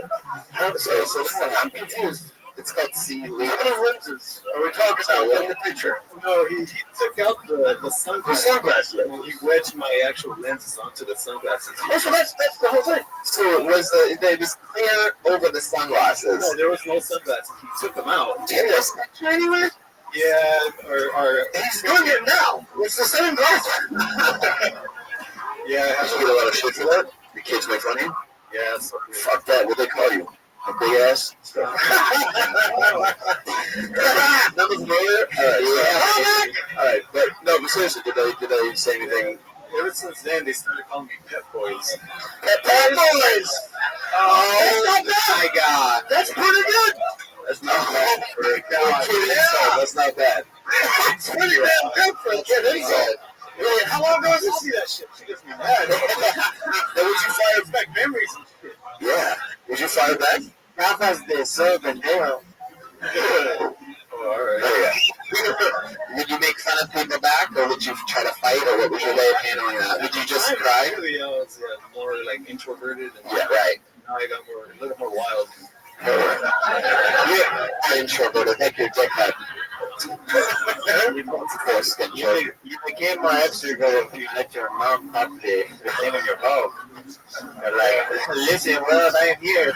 Oh, God. Some of these, I guess, are just for me. Let's keep that up over there. I might build a wall in between us and make you pay for it. Anyway, how do you feel about your choice of profession with comedy? She's a little disappointed. She doesn't think I'm that funny. Oh, really? Is that he could have been selling auto parts. Yeah. Well, the kid's logic was, okay, I look like the logo with the glasses and the mustache. No, we know, right? We agree that you look like a pepper. We said that it was good. So let me ask you this: your mom says that you're not fun. How do you make your money again? Remind me. I work at a warehouse. What's in the warehouse? Copper wire. Wow, that might be the saddest. What are they house? It's in there. It's just copper wire. Yeah. And where's copper wire going to? Who's coming to get it? What are they getting it for? Well, other customers who are like construction companies and right. The copper wire for like for buildings. So you guys to go to copper wire warehouse? One of the ones. Oh yeah. I'm not familiar. I'm a ginger. I come up huge copper wire. Sorry. I wedged that one in there. Tony hates that. That's the Pepper's slogan. Oh, you keep it. I tried to I want to say something happened. Do you even know what it is? They used to do it too. It's just I know. Oh, it's like us, people love us. Split it. That's fucked up. No, it's too late now. All right, Well, anything else crazy happened this week that you want to share about? I bought La La Land. They started making fun of me at Target. Who's they? Who's they making fun of you? Yeah. The Target employees made fun of you? Yeah, because they had that exclusive 3-disc edition. And I gotta say no. This guy is this is the most accidentally hilarious human being in the entire world.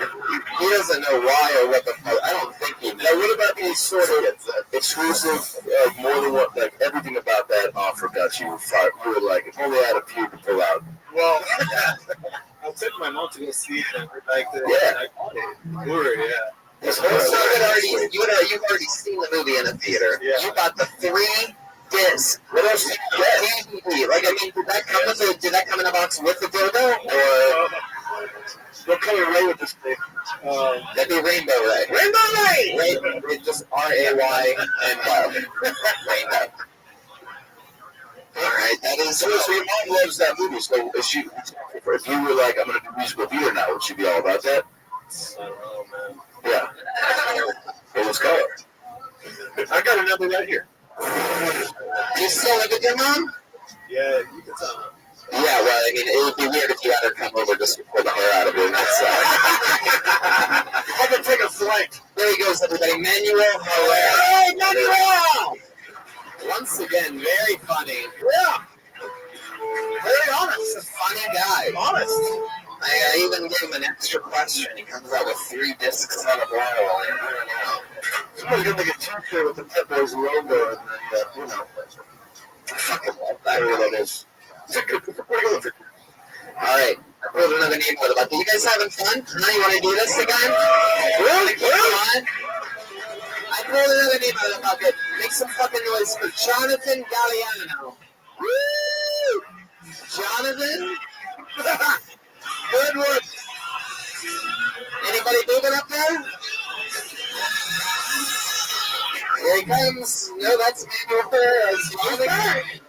You heard another song and came right back. Round this dude. I can remember the name out of the bucket. This person definitely seems like they're not here. Dope man? Dope man! Be here. Please be here. Big player! Hey! Big player! Yes! Yes. Hell yeah. I mean, 4 fucking years here. I'm sorry. Fuck it. 4 fucking years ago, this motherfucker like All these white people, I feel like I'm sold into slavery, motherfucker. God damn. I done been shot since I went to West Hollywood, second on the box, and accidentally made eye contact with another dude. He looked at me, yes, Batman, eat that popsicle, yes! I left so quick. I must be scared and shit. Fucking crazy. What do you say to your nephew places? What do you say to that? Please. Watch your news. 10 people shot dead. That's sad. No, it isn't. Okay. Why? Because all the 10 people that got shot were white. Like, that's fucked up. But it's true. 4 fucking years. I can't believe this shit. My grandma, she got shot 6 times. My grandma got shot 6 times. We'll put us on, she'll be all right. There you go, Bill Man. There you go. 4 motherfucking years. That's it. 4 years of coming to this show, signing up for a bucket that's completely randomized, and after 4 years of sitting here, obviously, throughout every hour and a half, 209 hour and a half long episodes, the first words out of your mouth into the microphone were, should I start now? Obviously, you've been paying attention in the 4 years that you've been hanging out, though, man. What's interesting is that next month is the 4-year anniversary, so I love that you showed up a little bit early, held down the fort. Come back in 4 years. Nobody knows more about belly room than a guy shaped like you, dope, man.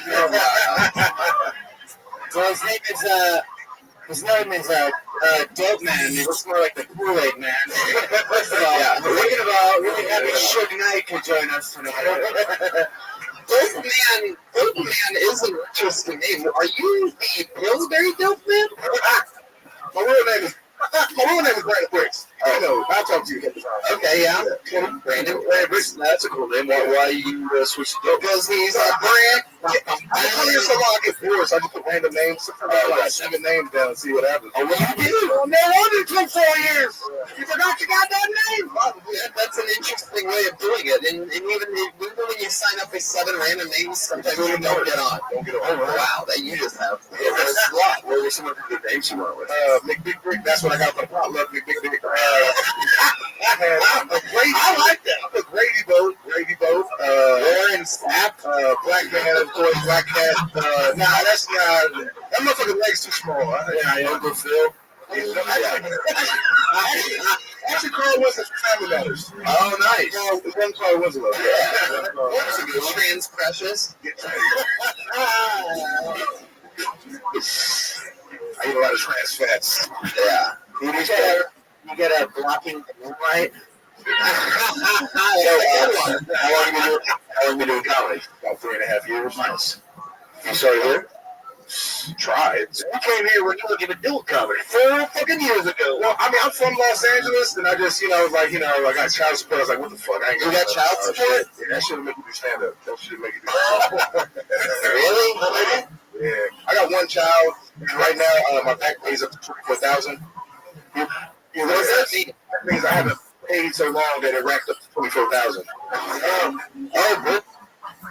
Let's get self-support, man. You know this show doesn't pay, right? You know what? That's why I like robbing people. But how do you start to generate that? What do you mean? How do I get money? Yeah, it's called not paying it ever. Okay, I got a wife, but I got another wife. So it's like, fuck that kid. No. I get her.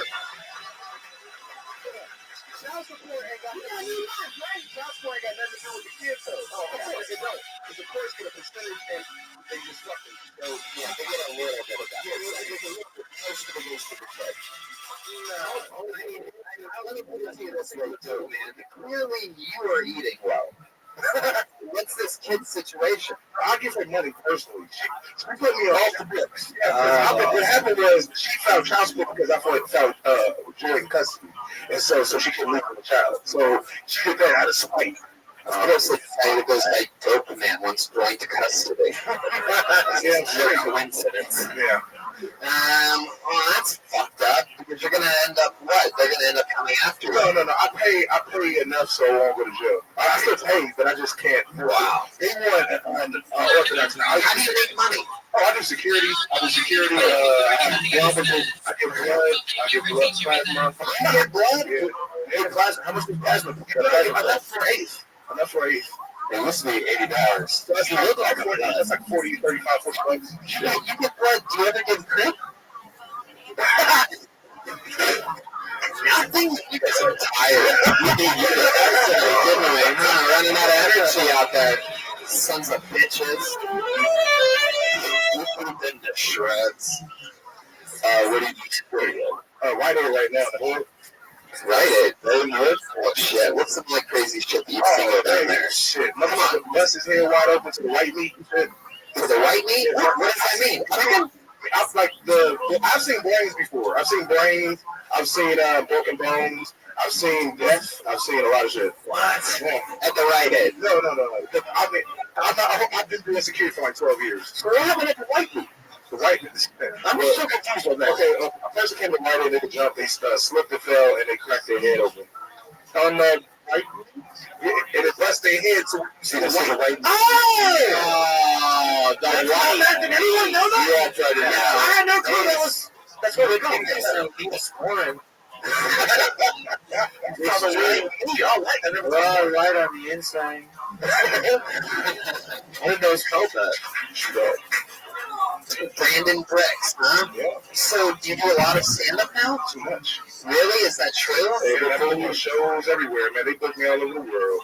I'm all over the world. I get booked in my living room. That's where Hey, right now, where do you get your material from? Shit. What? Look at this talking about your shit.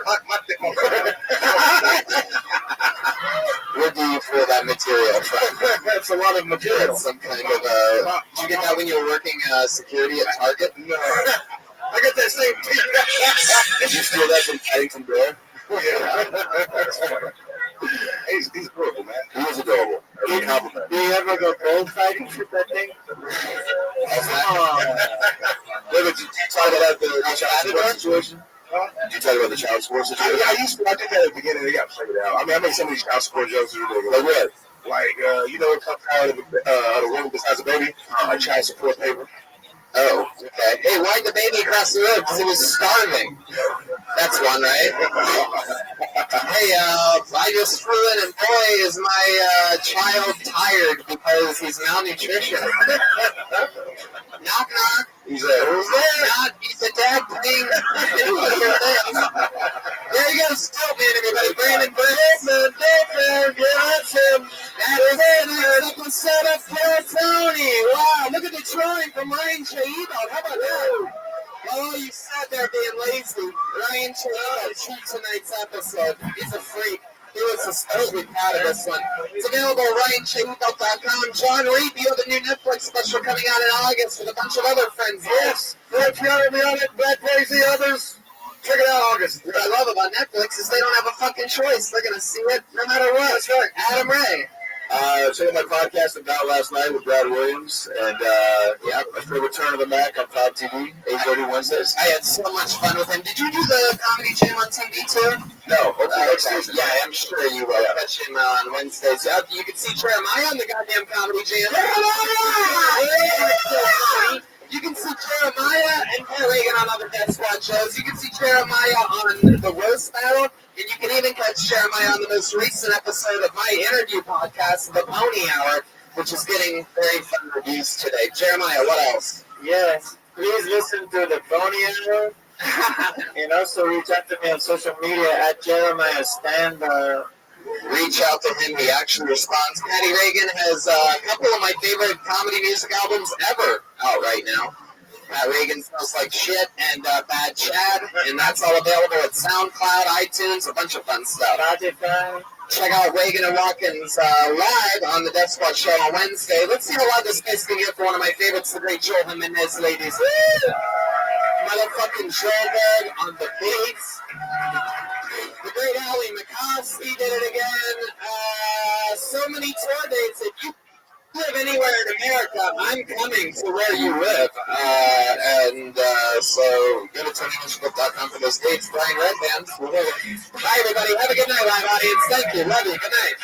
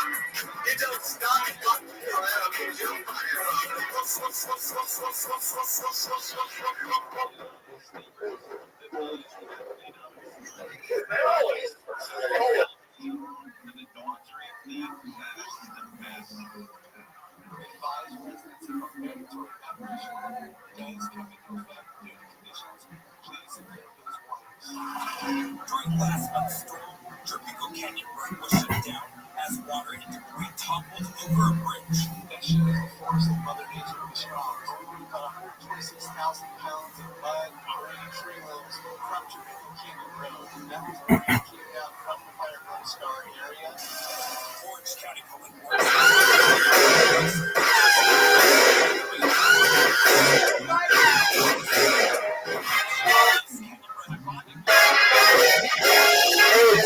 Who do you like from the world famous comics?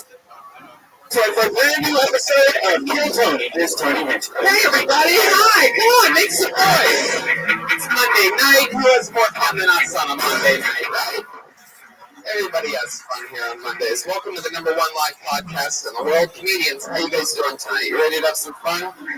These lucky motherfuckers. Brian Redband is here. What's up, guys? Make some noise for Redband. Christ. Ryan J. Ebel drawing tonight's episode. While you all sit there being lazy, this guy's drawing already masterfully. All those prints are available at RyanJabel.com, including the new Kill Tony poster, which is awesome. There's that. That's all available at RyanJabel.com too. Life is good. Ryan, what's going on? Not much, man. Just got a new car. Living off that high right now. Sweet. I'm super pumped. LA Speed Week, we love you guys. And, fuck yeah, there's a little Speed Week guy over there. If you need weed, you just get enough LA Speed Week if you're in LA. LA Speed Week. We'll be going to the Skate Fest next month in New York City. Yep. So I know there's a lot of comics into that. Yep. It's already sold out, completely sold out, our show in New York. You can win tickets by following Skate Fest, and there's certain giveaways that they have. So that's available. Let's bring out our guest. Yeah, let's do that. Or should we bring out the band? Is the band ready? No? Okay. 5 no's somehow. There's only 2 people in the band, but there was 5 no's on that. Okay, I got that, Josh. Thank you.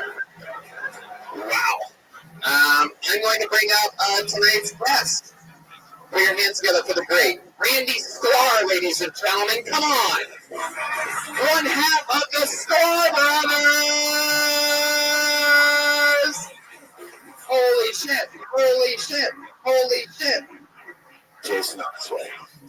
Jason is on his way. For some reason, you two don't travel together. Look at travel by horse. We just don't have enough water up here, guys. You bring fucking water up here? Jesus Christ. This is the fucking reason we had a drought. This fucking show. Make some noise for the motherfucking Sklar brothers. Like, yeah, they're the funniest comedians in the world. Make it. We just had so much fun together at Moon Tower. We were at Moon Tower. We hosted this 3-hour ping pong tournament that we commentated. He hung with us, and of course, pinging and ponging it like no other. Nailed it. You roasted the shit out of innocent people that were just playing ping pong. So they just innocent people, you mean Chinese people. Yeah. That one, there was a guy that looked like the guy that got dragged off the United flight. We did. And I made a joke about it, and then he played into it. He laid down on the ground like that. Yeah, exactly. That was the guy who was coming to move the tables. He laid down on the ground.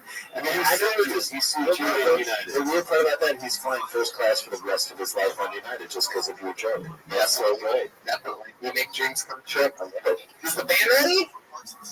All right, I'll take that silence as a big fat yes. How many actual Kill Tony fans are out there tonight? All right. And you probably know that my favorite part of the show is the band. I love them with all my heart. And they always come out to something different every week, some type of crazy thing. You know, I never know what they're going to do. So here they are again this week. Let's see how loud this place can get. For the Kill Tony band, Matt Reagan, Jeremiah Watkins, and Joel Schroeder Hernandez.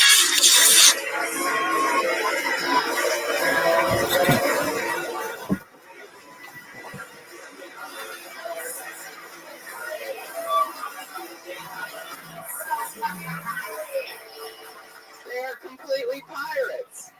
Holy shit. Wow. I don't even know how to describe it. They all have eye patches. Oh, it's great to be here with the skull. I love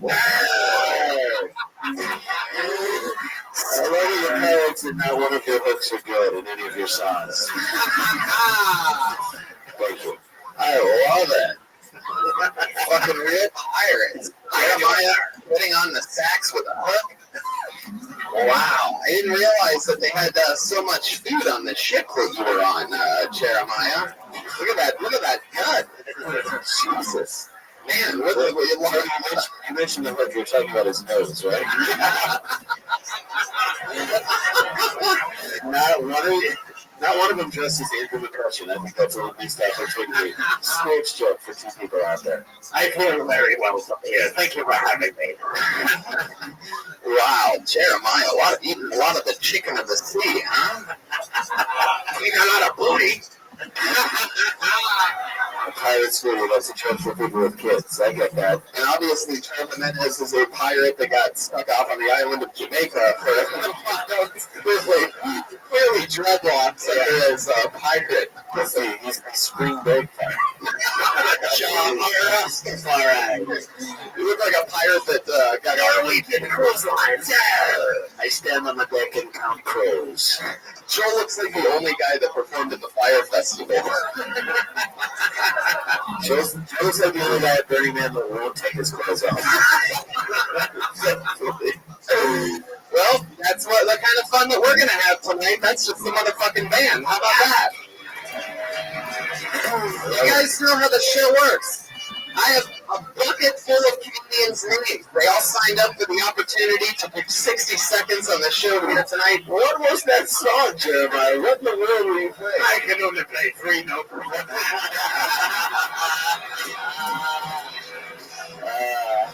I put a lot of that song on that. Yeah, it's not Careless Whisper, it's Careless Wig. I have a feeling nobody's going to want to pirate any of your tracks tonight. You're just taking some of my jokes, need some press space. Jesus. We had some time for like to review with the pirate references. Alright. Sorry about that. We will crowdfund for your haircut. I appreciate that. Oh, I fucking love you guys so much. I have a bucket full of comedians' names. Some are comedians. Sometimes people just sign up for the opportunity. Maybe sometimes because they're a fan of the show and they just think that they're funnier than other humans and they try 60 seconds. Sometimes it works. Yeah. So we were in Utah, we saw the live one, and there was the guy, 2 brothers, one who was a comedian, and the other one who wasn't, and the guy who wasn't was way better than the one who was. Totally. That is a quiet car ride home. Yeah, definitely. It truly, I mean, that was an amazing episode. If you haven't listened to the episode, Austin, Texas, Moon Tower, 207, I do believe, or 206. So, awesome, 207. I have a bucket full of comedians' names. You guys know how it works. If you don't, I pull the name out, and they get to perform 60 seconds uninterrupted. You know your 60 seconds is up when you hear the sweet sound of a kitten. You hear that? That means wrap it up then. Don't go any longer. I'll sugar that anger. Be angry. West Hollywood. There.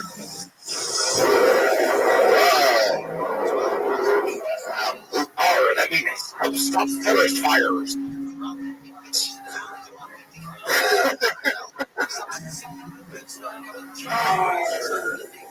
Was that slogan help stop forest fires? I think it was only you can prevent forest fires. Help stop is like a way more mediocre approach. It's like you don't have to really stop them, just, act like you're interested in helping. It's not your, let's make the responsibility and spread it around like a fire. It's not all on you. If you throw a cigarette on the ground, fuck it. Just try and help, do this a little bit. Step on it. Yeah.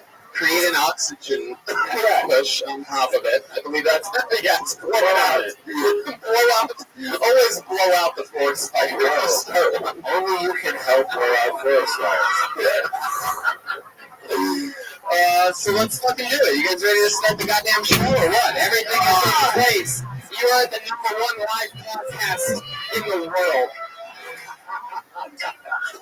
Every time that song.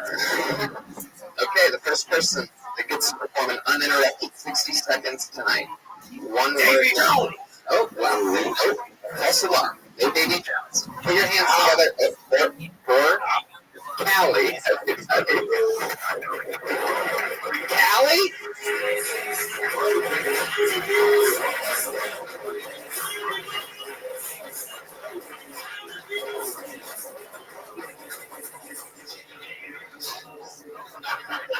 Wrong word to keep it going on. Whoops. Put your hands together for Callie, everybody. Come on. Wow. It's like that song knows me personally. It's great. Guys, I have a problem with men not going down on women. That's probably just me, right? Yeah, it's probably just me. I think it's me because I don't like to shave. Because, yeah, I like to see men suffer. You know what I mean? Like, when they're like face to bush. You know what I mean? They're like, oh, but you look so cute in your pictures. Welcome to 1975. Now, I used to be very self-conscious. About that. But now, I'm a grown woman. You know? I'm just like, you eat that shit. You eat that shit like you mean it. They never call me back. That's why I'm here, guys. Yeah, thank you very much. Thank you. Fuck yeah, Callie. 50 seconds of Callie. What's that accent? What are you? I am Dominican. Oh, yeah, I hate Dominicans. All right. Wow, that was right. Wow, she's gonna crash her car and die in an accident at some point. That is the Dominican way. She is a pirate of the Caribbean. I would let a Dominican sweep the poop deck. Wow. Jeremiah is really rocking the boat over there. Would you let her eat your bush? Your giant bush? Do you like when men, do you really like when men go down and eat red? Is that a big thing for you? Yes, it is, actually. And do you have an unkempt? Is all of this true? Well, I like to call it the Hitler. Because it's killed 6 million Word. Tonight's episode, and you say the word Hitler. Because it's written in a bunker. And also because Jews don't want to get near it. And it's on the History Channel every night. Rumors that they committed suicide for years. No, I shave the sides and leave like a little mustache on top. So enjoy the grooming down the road. Yeah. So it's a Hitler, not a Bush. Yeah, it's a Hitler. So it's not a truthful joke. I mean, ultimately, it's not a truthful joke. You were going for what you thought would be funny. It's very bushy. Right, that one little piece. All right, let's see it and make a decision. Okay. So, we went to a Dominican to try to make an illegal landing. I mean, that's just drug smuggling 101. How long have you been doing comedy? Too long now. Really? Yeah. How long? 8 years. 8 years. In New York. In New York.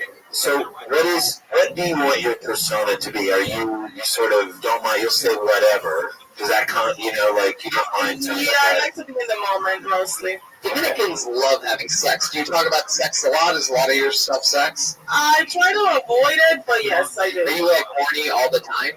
I am. Yeah. So here's my question. Domestic culture feels like, is it a male-dominated culture? Like, do they like their women to be funny? Like No, see, that to me is an interesting thing. Like, they hate it. Well, you're not talking. No.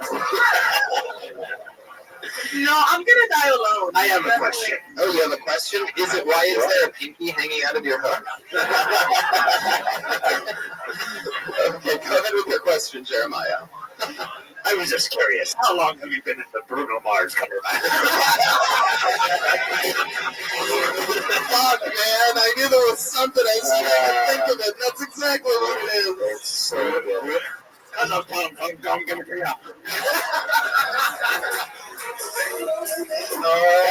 That's a Bruno Mars song. Ryan likes to pick the unfamous. Why do you think you're gonna Lillard? Why do you think you're gonna die alone? You're so cute. I feel like you're articulate, funny. Yeah, because Dominican men don't like. You gotta go with a Jew. You gotta do something different. Yeah. Don't get with a Dominican. Do you have to get with a Dominican? You guys, your eyes are very wow. You guys are. You should see what their eyes look like. Exactly. My eyes next to a Hitler bush. We just played for our grandparents' lives. What's your preference? What's your favorite type of guy? Someone that will take care of me. Okay. But not just one thing. It's like, I want to hear like the balloons. All right, come on. I've got a fist full of people. Like, you have a boyfriend right now? No. So, like, what type of guys have you been hanging out with lately? God, I went out with this Muslim dude. Ooh, okay. Yeah, I hate the Muslims. All right. They don't mind munching on carpet at all. Yeah, but I don't know, Bush and Muslims don't go together. it was not good. Why wasn't it good? Because he wanted me to be like, oh. But you went from one culture that does not respect women to another culture that really doesn't respect women. He woke you up at 5 in the morning and you're like, are we going to have sex? And he's like, no, we're going to pray. R. Just throw an R in there at the end. No, that's what he said. That's literally how he said it. And read the Quran.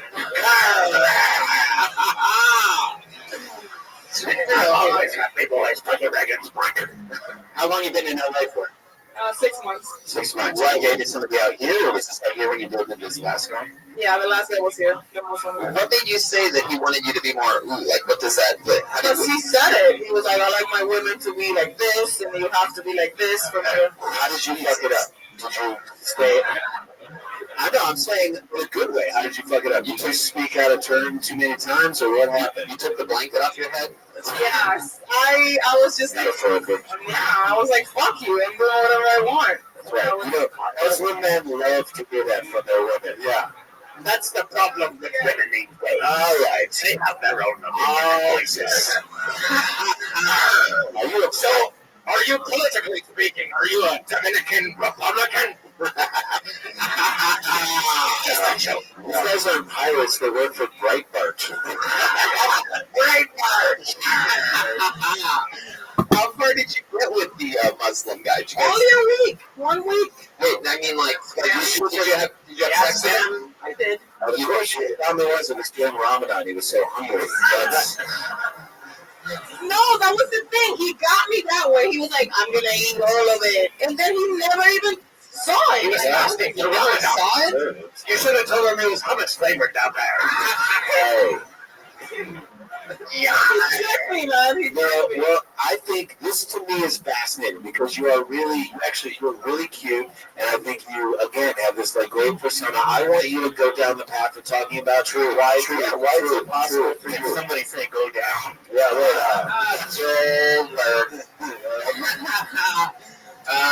well, that's interesting stuff, Callie. What are you? Did you move here permanently? Yep. Interesting. Are you doing a lot of comedy since moving here? What do you do for work? I just got a job today. What's the new job? Sushi restaurant. Sushi I feel like I failed at life by getting that. Cause I'm a comic. Now I have to actually work. So you like it raw? Oh. That's me, mate. You got it again.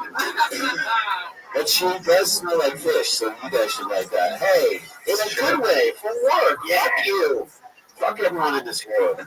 What are you doing at the sushi restaurant? Server. All right. Okay.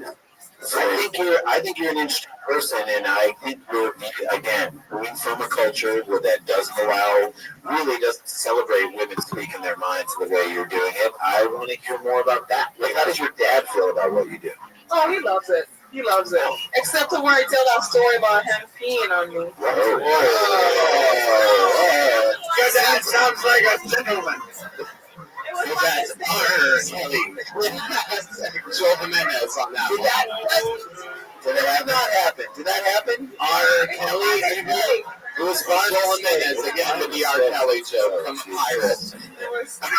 R. Kelly. Real talk. Anyway, that's where you would start a Joelberg chant if you were a good crowd. Callie, let me ask you, the fuck do you mean your dad peed on you?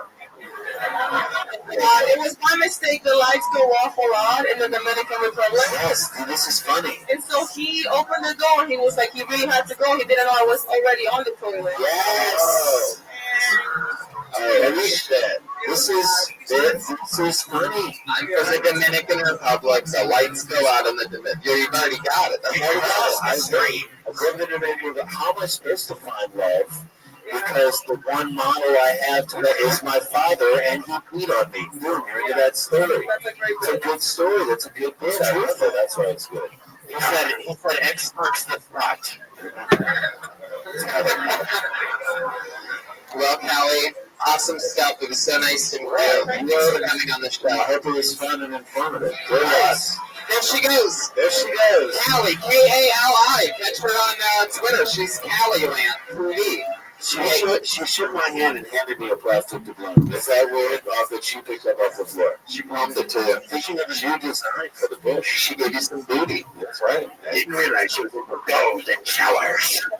That's right. Hey. I pulled another name out of the bucket. Put your hands together for Mike Diaz.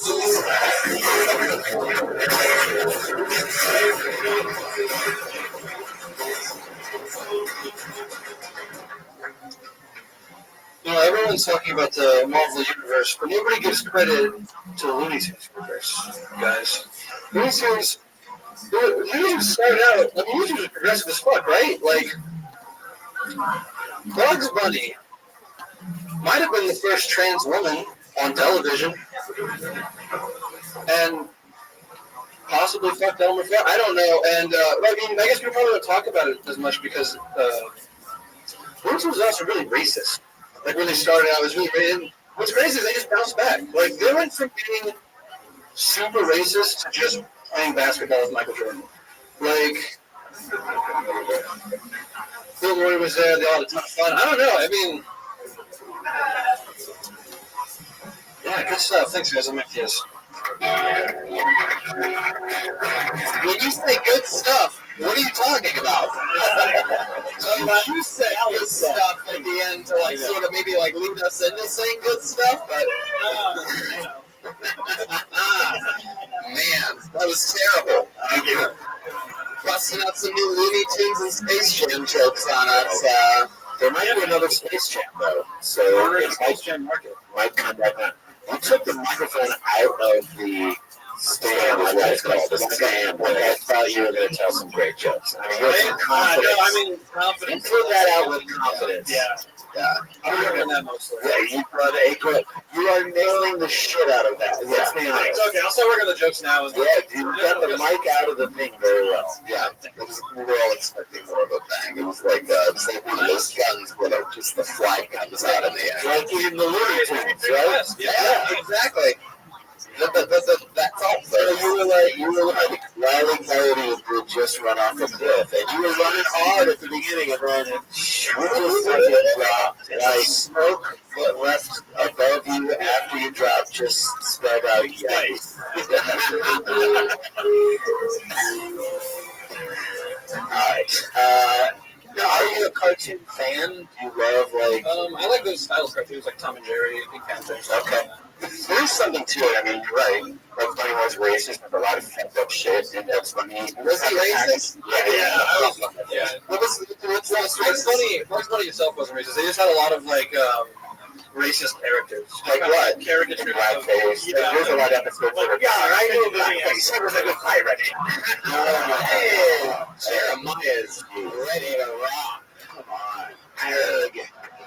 And Tom and Jerry also. I mean, all those cartoons, there's some to it. And I do like how you said, just years later, he's been playing basketball at Jordans. There's something to that. You just need to write it better. Yeah. Because the premise is made us work too hard to find the premise. Like, the world was more racist back then, let's be honest. I mean, it still is pretty racist. I mean, I would love for you to go in the other direction and tell me how much more racist it is today. Yeah. He doesn't have jokes for that. Okay, I'm sorry. Well, he didn't have jokes for this either. So Well, what are you into now? What entertainment are you into now? It's Looney Tunes and all that shit. Video games now. Video games. Let me rephrase that question. How often do you jerk off at one day? Yeah. Well, I mean, I've roommates who have to cut down a lot, but before I was pushing like 3 a day, maybe. Once. How far do you have to time it out? What's the reload? What's the read? Sometimes, if it's a good video, I can do 2 in one session. You in one session and you go hard and the whole time, all the way through to the next one? It's rare, but yeah, the videos can be really. That's an overachiever. I just think that's one hell of a video. So, how many roommates do you have?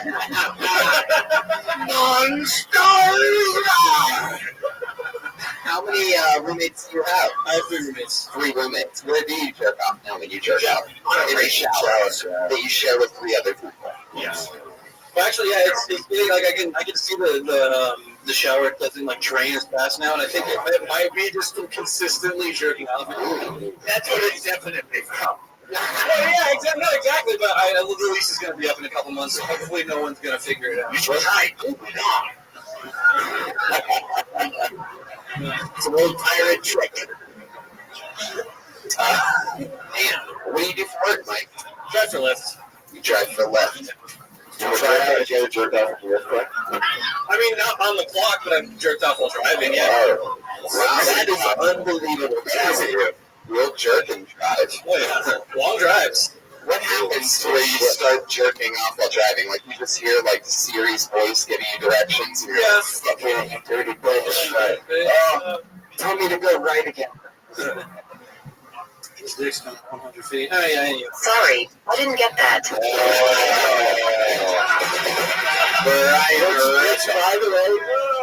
By the way, that's what everyone said after you told your first joke. Okay. Sorry, I didn't get that. How long have you been doing comedy? Now it's about 9 months. 9 months. You're pregnant. We're about to deliver a baby. You gave birth to a bomb. Congratulations. Who do you love comedy-wise besides Tony Hitchcock? I guess like Tom Segura. Yeah. Okay, so Tom Segura, that's a guy. It's interesting you bring him up because we've talked to him before. What he said is spend more time on your setups than your punchlines. I don't know if he actually said that, I'm paraphrasing, but actually he probably didn't say that at all. He did not say that. He said he is the master of getting his setups really tight and really clear, so you know what he's talking about. That's something, if you like that, that is something to like focus. Go back and watch a special of his and watch each one of his setups and watch the economy of words and try to do that. I thought he said I'll take a number 6. No onions, no tomato. Okie dokie. I mean, if we're going to talk about Looney Tunes being racist, I would throw in a line giving somewhat of an example. Like, say that. Don't make us think, like, how was it racist? Say it's even just like, they have blackface or whatever. Or I think you got to go for it. Like, someone called someone a chink or something like that. Yeah, exactly. Say the N-word.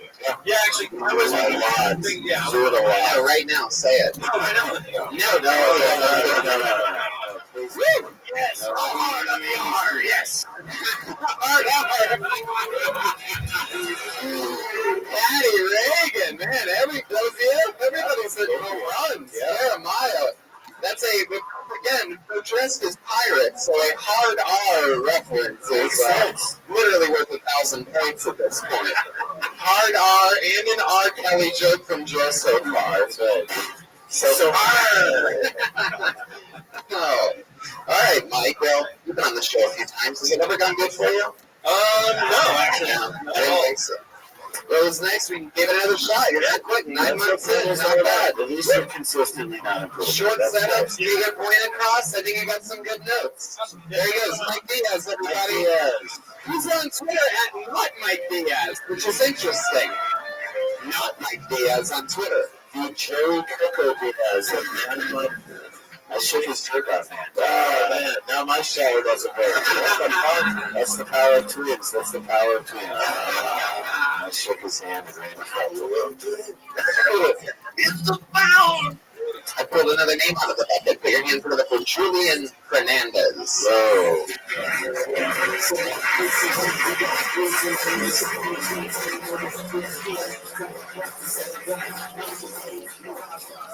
Hey, everybody. I want you guys to get confused looking at me, trying to figure out what exactly I am. I know, like, I look confused, I look very swollen. I get it.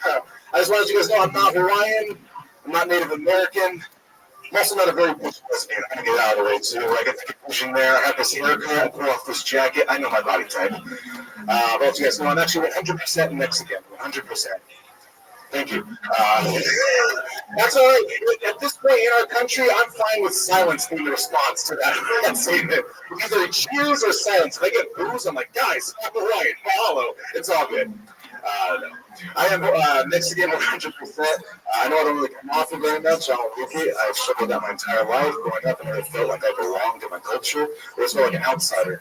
And my friend told me that's because I was whitewashed, which I don't agree with that at all. I just go, don't come up with Mexican. I'll give you some examples. Number one, I really like skin. Just a huge deal. Because growing up, brother and sister are a little darker than me. They always tease me and tried their hardest to convince me I was actually white and adopted.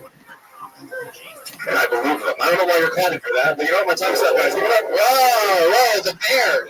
That bear is crazy. I like this guy. Yeah, I'm gonna say this. I liked your presence on stage. I like the premise you were going to. I just want you to get there quicker. Just get there quicker. The premise of like an outcast in Mexican society for being too white. Yeah. Let's get to a joke quicker. Yeah, you're not whitewashed. You're white. Just watch a bunch of one-man shows. There you go. Well, I have one note on it. Your brother and sister built a wall around you and made you pay for it, right? And then it looks like you. One leg was on. What the hell are these notes? Look, I think. By the way, you definitely look Mexican. You look Mexican, but you look like some Mexican that stretched him out. Like you look like a Mexican that ran face first into the wall that he paid for himself. Stone Mexican. You look like you swallowed a bunch of seawater. Yeah. You look like you average 9 blocks in a Mexican pickup basketball game. You know what I mean? The ultimate question is, and I don't know if you can tell from where you're sitting, people, but let me ask it. What the fuck is that mustache you're trying to do something with? It's like a 7-year-old Mexican. You probably can't tell from where you're sitting, but it's very long and very thin. What's the shit? I don't shave. That's all it is. You just don't shave that part? No, you haven't. But you shave other parts of your face. No, just nothing grows. It's like it just goes there. How long is that? You have the first girl's bush on your face right now. How many days is that? How long is that? Like a couple weeks. You really shaved that. Wow. I've never seen a guy that's 100% Mexican, not trim or hedges. All right. What do you do for work, Julian?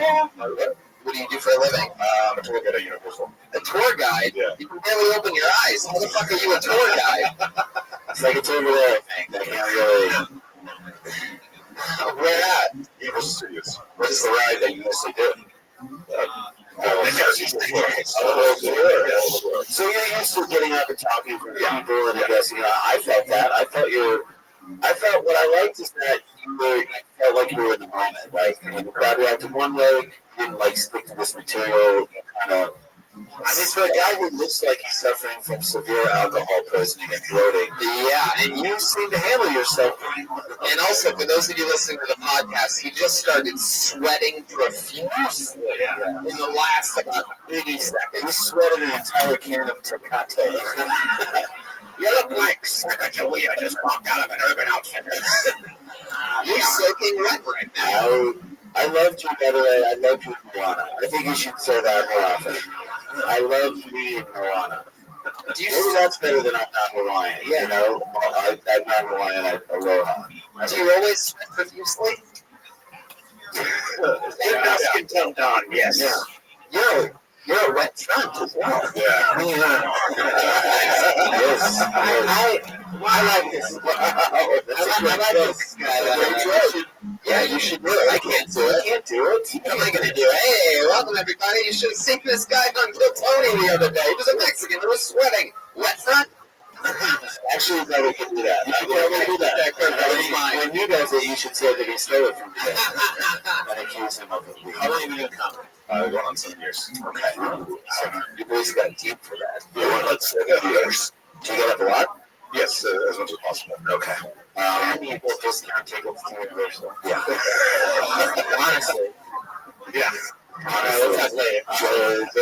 You have a great voice, man. You have a really good, smooth voice. You ever run a tram on the go? Ooh. Jeremiah. Craziest thing that's ever happened on one of your tours? Craziest thing? Yeah. Something that stands out to you, or sometimes you did something. God, you just started sweating it. I just watched it happen. When you think it just starts like water just comes out of you. It's shocking. It's his thinking juice. It's thinking juice. I mean, don't say it 3 times, so mostly that happens again. Thinking juice. I mean, you are a Mexican tour guide, and you probably have to take around in these trams a bunch of fucking Trump supporters who like want to see your ass deported. How does that feel on a daily basis? When you get to the representative for the people you have to be cheery-eyed and like. I wear sunglasses so they don't see how disinterested I am. Okay. All right. So, just look like the lowrider logo.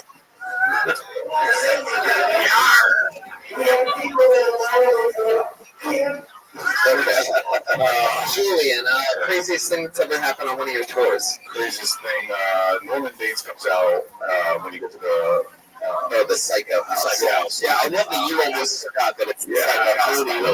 Norman Bates comes out for us, but when we were driving away, someone beamed him in the head with a water bottle. A full water bottle. Go back to Mexico! They missed you and said that on. Someone just beamed him, just good arm, just all the way in the back, so I wasn't able to see exactly. All I see is this water bottle fling at him. And it's a person. Yeah, person. Yes. It's got to be one of the worst acting gigs in the entire city. That guy just waits for a bus to go by, and then he has to slowly walk out, and then he starts chasing the bus, right? I go, okay, come down and says, masturbates. Is that true? Is that really? So wait, a human being in the audience just do something at that Reagan. Hey, get the fuck out of here! Just out of the back. This is not Muppet Babies. You can't throw things at the comedian. This guy's got fucking ass in the audience over here. Fucking dumbass sacrificial audience. Speaking of tomatoes, back to you, sweaty wop. Do you ever get high? Yes. We get high during the tours, and we get high on a tour? No, not at Universal. I used to work at Disneyland. I would get high there. At Disneyland, kids. I was a character at Disneyland. So what character? I don't want to say too much, as it'll give. Shut up! I was Freshly Turtle. I needed some Turtle. Oh, and you were high the whole time. I would usually be high. Because that's a good high voice. Can you give an example of dude? That sounds nothing like that character at all. All right. But you were high as shit. Yeah, I would. That's right. You had some interesting jobs. Yeah. I would talk about that. Hell yeah. Yeah, what's your living situation? Family with a home. Yeah. With your parents? No. Yeah, with family, yeah. Wow. Big family? Fernandez is not usually a small family. 5 people now. 5 people? Yeah. In any given room at any given time, 5 people? In the bed. It's like a Mexican Charlie in the Chocolate Factory. Charlie, Cinco de Remo.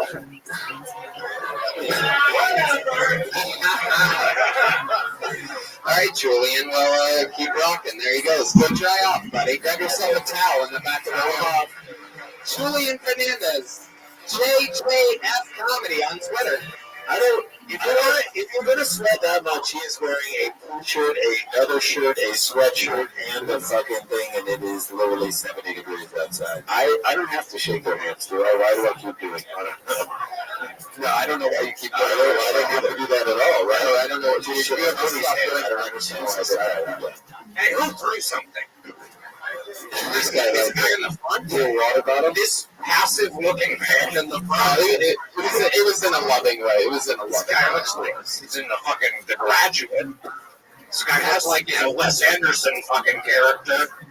You're looking like this fucking H&M fucking blazer, and he's throwing shit at me. Oh, fuck yourself, you piece of shit.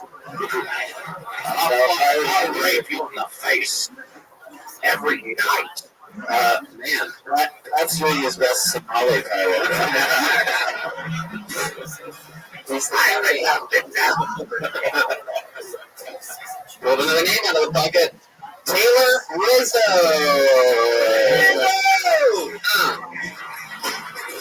What?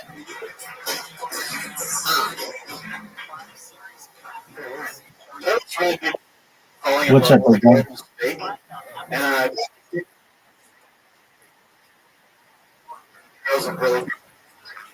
All right, don't give up. Keep going, dude. Don't be a pussy. And I don't really like when girls wear a lot of makeup.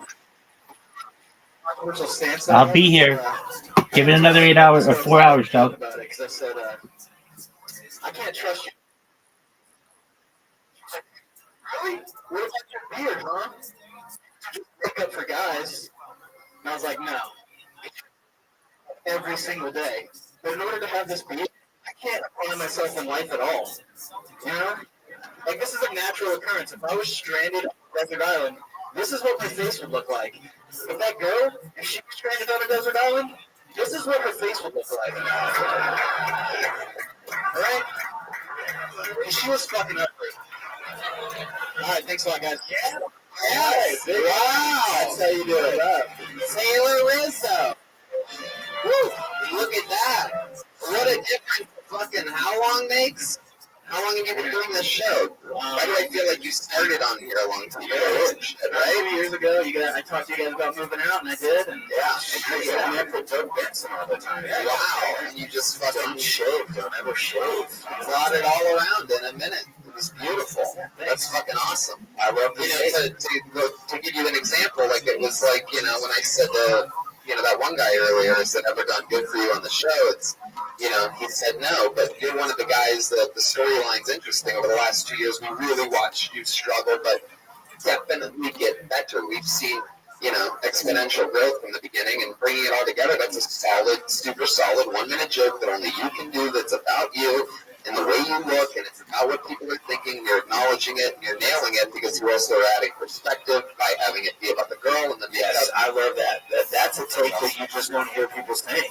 Like, I want someone who I know they can't fake certain things. That's a great take. It's a very real. And you see that. I can tell you that is real.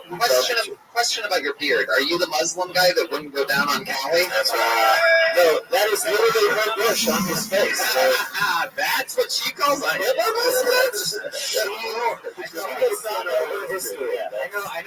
I know him. He says he doesn't give Maham head. well, Maham head. Yes. I'm going to be killed for that show. Just someone cut off his head. The Is Joburg in your cat? Joburg. It's the best way to wake up.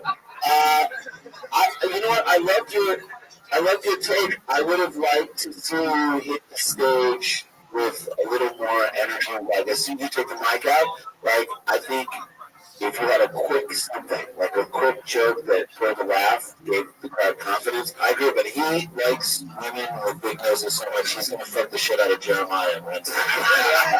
Yeah. When you had like this, he hook it all! A deserted island sounds like the kind of island that Jeremiah got stranded on, except deserted being the type of meal that way to go. A desserts island. No, I mean something quick. That's what I'm saying. Like, walk out. How you guys doing? Praise Allah. Something fast. I don't know what it would be, and that's a bad one. But you have a way of. I'm spitballing, Jesus. But something, hello, I don't know, whatever you want to say. It's a problem of mine when I first come on stage. I get super nervous, and even if I do like a 15-minute set, the first 20 seconds, I really won't say anything. That's the first. Let my nerves kind of go away, and it's obviously not. I don't eat leftovers. I just tuck my beard in my mouth. I always opened weird in the beginning, first couple years for some reason, and I thought it was part of my thing. Like I convinced myself, and it's a waste of time. Get good at learning how to just gotta keep trying it. And then it's more fun if you look at it like that you're sitting on a good opening joke. Then you should be thinking about that when you Taylor Rizzo. That sounds like an Italian name. It sounds like a jerky boy. I'm like Taylor Rizzo. I'm the first Italian who's on a watch list. I think I am actually on a watch list. When I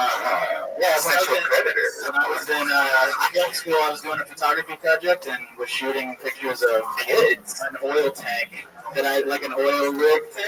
Not kids. And I had to talk to Homeland Security and like prove who I was, and they questioned me about being a terrorist. Well, that's a slick story. Yeah. So it's not a slick story, but Taylor, what kind of job do you have with a beard like that? Who hires you? I build the interior visuals for Urban Outfitters in Westwood.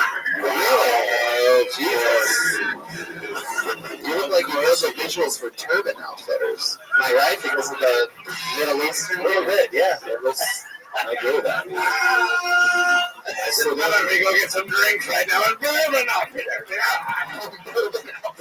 One little drink at Bourbon Outfitters, is that what you said? Oh, I listen to pop punk music and suburban outfitters. Shit. You guys get medical. The pirates get medical attention in Urban Outfitters. By far the worst one. That's a joke about a disease. Yeah. Disease. All right. The only disease we know about is scurvy. Scurvy Outfitters. Keith Urban Outfitters. These are called kidman shops for shitty books. These jokes are worse than having that Sandy Hook elementary. Kids dying. Kids dying. Good joke, people who don't have kids. Yeah. Oh, it's time to leave class, kids. Oh, there it is. Actual audio from the event itself. Wow. Man. Red Band!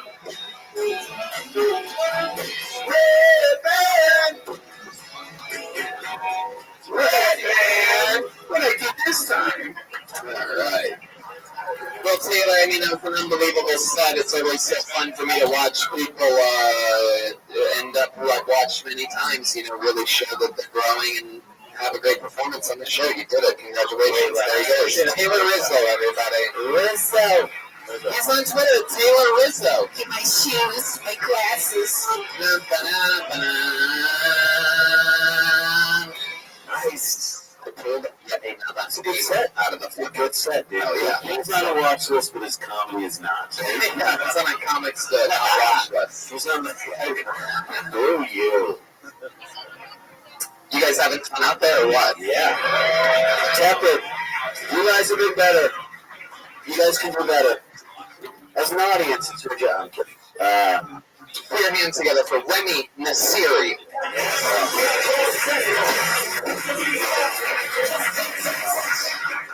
Thank you. My girlfriend recently moved to San Francisco for a job. We were together every day for 3 years, but now we see each other once every 3 weeks. So it takes some getting used to, as you can imagine. The first week's alright though, because you can FaceTime and jerk off over FaceTime. The second week's a little tougher because I just want to fuck like everybody in the world. And by the third week, I'm trying, where is the nearest massage parlor? Because I'm horny. But I love my girlfriend very much. Hey, look who it is. What's going on? Bong James Bong. What's good, big dog? I got drunk and I ordered a flashlight. Absolutely. Just working on the project. How about you? But in reality, it's just a plastic shape. Absolutely. We're watching. Kill Tony. Feel free to enjoy, my friend. Because I have really on a playlist. While with it, every time I come, is this what your life's come to, Ren? What's your life? Hey, go to 60 quid with that. I would have pumped it like, nah, I'm leaving. Someone else. I ain't doing that, right? Wow. So many words. Freestyle. I mean, it's silly. You were performing like you were like, oh. Like that. No, he was like, this happening. No, dude. I want a flashlight shaped like a torch. I feel like I was watching the streets. I just fucking be so nervous when you get up here. You're like, I'm psyched. When you get up here, you're like, no. Get like Jason Statham mixed with Dumbo, eating like a bowl of fucking. It's like Jason Statham bringing it cancer. When did Gilbert Godfrey get over there? I love you in Powder, by the way. What do you do here? Like, Well, you definitely have to slow down by this is a special part of the show where for the first time ever we bring out a dunk tank and everybody in the audience gets one throw. And are you Australian? Oh, we've done this before one time. Oh, we did? You're English. I was hoping you would Brexit the second you walked out. You never want to do this after you perform comedy. What? You got it all in. You got it when you're messing with a flashlight. Yeah, you got it all in. You stuff your balls into the flashlight as well. Do you cream pie the flashlight? I left it behind. No, you do cream pie, yes. You finish inside of it? Finish inside of it. And then what do? Dump it in that one guy's shower? You put it in the dishwasher? Just let it run. No, you have to like run it above twice before and off. You run it in a buff. You run it in a buff. The BAF. You run it in the buff water. You take your buff. Take your buff. Turn the little nozzle. Get your flashlight and take your buff. Right? You know? You can just fucking bath. Sometimes I just run a little bath water, and then I take my flashlight and I let it steep in the bath water. And what you end up with is a cup of tea. It's so good. It's so lifelike. You just want a fucking bathtub. It's a British joke. You know what that is. I know. The bath is like an Eddie. Why a bathtub for the sexy? Why? You're my fucking wanker. I would have gone, I love you. I wanted the whole time for you to get beat up by like a group of soccer hooligans. Just waiting for them to come in and just kick the shit out of you. I really should have my tongue out, right? Wait, you can't rimshot your own joke. That's like taking your dick in your own flashlight. You ever let any friends use your flashlight? No, I didn't leave it. It's true story. I left it behind in the bum. Where'd you left it behind in what? In the pub? 117 Ohio Avenue. Somebody tried drinking from the flashlight. We call that a point. You know what? We call that evidence. I feel bad for the guy that gets stuck in that apartment and it's dark and he's like, oh, there's a flashlight. I'm gonna use this to get around. Oh shit! That's why the joke, the Jumanji box line usually works, but I was just so nervous. I didn't hear it. Yeah, you went too fast. You were going too. Very intimidating. You come there and you run up here and then Totally. It is. Yeah, totally intimidating. Taylor Rizzo completely killed it right before you did. So if you're ever wondering how possible it is, it's just 6 minutes before you, a guy completely nailed This is like one of those moments where I always learned comedy's hard. It's not an easy thing to do. Everyone thinks it's easy. I do my joke at a regular pace and it's worked. I just never in this audience frame. I never did presentations as a kid. So this part presentations. So where did your presentations? presentation. How's the school in sick? I got to do a presentation tonight. Where in England? What have you been to for? I went to the comedy store after taking a bath, y'all. And I gave a presentation. I took a fucking bath. I took a fucking bath with my flesh and bone. Now, Ryan, you know what I did, Joe? Are you ready to rock?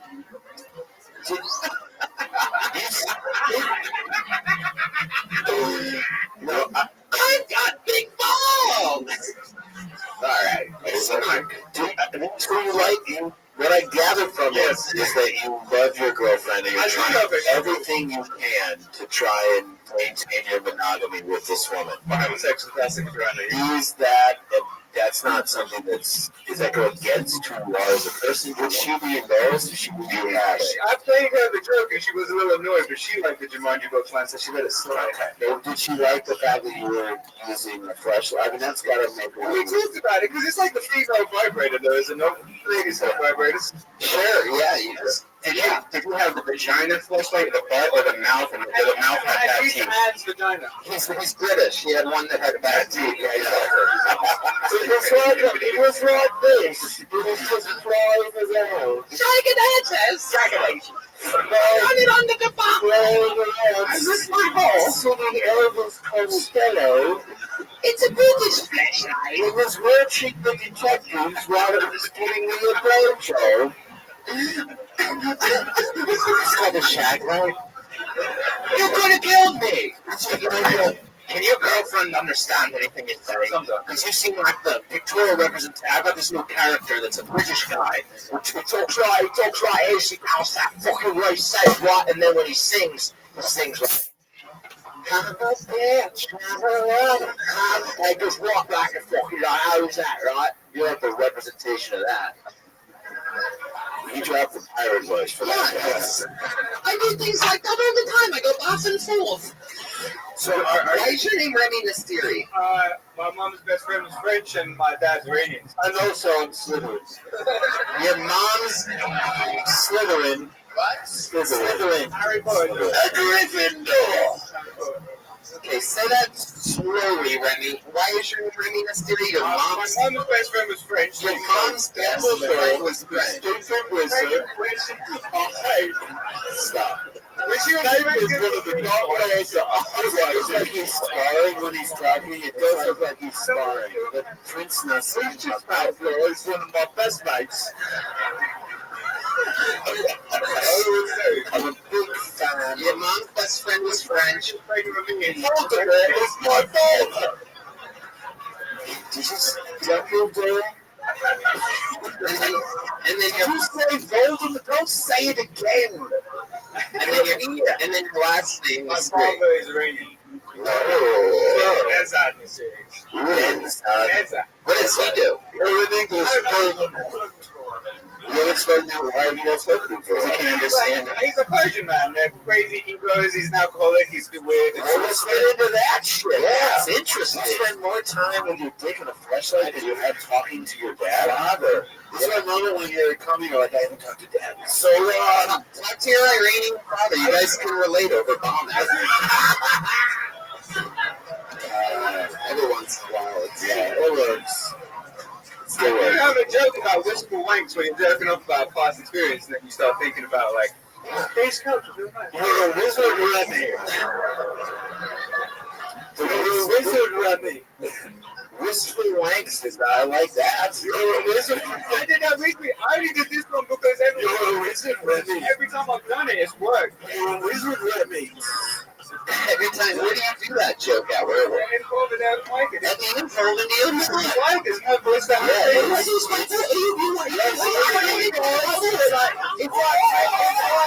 It's like taking a bath in an hour with a flash in a million flashlights. I'm a house elf. My name is Debbie. Stop it. Stop it right now. That's all right. That's a character. I'm like, okay. Well, I love it. I love everything he does.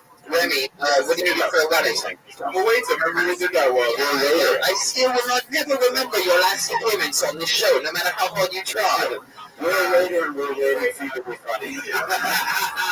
Where are you a waiter at? The Scala. The Scala, I love it. Good chopped salads. Yes, but I'm leaving. Oh, shit. I'm going to San Francisco to be with the girlfriend. Say that again? I'm going to San Francisco to be with the girlfriend. Great comedy scene in San Francisco. That's what they tell me. Hopefully I'll come there as well. Yeah, are you going there because you don't trust her? I'm taking my Nimbus 2000 up to San Francisco and then they're coming out. No, I'm going there for 2 months. We're spending the summer together, then I'm moving to New York. If you really want that truth. Oh, wow. Oh, I don't. Why are you asking? I'm going to do it. No, I'm going to do it. All right, so how long have you been doing comedy? Since September properly. Since September. Properly? I don't know what any of that means. No, I wasn't good tonight, but it's okay sometimes. No, but like committing to going to the nights every week and making the effort. Properly. Yeah. Properly, man. Properly. Wait. Is that your American impression? Yeah, let's hear it. That's more American. What? I can do Eddie Murphy, but hey man, get the fuck out of my fucking phone. That is not Eddie Murphy. Oh my God, that's a little bit like that's the beginning of the LA riots. What you just did. What you just did is justification. That's Eddie Murphy.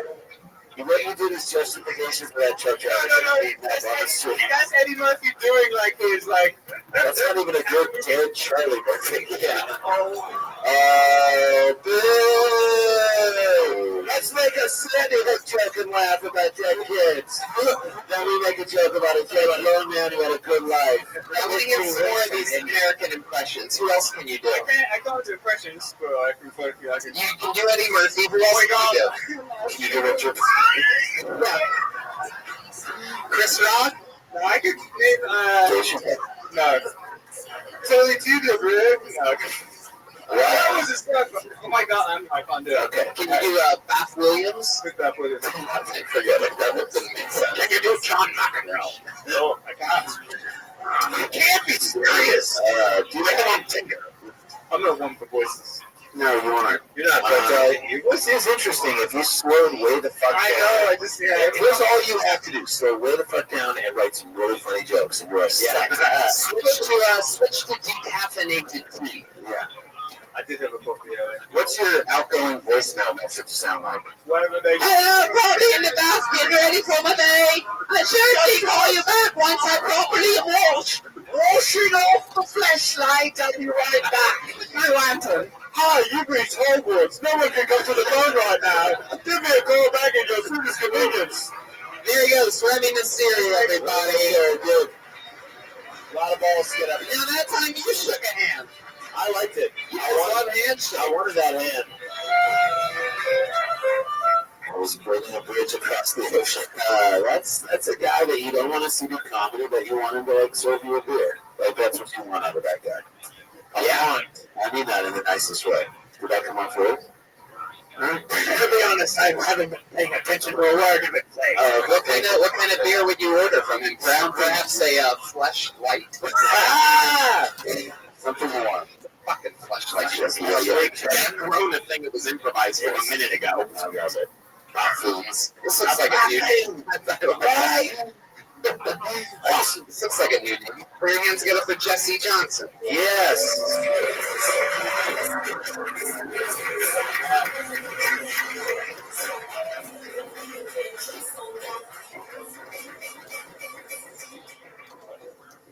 Hey everybody, I grew up with divorced parents. Thank you. All right. Now that I'm older, they tell me, okay, Jesse, you're older, you can decide which house you're going to spend the holidays with, right? I'm always like, oh, I liked it so much better when the courts did that for us. Man, okay.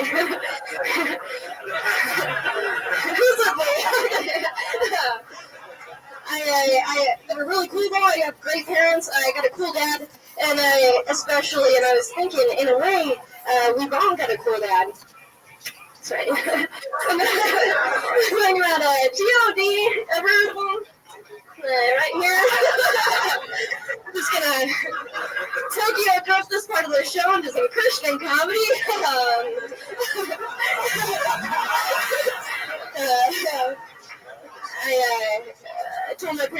I tell them all the time I don't believe in God, to be honest. And every time they say, well, we're going to keep praying for you. But between you and me, I totally believe in God. I just keep telling them that because of how powerful I'm getting from all the extra prayers.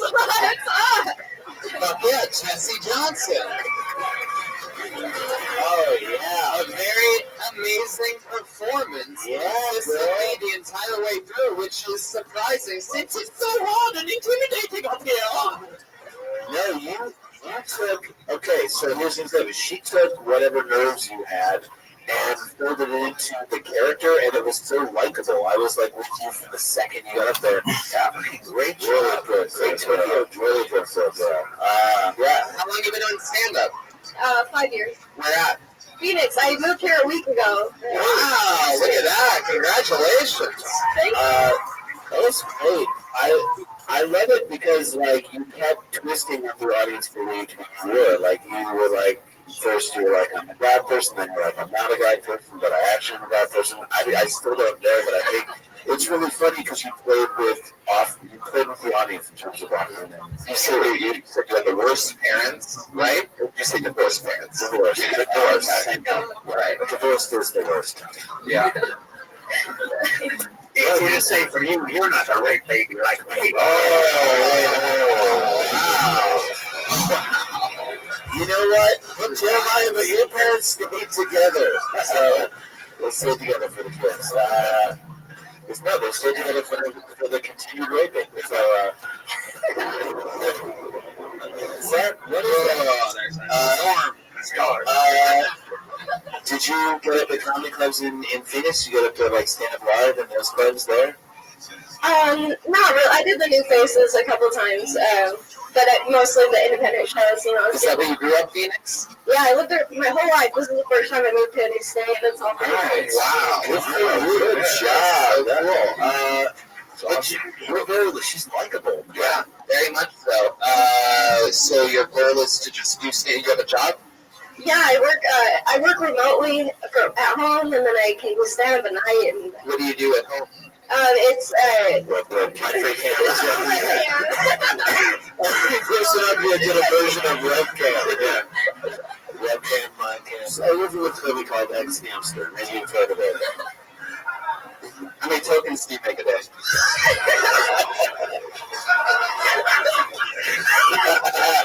Good. She can talk for another 2 minutes. Good. No, pay my phone bill. Are you going to tell us, Jesse? Or is it like a secret? What do you do? Oh, no secret. I was just letting everybody rip. Very good. She's jealous. No, but in the way she said that, there was some derision too. You know, they just let everyone rip off. You guys do your masturbating into a flashlight up there.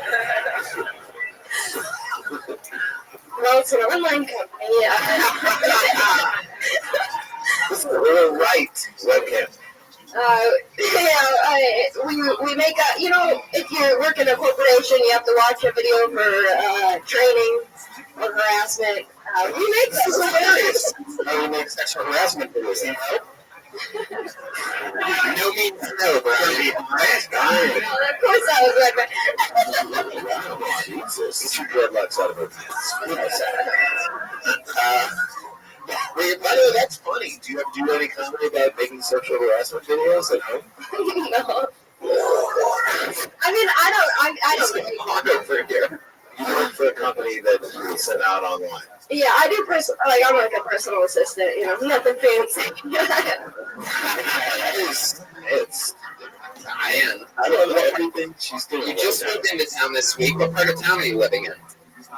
Technically, East Hollywood. East Hollywood? I've never even heard of such a place. I've been here 11 years, and I don't think I've ever heard of East Hollywood. My goodness, Jesse, really breaking new ground. She said technically, all right, Pasadena. All right, East Hollywood. Do you like it? Like, what were your thoughts? It's got to be whatever it is. It's the worst part of town. I'll tell you that right now. She essentially was like, "I'm lucky I haven't been murdered yet." I say that every day. Yeah, you do. So do I. What are your nearest major crime house streets? Western and Santa Monica. Oh, yeah, that is a shitty neighborhood. Jesus. Yeah, that's fucking Jesus Christ. East Hollywood. Hey, I have a parking space. So what's up? Oh, baller. What's up? There's a tranny sleeping in it right now. In her shopping cart. That's what you really know what it's like on Santa Monica and Western. It's frightening. Oh my God. LA Community College frightening. Phoenix has like a huge party scene and stuff. Yeah, you do cover. Jesus. Whoa, wow. Is that? Whoa. Did you say, did you do coke for glaucoma? I said Coca-Cola. Coca-Cola. Did you go to college, Jesse? I did, yeah. What did you study? What Christian college did you go to? I went to film school at Scottsdale Community College. Nice. One of the finest in the The Fighting Artichokes. Hey, is that a real thing? Yes, that's our mascot. It's better than the University of Phoenix, so good for you. Yeah, so that's an actual school. The band went to the same school. They got all C's. I liked it. I liked it a lot. You were good in that crash. I think you're really funny and fun to watch, and I would love how you're handling all of this right now. I just think you should continue doing what you're doing. Yep. And by doing what you're doing, I mean webcamming.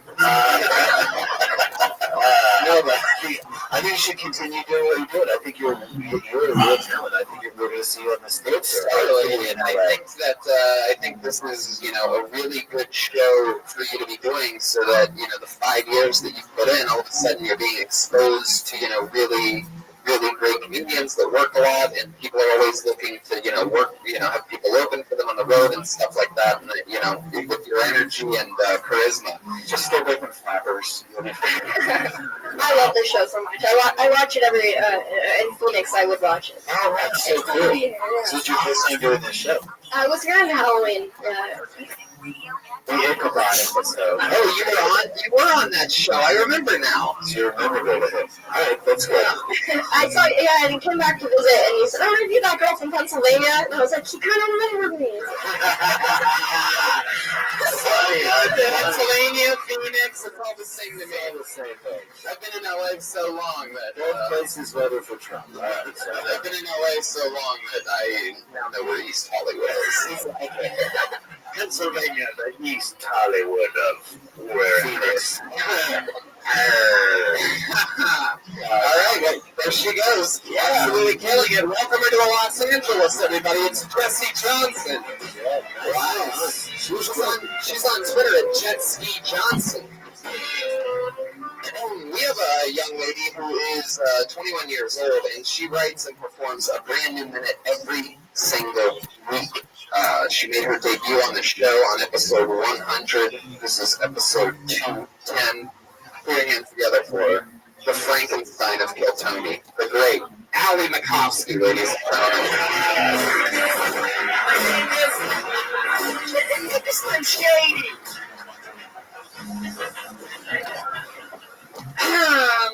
Okay, I think my friend's a psycho, and I don't know what to do because he hasn't done anything, but I just know it's coming. There's no like self-defense classes I can take for a future psycho. There is no end to that joke, but if you do know my friend, he probably will kill you in a couple years. Okay, great. I have another friend. His name is Armin, and I put the pieces together. I figured out he's probably Armenian. That is true. His name is also 75% of where he's from. And I had another friend say, I didn't know he was Armenian. And I was like, yeah, come on, that's common to be named after where you're from. I know 2 Jews named Jew. I mean, that's definitely not their name, but it is what I call them. Ooh, Ali Makovsky with another video. Fun times. How's it going? Things are good. Things are fine. What is the story with this friend that you think is a psycho? Well, I have this like weird premonition that he's gonna be a bad guy. I think truthfully that with like all the shit of meeting people on Tinder and all that shit, like you have to prepare for psychos that you haven't met yet. Yeah. That to me is a good concept that you want to open up your own self-defense thing for some psychos who haven't presented themselves. Yeah, I just thought of it on my way here, and so yeah. Psychos at the Comedy Store. Welcome. Psycho, you could just. Cool dog. How'd you find out about me? Yeah. God damn. That is such a good joke. Time bomb. Yeah, he wasn't a real psycho. What'd you say, Big Dog? Okay, how'd you find out about me? You're what up? Oh,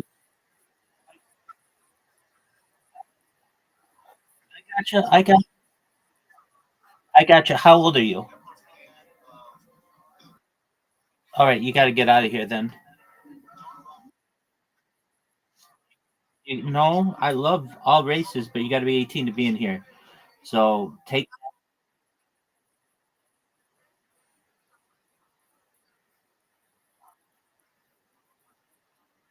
Okay. So come back when you're 18, Big Dog. He was just playing Anthony Perkins. Allie, you look like you're dressed to caddy at a putt-putt course. What is it? What's going on? You look like you're a stagehand for like children's. I'm just moving the sets. I'm not even here. The marionettes are just being taken out of their boxes. Josh, can I have another alcoholic drink?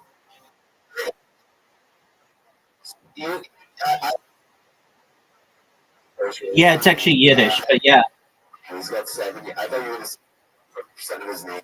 And we're also.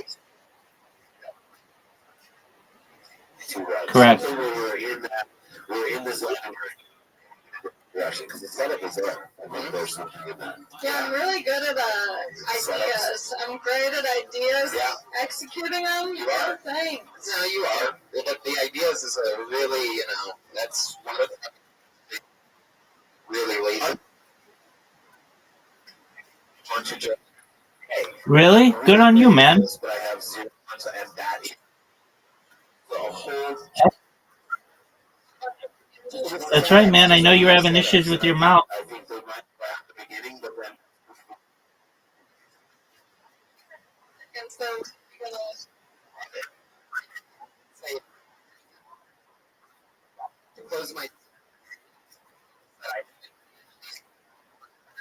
Phenomenal. I'm glad to hear that. And I would even, you just said, I go. Absolutely. Just getting more and more well known, getting the getting people into the Discord and just keeping up the grind. Yeah, I could. Yeah, that's true. How do you say, Alex?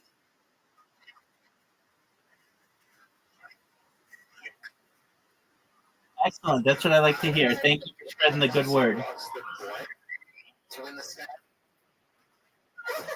You are the man.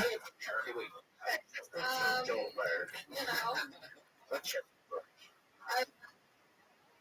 hope that something. Thank you so much, my friend.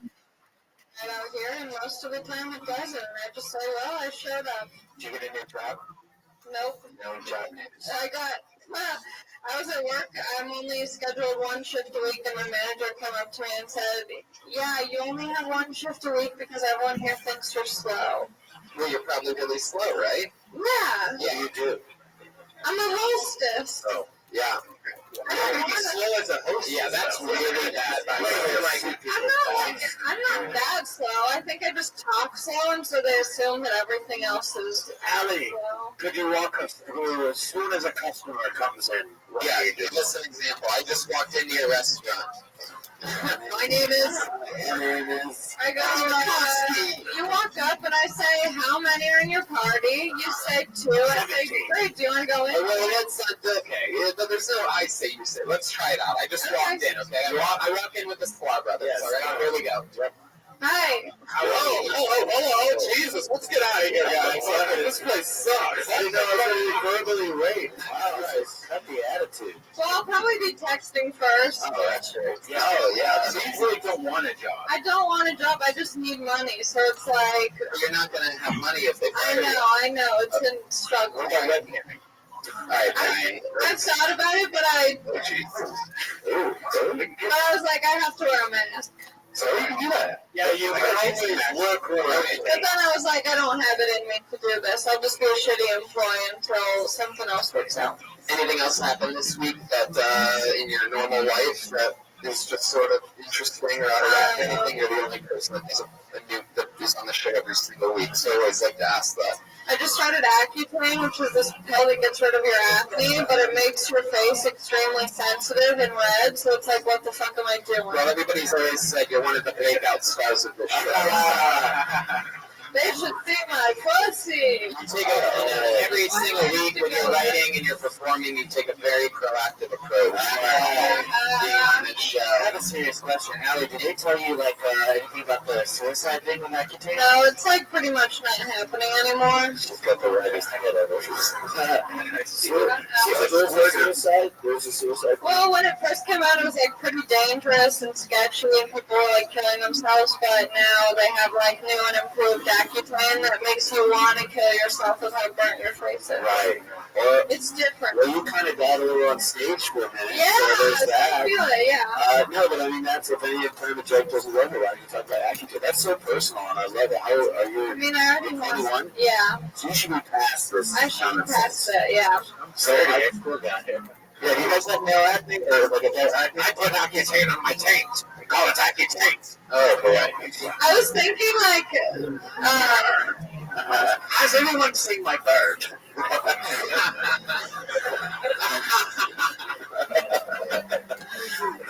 love that you don't have a handle on it. I think I went over everyone's head. Yeah. What a word. Yeah, he probably did. He's probably Man. I think we always say, this is we keep coming back to that. The more personal you get, the better it is. That is something that you're going through that probably some people have gone through in their lives, but your take on the Accutane experience, I think, is fascinating. Yeah, I think I just thought of a joke, but I'll save it for next week, because Mama is short on new material. Oh, there she goes, Allie Minkowski with you. Yeah, let it go. I shook her hand. I got two zits on my hand. Thank you. I'm over here taking joy by Gianna with this goddamn thing. I went to the bucket again. Is that okay with you guys? Yeah. Another comedian. This guy is a legend on this show. This week, the Keltoni account actually tweeted out who are some of your favorite characters that have gotten pulled out of the bucket, and this guy's name actually came up quite a few times. You've seen him on the show many times, always absolutely a killer on this show, on Roast Battle, one of the funniest writers around. I'm excited to see a new minute from Dan Nolan, everybody.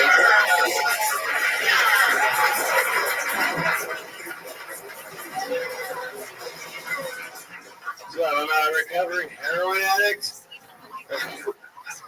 I gained 75 pounds after I got sober. I used to shoot heroin, now it just looks like I'm smuggling it. There's still a bunch of dirty stuff on the floor of my car, but now they're just covered in pudding.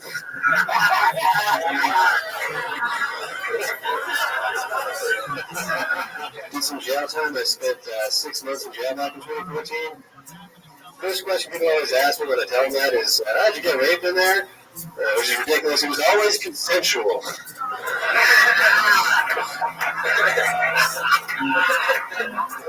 Jail's not that bad. You actually just hang out all day, you can watch TV.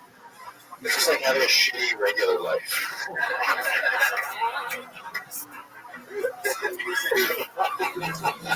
I had a job. I used to work in the kitchen. I used to make pancakes. I used to make 2,000 pancakes a day. And one day I was walking up through the hallway and I got this giant rack of 2,000 pancakes. And I take a corner and it starts to fall, and I'm like, oh my god, I'm going to drop these pancakes all over the floor, and I'm just going to look like a big klutz in front of the whole jail. Everybody's just going to think of a goof. You know what tough there. So last minute, right when they're about to leave my head, I just went to, hey, fuck these pancakes! Boom. Boom. Good. Wow, that's how you do it. Look at that, Dan Nolan. Look out there. Look what you did. Look at them. Look how happy they are. I know for everyone else who came out tonight, great jokes, great opening premise. Yep. Personal stuff that really did happen to you that could not have happened. Sexual joke is so funny. And I think one of the interesting things that he did that the other couple of people that had really good sets didn't do is he did the one thing that we sort of acknowledge, which is start commanding. You had it. You looked outward. You said, I'm a recovering heroin addict. Because, you know. Yeah, people always go, hey, you look good. There's no way you were heroin. Yeah. Dude, that's fucking great. I would Spoon's joke was a great joke. It was fantastic joke. I would even consider calling them bitch ass pancakes. Fuck these bitch ass pancakes. Yeah. Now I've never been to jail, but that feels like something you would say in jail, right? These bitch ass pancakes. Tell me. You ain't gonna tell me. And then you raped them. Yeah. Wow. But it was consensual. Sometimes you punch up a joke, sometimes you punch down one. Showing by example like that. Thank you. The comedy Ray Rice over there. Sweet punching down. So, Dan, you really are, we have all watched you gain weight since you've been... He's lost weight. I lost 30 pounds. Yeah. Is that true? Yeah. And I saw you crawl through a window this big because he locked his keys in his house, and there's a window this big, and somehow you got through that. Yeah, I wouldn't have been able to do that 2 months ago. Yeah, but in your heroin days, that's how you got in and out of the house. Man, you used to be on heroin, and the jail time was for heroin? No, it was for a DUI, and I kept getting caught buying heroin, but I never got caught with heroin. They would just catch me coming in and out of the hood. I don't know about that. It's fascinating because you look like a mild-mannered dude who does not do heroin. I don't know, it's like, I know that lots of people do heroin and look like you, but it is fascinating and interesting, and I feel like something that you don't hear many comics talking about. That's great set. Who was your dealer? There's this guy named Babel. If you ever go to Newburgh, New York, First and Carpenter. Gee, this suddenly became an episode of The Wire. Jesus Christ. We're up in the make the guy down. We're up in the towers with Fat Joe. What the fuck? Dan, I would absolutely love to have you on the next West Blood show at the Ice House next Friday.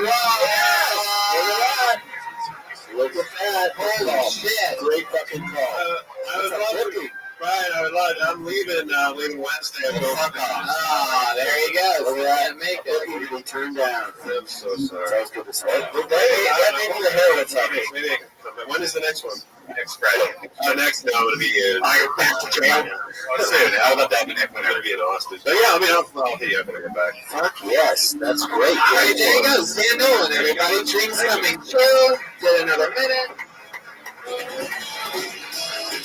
You know what I want to do? There's a guy out there that we all fell in love with a few weeks ago, and I'm excited to bring him up again to see another new minute from him. He's super honest. This guy doesn't seem like he can tell a lie. A very interesting character. I love him. We love him. Put your hands together for Manuel Herrera, everybody. Here we go. Yes.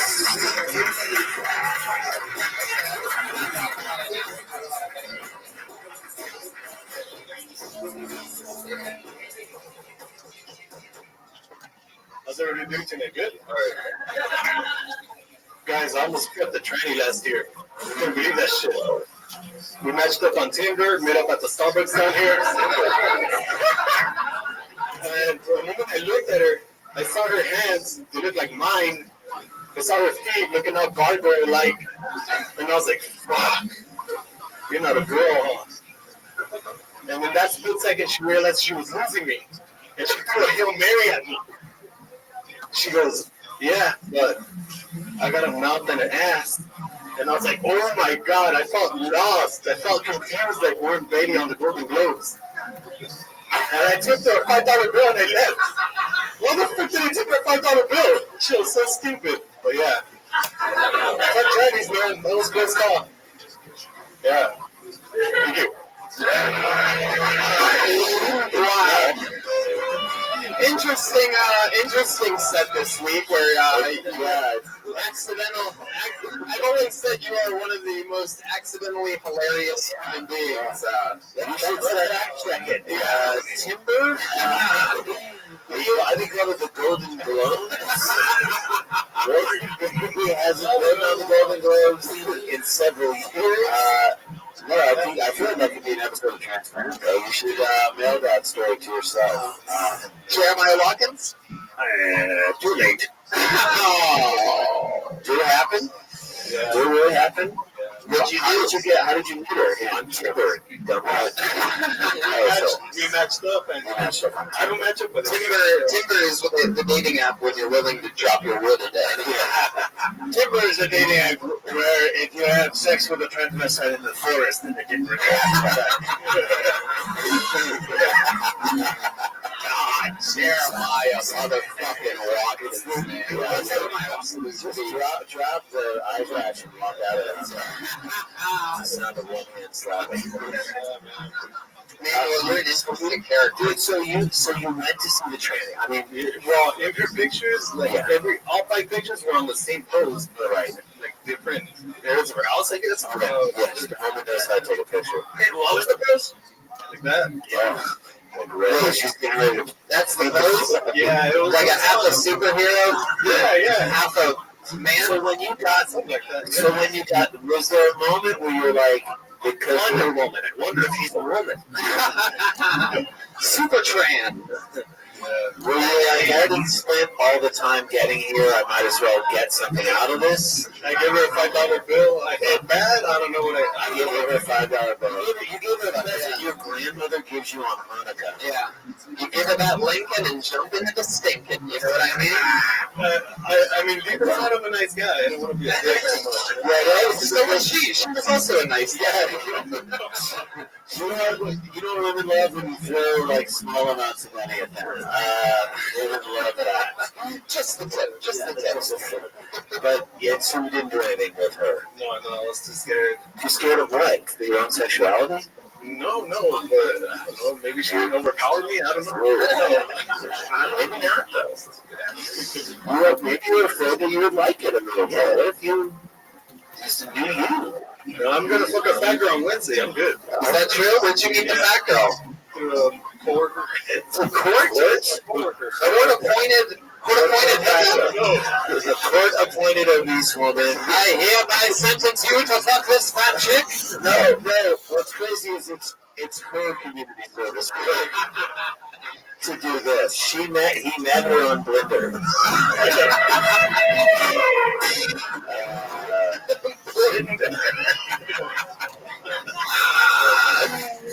Manuel Herrera. What do you do for work again? I work at a warehouse. Oh, that's a lot of Manuel Herrera. Sixth one. Anything happen to you interesting this week except the training thing? No, that was actually last year. I worked last year, but I saw the Canelo fight. Yeah, how was that? Did you enjoy that? Yeah, there was a lot of people at the house. Are you Mexican? Yeah. You are. So there's like, stop it. I clicked on Twitter at one point this week, and one of the things that I noticed is that you respond to a porn star that's notorious for deep throating people. Am I correct? Oh, yeah. Oh, yeah. I also did that this week. No, she was a porn star. She was a porn star? I'm not sure. I don't know. Well, you treated her ridiculously. Let's just say she works remotely. So the harassment videos. You just moved from Arizona. This lady named Dreadhead Killa tweeted 4 days ago in all capital letters. She said, I gave head for 3 hours straight today. SMH never did it that long. To which you tweeted directly at her. Dome for 3 hours. Next time, dome me up instead. I only last 15 seconds. Like a YouTube ad. Wow. Yeah. That's actually a good joke. Yeah, that's a good joke. That's a good joke. Why did you tell that joke? There you go. And then, I'd like you to have, you just want it to be over. And then all of a sudden you tweeted again. You said, you basically gave Dome and could have seen the movie Titanic and pulled it back. That's funny, dude. Twitter. Go through that, man. Your Twitter feed is getting more laughs than you are. Right, exactly. And, let me remind you of the original tweet. She said, I gave that for 3 hours straight. I never did it that long. Then you tweeted again, a third tweet to that exact same tweet 4 days ago. There's a lot to respond to. His response was, again, you're going to have a buff-ass neck now. That's right. Looking like China from WWF. And then you went out with it. Oh, man. Wow. Yeah. China who is dead. Oh, that shit good. Yeah, dude.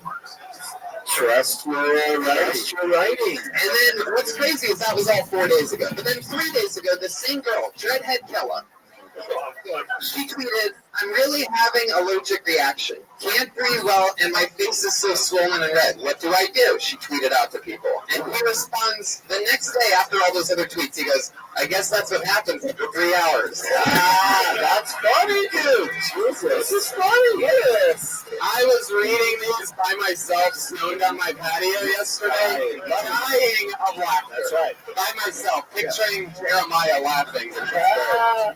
Hold on. Too much faith in the I didn't even notice this one. 2 days ago, she tweeted again. This is just a random girl. By the way, she only has 5,683 followers. Her actual Twitter handle is HALEHXBDY.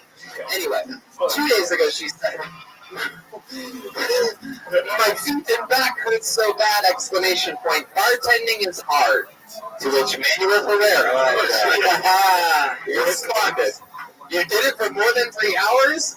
Or was it just that epic head from the other night?" You're heckling this. You're Twitter heckling this woman. Oh, man. She is literally just listing off all her ailments. Which there's nothing sexier than that. Now, here's an interesting one.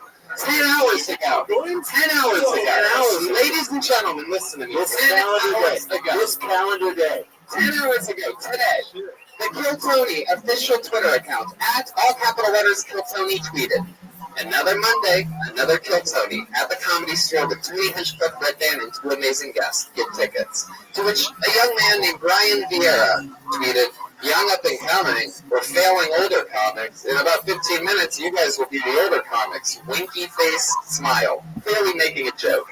Manuel Herrera responds to all of us. We're all tagged in this. Tag it To up. Brian, remember, Brian Vieira ended that tweet with a winky smiley face. I love that you're surprised that the Mexican tagged a lot of things.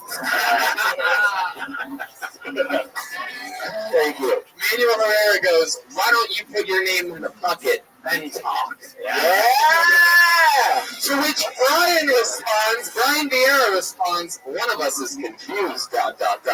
To which Manuel goes, "Never mind, I thought you were trolling." Yeah. Look at that shit. Taste it, bitch. Manuel, I love your style. You're on Twitter at Winter Snake. Right. Why Winter Snake? What is that? It sounds like the worst Game of Thrones character ever. Beware the Winter Snake! Kill it with a White Walker! Hey, get Remy back up here. Winter Snake? I will never let him take a bath at my house! She'll take a bath in it! Oh, man.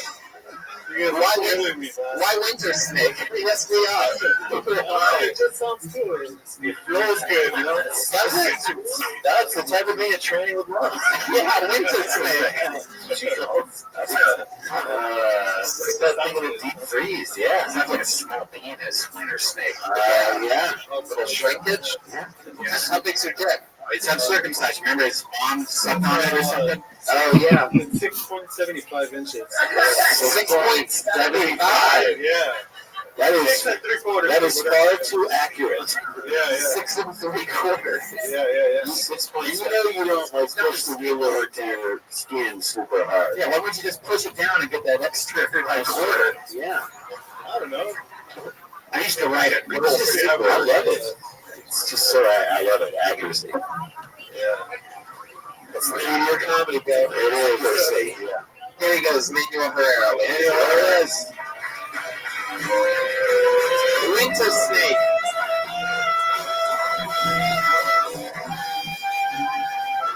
There he goes. One more time for Manuel Herrera, ladies and gentlemen. While you all sat there, Ryan J. Ebo drew tonight's episode.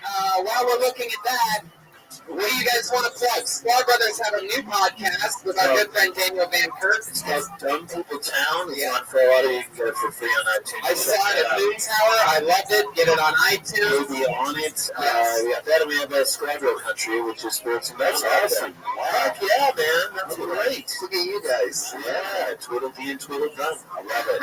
Tweedledum and Tweedledummer. This weekend, I was on the road. I had the amazing pleasure of listening to one of my favorite musicians' new albums. It's called Bad Chad. It's been the great band leader, Patty Reagan, over there. Yeah, Patty Reagan's on Twitter at Patty Reagan. Anything else, Pat? What else is going on? Yeah. The motherfucking Stone Cold Assassin, perhaps one of the most momentous, unbelievable comedic killers in the world. Jeremiah Watkins is on the show tonight. Just completely fucking dialed in. Yeah. Check out Stand Up on the Spot every second Tuesday of the month here in the Comedy Store. Reach out to me on social media at Jeremiah Stand Up and check out my website, JeremiahWatkins.tv, for my latest Predictable Live appearance. Yeah. Motherfucking Joel Jimenez has his own mic. Say something, Joel. I just broke my tooth. At mostly sorry. Just say hello. I'm so happy to be here. I'm doing Wise Guys in Salt Lake City, June 2nd and 3rd. Temple Brewing Company, June 9th. Joke Joint in Houston, Texas, June 16th and 17th. The Comedy Zone in Jacksonville. And then Hartford, Connecticut. A bunch of fun places. Fort Worth, Texas. And next week on this show, I get to officially announce my entire huge Monster Energy tour dates that are happening in the month of August. I literally go everywhere around the country. Some House of Blueses, some big theaters, some rock venues. I'm super excited about that. So find out more about that on the next episode, episode 211. This was episode 210. Ryan Redband, live audience. Thank you so much. Have a great night, everybody. We're going to take a picture real quick.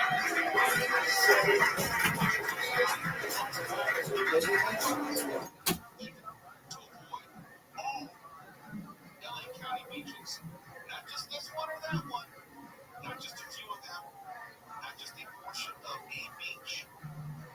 All beaches in LA County due to high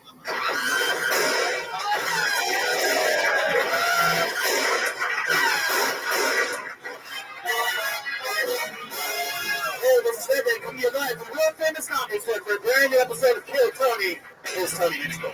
Hi, everybody. Welcome. Hello. People going for Brian Redband in the house. We're all here. Happy Monday. Ryan J. is here.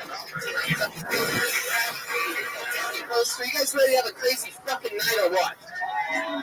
Come on, you can do better than that. You guys ready to blow off on this Monday night? It is still only half decent, but I'll accept it. We have so much fun stuff going on. A ton of it. A butt ton of it in our otherwise as stand-up comedians. I'm doing the Monster Energy Outbreak Tour. That means that I'm going to rock venues and theaters the entire month of August, continuously doing my own shows. It's insane. My friends over at Monster Energy Drink decided to put me on tour. So how cool is that? So check out those dates. All tickets go on sale this Wednesday. Redband. Hey, how's life going? Great, man. Had a camera and an iPad just broke right before the show. I got some DJ iPhone tonight. There we go. Technical difficulties are amongst us. That's always fun. What do you say we bring up tonight's guest? I'm down for that. You guys like some of the funniest comedians in the world? People that I love? Put your hands together for the great Daniel Van Kirk and Pauly Shore. Yeah. Come on, Pauly Shore and Daniel Van Kirk. Hey, everybody. On a special post Mother's Day episode, the son of the owner of this building, the great Mitzi Shore, Pauly Shore, is amongst us. The second time on the show, the new Crackle Show, Pauly Shore podcast. Yes, it's on Crackle right now. I don't know if you noticed, there's going to be a poll in the middle of the room pretty soon. We're going to be doing strippers on, what is it? What day did you say you wanted to do it? Tuesdays? This is, no, whatever you want. Yes. Okay. I remember, can I just do a little history of this room really quick? Because when I come in this room, I feel a little history. Let's hear it. There used to be this gay dude that used to sit over there. His name was Falstaff. And he was this like openly gay like host guy. And he used to, comedians used to come up here and they would have to like blow him to like get stage time. Wow. Back in the 80s, it was pretty cool. I blew him a couple times. You did? My mom owns the club. Yeah, but I like to blow fat, chubby gay dudes sometimes just to do it. So, for those of you that don't know how you wouldn't know this, if this is your first experience in life, why is this guy writing shit? What the fuck are you writing, bro? Oh, Pauly, the guy's drawing tonight's episode where we all sit here being lazy. He's performing actual art. For those of you that have been hiding under a rock and know nothing about comedy, Pauly Shore, on a special shout out on post Mother's Day, Kill Tony. His mom is Mitzi Shore, literally the queen of all of comedy. Still at this place, every room in it, way back, 1972. This was the room, I don't know if you guys know, this is the room, the belly room, is the room that Whoopi Goldberg got discovered by Steven Spielberg for the movie Color Purple. Steven Spielberg was sitting right up there, rolling salsa. And who knows, the next Steven Spielberg might be sitting up there right now. So this room, wait a second, no, that's Aphrodite sitting there instead. One of our favorite characters. So that's a special room. Yep, it's an awesome room. I'm excited. Of course, yeah. What a dude. I love it. Yeah, it's good. Yeah. Daniel Van Kirk, I absolutely love your work with the Sklar Brothers. Well, thank you. Look at this. Where's my soda? Yeah, the Sklars and I have a. Oh, that's cool. Another thing definitely worth mentioning is that a ton of our friends on a show that's pretty much loosely based on the story of this club and all comedy, a lot of our friends wrote for and Showtime's new show, I'm Dying Up Here, and that's coming out. Yo, dog, what did the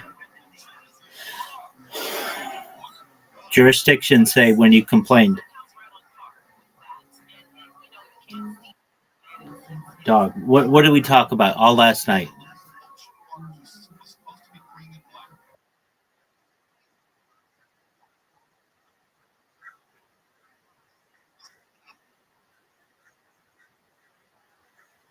Dog, quit that. Dude, stop. You don't try, you do. I gave you their email address. Did you send them an email?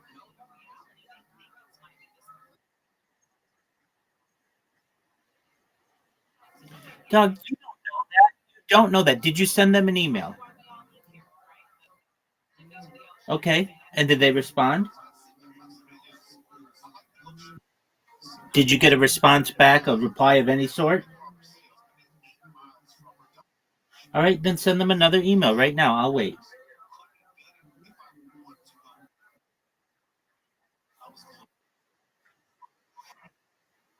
Dude, you just said that you were going to do that, but that they had you on hold for like an hour.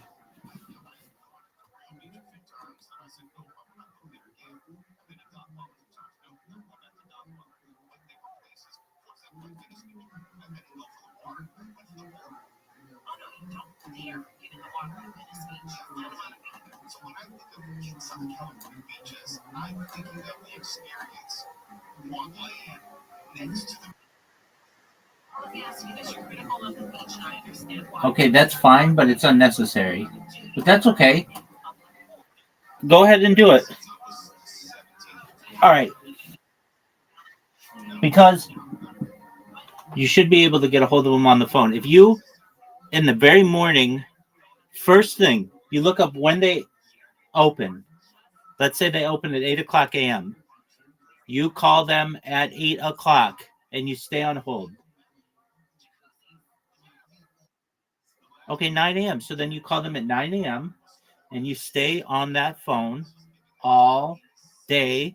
Go do something else. Play mini golf. Go look at Twitter, whatever. Waste an hour, but it's going to save you a lot of time as opposed to going all the way down there.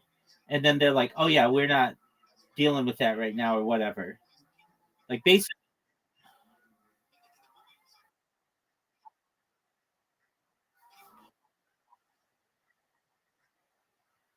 it is the principle, I know.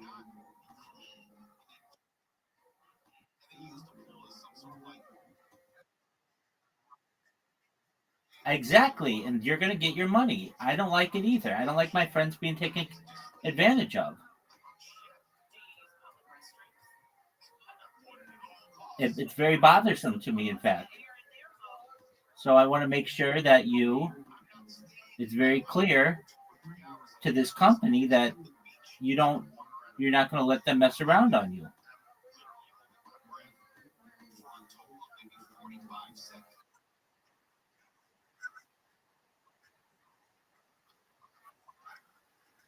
Right. So, and you don't need to do that. All you're going to need to do is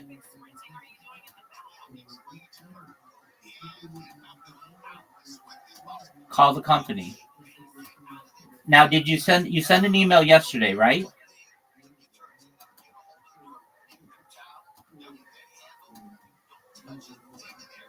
Zoot, did you send an email yesterday?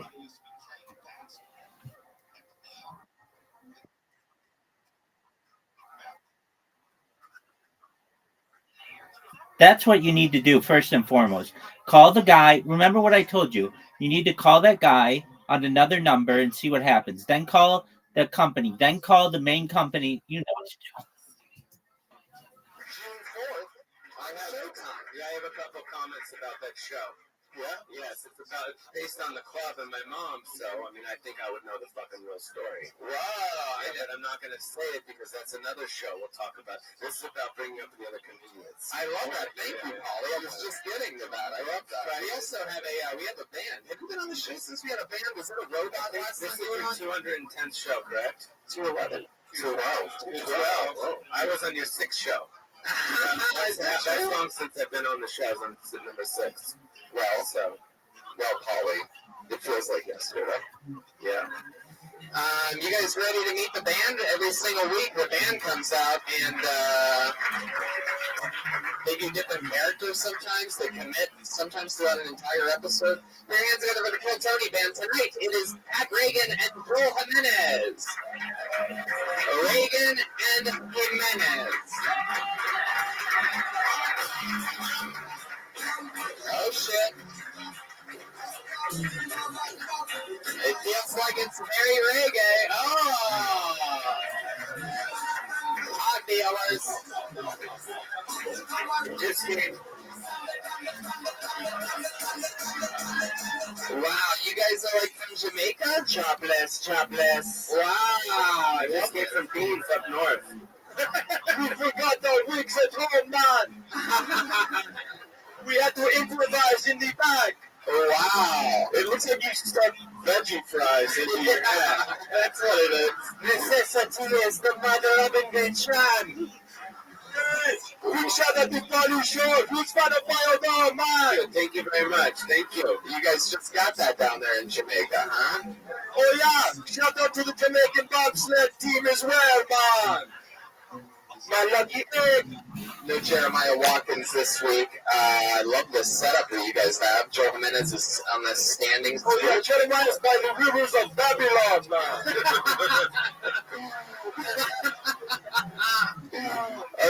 It's always amazing to me how you guys are able to drag these characters out. It's going to be interesting to see how these reggae gentlemen develop throughout an hour and a half long show. Dude, I love reggae. Reggae, you know, like Sublime, Spanish Stupid, No Doubt. See that? So for example, that's like 3 more references that he just lost right there. You know what I'm saying? Brother man. 4. The great Josh Martin running around. You know what, Josh? I'll have a drink too. Everybody seems to be letting it rip tonight, so let's fucking do it. I am now going to explain the show very quickly. If you guys aren't fucking idiots and you don't know what goes on here, a bunch of people sign up for the show. People that want to get pulled out of a bucket and perform for 60 seconds in front of you, in front of us. Maybe find out something about themselves. Maybe we learn about them. We just go from being a performer to a guest on the show in 60 seconds. Wow! You know your 60 seconds is up when you hear the sound of a kitty. That means wrap it up then, or else you're going to bring out the angry West Hollywood bear. That's how it works. You don't want to hear that thing, or you fucked up. You guys ready to start the show or what? Oh, the pieces are in place. This is episode 212. Of Colton, celebrating its 4-year anniversary this June. All right. First name out of the bucket, put your hands together. Tim McGrory.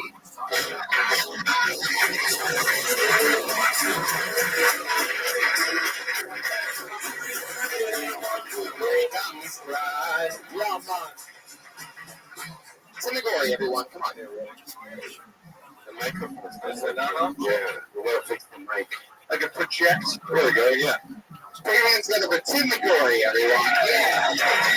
Positivity! Thanks, guys. Been working on some subversive dick jokes recently. Things you don't see coming, like when ghosts fuck. Thank you for laughing at that well-placed joke. The 50 Shades of Grey sequel just got released on Blu-ray this week. I'm not sure what that is. I smoke a lot of weed. I thought 50 Shades of Grey was about the guy who invented the color printer. Another solid, strong effort from this old guy. Yeah. Good Lord. Suddenly the mind went blank. Was not expecting to get up. Yeah, you know. Jesus Christ, that's totally funny right now. Trying to remember some dumb shit from my head. Oh, I'm halfway through season 5 of Mad Men. I don't watch Mad Men still. Halfway through season 5, I don't know much about American history. And I think it's probably Ken, you guys got a shot for the nation. Listen, I'm totally. That's what you were trying to remember that whole time? Is that one? Tim, that was a beautiful disaster. Thank you, now I know what 311 was talking about all this time. Just trying to come original, man. Just trying to come original. Oh, you guys, that was a shout out from reggae fans over there. By the way, that's another reference. They just lost it. It was going to come later. Authentic reggae. Authentic. 311. Tim, what's up, bud? What went wrong there? You said you weren't expecting to get out. So many things. Yeah, I was like, I usually come and sign up, and I never get called. So off the gate, off the jump, I was like, you know, I wrote a shitty Postmates joke. I was like, no, I live with that. But it was still, there are many things that could be said about what went wrong. Did you do the shitty Postmates joke? No, I did not. No. What's that? Go ahead. Oh, what it is. I thought, I just got I haven't had a smartphone for years. And a guy where is Postmates when you get a the guy that invented the printer? Yeah. Is Postmates when you get a hand job from an Australian mailman. So wow, that's barely a joke, man. I do agree with that. Yes. Tim, how long have you been on stand-up? Oh, this is going to be, I got to start lying about this. My first show was 11 years ago. Oh, man. When was your second show? Tonight?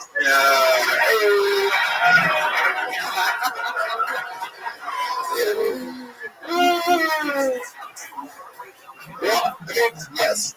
There were some positives. I just wish you would have kept doing what you were doing. No, because things weren't landing as you wanted to, and you regrouped and you found it. We're not gonna pretend that it went where you wanted to go and you found it. But I'll give you that. And I think that you can just say to yourself at the end of the day, I put myself out there and I went on stage and I signed up for something that I wasn't prepared to do. 11 years, but I wasn't prepared to do. 1 minute, 60 seconds, 11 years. No, but I'll give you that, man. You had to refine it, and you did. I'm really trying to not be mean. Well, be mean. You can be mean. You can say anything you want. What you found wasn't good. But that's okay. You still that shitty feeling about where the fuck was I? So I'm glad you were able to get back to it. I just wish what you got back to was worth it. Holly Shore, you were born and raised in this club. Basically, yeah, he could probably get a spot here if Falstaff was getting blown. The jokes I'm saying, you did pretty good. But the thing that I did like about him is that I always like when a stand-up goes on stage and something doesn't work and they admit that it's not working, and so that's cool. You did acknowledge it well. Acknowledge the fact that you were eating shit, which is good. Yeah. There's 11 years of precedent there, so there's a lot of it. Well, what else have you been doing over that 11 years? Where did you start at? I started from New York, started on Long Island doing shows open mics up there. How long did you do it in New York? I did it in New York Pops was sick for a while, so I did it with Pops was sick. We tried to find the time we could for comedy. Started with family responsibilities before Pops was sick. Had the cancer. But no, I did it for what used to be. You should have brought that up in your 60 seconds. Would have really liked the mood. With Eastville, I don't know, was it Eastville a lot? And then when did you come out here? I came out here 4 years ago, got a production job, editing and doing punch up. As an editor, you work here. We can help you with the videos, bro. That's what you're telling me, baby. I'm telling you. I got Premiere. How many years experience do you have video editing? I started in high school. So I'm 31 now. Are you Final Cut or are you? I'm more. It's gone downhill since 7. It's gone downhill since 7. Premiere's better. Can I say also? I felt like anyways, go on. Anything that works for a stand-up, if it works. But it kind of felt like to me that your jokes were a little bit more tweaks. They were stand-up jokes. It wasn't a full premise. Let's put it this way. Fuck those jokes. Let's go back to your time at that works. Let's go back to your time. So how long was New York? New York was when ballpark. 6-7 years. So then where'd you go? No. So you've been here for 4. And you've been doing stand-up for those 4 years? I've been doing stand-up. First year was kind of light, sort of dipping my toes back into it, because the last 5-6 months I wasn't doing as many shows out in New York, and then about the last 2.5 years, I've been hitting mics every night. The last 2 years. What else do you do? What do you do for fun? I don't know. Do a movie. Shit. Edits. Yeah. Who's the best yourself? Yes, probably. I also work. I work in a marijuana co-op, and and that's when the band got on board. I love your accent. You're going places. Here we go, guys. There's some vape nuts for you. Oh shit! I like this guy even more. Is that an actual Ziploc bag? Yeah. Wow. Ziploc bag with 2. What kind of co-op are you? What apartment are you running this co-op out of? Who has an actual Ziploc bag of pot? Is that a special strand from 1994? No, it's a special strand called Pops is Sick. All one word, all lowercase. Tim, what's the love life like for an editor that likes to go to a movie once in a while? It's going good. It's all right. Some girls in my life. Yeah? It's all right. You consider yourself a player? No, man. You crush a lot. No, I like music. No, it's there's this thing where when most nights that I don't want to do a highfalutin shit, but most nights when you're doing stand up and you're around other female stand up comedians, really you're trying not to hit on them and trying to give them the cool space of what they got to do. That doesn't really come first, like most nights. Where do you live? I live in West Hollywood right now. I thought you were going to say that doesn't come first. I do. Hey. Who do you live with? My buddy G. Right now, I'm moving down to a place off Santa Monica. Like G Love and Special Sauce? Yes, to Jeezy. Well, can I give you just friendly advice? You can take it or leave it. Sure, go ahead, bud. The last two questions Paul asked you, you included the words right now. Never do that in any answer. Nothing is doing good for anybody who caveats it with right now. Oh, yeah, I think right now. Yeah, like, hey, you should right now. Actually, right now, I am not in med school. It's all good. What is G? Are you and Sarah still together? Actually, right now, we're not together. I wasn't listening, but it sounded funny. He works for the production company. He's what does he do? He's a photographer, director of photography, does that kind of stuff. So very cool. What ethnicity is G? Puerto Rican, very angry person. Then what's it like living with a Puerto Rican? What's the difference between yeah, there's never any really. Is that a Puerto Rican thing? Like fun text, like it's usually complaining about the amount of water on the water bill, and it's like every time you take a shit, you gotta turn the nozzle off. Is that your Puerto Rican accent you just said? Apparently, every time I take a shit, you're Puerto Rican. I used to live with two Puerto Ricans. Does your whole place smell like their food? No, I feel like your whole place smells like your food by the looks of it. Eggs and ketchup. Eggs and ketchup. Right now. Terrible. Eggs. Yeah, right, eggs. Right now? What am I eating for this? Not happening. Right now I'm actually eating a lot of eggs and ketchup. But, I like other foods. If you have the potatoes next to the eggs, then the ketchup's okay as long as they're, right? Yeah, that's normalized. If you have potatoes, yeah. You need a starch. Do you have a starch in your diet? Starch? There's plenty of starch. Can I be just straight? Yeah. Like, how serious do you take in comedy? I take it very seriously. Really? I take it very seriously. Yeah. That's not good, Mom. That's not good, Mom. So do you work the small room at Flappers? Yeah. Okay, then you're not taking it. I'm just kidding. No, I really like that. Well, Tim, it was nice meeting you. Go regroup and don't fear you come back. Yeah. Let's see what 60 seconds of 11 years looks like next time. Here's a little bit of Tim McGorry, everybody. There he goes. He's on Twitter at MCGorry, GORRYSBSQUE. McGorry S.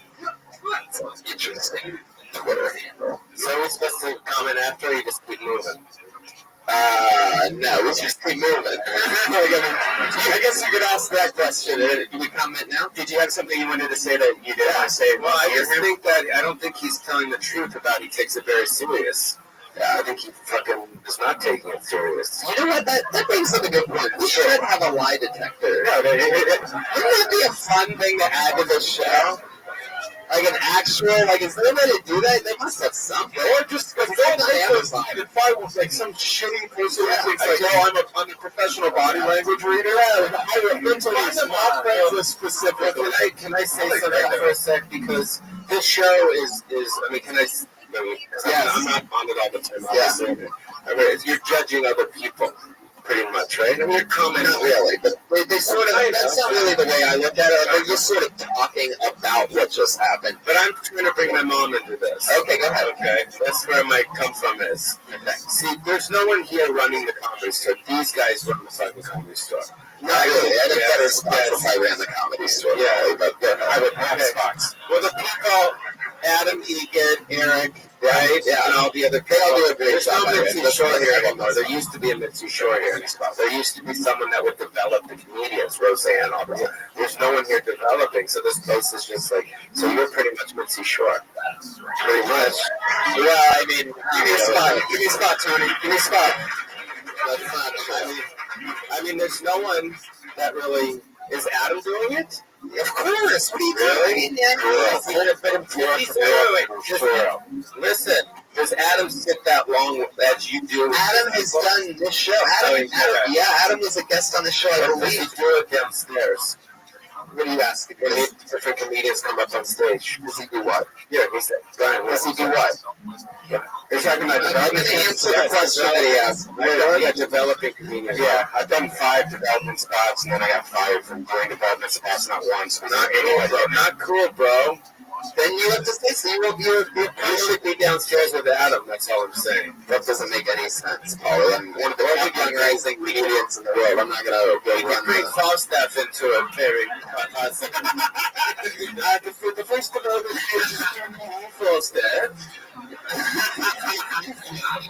He was amazing. He had elephantitis legs. It was awesome.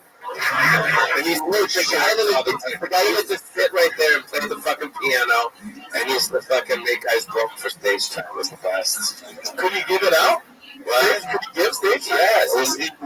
You know how like the producer gives you this room to pretty much do whatever you want? Yeah. That's how it was with him. It was the best. I pulled another name out of the back. Hey, you guys ready to meet another comedian? Falstaff. Put your hands together for Preacher Lawson, everyone.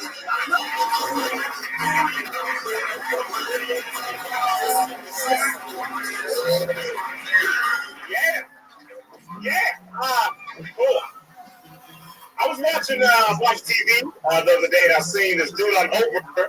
He has the Guinness World Record for the fastest claps per second, which is pretty stupid. How do you find that out? You know, it's like it's a little weird. And he does 17 claps per second, y'all. 1,000. That is 17 claps. I got a question. How do you find out you're the fastest clapper in the world? How do you figure that out? You just gonna track me and cheering on your knees? Run, come on! Come on, clap that! Stand up! Get the camera lit up! I'm just saying, looking at camera. I can't start a fire. Don't even worry about it, camera. Get the sticks lit up! That's what time. My name's Big Rob. You did it again. Preacher Lawson. He smells good. Yeah. Hey, man. You smell good, bro. Man, I appreciate it. Yeah, I know we was tired. Is there anything better in the world than a fist bump hand grab?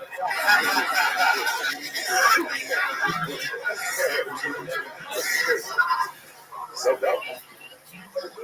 Preacher, you've been on the show a few times, and every single time you absolutely kill. It's like basically a big running joke.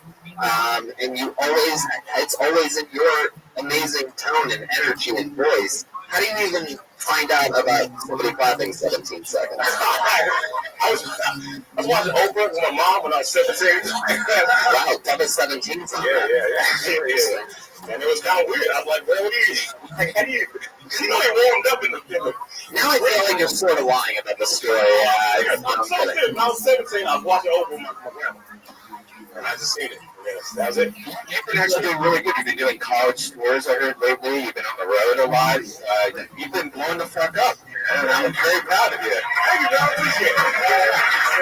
How long you been doing stand-up again? I hit 8 years this year. All right, so you're killing it. You're taking over just like we said that you would and knew that you would. How long have you been in LA now? A year. Right. And since that year, you were immediately on this show. You've been on it a few times. So you're always in your minute, always crushing. I got like 400 Twitter followers. So I appreciate it. Yeah. Thank you so much. Yeah. You got that. I guess that's a lot of people got the 429. Not everybody gets the 400 followers. You did a lot of that work, Preacher. So I guess my question is this. You're doing good. You're making some money. You're doing stand-up comedy. What's going on in like your personal life that's interesting or different? Oh man, nothing really. I got a girlfriend that we've been talking for. Remember the girl that we broke up and then she didn't. So I remember. Do you remember that? Yeah. Oh yeah. Well, she broke up with me or whatever. I tried to play it like, well, if you do this way, then we ain't talking anymore. And she was like, all right. And I'm like, no. You know, and I went. I didn't think she was gonna do it, but then she left for real. And I was like. So we got back together, and then we've been together for like since August. Does she taste different now that she's back? Yeah, I was thinking, I was like, this is so weird. This is not hot sauce anymore. Nah, you can say or do anything, and it's funny. Is what I'm figuring out. You can say or do anything. You should be like if you had to tell me that I had cancer, how would you do it? I want to see it. Last thing. You're about to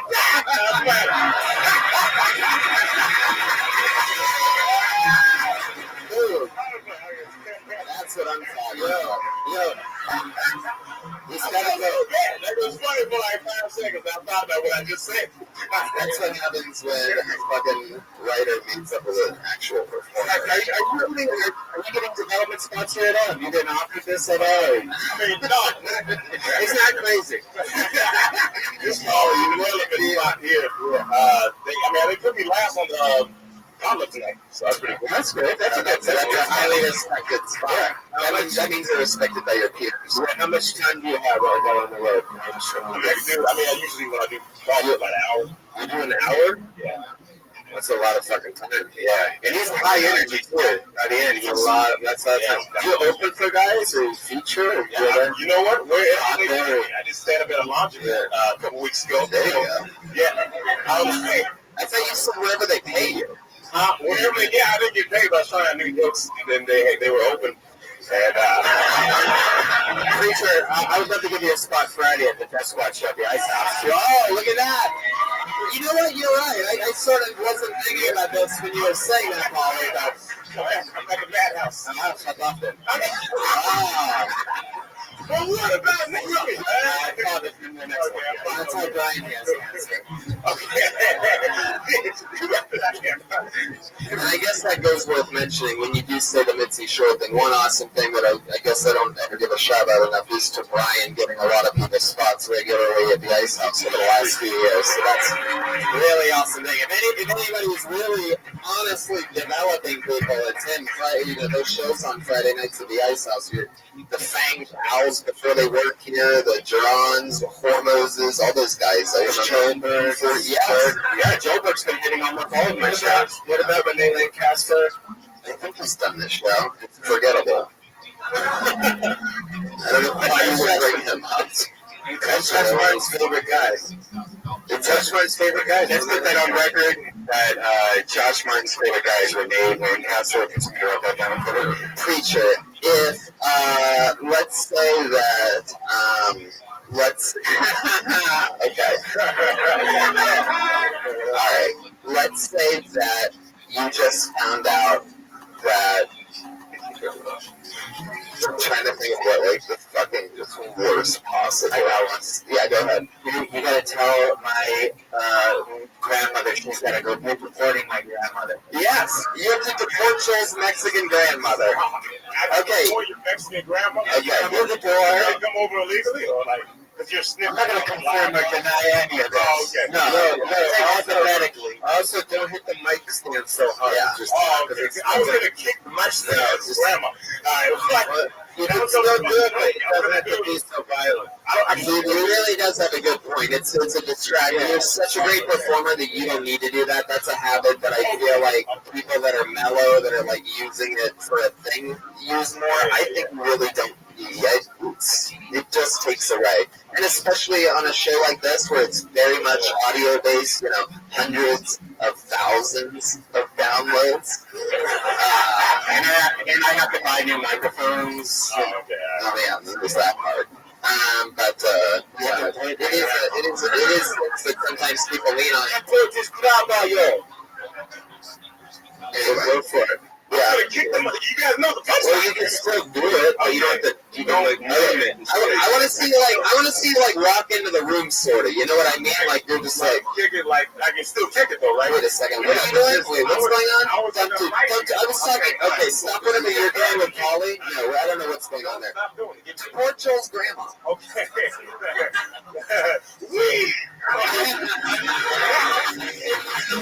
There she goes. That was good. Preacher, you're an unstoppable beast. I love guys like you coming on the show and, not being above anything and coming in and wrecking the house. There goes Preacher Lawson, everybody. He's on Twitter at Preacher Lawson. I mean, that's blatantly a star of the future. You understand? People like that don't just not fucking make it. One more time for the Preacher. Come on. It's not easy, people. Watch all these slouchy, lazy fucks come up here and try to deliver jokes after that. He did smell good, though. No, we forgot to ask him if he's taking it seriously.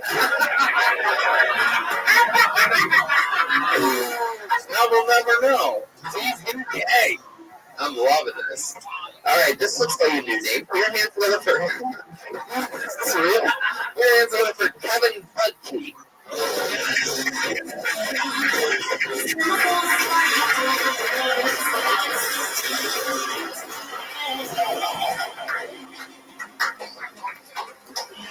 don't know if you guys noticed, famous guys are now wearing Gucci purses. Russell Westbrook, LeBron James, Drake. So at least the famous black guys. Wow. Black guys are wearing Gucci purses. 2017, what have you done? No, seriously, the other day, I had something happen to me the first time in my life. A lady came up to me and she's like, I've seen you on TV before. It's like, really? You know, I didn't know how to handle it. So I just went with it. I was like, damn right, bitch, get on your knee. No, I didn't say that. I said, so, you want a cookie? And then gave her a cookie. But, yeah, that's all I got. All my new material is pretty weak, but thank you. The saddest thing perhaps one can do is try to beat us to shitting on yourself. There it is. There's that cat. That's a minute. One decent punchline for you. I'm sorry. Talk to the mic, Kevin. When you shit on yourself, I want to hear it loud and clear. And I don't want to do any of this off the air. I've been waiting for this for a while. I've been waiting for this. Slam the stand down when you do it. Don't actually do it. That's one of those no ands. That's my favorite non-joke of all time you told tonight. Black guys are wearing Gucci purses. 2017, what have you done? No. So, you write that down, man? Did you write it down? That's a good question. Was it paper? Or on a phone? On a phone yesterday. On a phone? Yeah. Would you write it up? Were you in your apartment? Yeah. The pen you wrote it with just called it once it's in the ink back. It was good. He stopped it. Goldberg, wow. There he is. With Awaken the Monster. That's a true line. He's pouring wine. He's a monster. I can't believe a pen made a phone call like that to get its ink back. I've never even heard of such a thing. Okay, so the paper just filed a sexual harassment complaint. Tony liked it. Let's check in, guys. This just in, Kevin Budke is still on stage. How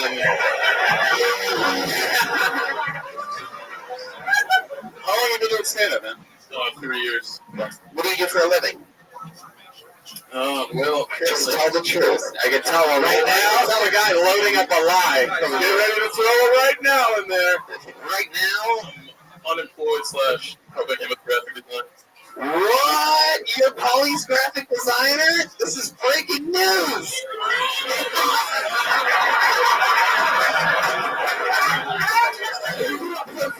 I actually thought that was the hope. That's exactly what I was expecting.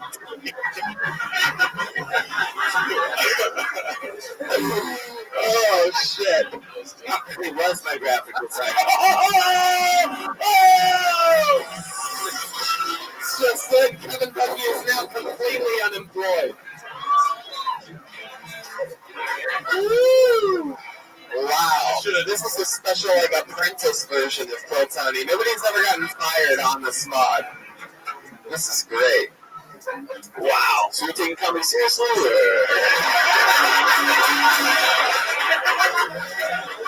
Enough to write so much new material that I tried out on a show that I should be trying on material. That's okay. Still bombing. What was the last job that you had before working with Polly? I worked at the airport in Pittsburgh. I moved here at Christmas, and I worked at the airport. I thought you worked at the Museum of Natural History as a Neanderthal. Whoa, reggae. reggae and reggae. That's it. Yeah. I did have a joke about looking like a Kate fan, kind of. Have you ever done this show before? No. Yeah, I was prepared. It's like so. In all honesty, like I met Kevin. He's a nice kid. Yeah, and I like nice people. And comedy's another thing. It takes some time, right? Yeah. It takes a lot of time. Obviously, more than 11 years is what we figured out earlier. So he's always, he's one of these guys that's very gung-ho and he's very excited about the business, but the business is a fucking reality. Yeah. And this what happened here tonight, a fucking train wreck reality. Yeah. So, seriously, it's you know what I mean? It's a long fucking gig, and that's why I'm saying a lot of people that do this shit, either you fucking do it or don't fucking do it. And if you do it, it's going to take a long time. No, I think it's going to take a long time over and over again. Just learn from them. I tell you, knowing that you were coming up here, you should have prepared more, and you should have fucking killed, dude. Yeah, what the fuck, dude? You have material that could have killed, but you didn't fucking do it. That's what and now you ate shit. And it's 1 minute. It makes me look fucking bad. It's not bad. Well, I mean, you're right there. Whoa. To be fair, to be fair, that was amazing. You can always go back to being a bully on Boy Meets World. Yeah. Where are you from? From Pittsburgh. Pittsburgh. How long have you been here? Since Christmas Day. Since Christmas. You're still wearing those Pittsburgh clothes. Still rocking the Pittsburgh outfits. He's not on the blow mattress anymore, though. So he's got a real mattress. So that's cool. He's looking up. And he's either got 2 jobs. He's either got Target or In-N-Out, right? Wait a second. Are we catching him in a lie right now? No, he works with me sometimes, but for his job, he's going to either get a job at Target or In-N-Out. Target pays what an hour? $10.50. And then In-N-Out. Oh, your voice cracked when you said that, Kevin. No, this is good. Yeah. But the thing is, if he gets his job at In-N-Out, then he can come up here and do some fucking jokes about working at In-N-Out. Which I think would be cool. And you can go animal style on the stage, man. You guys are doing great over there tonight with that. Oh my god. Yeah, I would say you guys are doing great without Jeremiah tonight. What? They're doing great tonight without Jeremiah. Yes, they are. They absolutely are. But, I mean, that's really not your job to fucking say that, Kevin. At all. What are you trying to do? Win us over now? No, I want to take his constructive criticism. Give him his constructive criticism. Okay, here's some constructive criticism. Are you ready for some constructive criticism, Kevin? How long have you done? 3 years? All of it in Pittsburgh. How many spots a week were you going in Pittsburgh? Tell the truth. Like 1. Yeah, 1, 2, yeah. 1 or 2. Yeah. Mostly 1? I worked at 2 full-time jobs. Yeah. I'm not asking you how many jobs you worked in Pittsburgh. I'm asking you how many times you got up a week. Yeah, once or twice. Okay. Yeah. Sometimes 4 times. I was going up when I was starting stand-up comedy. I was going up here in LA at places like this, grinding and grueling at every open mic without a car. And I was going up, 1 spot every 45 minutes, and then I was going to another spot and going another spot and another spot. So we basically really fucking just started. So we need to take those 3 years and shove them up your ass. And look at it like you're starting, with a clean slate and completely start over. Burn the clothes that you're wearing. Never wear a backwards hat. Take the hat off. Let me see what kind of skull you're working with here. Oh, yeah, there you go. Why are you doing the backwards, 80s, Chuck E. Cheese, Domino's pizza thing? Yeah, what's going on? It's like you have a power glove that you're about to take out of a suitcase. I had a joke about getting a haircut, too, and I should have fucking done it. I'm sorry. It's the Berg, bro. You're from fucking Ohio, so you Berg. I know what it is. It's 45 minutes away from where I'm from. That's why I can relate to the sad apparel that he's wearing. The old 4th guy in a gangbang that just pulls his jeans down and fucks with the 2 shirts on and a backwards hat and long white tube socks. You're white tube socks? Or black tube socks. You rebel. Can I say something about the criticism you said, getting up multiple times a week? He said it multiple times, that literally is watching Preacher, people like that develop. They're getting up at least 10 times a week. Yeah, well, that's what I'm saying. That's what I just said. That's what are you saying it for? I just said it. Why did you just repeat that? You're confirming what I just said. You have no job. You should be going up. Don't fucking hurt. Don't say. Don't. Did you ever? Did either one of you work? No, absolutely. Kevin, how good of a graphic designer are you? Good. I love you, Kevin. Welcome to the show. You did it, buddy. You popped your cherry. This is either going to fire you up or you're going to be a big baby. My guess is you're going to start writing jokes tomorrow like you've never written in your fucking life. Thank you, seriously. Later, buddy. There you go. Stephen Bucky, everyone. Making a bad example of fist bumping everybody before he leaves. Please don't do that. I hate that. I hate fist bumping people. Hey, I don't bring guests on for the you do. You don't get pulled out of the bucket for your magical fist bump. He does the graphics for my new Crackle show. Yeah, got him. Yeah, it's great. Paulie's got a new awesome show on Crackle called the Paulie Shore Podcast Show. I guess that's what it's called. Yeah. So check that out on Crackle. Crackle.com. It's a website. So you know, Hey, what's it on, man? What? What's it on, man? Crackle, Doc. Oh, Crackle, yes. I was pretending not to know. I thought it would be funny, man. Yeah. So you know Kevin? You seen him around? The guy that was just here. I think I've seen him around at some point. Yeah, like around at nighttime, like walking around. I pulled another name out of the bucket. Put your hands together for Aaron Thompson.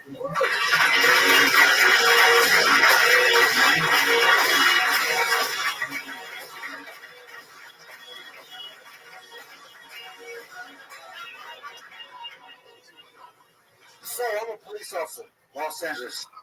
I ain't gonna shoot nobody, man. Nobody black. I'm pulling all white people over, man. I work in South Central. What are you doing here? Irvine is that way. But for I'm a cop and I still get scared to get pulled over though. I watch the videos. I still get scared. When I get hear that chirp, you ever get scared to when you hear that chirp, you get that pucker factor. You know what that pucker factor is, man? When your booty hole go like that, right? When I hear that chirp, I do this. Hey, what do you need? Registration is in the glove box. I'll get it now. Oh, sorry. I was at work, had a white partner. We had a black dude with a gun. Get your hands up. Come down to your knees, partner. You got it from me? I'm so scared. I'm over here like this. What you doing? Hey, I don't want no confusion. You know how we all look alike, man. Wow, like Aaron Thompson. That's crazy. Is that true? You're really at LAPD? I do not lie. Yes. That is so fucking awesome. Put your hands together for this guy. Working a real full-time job. Working a real fucking job. Being a hero out there. And then actually coming in. Yes, this is your song. Yeah, man. Go.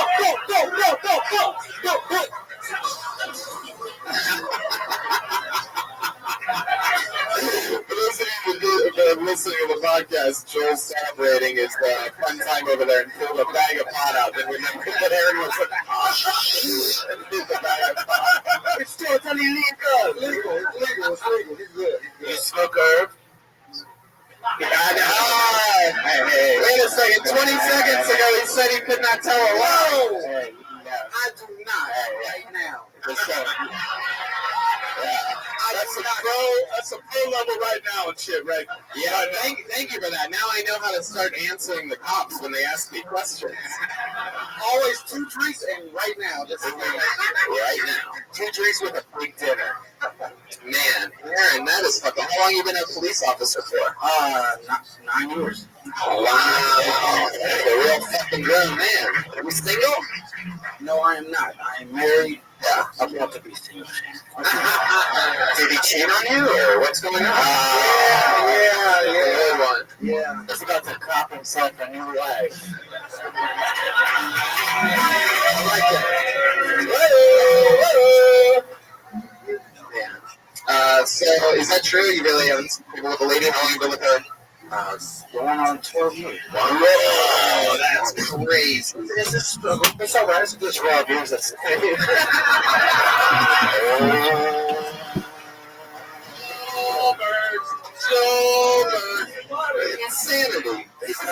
on fire right now. Yeah, hold on to it. Yeah. He's pouring more water out of his face for some reason. On what's mostly an audio podcast, make sacrifices for the 65 feet just land in a room. Don't care about my audience. Aaron, you work South Central, so you work the crazy shit. Yeah, tell us a little bit about it. We see a little bit of everything. What's one of the crazier situations that you've truly been, first responder on or something like that? A suicide. Whoa. With progress? No, we got there, and the guy, I've never seen that in person. Never seen it in person, man. So that was my first time ever seeing somebody had killed himself in his bathroom, gun on the floor, brain matter on the... Was it the guy who performed first tonight? So it's a big joke. I'm sorry. I take it back. Wow, Patty motherfucking reggae over there. You guys are... I'm sorry, I drank Patty reggae. Yeah! How much time do you have? 9 years.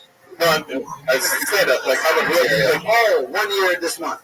Okay. Oh, wow, man. They're freakishly, naturally talented. One of the main things is, so many people are afraid to talk about their real life and real job and real perspective.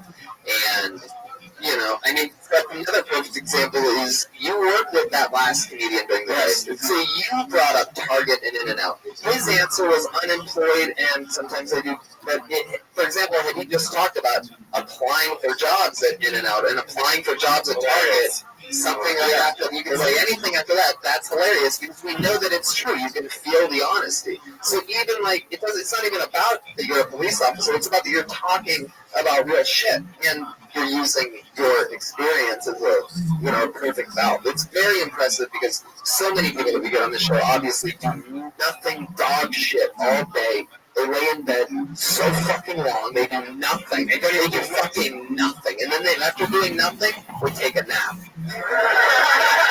Meanwhile, you're out there keeping streets safe and having enough common sense and awareness and passion to be able to perform a strong minute set like that. So wait, what was the answer? How much material do you have?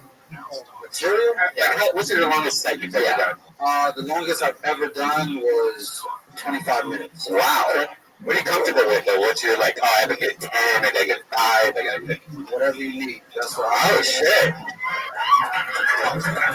God knows. How about 10 minutes in the evidence locker? How about... Yeah. Yeah. You have a captive audience.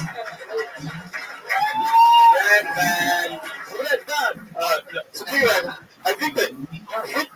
two things were up top that I think we should do is, and I was going to say the same thing about the last guy that we had up there, talking about, you said we upgraded from the air mattress, the format, so you coming out and saying, I'm a cop, right, and then addressing the, here's who I'm not playing over, here's who I am, I'm not going to, I might shoot something, all that stuff, and then being able to get into your real life, heads everything off at the top for the audience. So that, coming up with that bag of bricks, just dropping that and then getting into your real shit because everybody's with you after that. I thought that was great.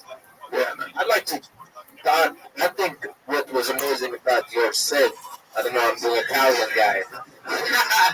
There was you said, your act outs. I'm serious. Your reggae, bro. No, it's not. Yeah, man. Yeah. One love, big Ivy. All right. So, your act-outs were it was like ballet, man. Your act-outs were dead on to the movement, your stillness, you stopped at the right time, you moved, every movement was very choreographed for a comic, far advanced past your time doing comedy. Yeah, it was almost like you're a cop or something.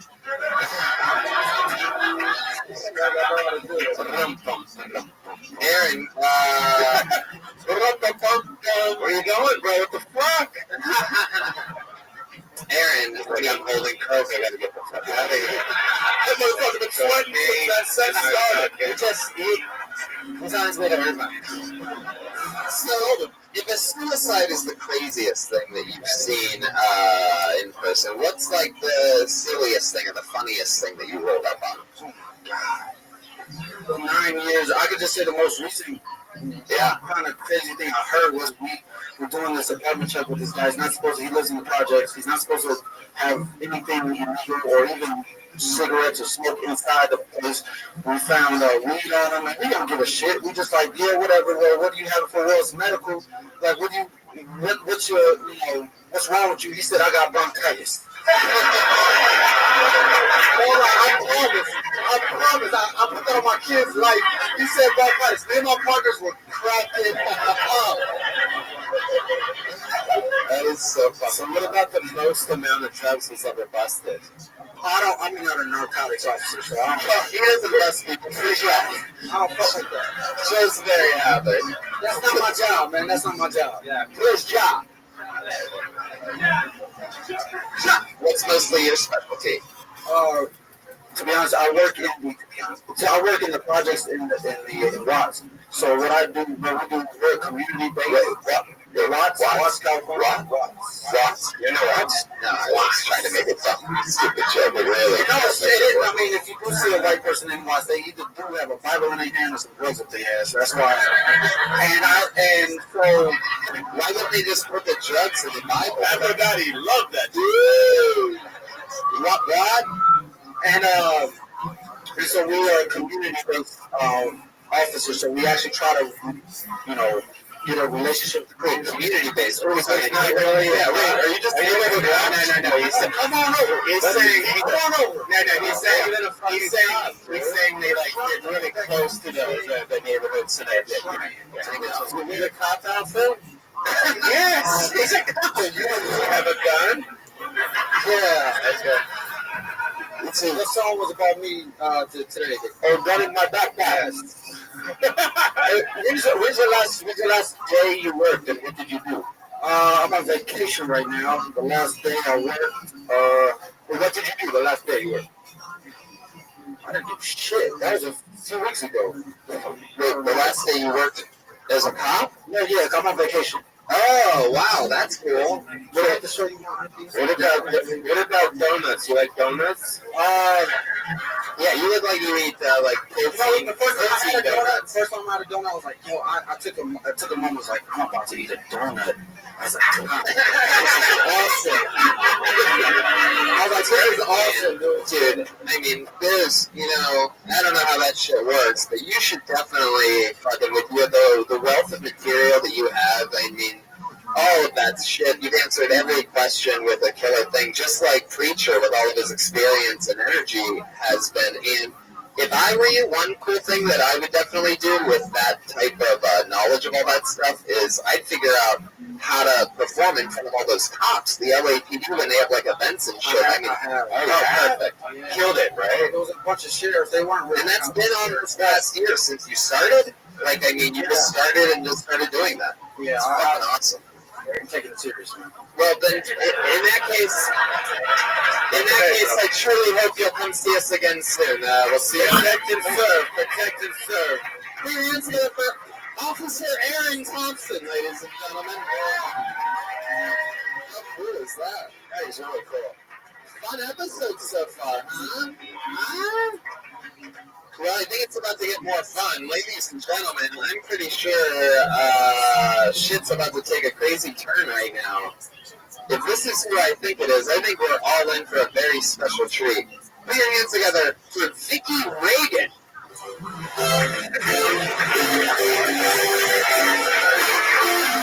Holy shit. Ladies and gentlemen, give it up for my mom, everybody! It's Pat Reagan's mother, Vicky Reagan!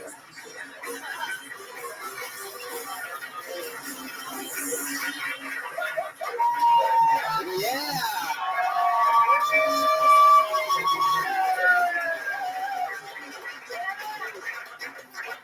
I'm not a comedian. I'm a comedian's mom. And he just did his song, Mom's Song. 2 years ago, he did it for Comedy Central, YouTube, on Mother's Day.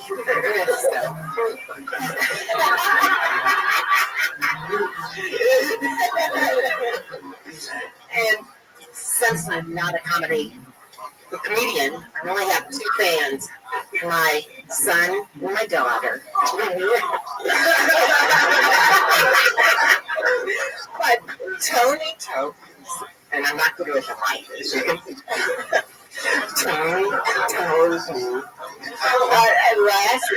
asked me last time I was here about 3 months ago, did I have something funny to talk about Pat? And I was speechless because I don't like microphones. but I thought of something.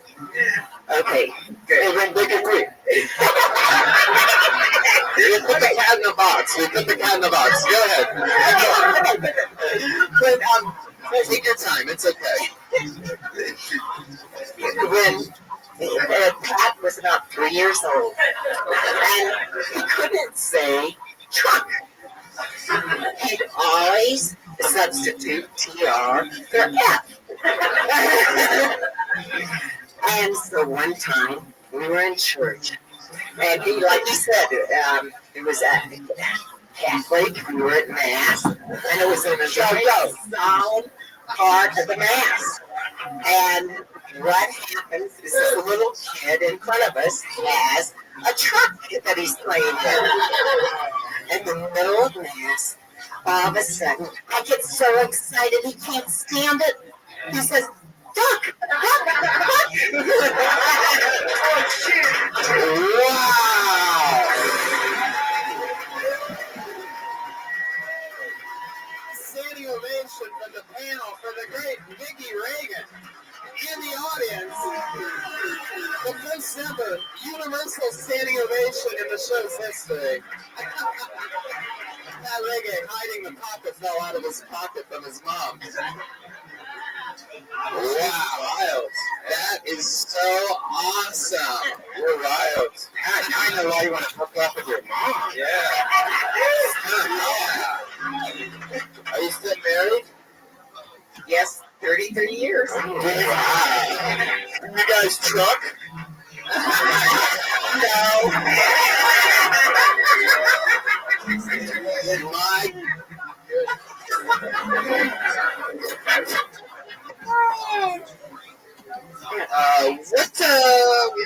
Test. All the mics are out except for mine. Test. There you go. You're good. That was awesome. Fuck yeah. It's a real live show. What about Kevin Budke? Yeah. Oh man, this Vicki, that is so fucking awesome that you did this. This is amazing because it's really, Pat is one of the most, obviously hilarious, but also like Sometimes not so obvious. Tonight, for sure, you've just been slaughtering, especially, and he's like a wacky, out-of-the-box comedian is what we would consider Pat amongst us, right, amongst our peers, sort of like a risk-taker, always writing new stuff. And you seem like you're just so proper and Catholic and all that stuff. Where do you think Pat gets this wild side from? I don't know. We really thought the babies got switched to the hospital.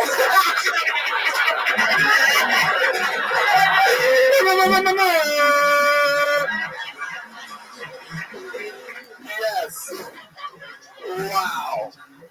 Because he's a little bit like wilder. Is he wilder than his sister too? Is that right? Is it a brother and his sister? It was really conservative. And Take care. Shout out to Bon James, everybody. He's so conservative back in the day. Is this okay what I asked? Really? Only in church? High school? Only in church, in high school and college. Wow. And now that he's a comedian. That little laugh is everything you need to know. So adorable. You explode with charisma after everything that you say. What have you always, what was your, career? We always, I can't tell how much effort you put into Pat, actually. A lot. She tried. I was a dietitian dietitian. Oh, cool. I'm pretty sure that's dietitian music if you haven't heard it before. Don't eat cherry pie. Or you're gonna have some thick ass thighs. Yeah. Good Lord. The spirit of Jeremiah is thriving. You guys are fucking wackadoodle. Yeah, Pat's always been, I've always known him as a ladies' man. Has he always been a ladies' man his whole life? That's a really good question. Happy fucking. Yeah, just kidding. Bro, jokes. No, just because I haven't done this show a lot and I'm really kind of confused. Which one is her kid? Tony, we got a special caller that wants to join in, but we have to be pretty quiet about this. But let's first give him a round of applause. Ladies and gentlemen, calling in, it's Jeremiah Watkins. And now we silence him all the way. Everybody, shut up. Jeremiah. Hello. This is very important. Yes, go ahead. Is Pat's mother Vicky there? Actually, you know, you wouldn't believe it, but she is. She is there. Yes. Okay. Right, you're not. Is Patrick there? Is Pat Reagan there? Right, you're not. Right, through Jeremiah. Patrick is here. Okay,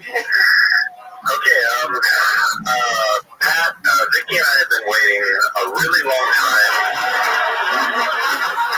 to tell you this. We don't know how to tell you this, but, well, Pat, I've called you my boy for years, and there's a reason for that. And the reason is you're actually my boy, Patty Reagan, because you're my son, Patty Reagan.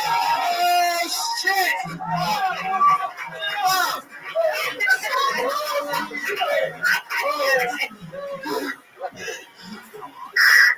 Wow. Is that all you wanted to say, Jeremiah? I love it. Pat, how do you... Yes. Son, I've been waiting a long time for this. Is there anything you want to say to me? Obviously, you've been waiting a long time. I'm pretty sure Pat's older than you, Jeremiah. No question the Pat on how this works. I love it. It's been burning for a long time. Oh, man. Almost believable for your laughter. Can I talk to my sweetums, Vicky? Yes. Yes, Jeremiah. Vicky, I love you. I'll be back in California soon, and everything away with our son, man. I'm so happy that I created such an inspiring artist like our son, Patty Reagan. And you can find his album, if you haven't listened to it already, Bad Chat on Spotify. Yes, you can find that album. You can find Jeremiah Watkins on a great many things, including Pat's mom. Yeah. Yo, mom. Jeremiah, anything else you want to say before we let you go? No, that's all. I'm just a very happy father this Mother's Day weekend. I'm glad I can finally tell my son, Patty Reagan, how our relationship is going to blossom in the future, and I love you, son. I love this. Well, there he goes, ladies and gentlemen, the great Jeremiah Watkins. A live phone call. Great comedian and the father of Pat Reagan. Vicky, Vicky, how do you feel now that the secret's out about you and Jeremiah? Well, surprise. Perfect. Pat, what was it like watching your mom on stage and getting to hang out like this? It's cool, man. You know, it's cool. She was nervous and she did it and she killed it, you know? Yeah, I absolutely agree with Pat. And you have so much charisma. Really, really awesome. I really, really appreciate you doing that. That was one of my highlights in this show's history. Our first ever Kill Tony mom. There she is, Vicky Reagan, everybody. Come on. That's mom. That is fucking awesome. And by the way, that was the first ever all-out standing ovation anyone's ever gotten on this show. Very impressive, Vicky Reagan. Holy shit. It's a fucking fun episode. Beauty, right? I'm jealous of Jeremiah. We're just on mine. I'll let her hold my tongue. Anyway, we're going to go back to the bucket in a second. Let's get our regular on stage. Every single week we have a comedian who writes and performs a brand new 60 seconds every single week. So she doesn't get pulled out of the bucket. She literally has been doing this since like her 21st birthday. So Esther Pravinsky? No, that's an old reference, Paulie. I liked it. Put your hands together. You know her, you love her. It's the great. Did you have sex with Esther? That's all. This was all 10 years ago, Paulie. You both did? That's 10 years ago. How dare you? That's hilarious. Paulie. I had no idea, I swear to God.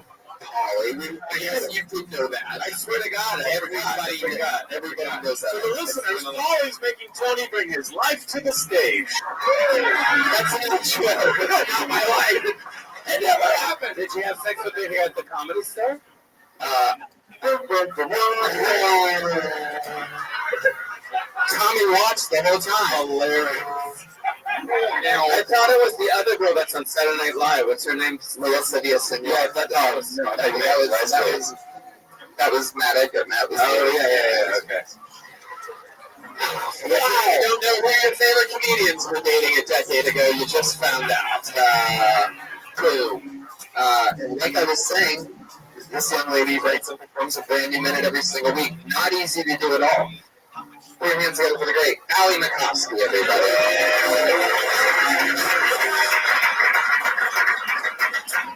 Good to be here. I'm getting hotter by day, which is exciting. I'm taking this pill that gets rid of acne, and today's like day 12. And the first month is the roughest month on Accutane. It's what I call the personality phase. People always try and ask, like, if you would rather be deaf or blind. I think blind is not the way to go. I'd rather be deaf. People say that love is blind, and I think that just ugly people think that when they've made a mistake. It's kind of like people who have a long second toe, and they're like, it just means I'm creative. I'm like, no, it just means you need to cope with your ugly ass toes. I had a deaf Uber driver, and that was exciting. I noticed that all the Uber drivers I get that are deaf have lower ratings, and I think it's because people don't realize that they're deaf and they're just having one-way conversations with themselves. Okay. Well, go ahead. And I kind of like having deaf Uber drivers because I don't have to talk to them, but one time I had a deaf Uber driver who was using his hands way too much, really chatty with the hands. And I was like, how do I say 10 and 2 in sign language? That's awesome. There you go. There's the meat and potatoes of that one. All that stuff you're saying, you just have the most common mistake, even when all the best comedians are just starting out. One thing that absolutely every single person agrees on is that there's a weird thing you do the first few years of comedy where your setups are just naturally too long. We always think that we have to tell everybody everything. Like you said, would I rather be blind? Would I rather be deaf? I don't think blind's the way to go. For no reason, I'd rather be deaf. You know what I mean? Like, it's like anything that you can cut out, cut out. You had a deaf Uber driver, he's talking with his hands too much, is the entire thing. Well, if you said that, if you just get right into it, it's 6 seconds. It's not 24 seconds. You know what I mean?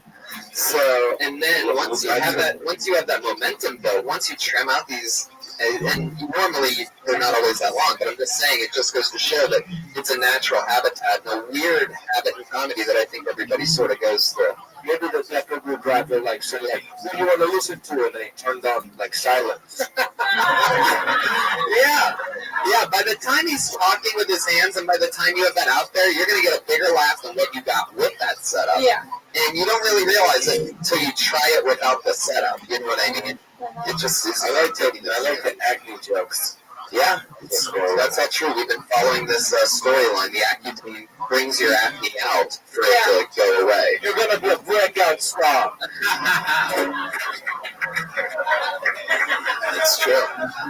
Is there any positive effects though? Does it make you wetter or anything like that? Oh my God, Brian, you're so gross. Where's that police officer at? No, what it does is it pretty much like stops your body from producing oil, so you're like dry. Yeah. It kind of has like a double advantage, you know? What's the way that advantage? Well, you know, a lot of discharge going on, and it just dries it up, so I'm gonna have. Okay, it's not that extreme. Who's here? Fuck yeah. What else has been going on in life, Allie? What else has been going on? Have you been dating anyone? So is the dry pussy like affecting, or is it dry or is it wet? Now I'm confused.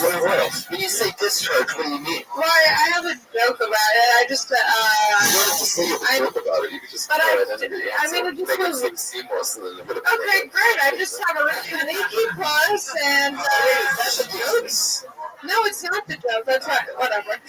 Got a leaky plus, and you know. I guess what all leaky is like. Pretty leaky. Yeah, I don't know. What was the question? How leaky is your pussy? Well, no, that's not the question. I guess the question is what's coming out of it? What are you saying? It's creamy. No, it's discharge. What's discharge? I don't know what that is. Is that good or bad? It's good. It's good.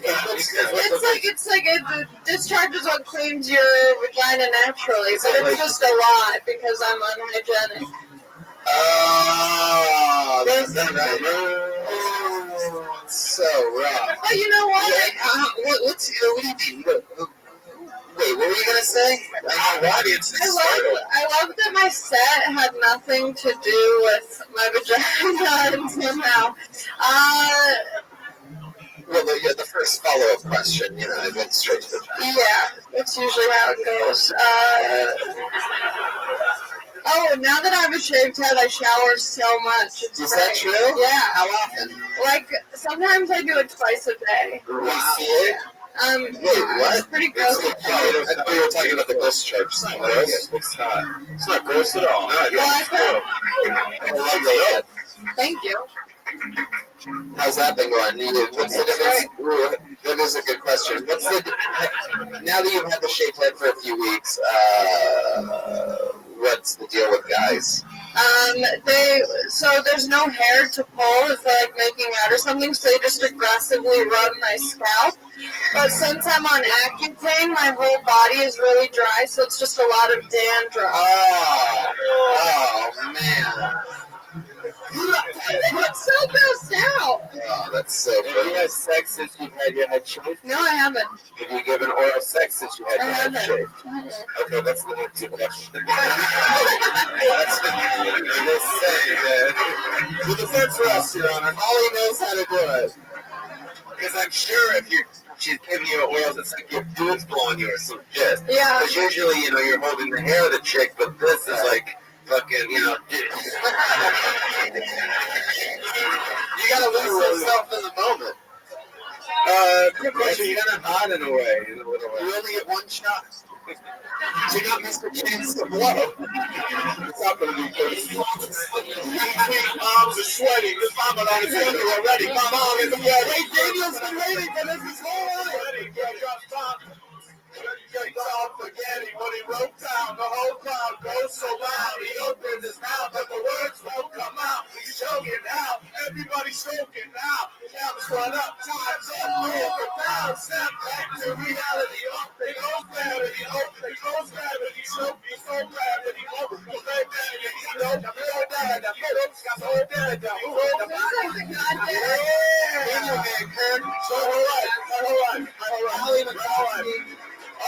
All those ellipticals finally made it worth it. How long do you run the elliptical? Like 8 miles? That's an 8? That's a step in the moment. I love it. How dare you? I have a quick question that you might have covered on other times when you guys are doing this. We had so many people up here tonight that we felt like just weren't digging into like mining and I was wondering for me, if you haven't seen it, Sleepwalk with me with Michael Vick. And there's that scene where he's just bitching about his life, and Marin looks at him and goes, "That's what you should be fucking talking about." It was right in front of him, and he's like, "Oh, I got this thing about how I feel about funnel cakes." Like, who gives it? Well, funnel cakes are good, but like, so for you, I wanted to ask you, you've got to come up with a new, and maybe people who didn't do this tonight or want to do this or do it quick. What do you look at when you're trying to come up with another 60 seconds every week? Like, what are you looking at? Good question. I was just thinking about that today. That wasn't. I was trying to think about that today. Like throughout the week, I'll kind of be like, what like bothers me, but then I get in my head, I'm like, I just sound annoying because I'm like, don't you hate? Like I hate this, and this, and then I'm like, okay, but that's not like genuine. I'm just like trying to come up with things. So sometimes it'll just happen naturally, where like something will happen, and I'll be like, oh, that's like something that I'm passionate about, whether it's good or bad, that I can write about. But it's just like every week I'm kind of like struggling to do a joke about TikTok. I don't know why, I just felt it. Yeah. Probably right. Next week, stay tuned. All right, there she goes, the great Allie Nikovsky, ladies and gentlemen. You better never let it go. Oh. Jody, I heard the cop. Oh, sorry. Maybe you should have rappers now since we started. No? Show him minutes. I was going to say the cop. I heard he was in the green room yelling, King Kong ain't got nothing on me. It wasn't worth it. Oh, you guys ready to go really quickly through one more comedian? I went to the bucket. One more name out of the bucket? Half-ass audience, but we're going to do it anyway. It's going to be Mikey Milios.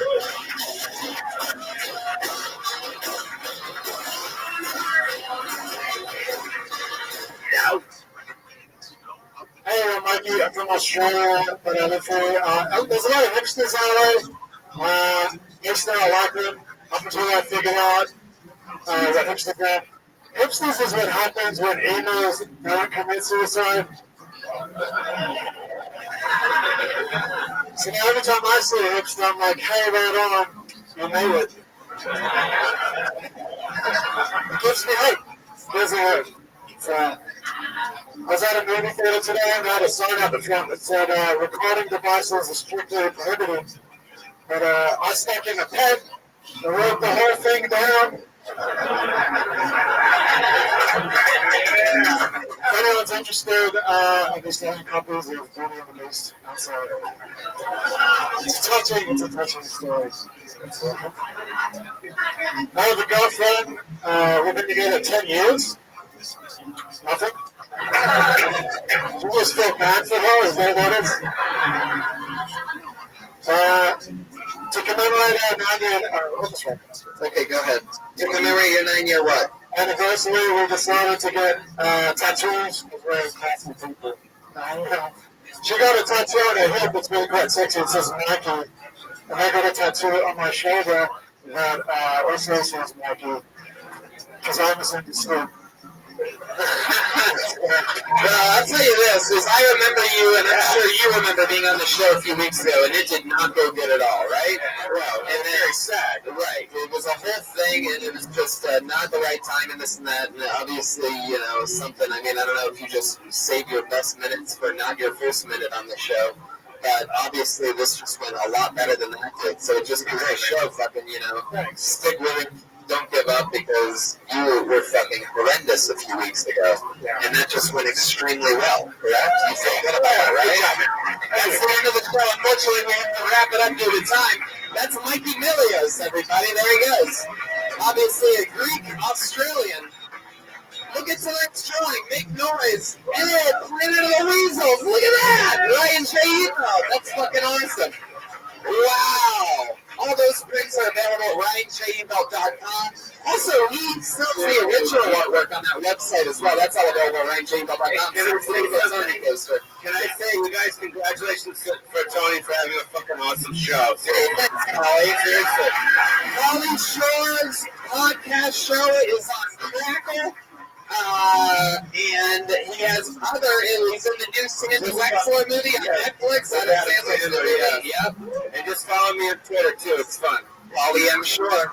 Daniel Van Kirk. Make some noise for Daniel Van Kirk, ladies and gentlemen. Dumb People Town on Feral Audio, and this season of Bob's Burgers. With the Sklar Brothers, Dumb People Town, I absolutely love it. I went and saw it live when I was in Austin, Texas at Moon Tower, and we all got to work together. That was a blast. Make some noise for the great Children Menace, ladies and gentlemen. I think today is like my 1 year anniversary on this show. Oh, anniversary on this show. Also, happy Mother's Day to my mom. Thanks. How about the great Vicky and Pat Reagan, everybody?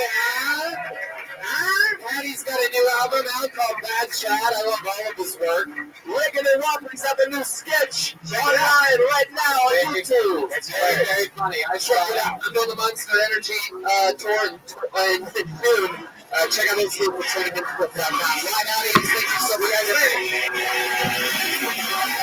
Arms ahead, his armor on his sweater already. Mom's spaghetti, he's nervous. Middle of the service, he looks calm and ready to drop bones. But he keeps on spaghetti when he walks in, and the whole crowd goes so loud. He opens his mouth, the words won't come out. He's joking loud, everybody's joking now. Watch for now, rise up, close the clouds. Get back to reality. Up there goes gravity, up there goes gravity. He's so mad that he won't give up, daddy. He knows he won't have it. He knows his own rats and he's broke. His own daddy, he's broke. He knows that, but he's broke. He's so sad that he knows.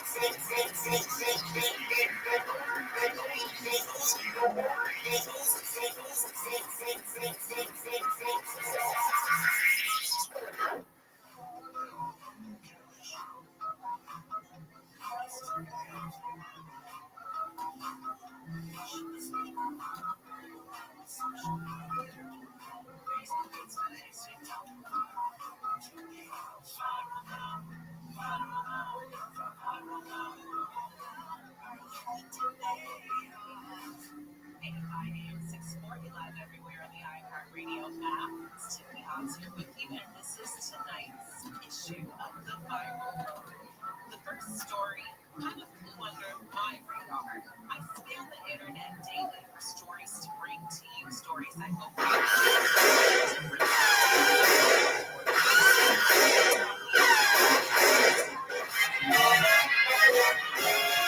Hey, this is Trevor, give me a line. The world famous comedy show for a brand new episode of Kill Tony. Here's Tony. Hi, everyone. How are you? Welcome. Make some fucking noise.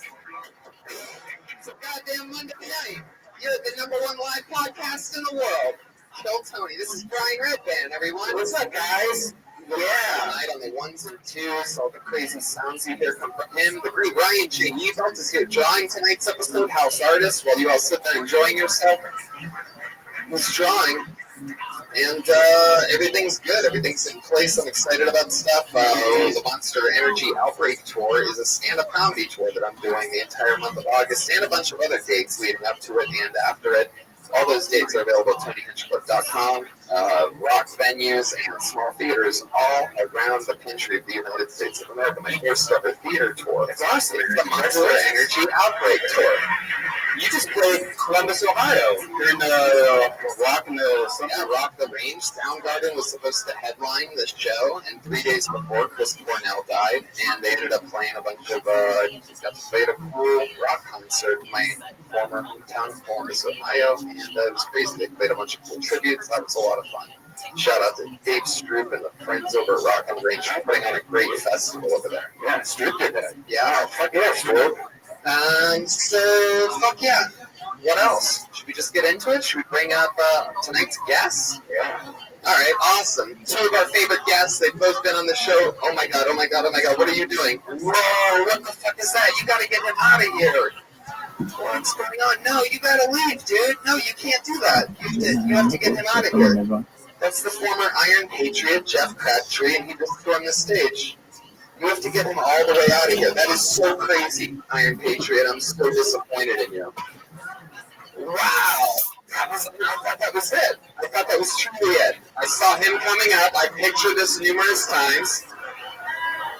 He was the entire, he was part of he was the band for the first, 50-some, 60, 70-some episodes of the show. He was the Iron Patriot. He wore a suit. Slowly over time, we found out that he was insane. He's been messaging us for a little over a year or two continuously to no response. and he just jumped up on the stage. And you saw that live. That was the live part of the show. If you're wondering why we call ourselves the #1 live comedy podcast in the world, that's why, not #1 pre-tape comedy podcast. That was creepy. I thought it was a biker. I thought he lost his bicycle and he was like coming up to his. I saw that fucking face. I checked both hands to make sure there were no weapons. But if there was a weapon, I was going to do this crazy front kick. I was half a second away from blasting this way. Exactly. That's what it would have sounded like. That was a very scary moment. I can't believe he thinks that that's okay. Yeah, well, I don't think I think that's the whole thing. He didn't really think much. I have to get like a restraining order or something. Yeah. It just got weird. Shit just got very real. Yeah. He like looked at the camera and shit. Like, we're gonna edit that out. Yeah, we'll definitely edit that out. Wow, that's crazy. So only you guys will ever know that that ever happened just now. Shout out. Make some noise for the Comedy Store staff getting him out of here quickly. Wowzers. I was too stoned, I didn't even flinch. I just saw colors coming at me. It's an interesting thing. We have a real mental health issue in this country that needs to be dealt with. Like, people like that guy wears an Iron Man costume for, you know, he does that thing in Hollywood and Highland. He's one of those guys, but he's the Iron Patriot. It's not even Iron Man. First of all, there's 2 or 3 Iron Men. This is what you have to know, and they're getting a lot of attention, right? He's the Iron Patriot. He's this version of the, what are those people like? What are those, the Iron Patriot fans in the room? What, the Patriots? Yeah, this is the show that we want to see. Anyway. He stares out in front of that Hollywood Boulevard. Like, the thing is, you thought that he was the part of the show that worked, and once you got rid of him, he became the #1 live podcast. Yeah, he was holding us down. We got better ratings when we just bought shit off Amazon Prime and had other people do the Iron Patriot. This shit cost $8,000. You guys ready to meet tonight's guest or what? Wow, that was crazy. 2 of our favorite guests, as I was saying before, 2 of my favorite comedians in the world, 2 guys that I love to work with, and a bunch of shows coming up before, the past, and in the future with these 2 guys. Let's see how loud this place can get for the great Sal Volcano and Louis J. Gomez. Wow. Yeah. The best. Yeah. Fucking motherfucking fuck yeah. Louis J. Gomez from Legion of Skanks. We're going to be doing the Skank Fest at the end of June in New York City. Kill Tony for the first time in Bates, New York City. That's going to close out Skank Fest, and I believe that, well, at least we're working on it. We'll be officially announced that you and Big J are the guests on that, right? Yeah, of course. Perfect. There you go. You heard it here first.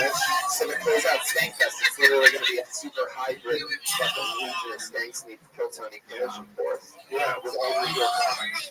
That is June 27th. No, June 24th is the big Kill Tony show. But it's sold out. They can't get tickets. Can't get tickets. You guys sometimes like give it away, give some away. You can follow at SkankFest NYC on Twitter. We give away a pair of tickets every Friday. Sal Volcano from the Impractical Jokers is here, ladies and gentlemen. Thank you. I'm excited to, thank you all for coming. I'm excited to say that I am doing the Impractical Jokers motherfucking cruise. November 1st till 5th. Me, this guy, the Jokers, Bert Kreischer, Sarah Tiana, a bunch of other amazing comedians. You start promoting something these people can't go to. Look how upset they are. I only have guests on that I have things that I get to promote myself now. It's like, hey, what I'm doing with this guy? I'm excited about that. We're going from New Orleans to Mexico and back. Sounds dangerous. Yeah. Originally we weren't coming back, but we ended it. Good to see you guys. All right. God bless. I don't know if you guys noticed, but we got like trolled earlier, live from some crazy guy that used to be part of the show. The whole audience saw it. Before there was a band and we had a robot dressed up as Iron Man that was our head of security. Oh, and he just attacked us. This is twice in a month. Kill Tony has been attacked. He ran away. Well, at least it wasn't like the attacks of the Ariana Grande concert. So yeah, too soon. Too soon. Too soon.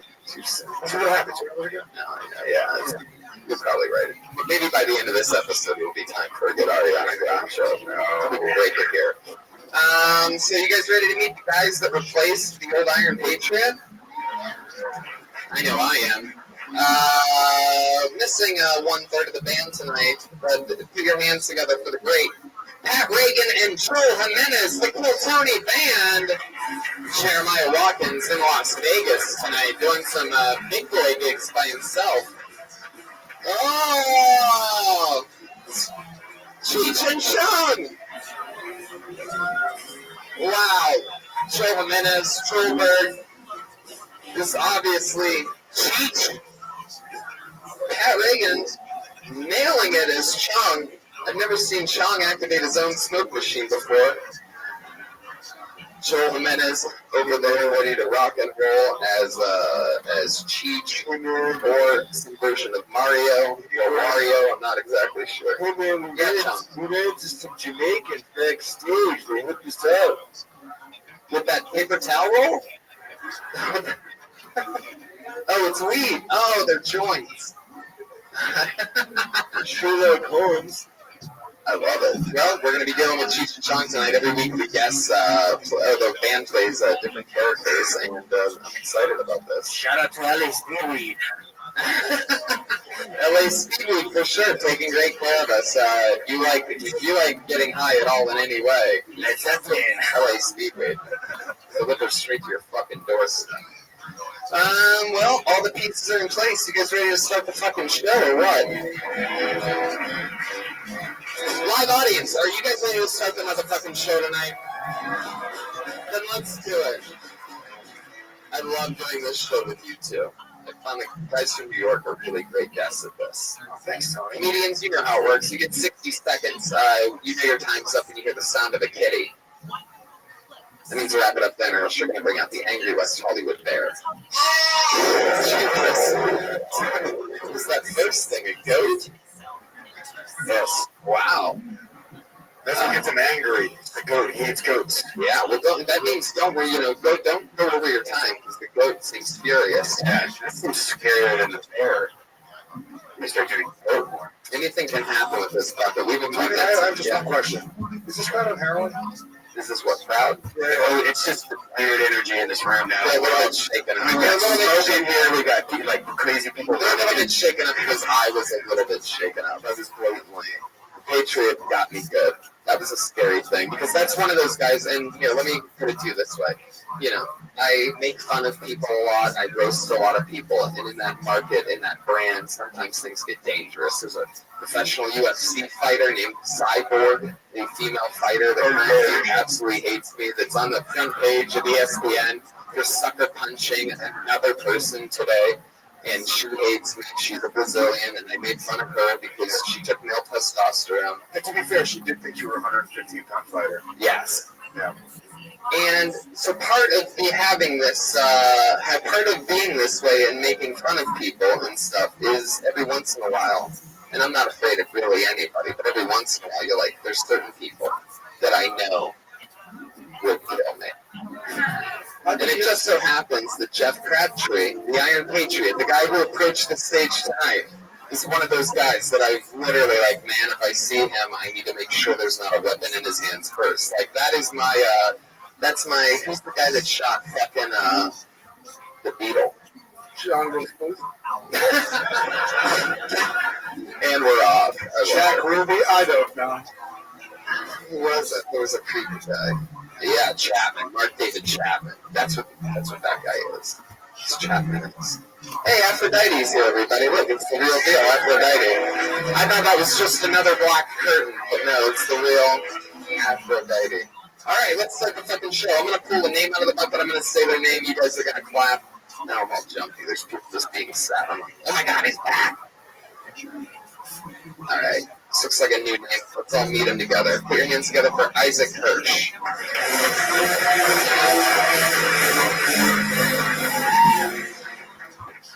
Hi. I'm an extra. That's my job. It's really easy. I just walk around in the background of TV movies. The one downside is that Hollywood keeps trying to tell me what I look like. That's never anything good.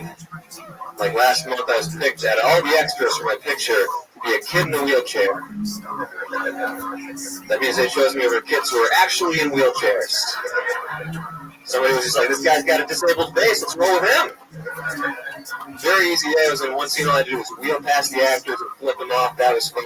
Do that once when an actor comes up to me, he's just like, hey man, that's really funny. I'm Michael, nice to meet you. I was like, oh, I'm Isaac. Do it again. Different actor comes up to me and goes, hey buddy, you're doing a great job. And I was like, wow, what a friendly set. And then I figured out what you guys may have already figured out, which is they thought I was actually in a wheelchair. And I couldn't get up for the rest of the day. I just had to stay in the wheelchair because it would have been terribly awkward if they were like, you're really brave. And I was like, thank you. That would have been terrible. Pretty easy day, but at the end of the day, I had to just be like, it's a miracle. Sorry. All right, thanks so much, guys. Nailed it. Exactly a minute from Isaac Hirsch. No extra time needed. How long have you been an extra for? A year. I'm about to hang it up, though. Really? You're about to hang it up? Yeah. You're about to hang up the costume that they give you when you arrive and have to give back at the end of the work shift? Is that an extra? Red and white striped? No, he's going to hang himself. He's going to hang it up. I get it. What's your job at Cornell? What are you going to hang it up? What are you going to do? Other stuff, more reliable work. Like what? I don't know, delivery driving and stuff. What is that? You kind of look like if he pulls off his glasses and turned into Tony like Superman. Jewish Tony. And back to what gigs did I get me today? I was a gangster, but he said, what are you going to do besides extra work? He went to the rest of it like feature work. How old are you, Isaac? 24. Where are you from? DC. Oh, you're obviously... I mean, you really blew that tiger early. That's a little bit feisty at an age, according to Red Band. Yeah, I'm from Maryland. Known for its geese. Yeah. A lot of animal noises. You want to hear something interesting? I can tell you something. Tommy Chong doesn't want a second of it. All right, forget it. Today I was on Who Wants to Be a Millionaire. Whoa, you were an extra? No, I was a contestant. Obviously, he did not win, otherwise he wouldn't be here right now. Yeah. Shut up for fucking Killzone. Is that what you wore on the show? No, it taped in August. It just aired today. You were right, man. Hell yeah. I love the weed. Yeah, you almost smoked the wrong end. I guess you really love the weed, Isaac. How far did you get on the show? I got the $20,000 question. Yeah. It's hard. It's so hard now. Don't a question. Which of these was not one of the original 4 Canadian provinces? A, Ontario, B, Quebec, C, Nova Scotia, D, British Columbia. Oh, yes. I know.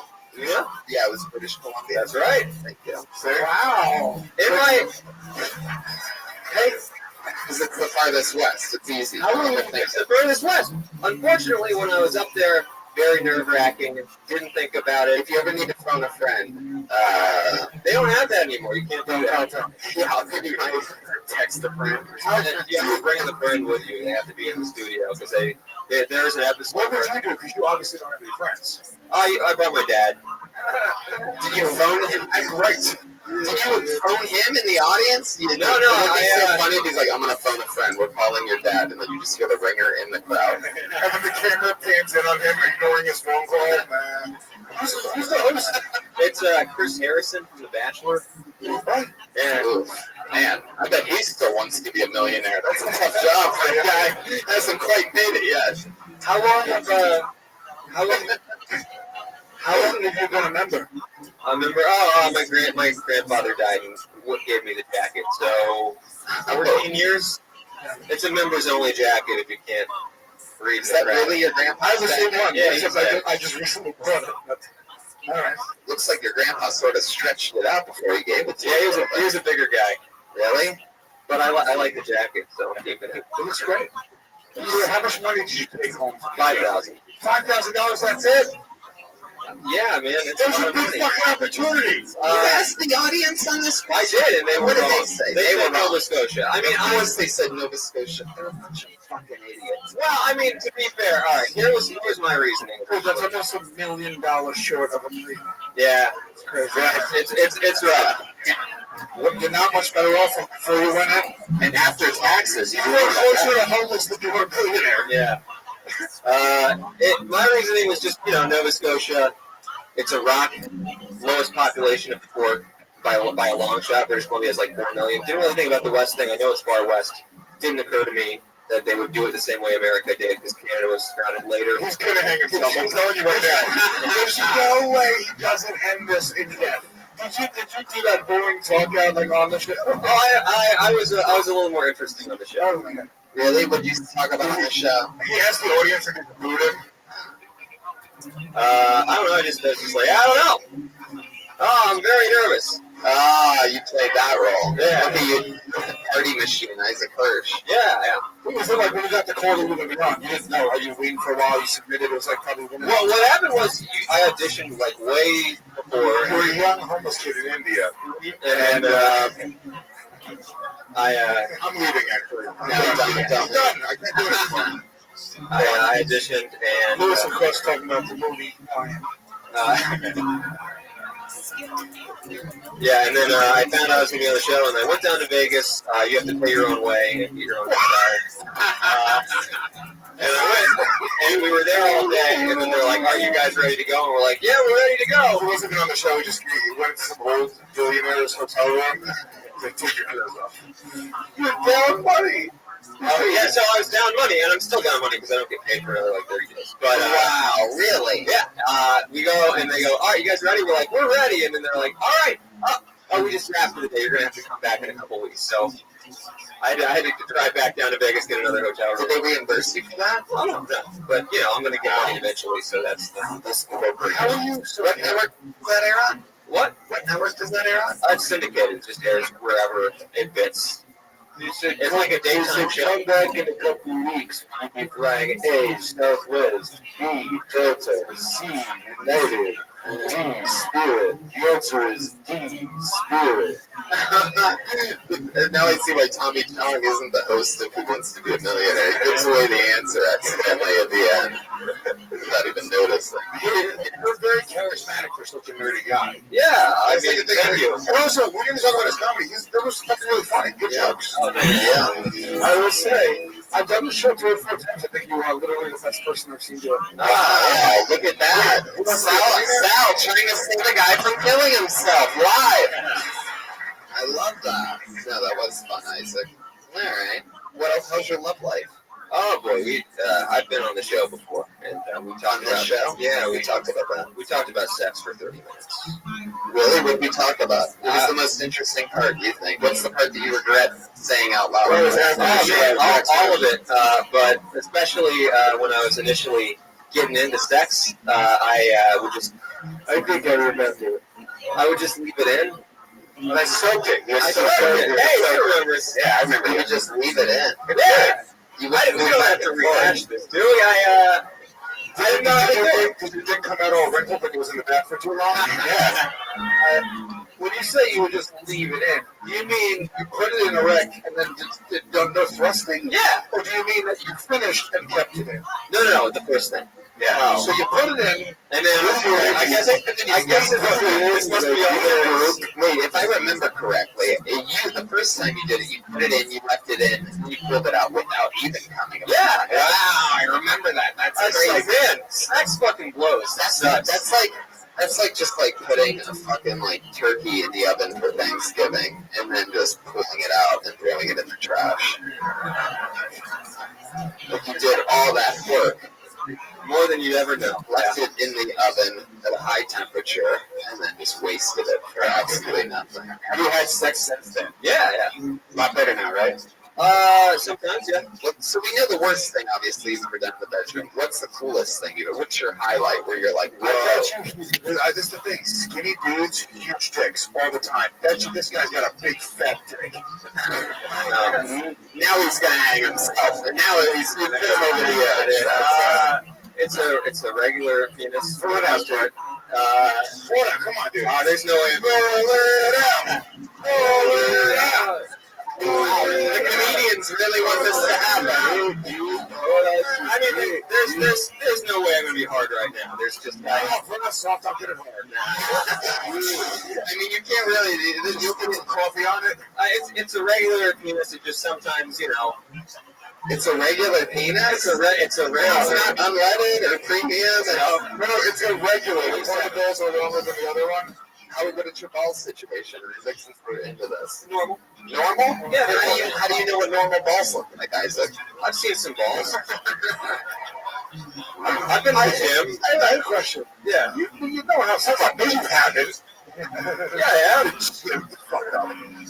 You know how sex works, though, right? Yeah. I'm just wondering why you put it and kept it in this. Oh, well, I didn't then. I had no idea. Oh, so it's like I didn't watch porn until I was like 22. So, it's a long time ago then. Lord, that is one slow internet. This was like when I was 20. Yeah, but I was 20 years old. You didn't know you were supposed to go in and out? That's like Phil. This is 4 years. I was 20 years old. You didn't know you were supposed to go in and out? No, how would I know that? No one told me that. Yeah, you go in and out, animal style. Wow, that's fascinating to me. Oh, I hear you said you put it in. You hang out in the schoolyard and hear people talk. No, why would you want to talk about sex with me? Wow. So what's the coolest thing you've ever done in the bedroom? Well, I mean, this is sort of an extension of the bad stuff I do in the bedroom. Right, it's more bad stuff. Okay. Oh, yeah, this is so much bad stuff. But sometimes, you know, it won't go in. I don't know why. Long story. What do you mean? It just won't go in a vagina. It just, why is it a long story? How's that a long story? I want to know how that's a long story. I've heard of some long stories. Kill Bill, when the execs saw it, they're like, we have to split this into 2 fucking movies. Yeah. I want to know how long of a story your penis not going into a vagina can be. If you tell it in its longest form, I'll give you the entire episode. No, I don't want to. Is it dry? No. Is it dry or is there too much lip? Let him answer. Stop just saying dirty words. There are a lot of theories. There are 2 good ones. I've done it multiple times. I think with 3 women now, where we've tried to have sex at the same time. No, I wish. Man, my penis won't fit into any of your vaginas. This is the worst thing sound ever. I guess I'm just going to sit over here and soak in the glory. I mean, one of the theories is that you were 3 women who have smaller than average vagina. Just that could be it, but I don't think it is. I think you just got to look it up. If that's the next time I'm with a woman, that's my plan. Is I'm going to try to spit on it. What do you mean? It's not going in. Be more descriptive. If you put the penis over the part in which you think the vagina is. My penis is. Yes. And then what do you do? Turns out it's another penis. I know this vagina's all veiny. It's got balls. It's really inside out. Weird. My penis. What was that? Dude, her clit is like 7 inches long. It's coming over my face. Yeah. It's ready to go. My penis is ready to go. Penis is ready to go, like a Domino's order on stage 4 on your phone. It's like it's on the way, ready to go. Do you call it a penis, by the way? I call it a dick in the bedroom. I'm not a. Oh, shit. Give us an example. It was actually the name of your first comedy album, Freaking the Bedroom. Can you give us an example of something dirty that you've said in the bedroom? You seem like such a good guy, like such like a nice guy. I don't like that. I don't want to hear it. Go first. Something dirty. You're on top of me. You're dick in me. I'm not. Come on. Give us an example. You said you say dick in the bedroom. Give us an example. Oh yeah, I'm gonna. Come on, Isaac. I'm gonna put my cock in you. Oh, you jumped the Oh man. You said dick at dinner. And then you say, never mind. I'm gonna put my cock in you, and that's it. Help! I leave it there.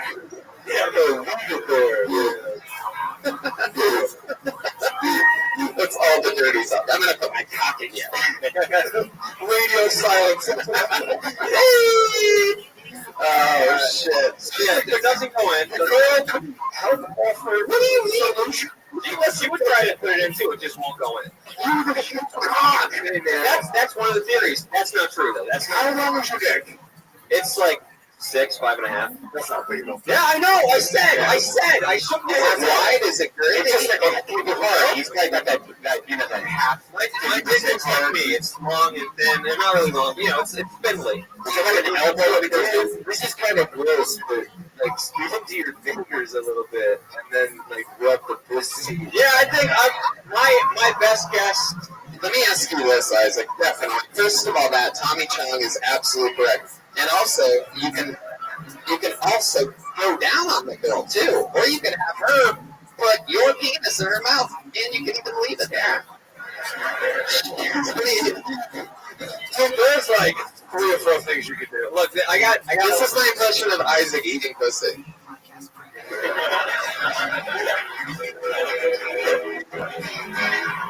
Look, I got a couple hypotheses and we're don't say that word in the bedroom, Isaac. That's not a. That's what he said. That's what he said when he couldn't get any liquor. He's like, all right, I have a couple of hypotheses. You are circumcised, right? You are circumcised. Big helmet, like is the helmet like really big? Yeah. What are we talking? We're talking about like a Darth Vader or like the wrestling ear gear? Just put your head down, Isaac. It's a big helmet like Spaceballs. With bananas. I would say this are extremely likable. Yeah. And you were an amazing guest and so much fun to get to meet, hang out with, and you got the show bumping right from the very beginning. Isaac Hirsch, ladies and gentlemen. Ooh. What is this? What does this say? He's on Twitter at IB Hirsch. All one word. HIRSCH. 5.5 inches, $5,000. Yeah. Who wants to be a thousandaire? Well, my pulse was dry. So good. Alright, I'm gonna put another name out of the bucket. We're all gonna keep fucking making noise and having fun. Put your hands together for Justin Young.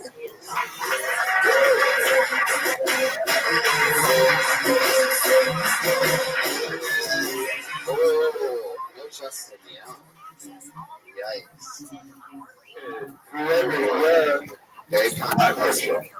Put your hands together for Will Leach.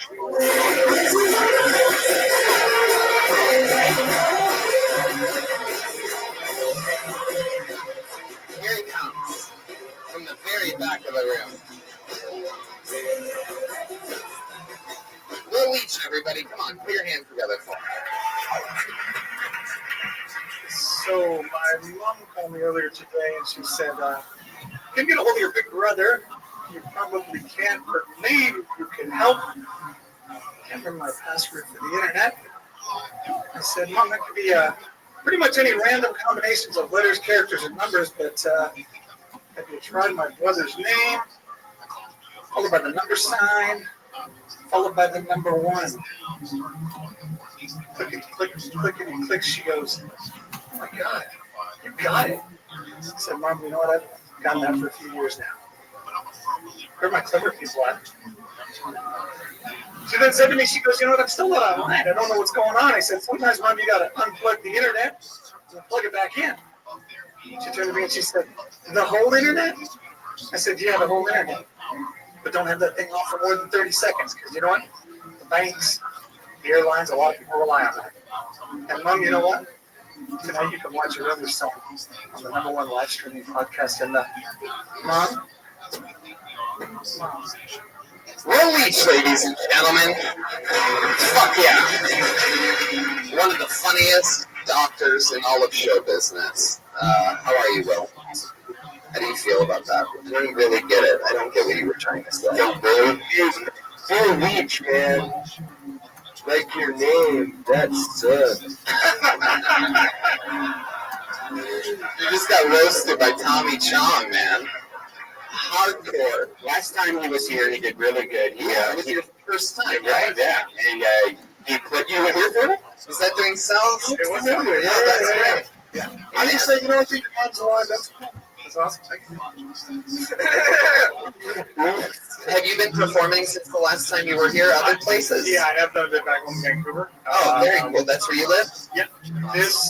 Vancouver, by the way, is a part of British Columbia, the last of the provinces.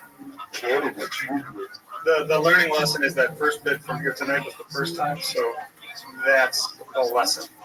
Yeah, sometimes that happens. Yeah. Sometimes it's good and sometimes it's horrendous.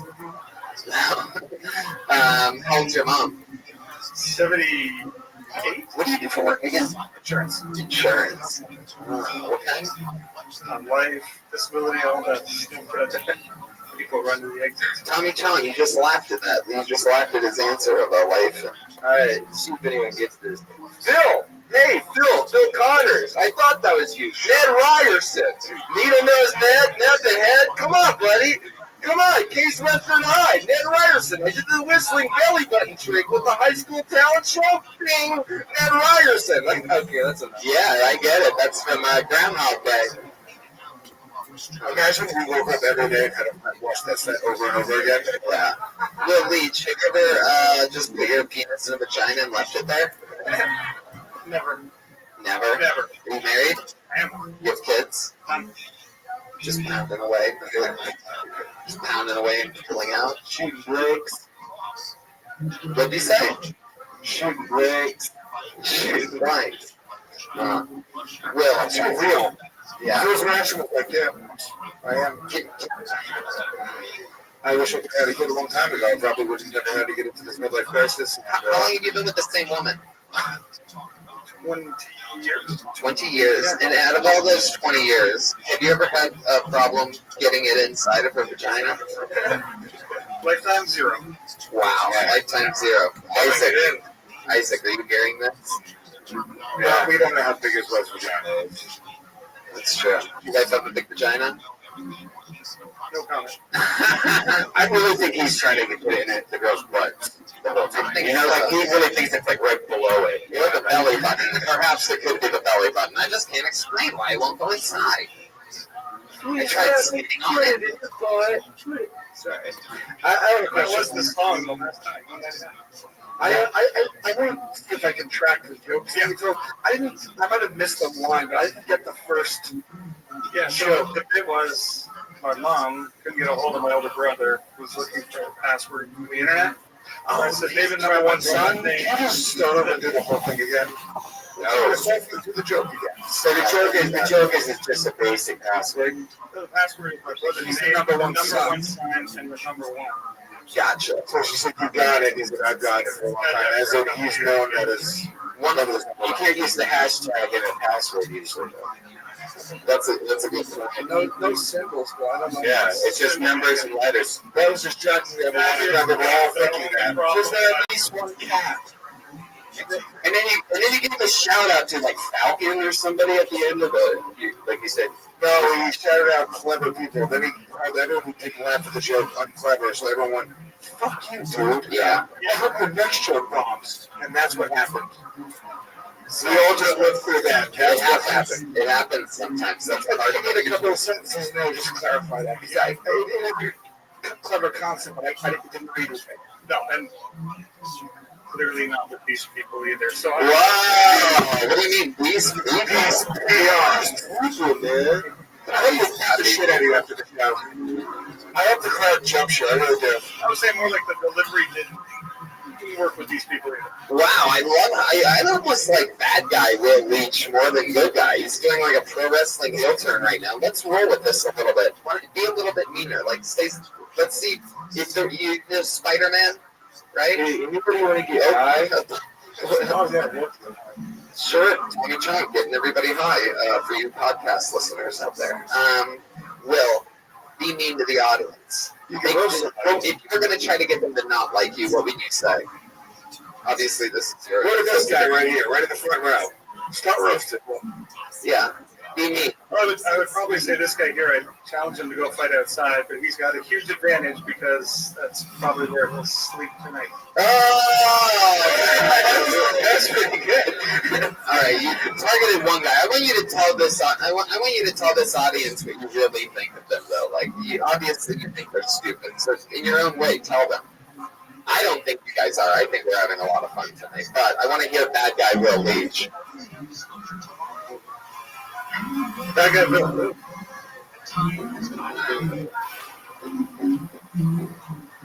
Can I talk about Joelberg for a minute? No. Okay. No, man. Will, do you like America? Right, man. How often do you come here? Probably 4 or 5 times a year. How often do you stay usually? 4 or 5 times a year. But I mean, like, how often do you stay in those 4 or 5 times a year? Is like a one-day trip, a week? Usually 4 or 5 days. Yeah. Do you come with the wife? Usually with the wife, yeah. You with the wife this time? I'm not. No. Oh, man, she was here right now. How uncomfortable that would be. She would never get wet for him again. I can say, thank you for not going in. It says next time. Your Sam's wife this week, is that a version of like Bull Unleashed? What are you doing this week alone? Well, last time she was here, it didn't go this bad, so maybe she's the key to this working. Yeah, that wasn't my question at all, though. It's not, and by the way, she's never the key to your performance, unless she wrote that dog shit that you said earlier. And it's not dog shit. It's just a lot of math. And I'm just fucking around. It comes from a real place, so I'm just busting your balls. I sort of feel mean. It makes it mean when I feel like I'm talking to like a real Canadian.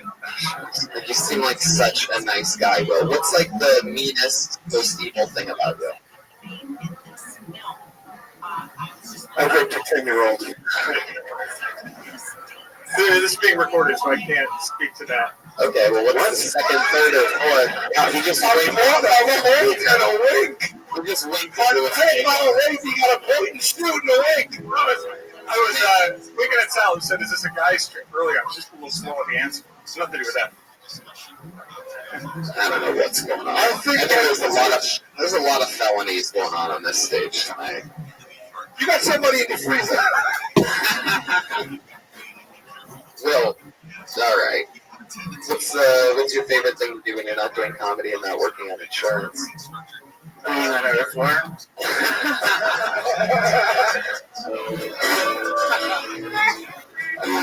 Sure, Jimenez. Recycling from the last time I was here. Oh, Will Leach taking shots. Yeah, you were it back then, too. All right. Sorry, I used a good joke twice. You should try it sometime. Goldberg. Isaac Hirschfeld grew up quickly. So, don't you gotta be an extra tomorrow? Ladies and gentlemen, Will, that's what you're going to learn the longer you do. You just started doing stand-up a couple months ago, right? The longer you do this, the more you're going to learn there's, high highs and sometimes there's fucking low lows, and that shit never ends. And it really, you're at the beginning of realizing that. And that's what makes the high highs so fun when you have them and you're able to control them, because you're going to be able to look back on nights like this and go, wow, it was never that bad again. Your hand's going to Will Leach, everybody. There he goes. He's on Twitter at I Will Choke, all one word. He's a Canadian. The Canadians still talk to their mom when they get that age. Yeah, man. It took it so mean, but it was all good. You're all good, man. Thanks, Tommy. I actually know this guy. Put your hands together for Shane Smith, everyone.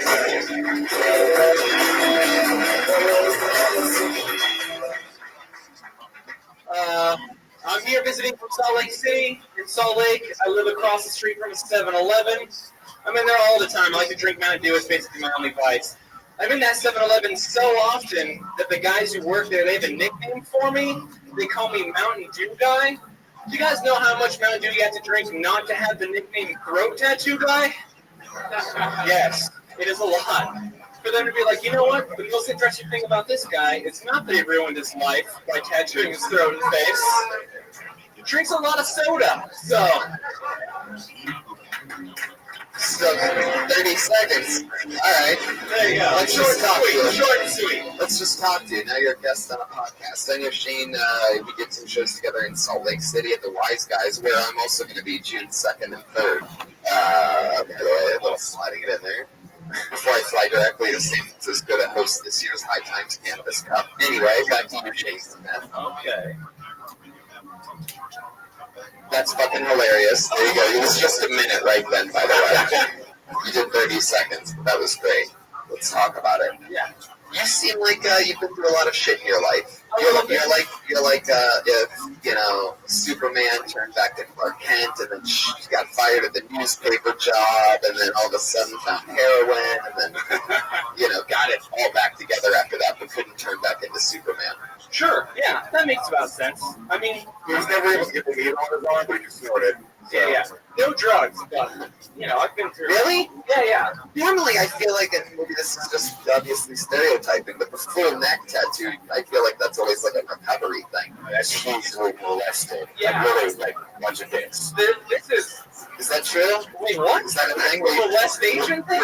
Were you molested or anything as a kid? Yeah, a little bit. Really? I had a nightmare childhood. Just like do you ever remember talking about it? No, I don't know. It was a nightmare for you, but it was a dream for your uncle. Oh, shit. Well, then let's talk about it a little bit. What do you mean you had a fucked up childhood? Let's get into it. Man, you are the opposite interview of Will Leach, by the way. Yeah. Will Leach, look at a fucking neck tattoo, you goddamn idiot. Oh, man. How did you think of I grew up. My mom struggled with substances and she married a bunch of guys, some of which were like the sergeant at arms of biker gang. And so I grew up around professional criminals. And my stepdad actually recently got arrested for murdering someone. And thank you, whoever clapped. Yeah, what is that? Yeah. Where does it start getting weird, man? And so, my mom was just like one of those ladies who was like crazy. She'd be like, "Don't let anyone disrespect you. You go to fucking prison before someone disrespects you." And I'm like, "Okay, I'm going to second grade now." That's a fucking bit. Are you kidding me? Yeah. In all honesty, one story is an example. We got caught. Someone was bullying me and my brothers. I had 3 brothers growing up, and my mom found out he was bullying us. So she took us to his house, and she was like, "You guys are gonna fight him." And so she made us go to the door and invite him out to play. And then the idea was that we were going to jump him all together in front of his parents. Yeah. Your mom was shooting knife? No, my mom. Yeah, no. We literally invite him out, and he's like, "Hey," he's like, "What's going on, guys?" And my mom's in the car, like, "Run this shit, do it." His mom's not shooting knife, but his dad is on death row. Yeah. Oh, Joybird! Yeah. My God! For those of you keeping track on your Tony bingo cards. That's Joe Jimenez, a.k.a. Joybird, reclaiming the streak. Yeah. Shane, you are fascinating. Yeah. You should be a comic. That's like an hour right there. Dude, I am a comic. You are a good comic, by the way. Oh, yeah, that was great. That was really funny. Yeah, I applied for Skankfest. No. Yeah. You're fucking in it. It doesn't matter. I swear to God, you're in. Really? No way. Yes, you're fucking in. Wow, you said Skankfest now. Yes. It's just the big part of a festival. No. Yeah. You have to know a room with Red Band, but all I had to do was fly to LA from Salt Lake, randomly get on the show and talk to you. And jump in there, just randomly get a flight or something to New York. There we go. No, dude, I would look at you because that was incredible, and I think your story's great. My mom was the same fucking psycho who bring me house to house to beat up my fucking bullies while she smoked cigarettes and watched me. So I fucking more than that. So you really? I've never met somebody. You might be brothers. Dude, fuck you. Yeah. Dude, my mom is up to some shit. It is awesome. My mom was also a horse, so let's see. Yeah, mine too. My mom also started an entire a riot at a Little League baseball game that I was playing at. Yeah, it was an interesting thing. So it's the end of the baseball game, really tight game. This is fucking Youngstown, Ohio, and I think I'm 12 or 13 at the time. And they were using you as a bet? Yes, that was me. The game's so tight you couldn't get in? Yes. Okay. And my mom ended up. My mom, in an unheard of maneuver, there was this African American woman who, when the game ended and we won by 1 point, goes, "You guys are all a bunch of cheaters," or something like that. So there was some close call, and she was being really aggressive. And my mom, in public, at a baseball game, in an unheard of maneuver. Thank you, Tommy Chong. You have the comedic delivery of a hijacker of a show. Yes, she dropped the N-word. In front of the entire baseball team, and in front of that African American woman, and her husband, who was waiting on the sideline. Thank God it wasn't a basketball game. Was a sheriff. Yes. And the lady that my mom called the N-word was a judo instructor.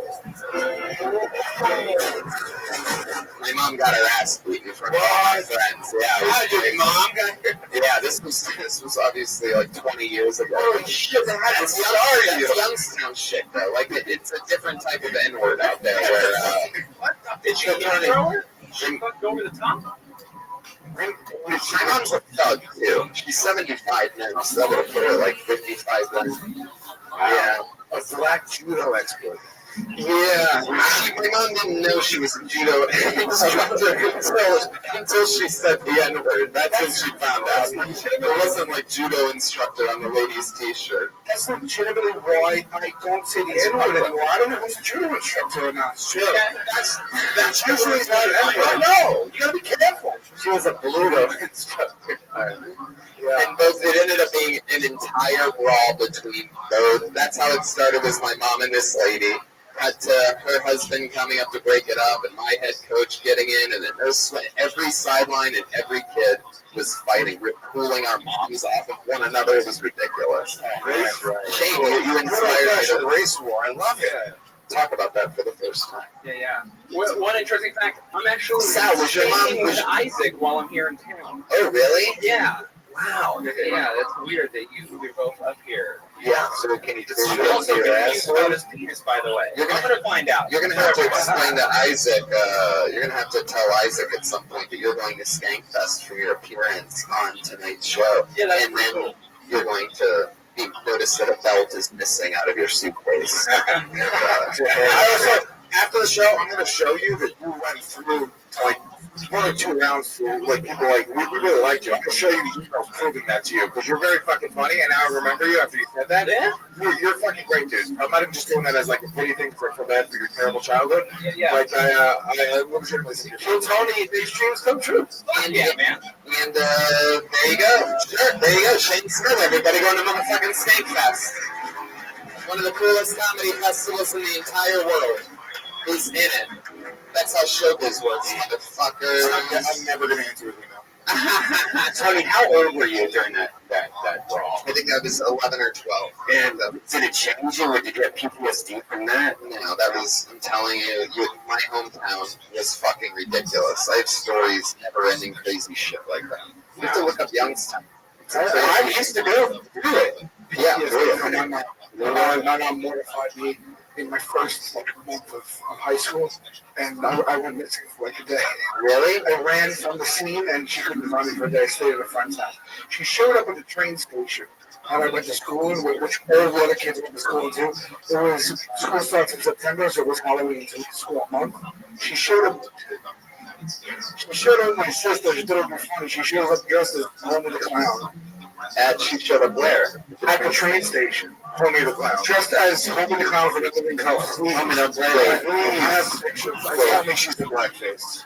No. Homie wasn't in blackface. Homie the Clown? He's in clown makeup. He's black. But I love, if he's a blackface on, then the clown makes him over the blackface. I love the show. That's the way you have to do it. I love the show, so she thought it would be fun.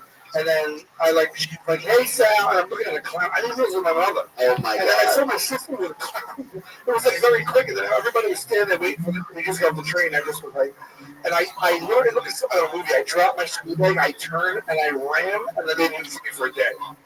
To this day, I was like, what were you thinking? And that mortified you. Mortified. Yeah, one time I walked up to my mother doing heroin in her car. The same thing. Really? That was same. Is that true? They both embarrassed us in our own way. Yeah. This is my truth. Yeah. And still, no neck tattoos. My mom sold Athon. Back to the bucket we go. Ooh, I love one-word names. That's always foreshadowing. There's no Twitter handle here either, so that means we're about to find out everything we need to know about Landon. Please be here, Landon. Is that Landon? Is this Landon? Nope. Is this Landon?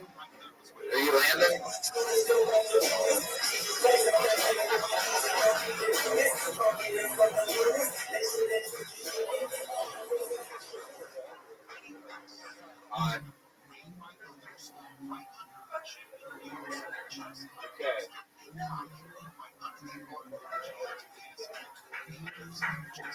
So I said the F word in West Hollywood like a week ago. It was really awkward, and I was at the bar, and it was like, fuck? And it confused me, so I decided I wanted to just sing a song because I'm really stoned.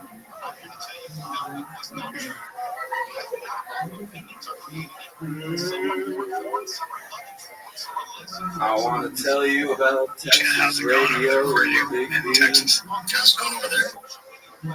Living and cheer, soft perimeter of you sacred and you sincere smile. My brother's on me. Stoned and welcome for stuff. I just, I think this is the theater. Because he wants to invest in the properties. So, fuck yeah. There you go. Put up your Jim Morrison. You son of a bitch. Yeah, so basically, what's the first idea? There you go, yes. The lead singer of the Boars. The time to give up on comedy is now. It's just still better than Village. I really want to be a comic. I just really want to play. I get it. There's no problem with that. You look like a fucking rock star. You seem like you have an interesting ass life. What are you into when you're? What are you into? What do you do? What do you do that herring bunch of? Like, some people like rub a magical ball and it just ends up like that, like an electrical ball or something. I'm just like, I have a convertible. A convertible? Do you? Is that convertible also a spaceship from another planet? I don't know. Did you come here on a fucking ship? I feel like I'm the only Baptist guy and I like it. I know. It's more than that. I'm fucking full of mystery. I gotta crack this thing. You've never been professional wrestling. What up? How are you?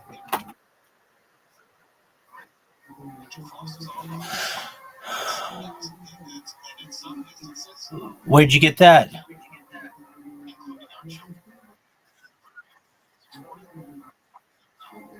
All right, well, that works. Good on you, man.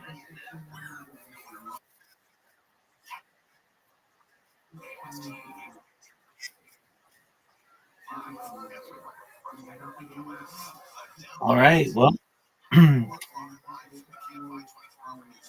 very cool. How are things aside from that going in your world?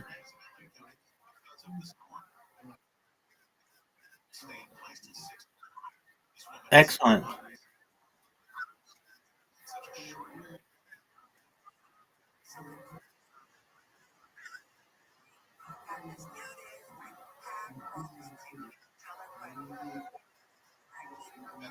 OFM management? Yeah, but why do you call it OFM? What wouldn't it just be OF?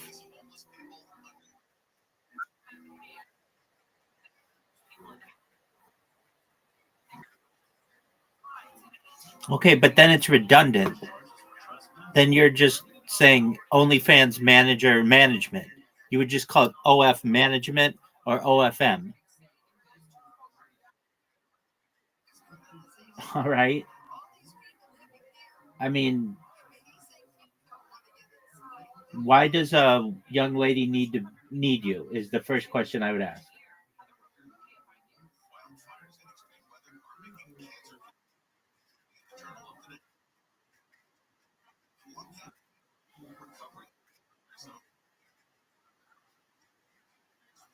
I mean, she's good enough at doing that. Do you have? I mean, like, how many followers do you have on Instagram? Okay, that's nothing. That's nothing. So basically, you can't even market yourself to more than 1,000 people. How are you going to help some chick?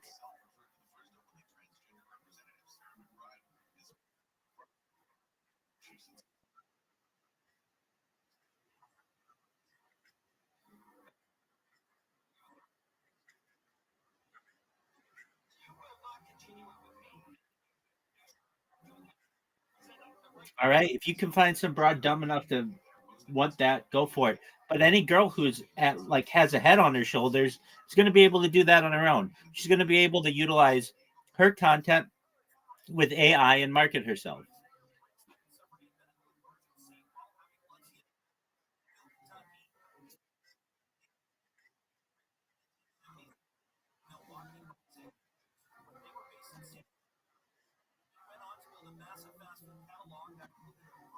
Okay.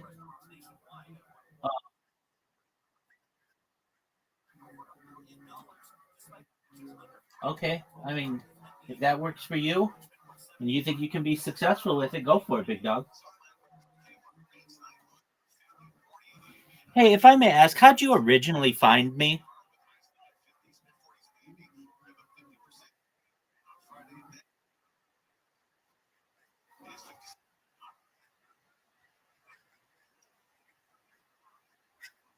Very cool. Yeah. Have you been in that server recently? I'm live streaming in there right now.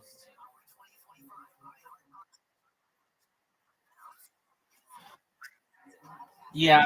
No, I did. I just needed that device for something else. They didn't ban me or anything. And then they asked me to come back, so I did.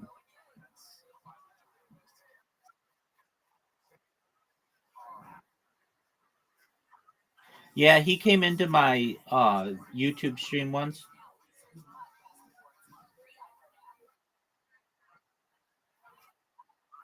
Yeah, I mean it's it's whatever. Um, but yeah, I mean they're nice people in there. There's just Aiden doesn't do much with his own server,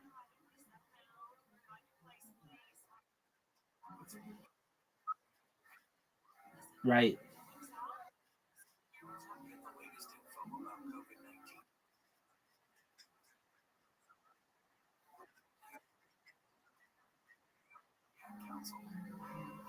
Yeah, I mean, but that's where like the core of his fan base is.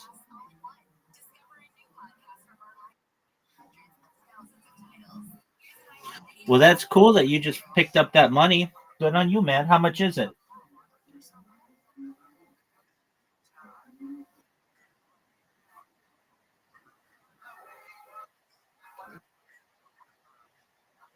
So you found 30 grand in some car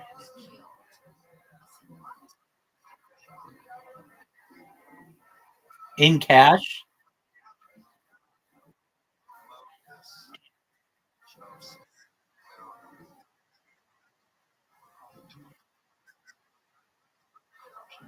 Wow.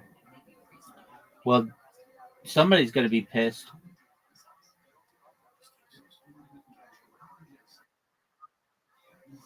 You gonna buy any crypto with it?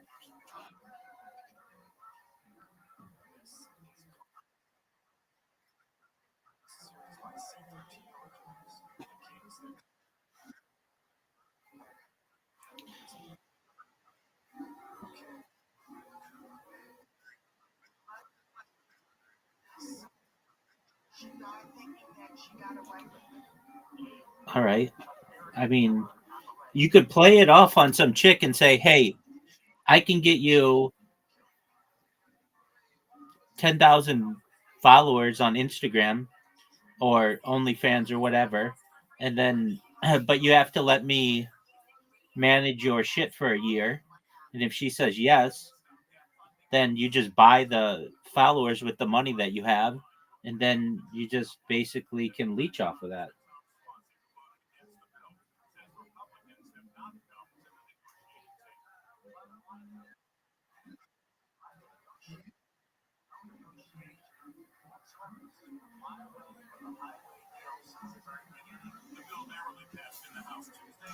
Do you stream yourself?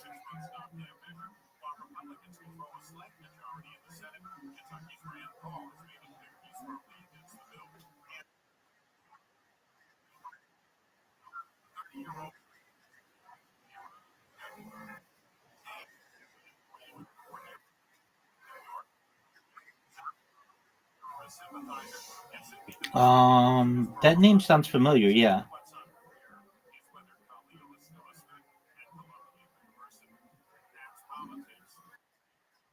yeah. But maybe it's because you Maybe you mentioned him to me.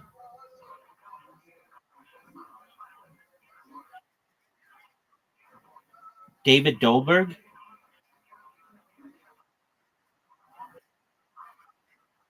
I gotcha. I think you mentioned him to me once.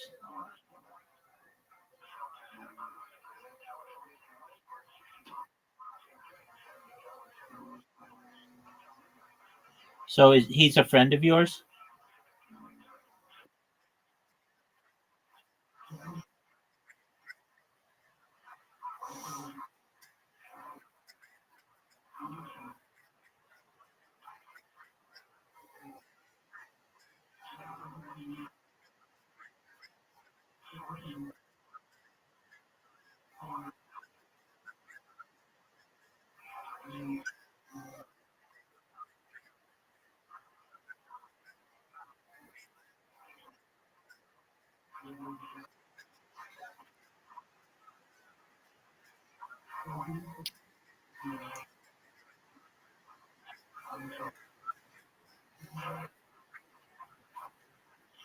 I got you. Why don't you want to stream?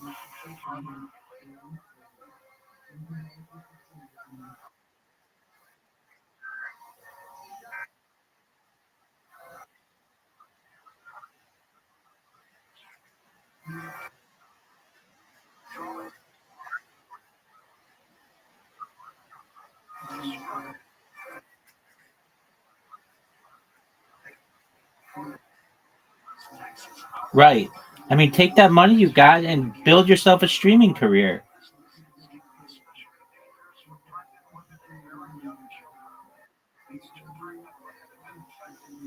I mean, that money, yeah, that is the move. That money's going to just burn a hole in your pocket if you don't do something with it. So you get a good computer that'll be like 2 or 3 grand to that, and then you buy followers, so that'll be another grand or two, and then you'll have the ability to basically just start getting paid to stream, and then you will just be collecting money off of that.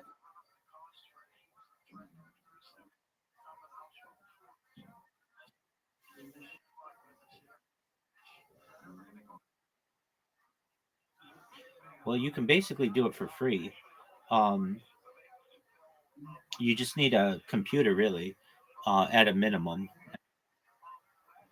You don't even need that. You could use your cell phone or something like that. But you want something that will give your audience a good experience. So you really just need a good computer, a good webcam, and good Wi-Fi, and you'll be good to go.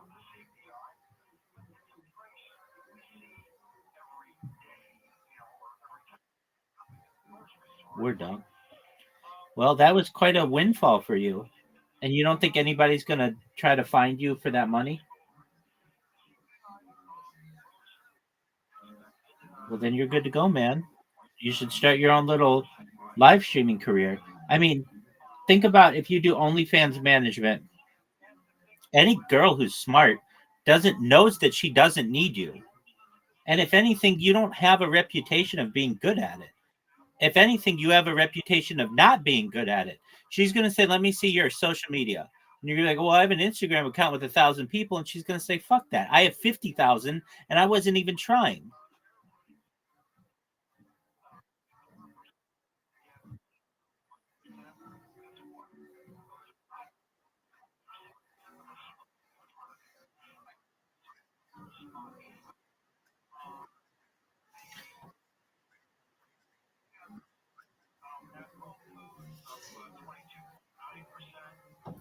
They'll find you in 2 hours, probably.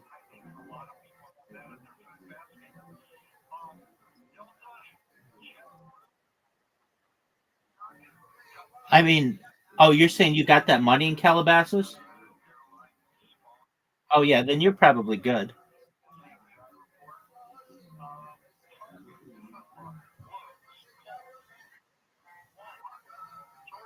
Didn't you want to do like at in-home hospital care.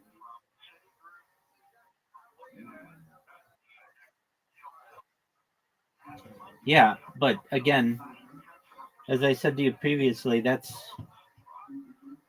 like owning your own business is difficult.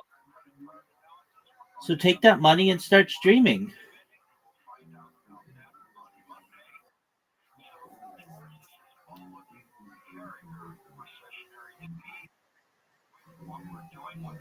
It takes work, but I mean, all you need to do is just get in good with like you just buy yourself an Xbox or a PlayStation and just game all day. That's content. People like that shit. Create a Kick account, create a Rumble account, create a YouTube account, create a Twitch account, and then multi-stream, and just connect it to your bank account, and the money just will come in.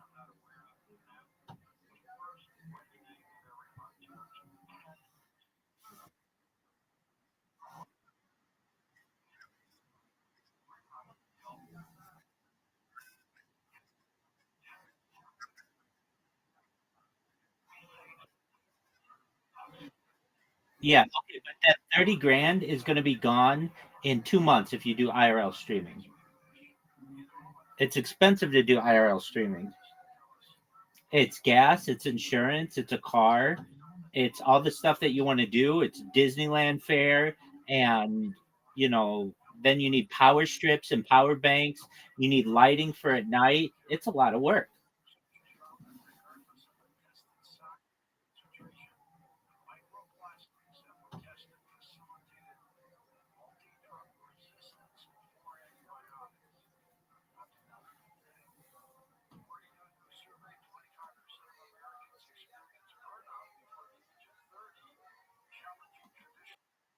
What up, him? Oh, look how sweet. What's his name?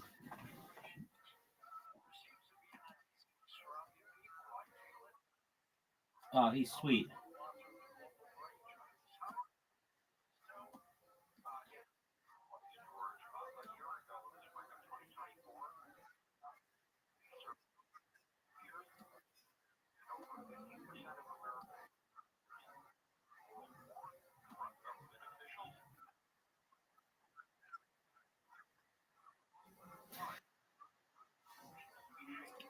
Generally, we don't.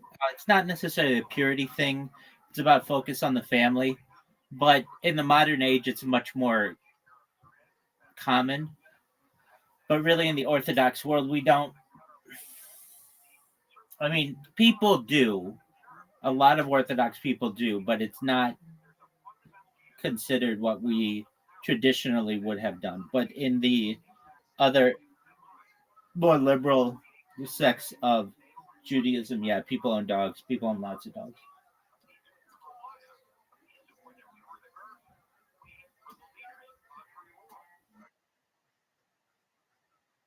I'm modern Orthodox, so yeah, I'm Orthodox.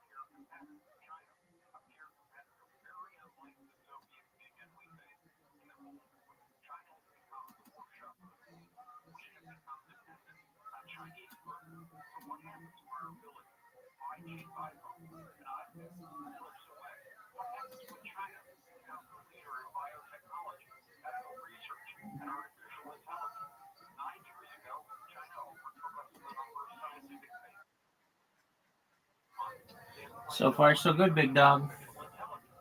How about you?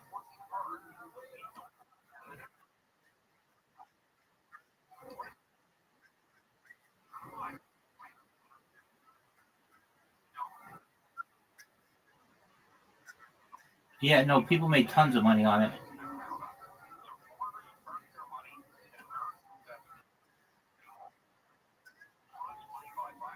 Then yeah, definitely.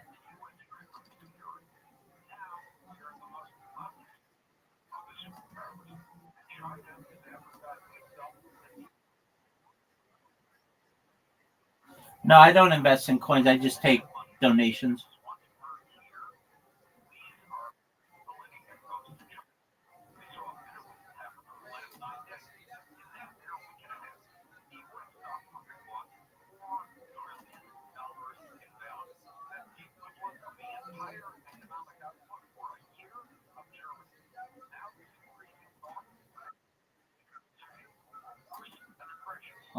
Well, basically, you tell people you're going to launch a coin. You get a bunch of people to invest in it, and then you sell. It's essentially pulling the rug out from someone. That's where the etymology of the phrase is.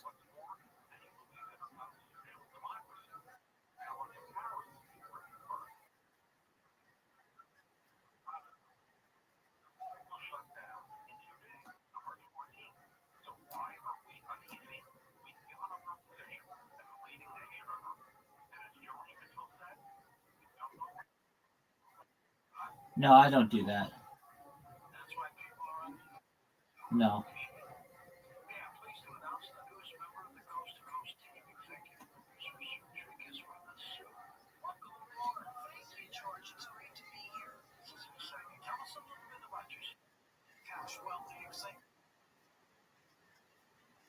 Sounds good, Big Dog.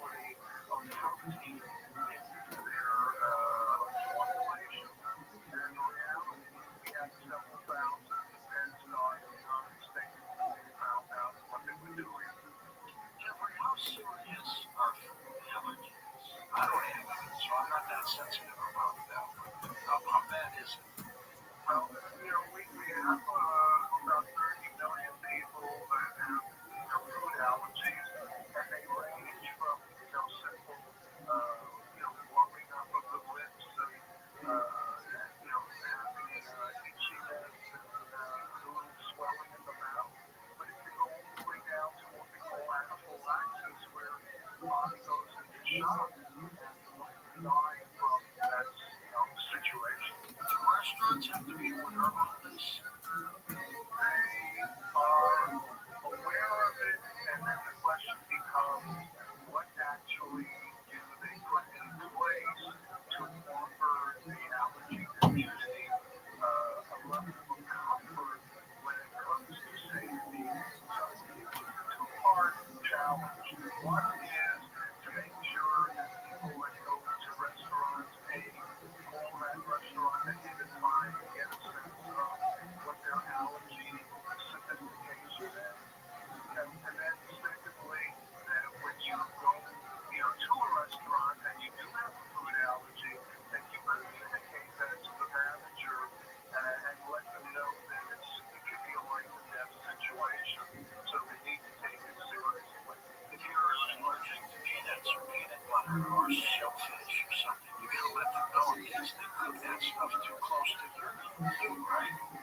Absolutely. And then the other part of it is that, the sophistication of knowing, for example, what the people that sat at your table, could have had those allergens served, and the condiments on that table, the salt shaker, the pepper shaker, the ketchup,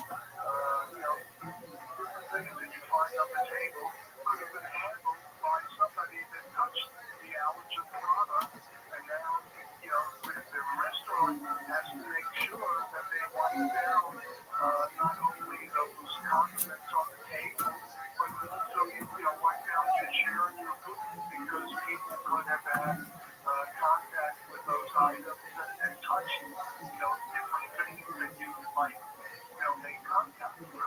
Jeff, a few weeks ago, you were talking about listeria. How widespread is that? Well, listeria is what they call a opportunistic bacteria. And if I had a situation, for example, at a commissary that's about 8-9 years ago, that's flying through the airline, and it was just interesting to see and concerned because the airlines were getting very upset about some of the allergens that were being spread. And listeria, interesting enough, was one of the issues where the government came in and did about 150 swabs, and about 10% of the swabs came back with listeria on them. Jeff, stay with us. We're going to take a short break here and come back and talk more. Jeff Elkins' website, ElkinFoodSafetyCoach.com, is linked up to CoastToCoastAM.com. Back in a moment with Coast to Coast AM. Sign up now for Coast Zone, our free email newsletter. Get it today at CoastToCoastAM.com.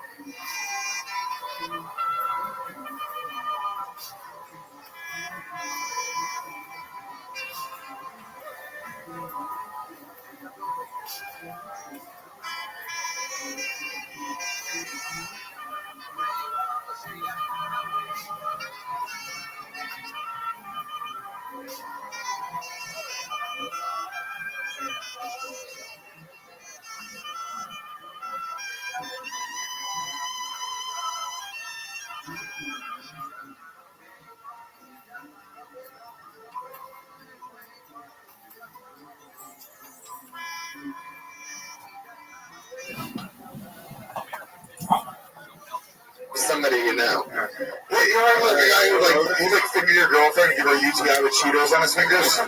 Do you? No, that only happened to you. Do you think? No, he doesn't. Do you think you're levitating right now? Yes. You're on like Molly or something, right? Yeah, probably like LSD. You're on LSD. Oh, heck, are you? Are you really, Landon, or is that like a character that you do?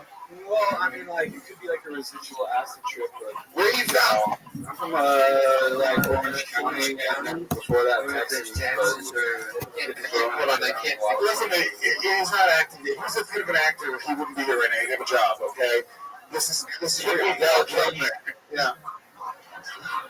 Really, what I want to do is just sing with, like, these two guys and, like, plan a band, but... Yeah. Plan a band. That's very rock and roll. Plan a band. What do you do? I'm a movie director.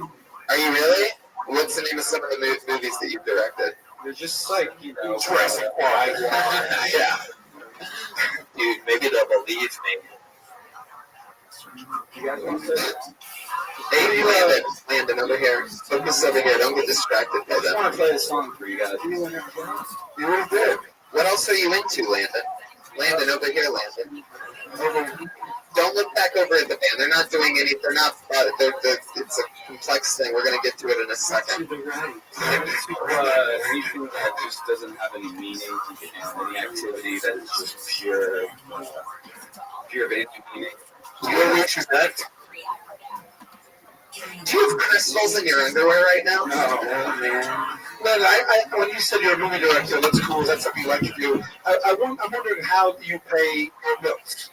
Well, like the first tax, man, like I don't have a job, so I kind of just... What's the last job that you had? I was a bartender at the Venezuela. The Venezuela?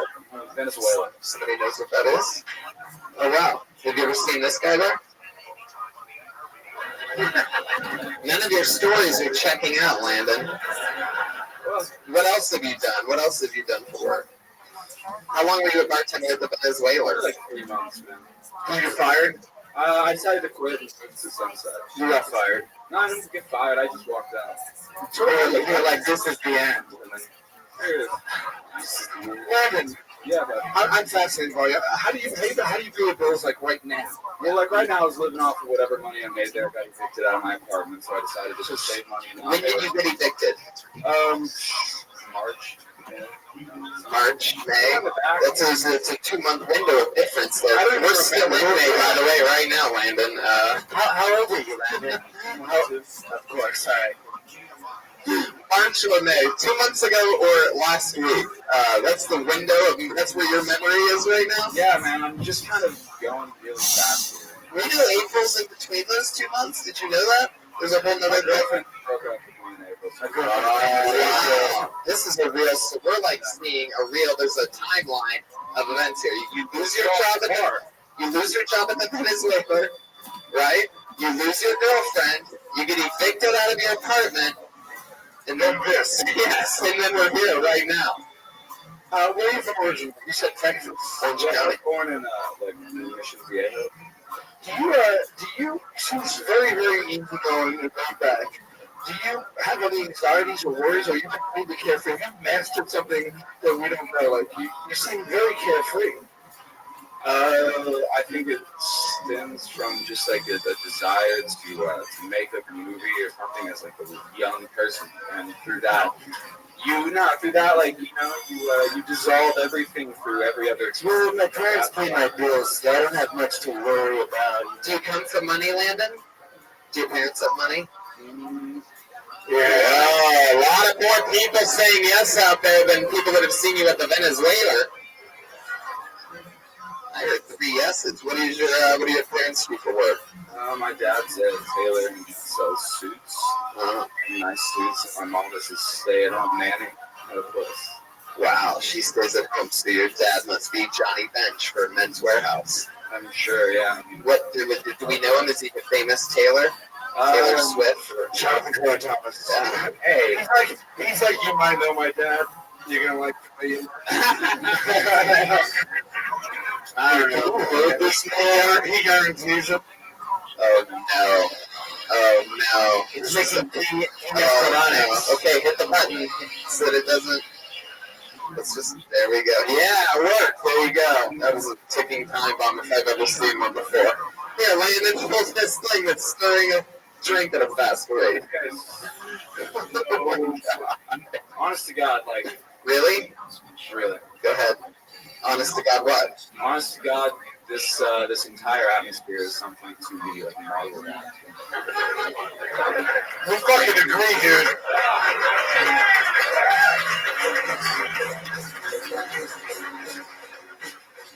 Wait, you just tried the band. You play the saxophone. No, but I can like sing, but like what so you can sing. What? I just would like to. Have you ever been in a cliche? Power rocker. Have you ever been in a band? Landon, stick with me. Have you ever been in a band? No, I've just like played with roommates and friends out here. A lot. I have friends in bands and inspired me. So where you been living since you've been evicted? Oh, I've been living up with my mom. Local campus. Living with these people and like listening to them. Oh, she brought you into fucking family's home? Yeah. This is drug addict was just sneaking in late at night.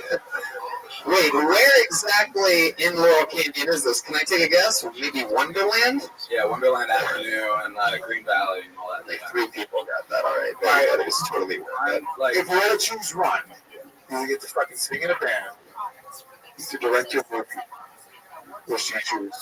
I choose to direct my movie. Holy shit. Have you ever shot anything? Have you ever shot anything like short films or anything? You made a lot? I've made a lot of movies. What do you mean you made a lot of A lot of movies? stuff that's on YouTube. And I want to say it right now. What's your Can you name one of the movies that we could look it up? Yeah, I mean, it's just like landed in the space and sky. It's like, it's not my name. Wow, you're quite Landon in the space of sky. Production thing, land in the sky. So the know why everyone's laughing because you're so sincere, and it's the funniest things are the most honest things, and you're very honest. Because I'm not laughing at you. I'm literally laughing with you. You're fascinating. Landon's not laughing. Can you pitch us more about your movie, Landon? Pretend like we're executives and tell us why we should give you. That's your chin right there. That's your chin. Good. Landon, stick with me over here. So we're studio executives, and we want you to pitch us on a movie idea that you have. We're about to give you, if you sell us on it, we're going to give you, $50 million to make Landon in the space of sky. Tell us what the idea is, and tell us why we should believe in you and give you the studio money. It's a Terrence Malick sort of inspired movie about life. Hold on, just let him go. I'm going to hear this. That is. And it probably has a lot of like esoteric music mixed with classic rock and rap music. When it's a movie about time and space, as Terrence Malick would have done. If we were going to find it on YouTube right now, what would we type into the YouTube search bar exactly? You call it like their moment. No, you're going to write this right now. This would be how we would find the thing that you already said is on YouTube. I think perhaps when you said Landon in the space and sky, you weren't guessing that we have powerful Wi-Fi connection right now. And to have multiple keyboards in front of them was furiously typing. Like a courtroom reporter waiting to find this movie. I think that movie is in the space and sky. Discovered a series of underground tunnels, and now take us one man have become addicted to digging after political limestone. For the next 40 years, took a series of tunnels that extended in every direction. He was finally evicted and moved to a top-floor apartment. When he died 3 years later, they found he had started tunneling through his walls instead. The speaker was loud enough for him to kill off the room. Speakers that later on translate sand if it's placed and some language that push on things because they're a form of energy. But if you want a speaker to lift you up, it would be louder than a rocket taking off. The sound would instantly burst your eardrums or trip investors, seriously damaging your internal organs. If a speaker pierced your neck or accidentally being shot by an air and landed in the tunnel gap between two major arteries, as it moved for just a fraction of an inch, as doctors prepared to remove it, they discovered a hidden brain tumor which was about to cause a massive stroke. And during brain surgery, they also found a bulging blood vessel which was ready to burst. Treated just in time, she made a full recovery, meaning the arrow actually saved her. You pee on a pregnancy test. The chemicals in your urine react to a special strip inside, and this makes it color alive and clear. The second strip is coated in antibodies, which only reacts to a certain level. And if there's nothing there, it's okay. That's no problem. Just say I didn't make a movie yet. It's okay if you didn't. We all live with it. It's called their Police cut the paintings, pulled out a gun, their fired at moment. the president. Plural or singular, Landon? What goes on in your mind when you're looking at everything and bouncing your head off a microphone? Space and time, man. Landon, because we're a movie on YouTube that you made. Their moment. No. This isn't the movie, Brian. Is that Lexington Steel? Landon. It's a 4-year-old kid. Landon, over here. You're starting to sing, Landon. Stick with me. We're losing it, folks. Landon, come on, try again. What's the name of the video? YouTube by Landon Sky. Landon Sky, S-K-Y? Okay, here we go. Is that your real last name? No, I just wanted to do like a production thing of like the Earth or something. What's your real last name? What is my last name? Yeah. Landisburg. Arden. Arden? G. It's like Garden. That's a good name. Langdon Arden is a better name than Langdon Sky. Langdon Sky sounds like a fucking douchebag, right? Langdon Arden is a fucking cool guy. You want to hang out with him, smoke a joint. You know what's really funny is my friends were like, hey, man, you should just change it to Landon How Smog. long is it? Talk about all the smog going on here, guys. Oh, yeah, that is funny. All right. This is it? Not the one I wanted, but yeah. Oh, it looks terrible. It's about Venice. It looks like a PowerPoint. No, you gotta, Did you? Whoa, this is terrible. direct this with your imagination? These are collections of dead pictures, which are given artificial insemination.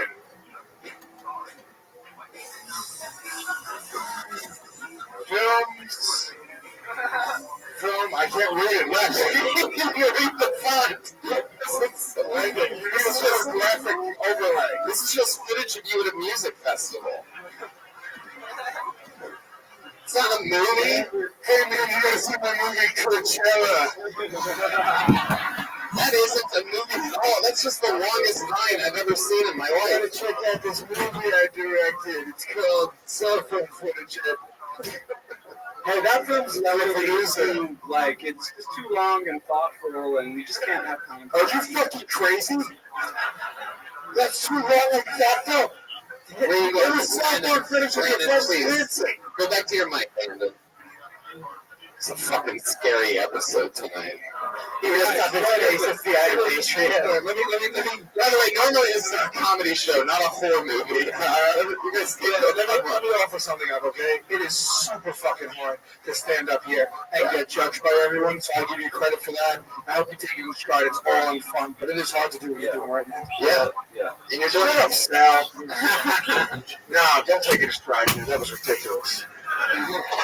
You need to stop telling people about that movie. This is good advice I'm giving you right now, dude. You need to say, you need to go, hey, dude, you want to go check out me and my friends dancing on acid? I can show you some fucking cell phone footage of that. You need to describe it as some fucking heavy movie. We're expecting some shit. You're setting the country high. No, Sal, I got this. Stop. We fucking too much. This isn't your TV, asshole. We're good cop, bad cop, you stupid. Oh, okay, sorry. I'm doing it.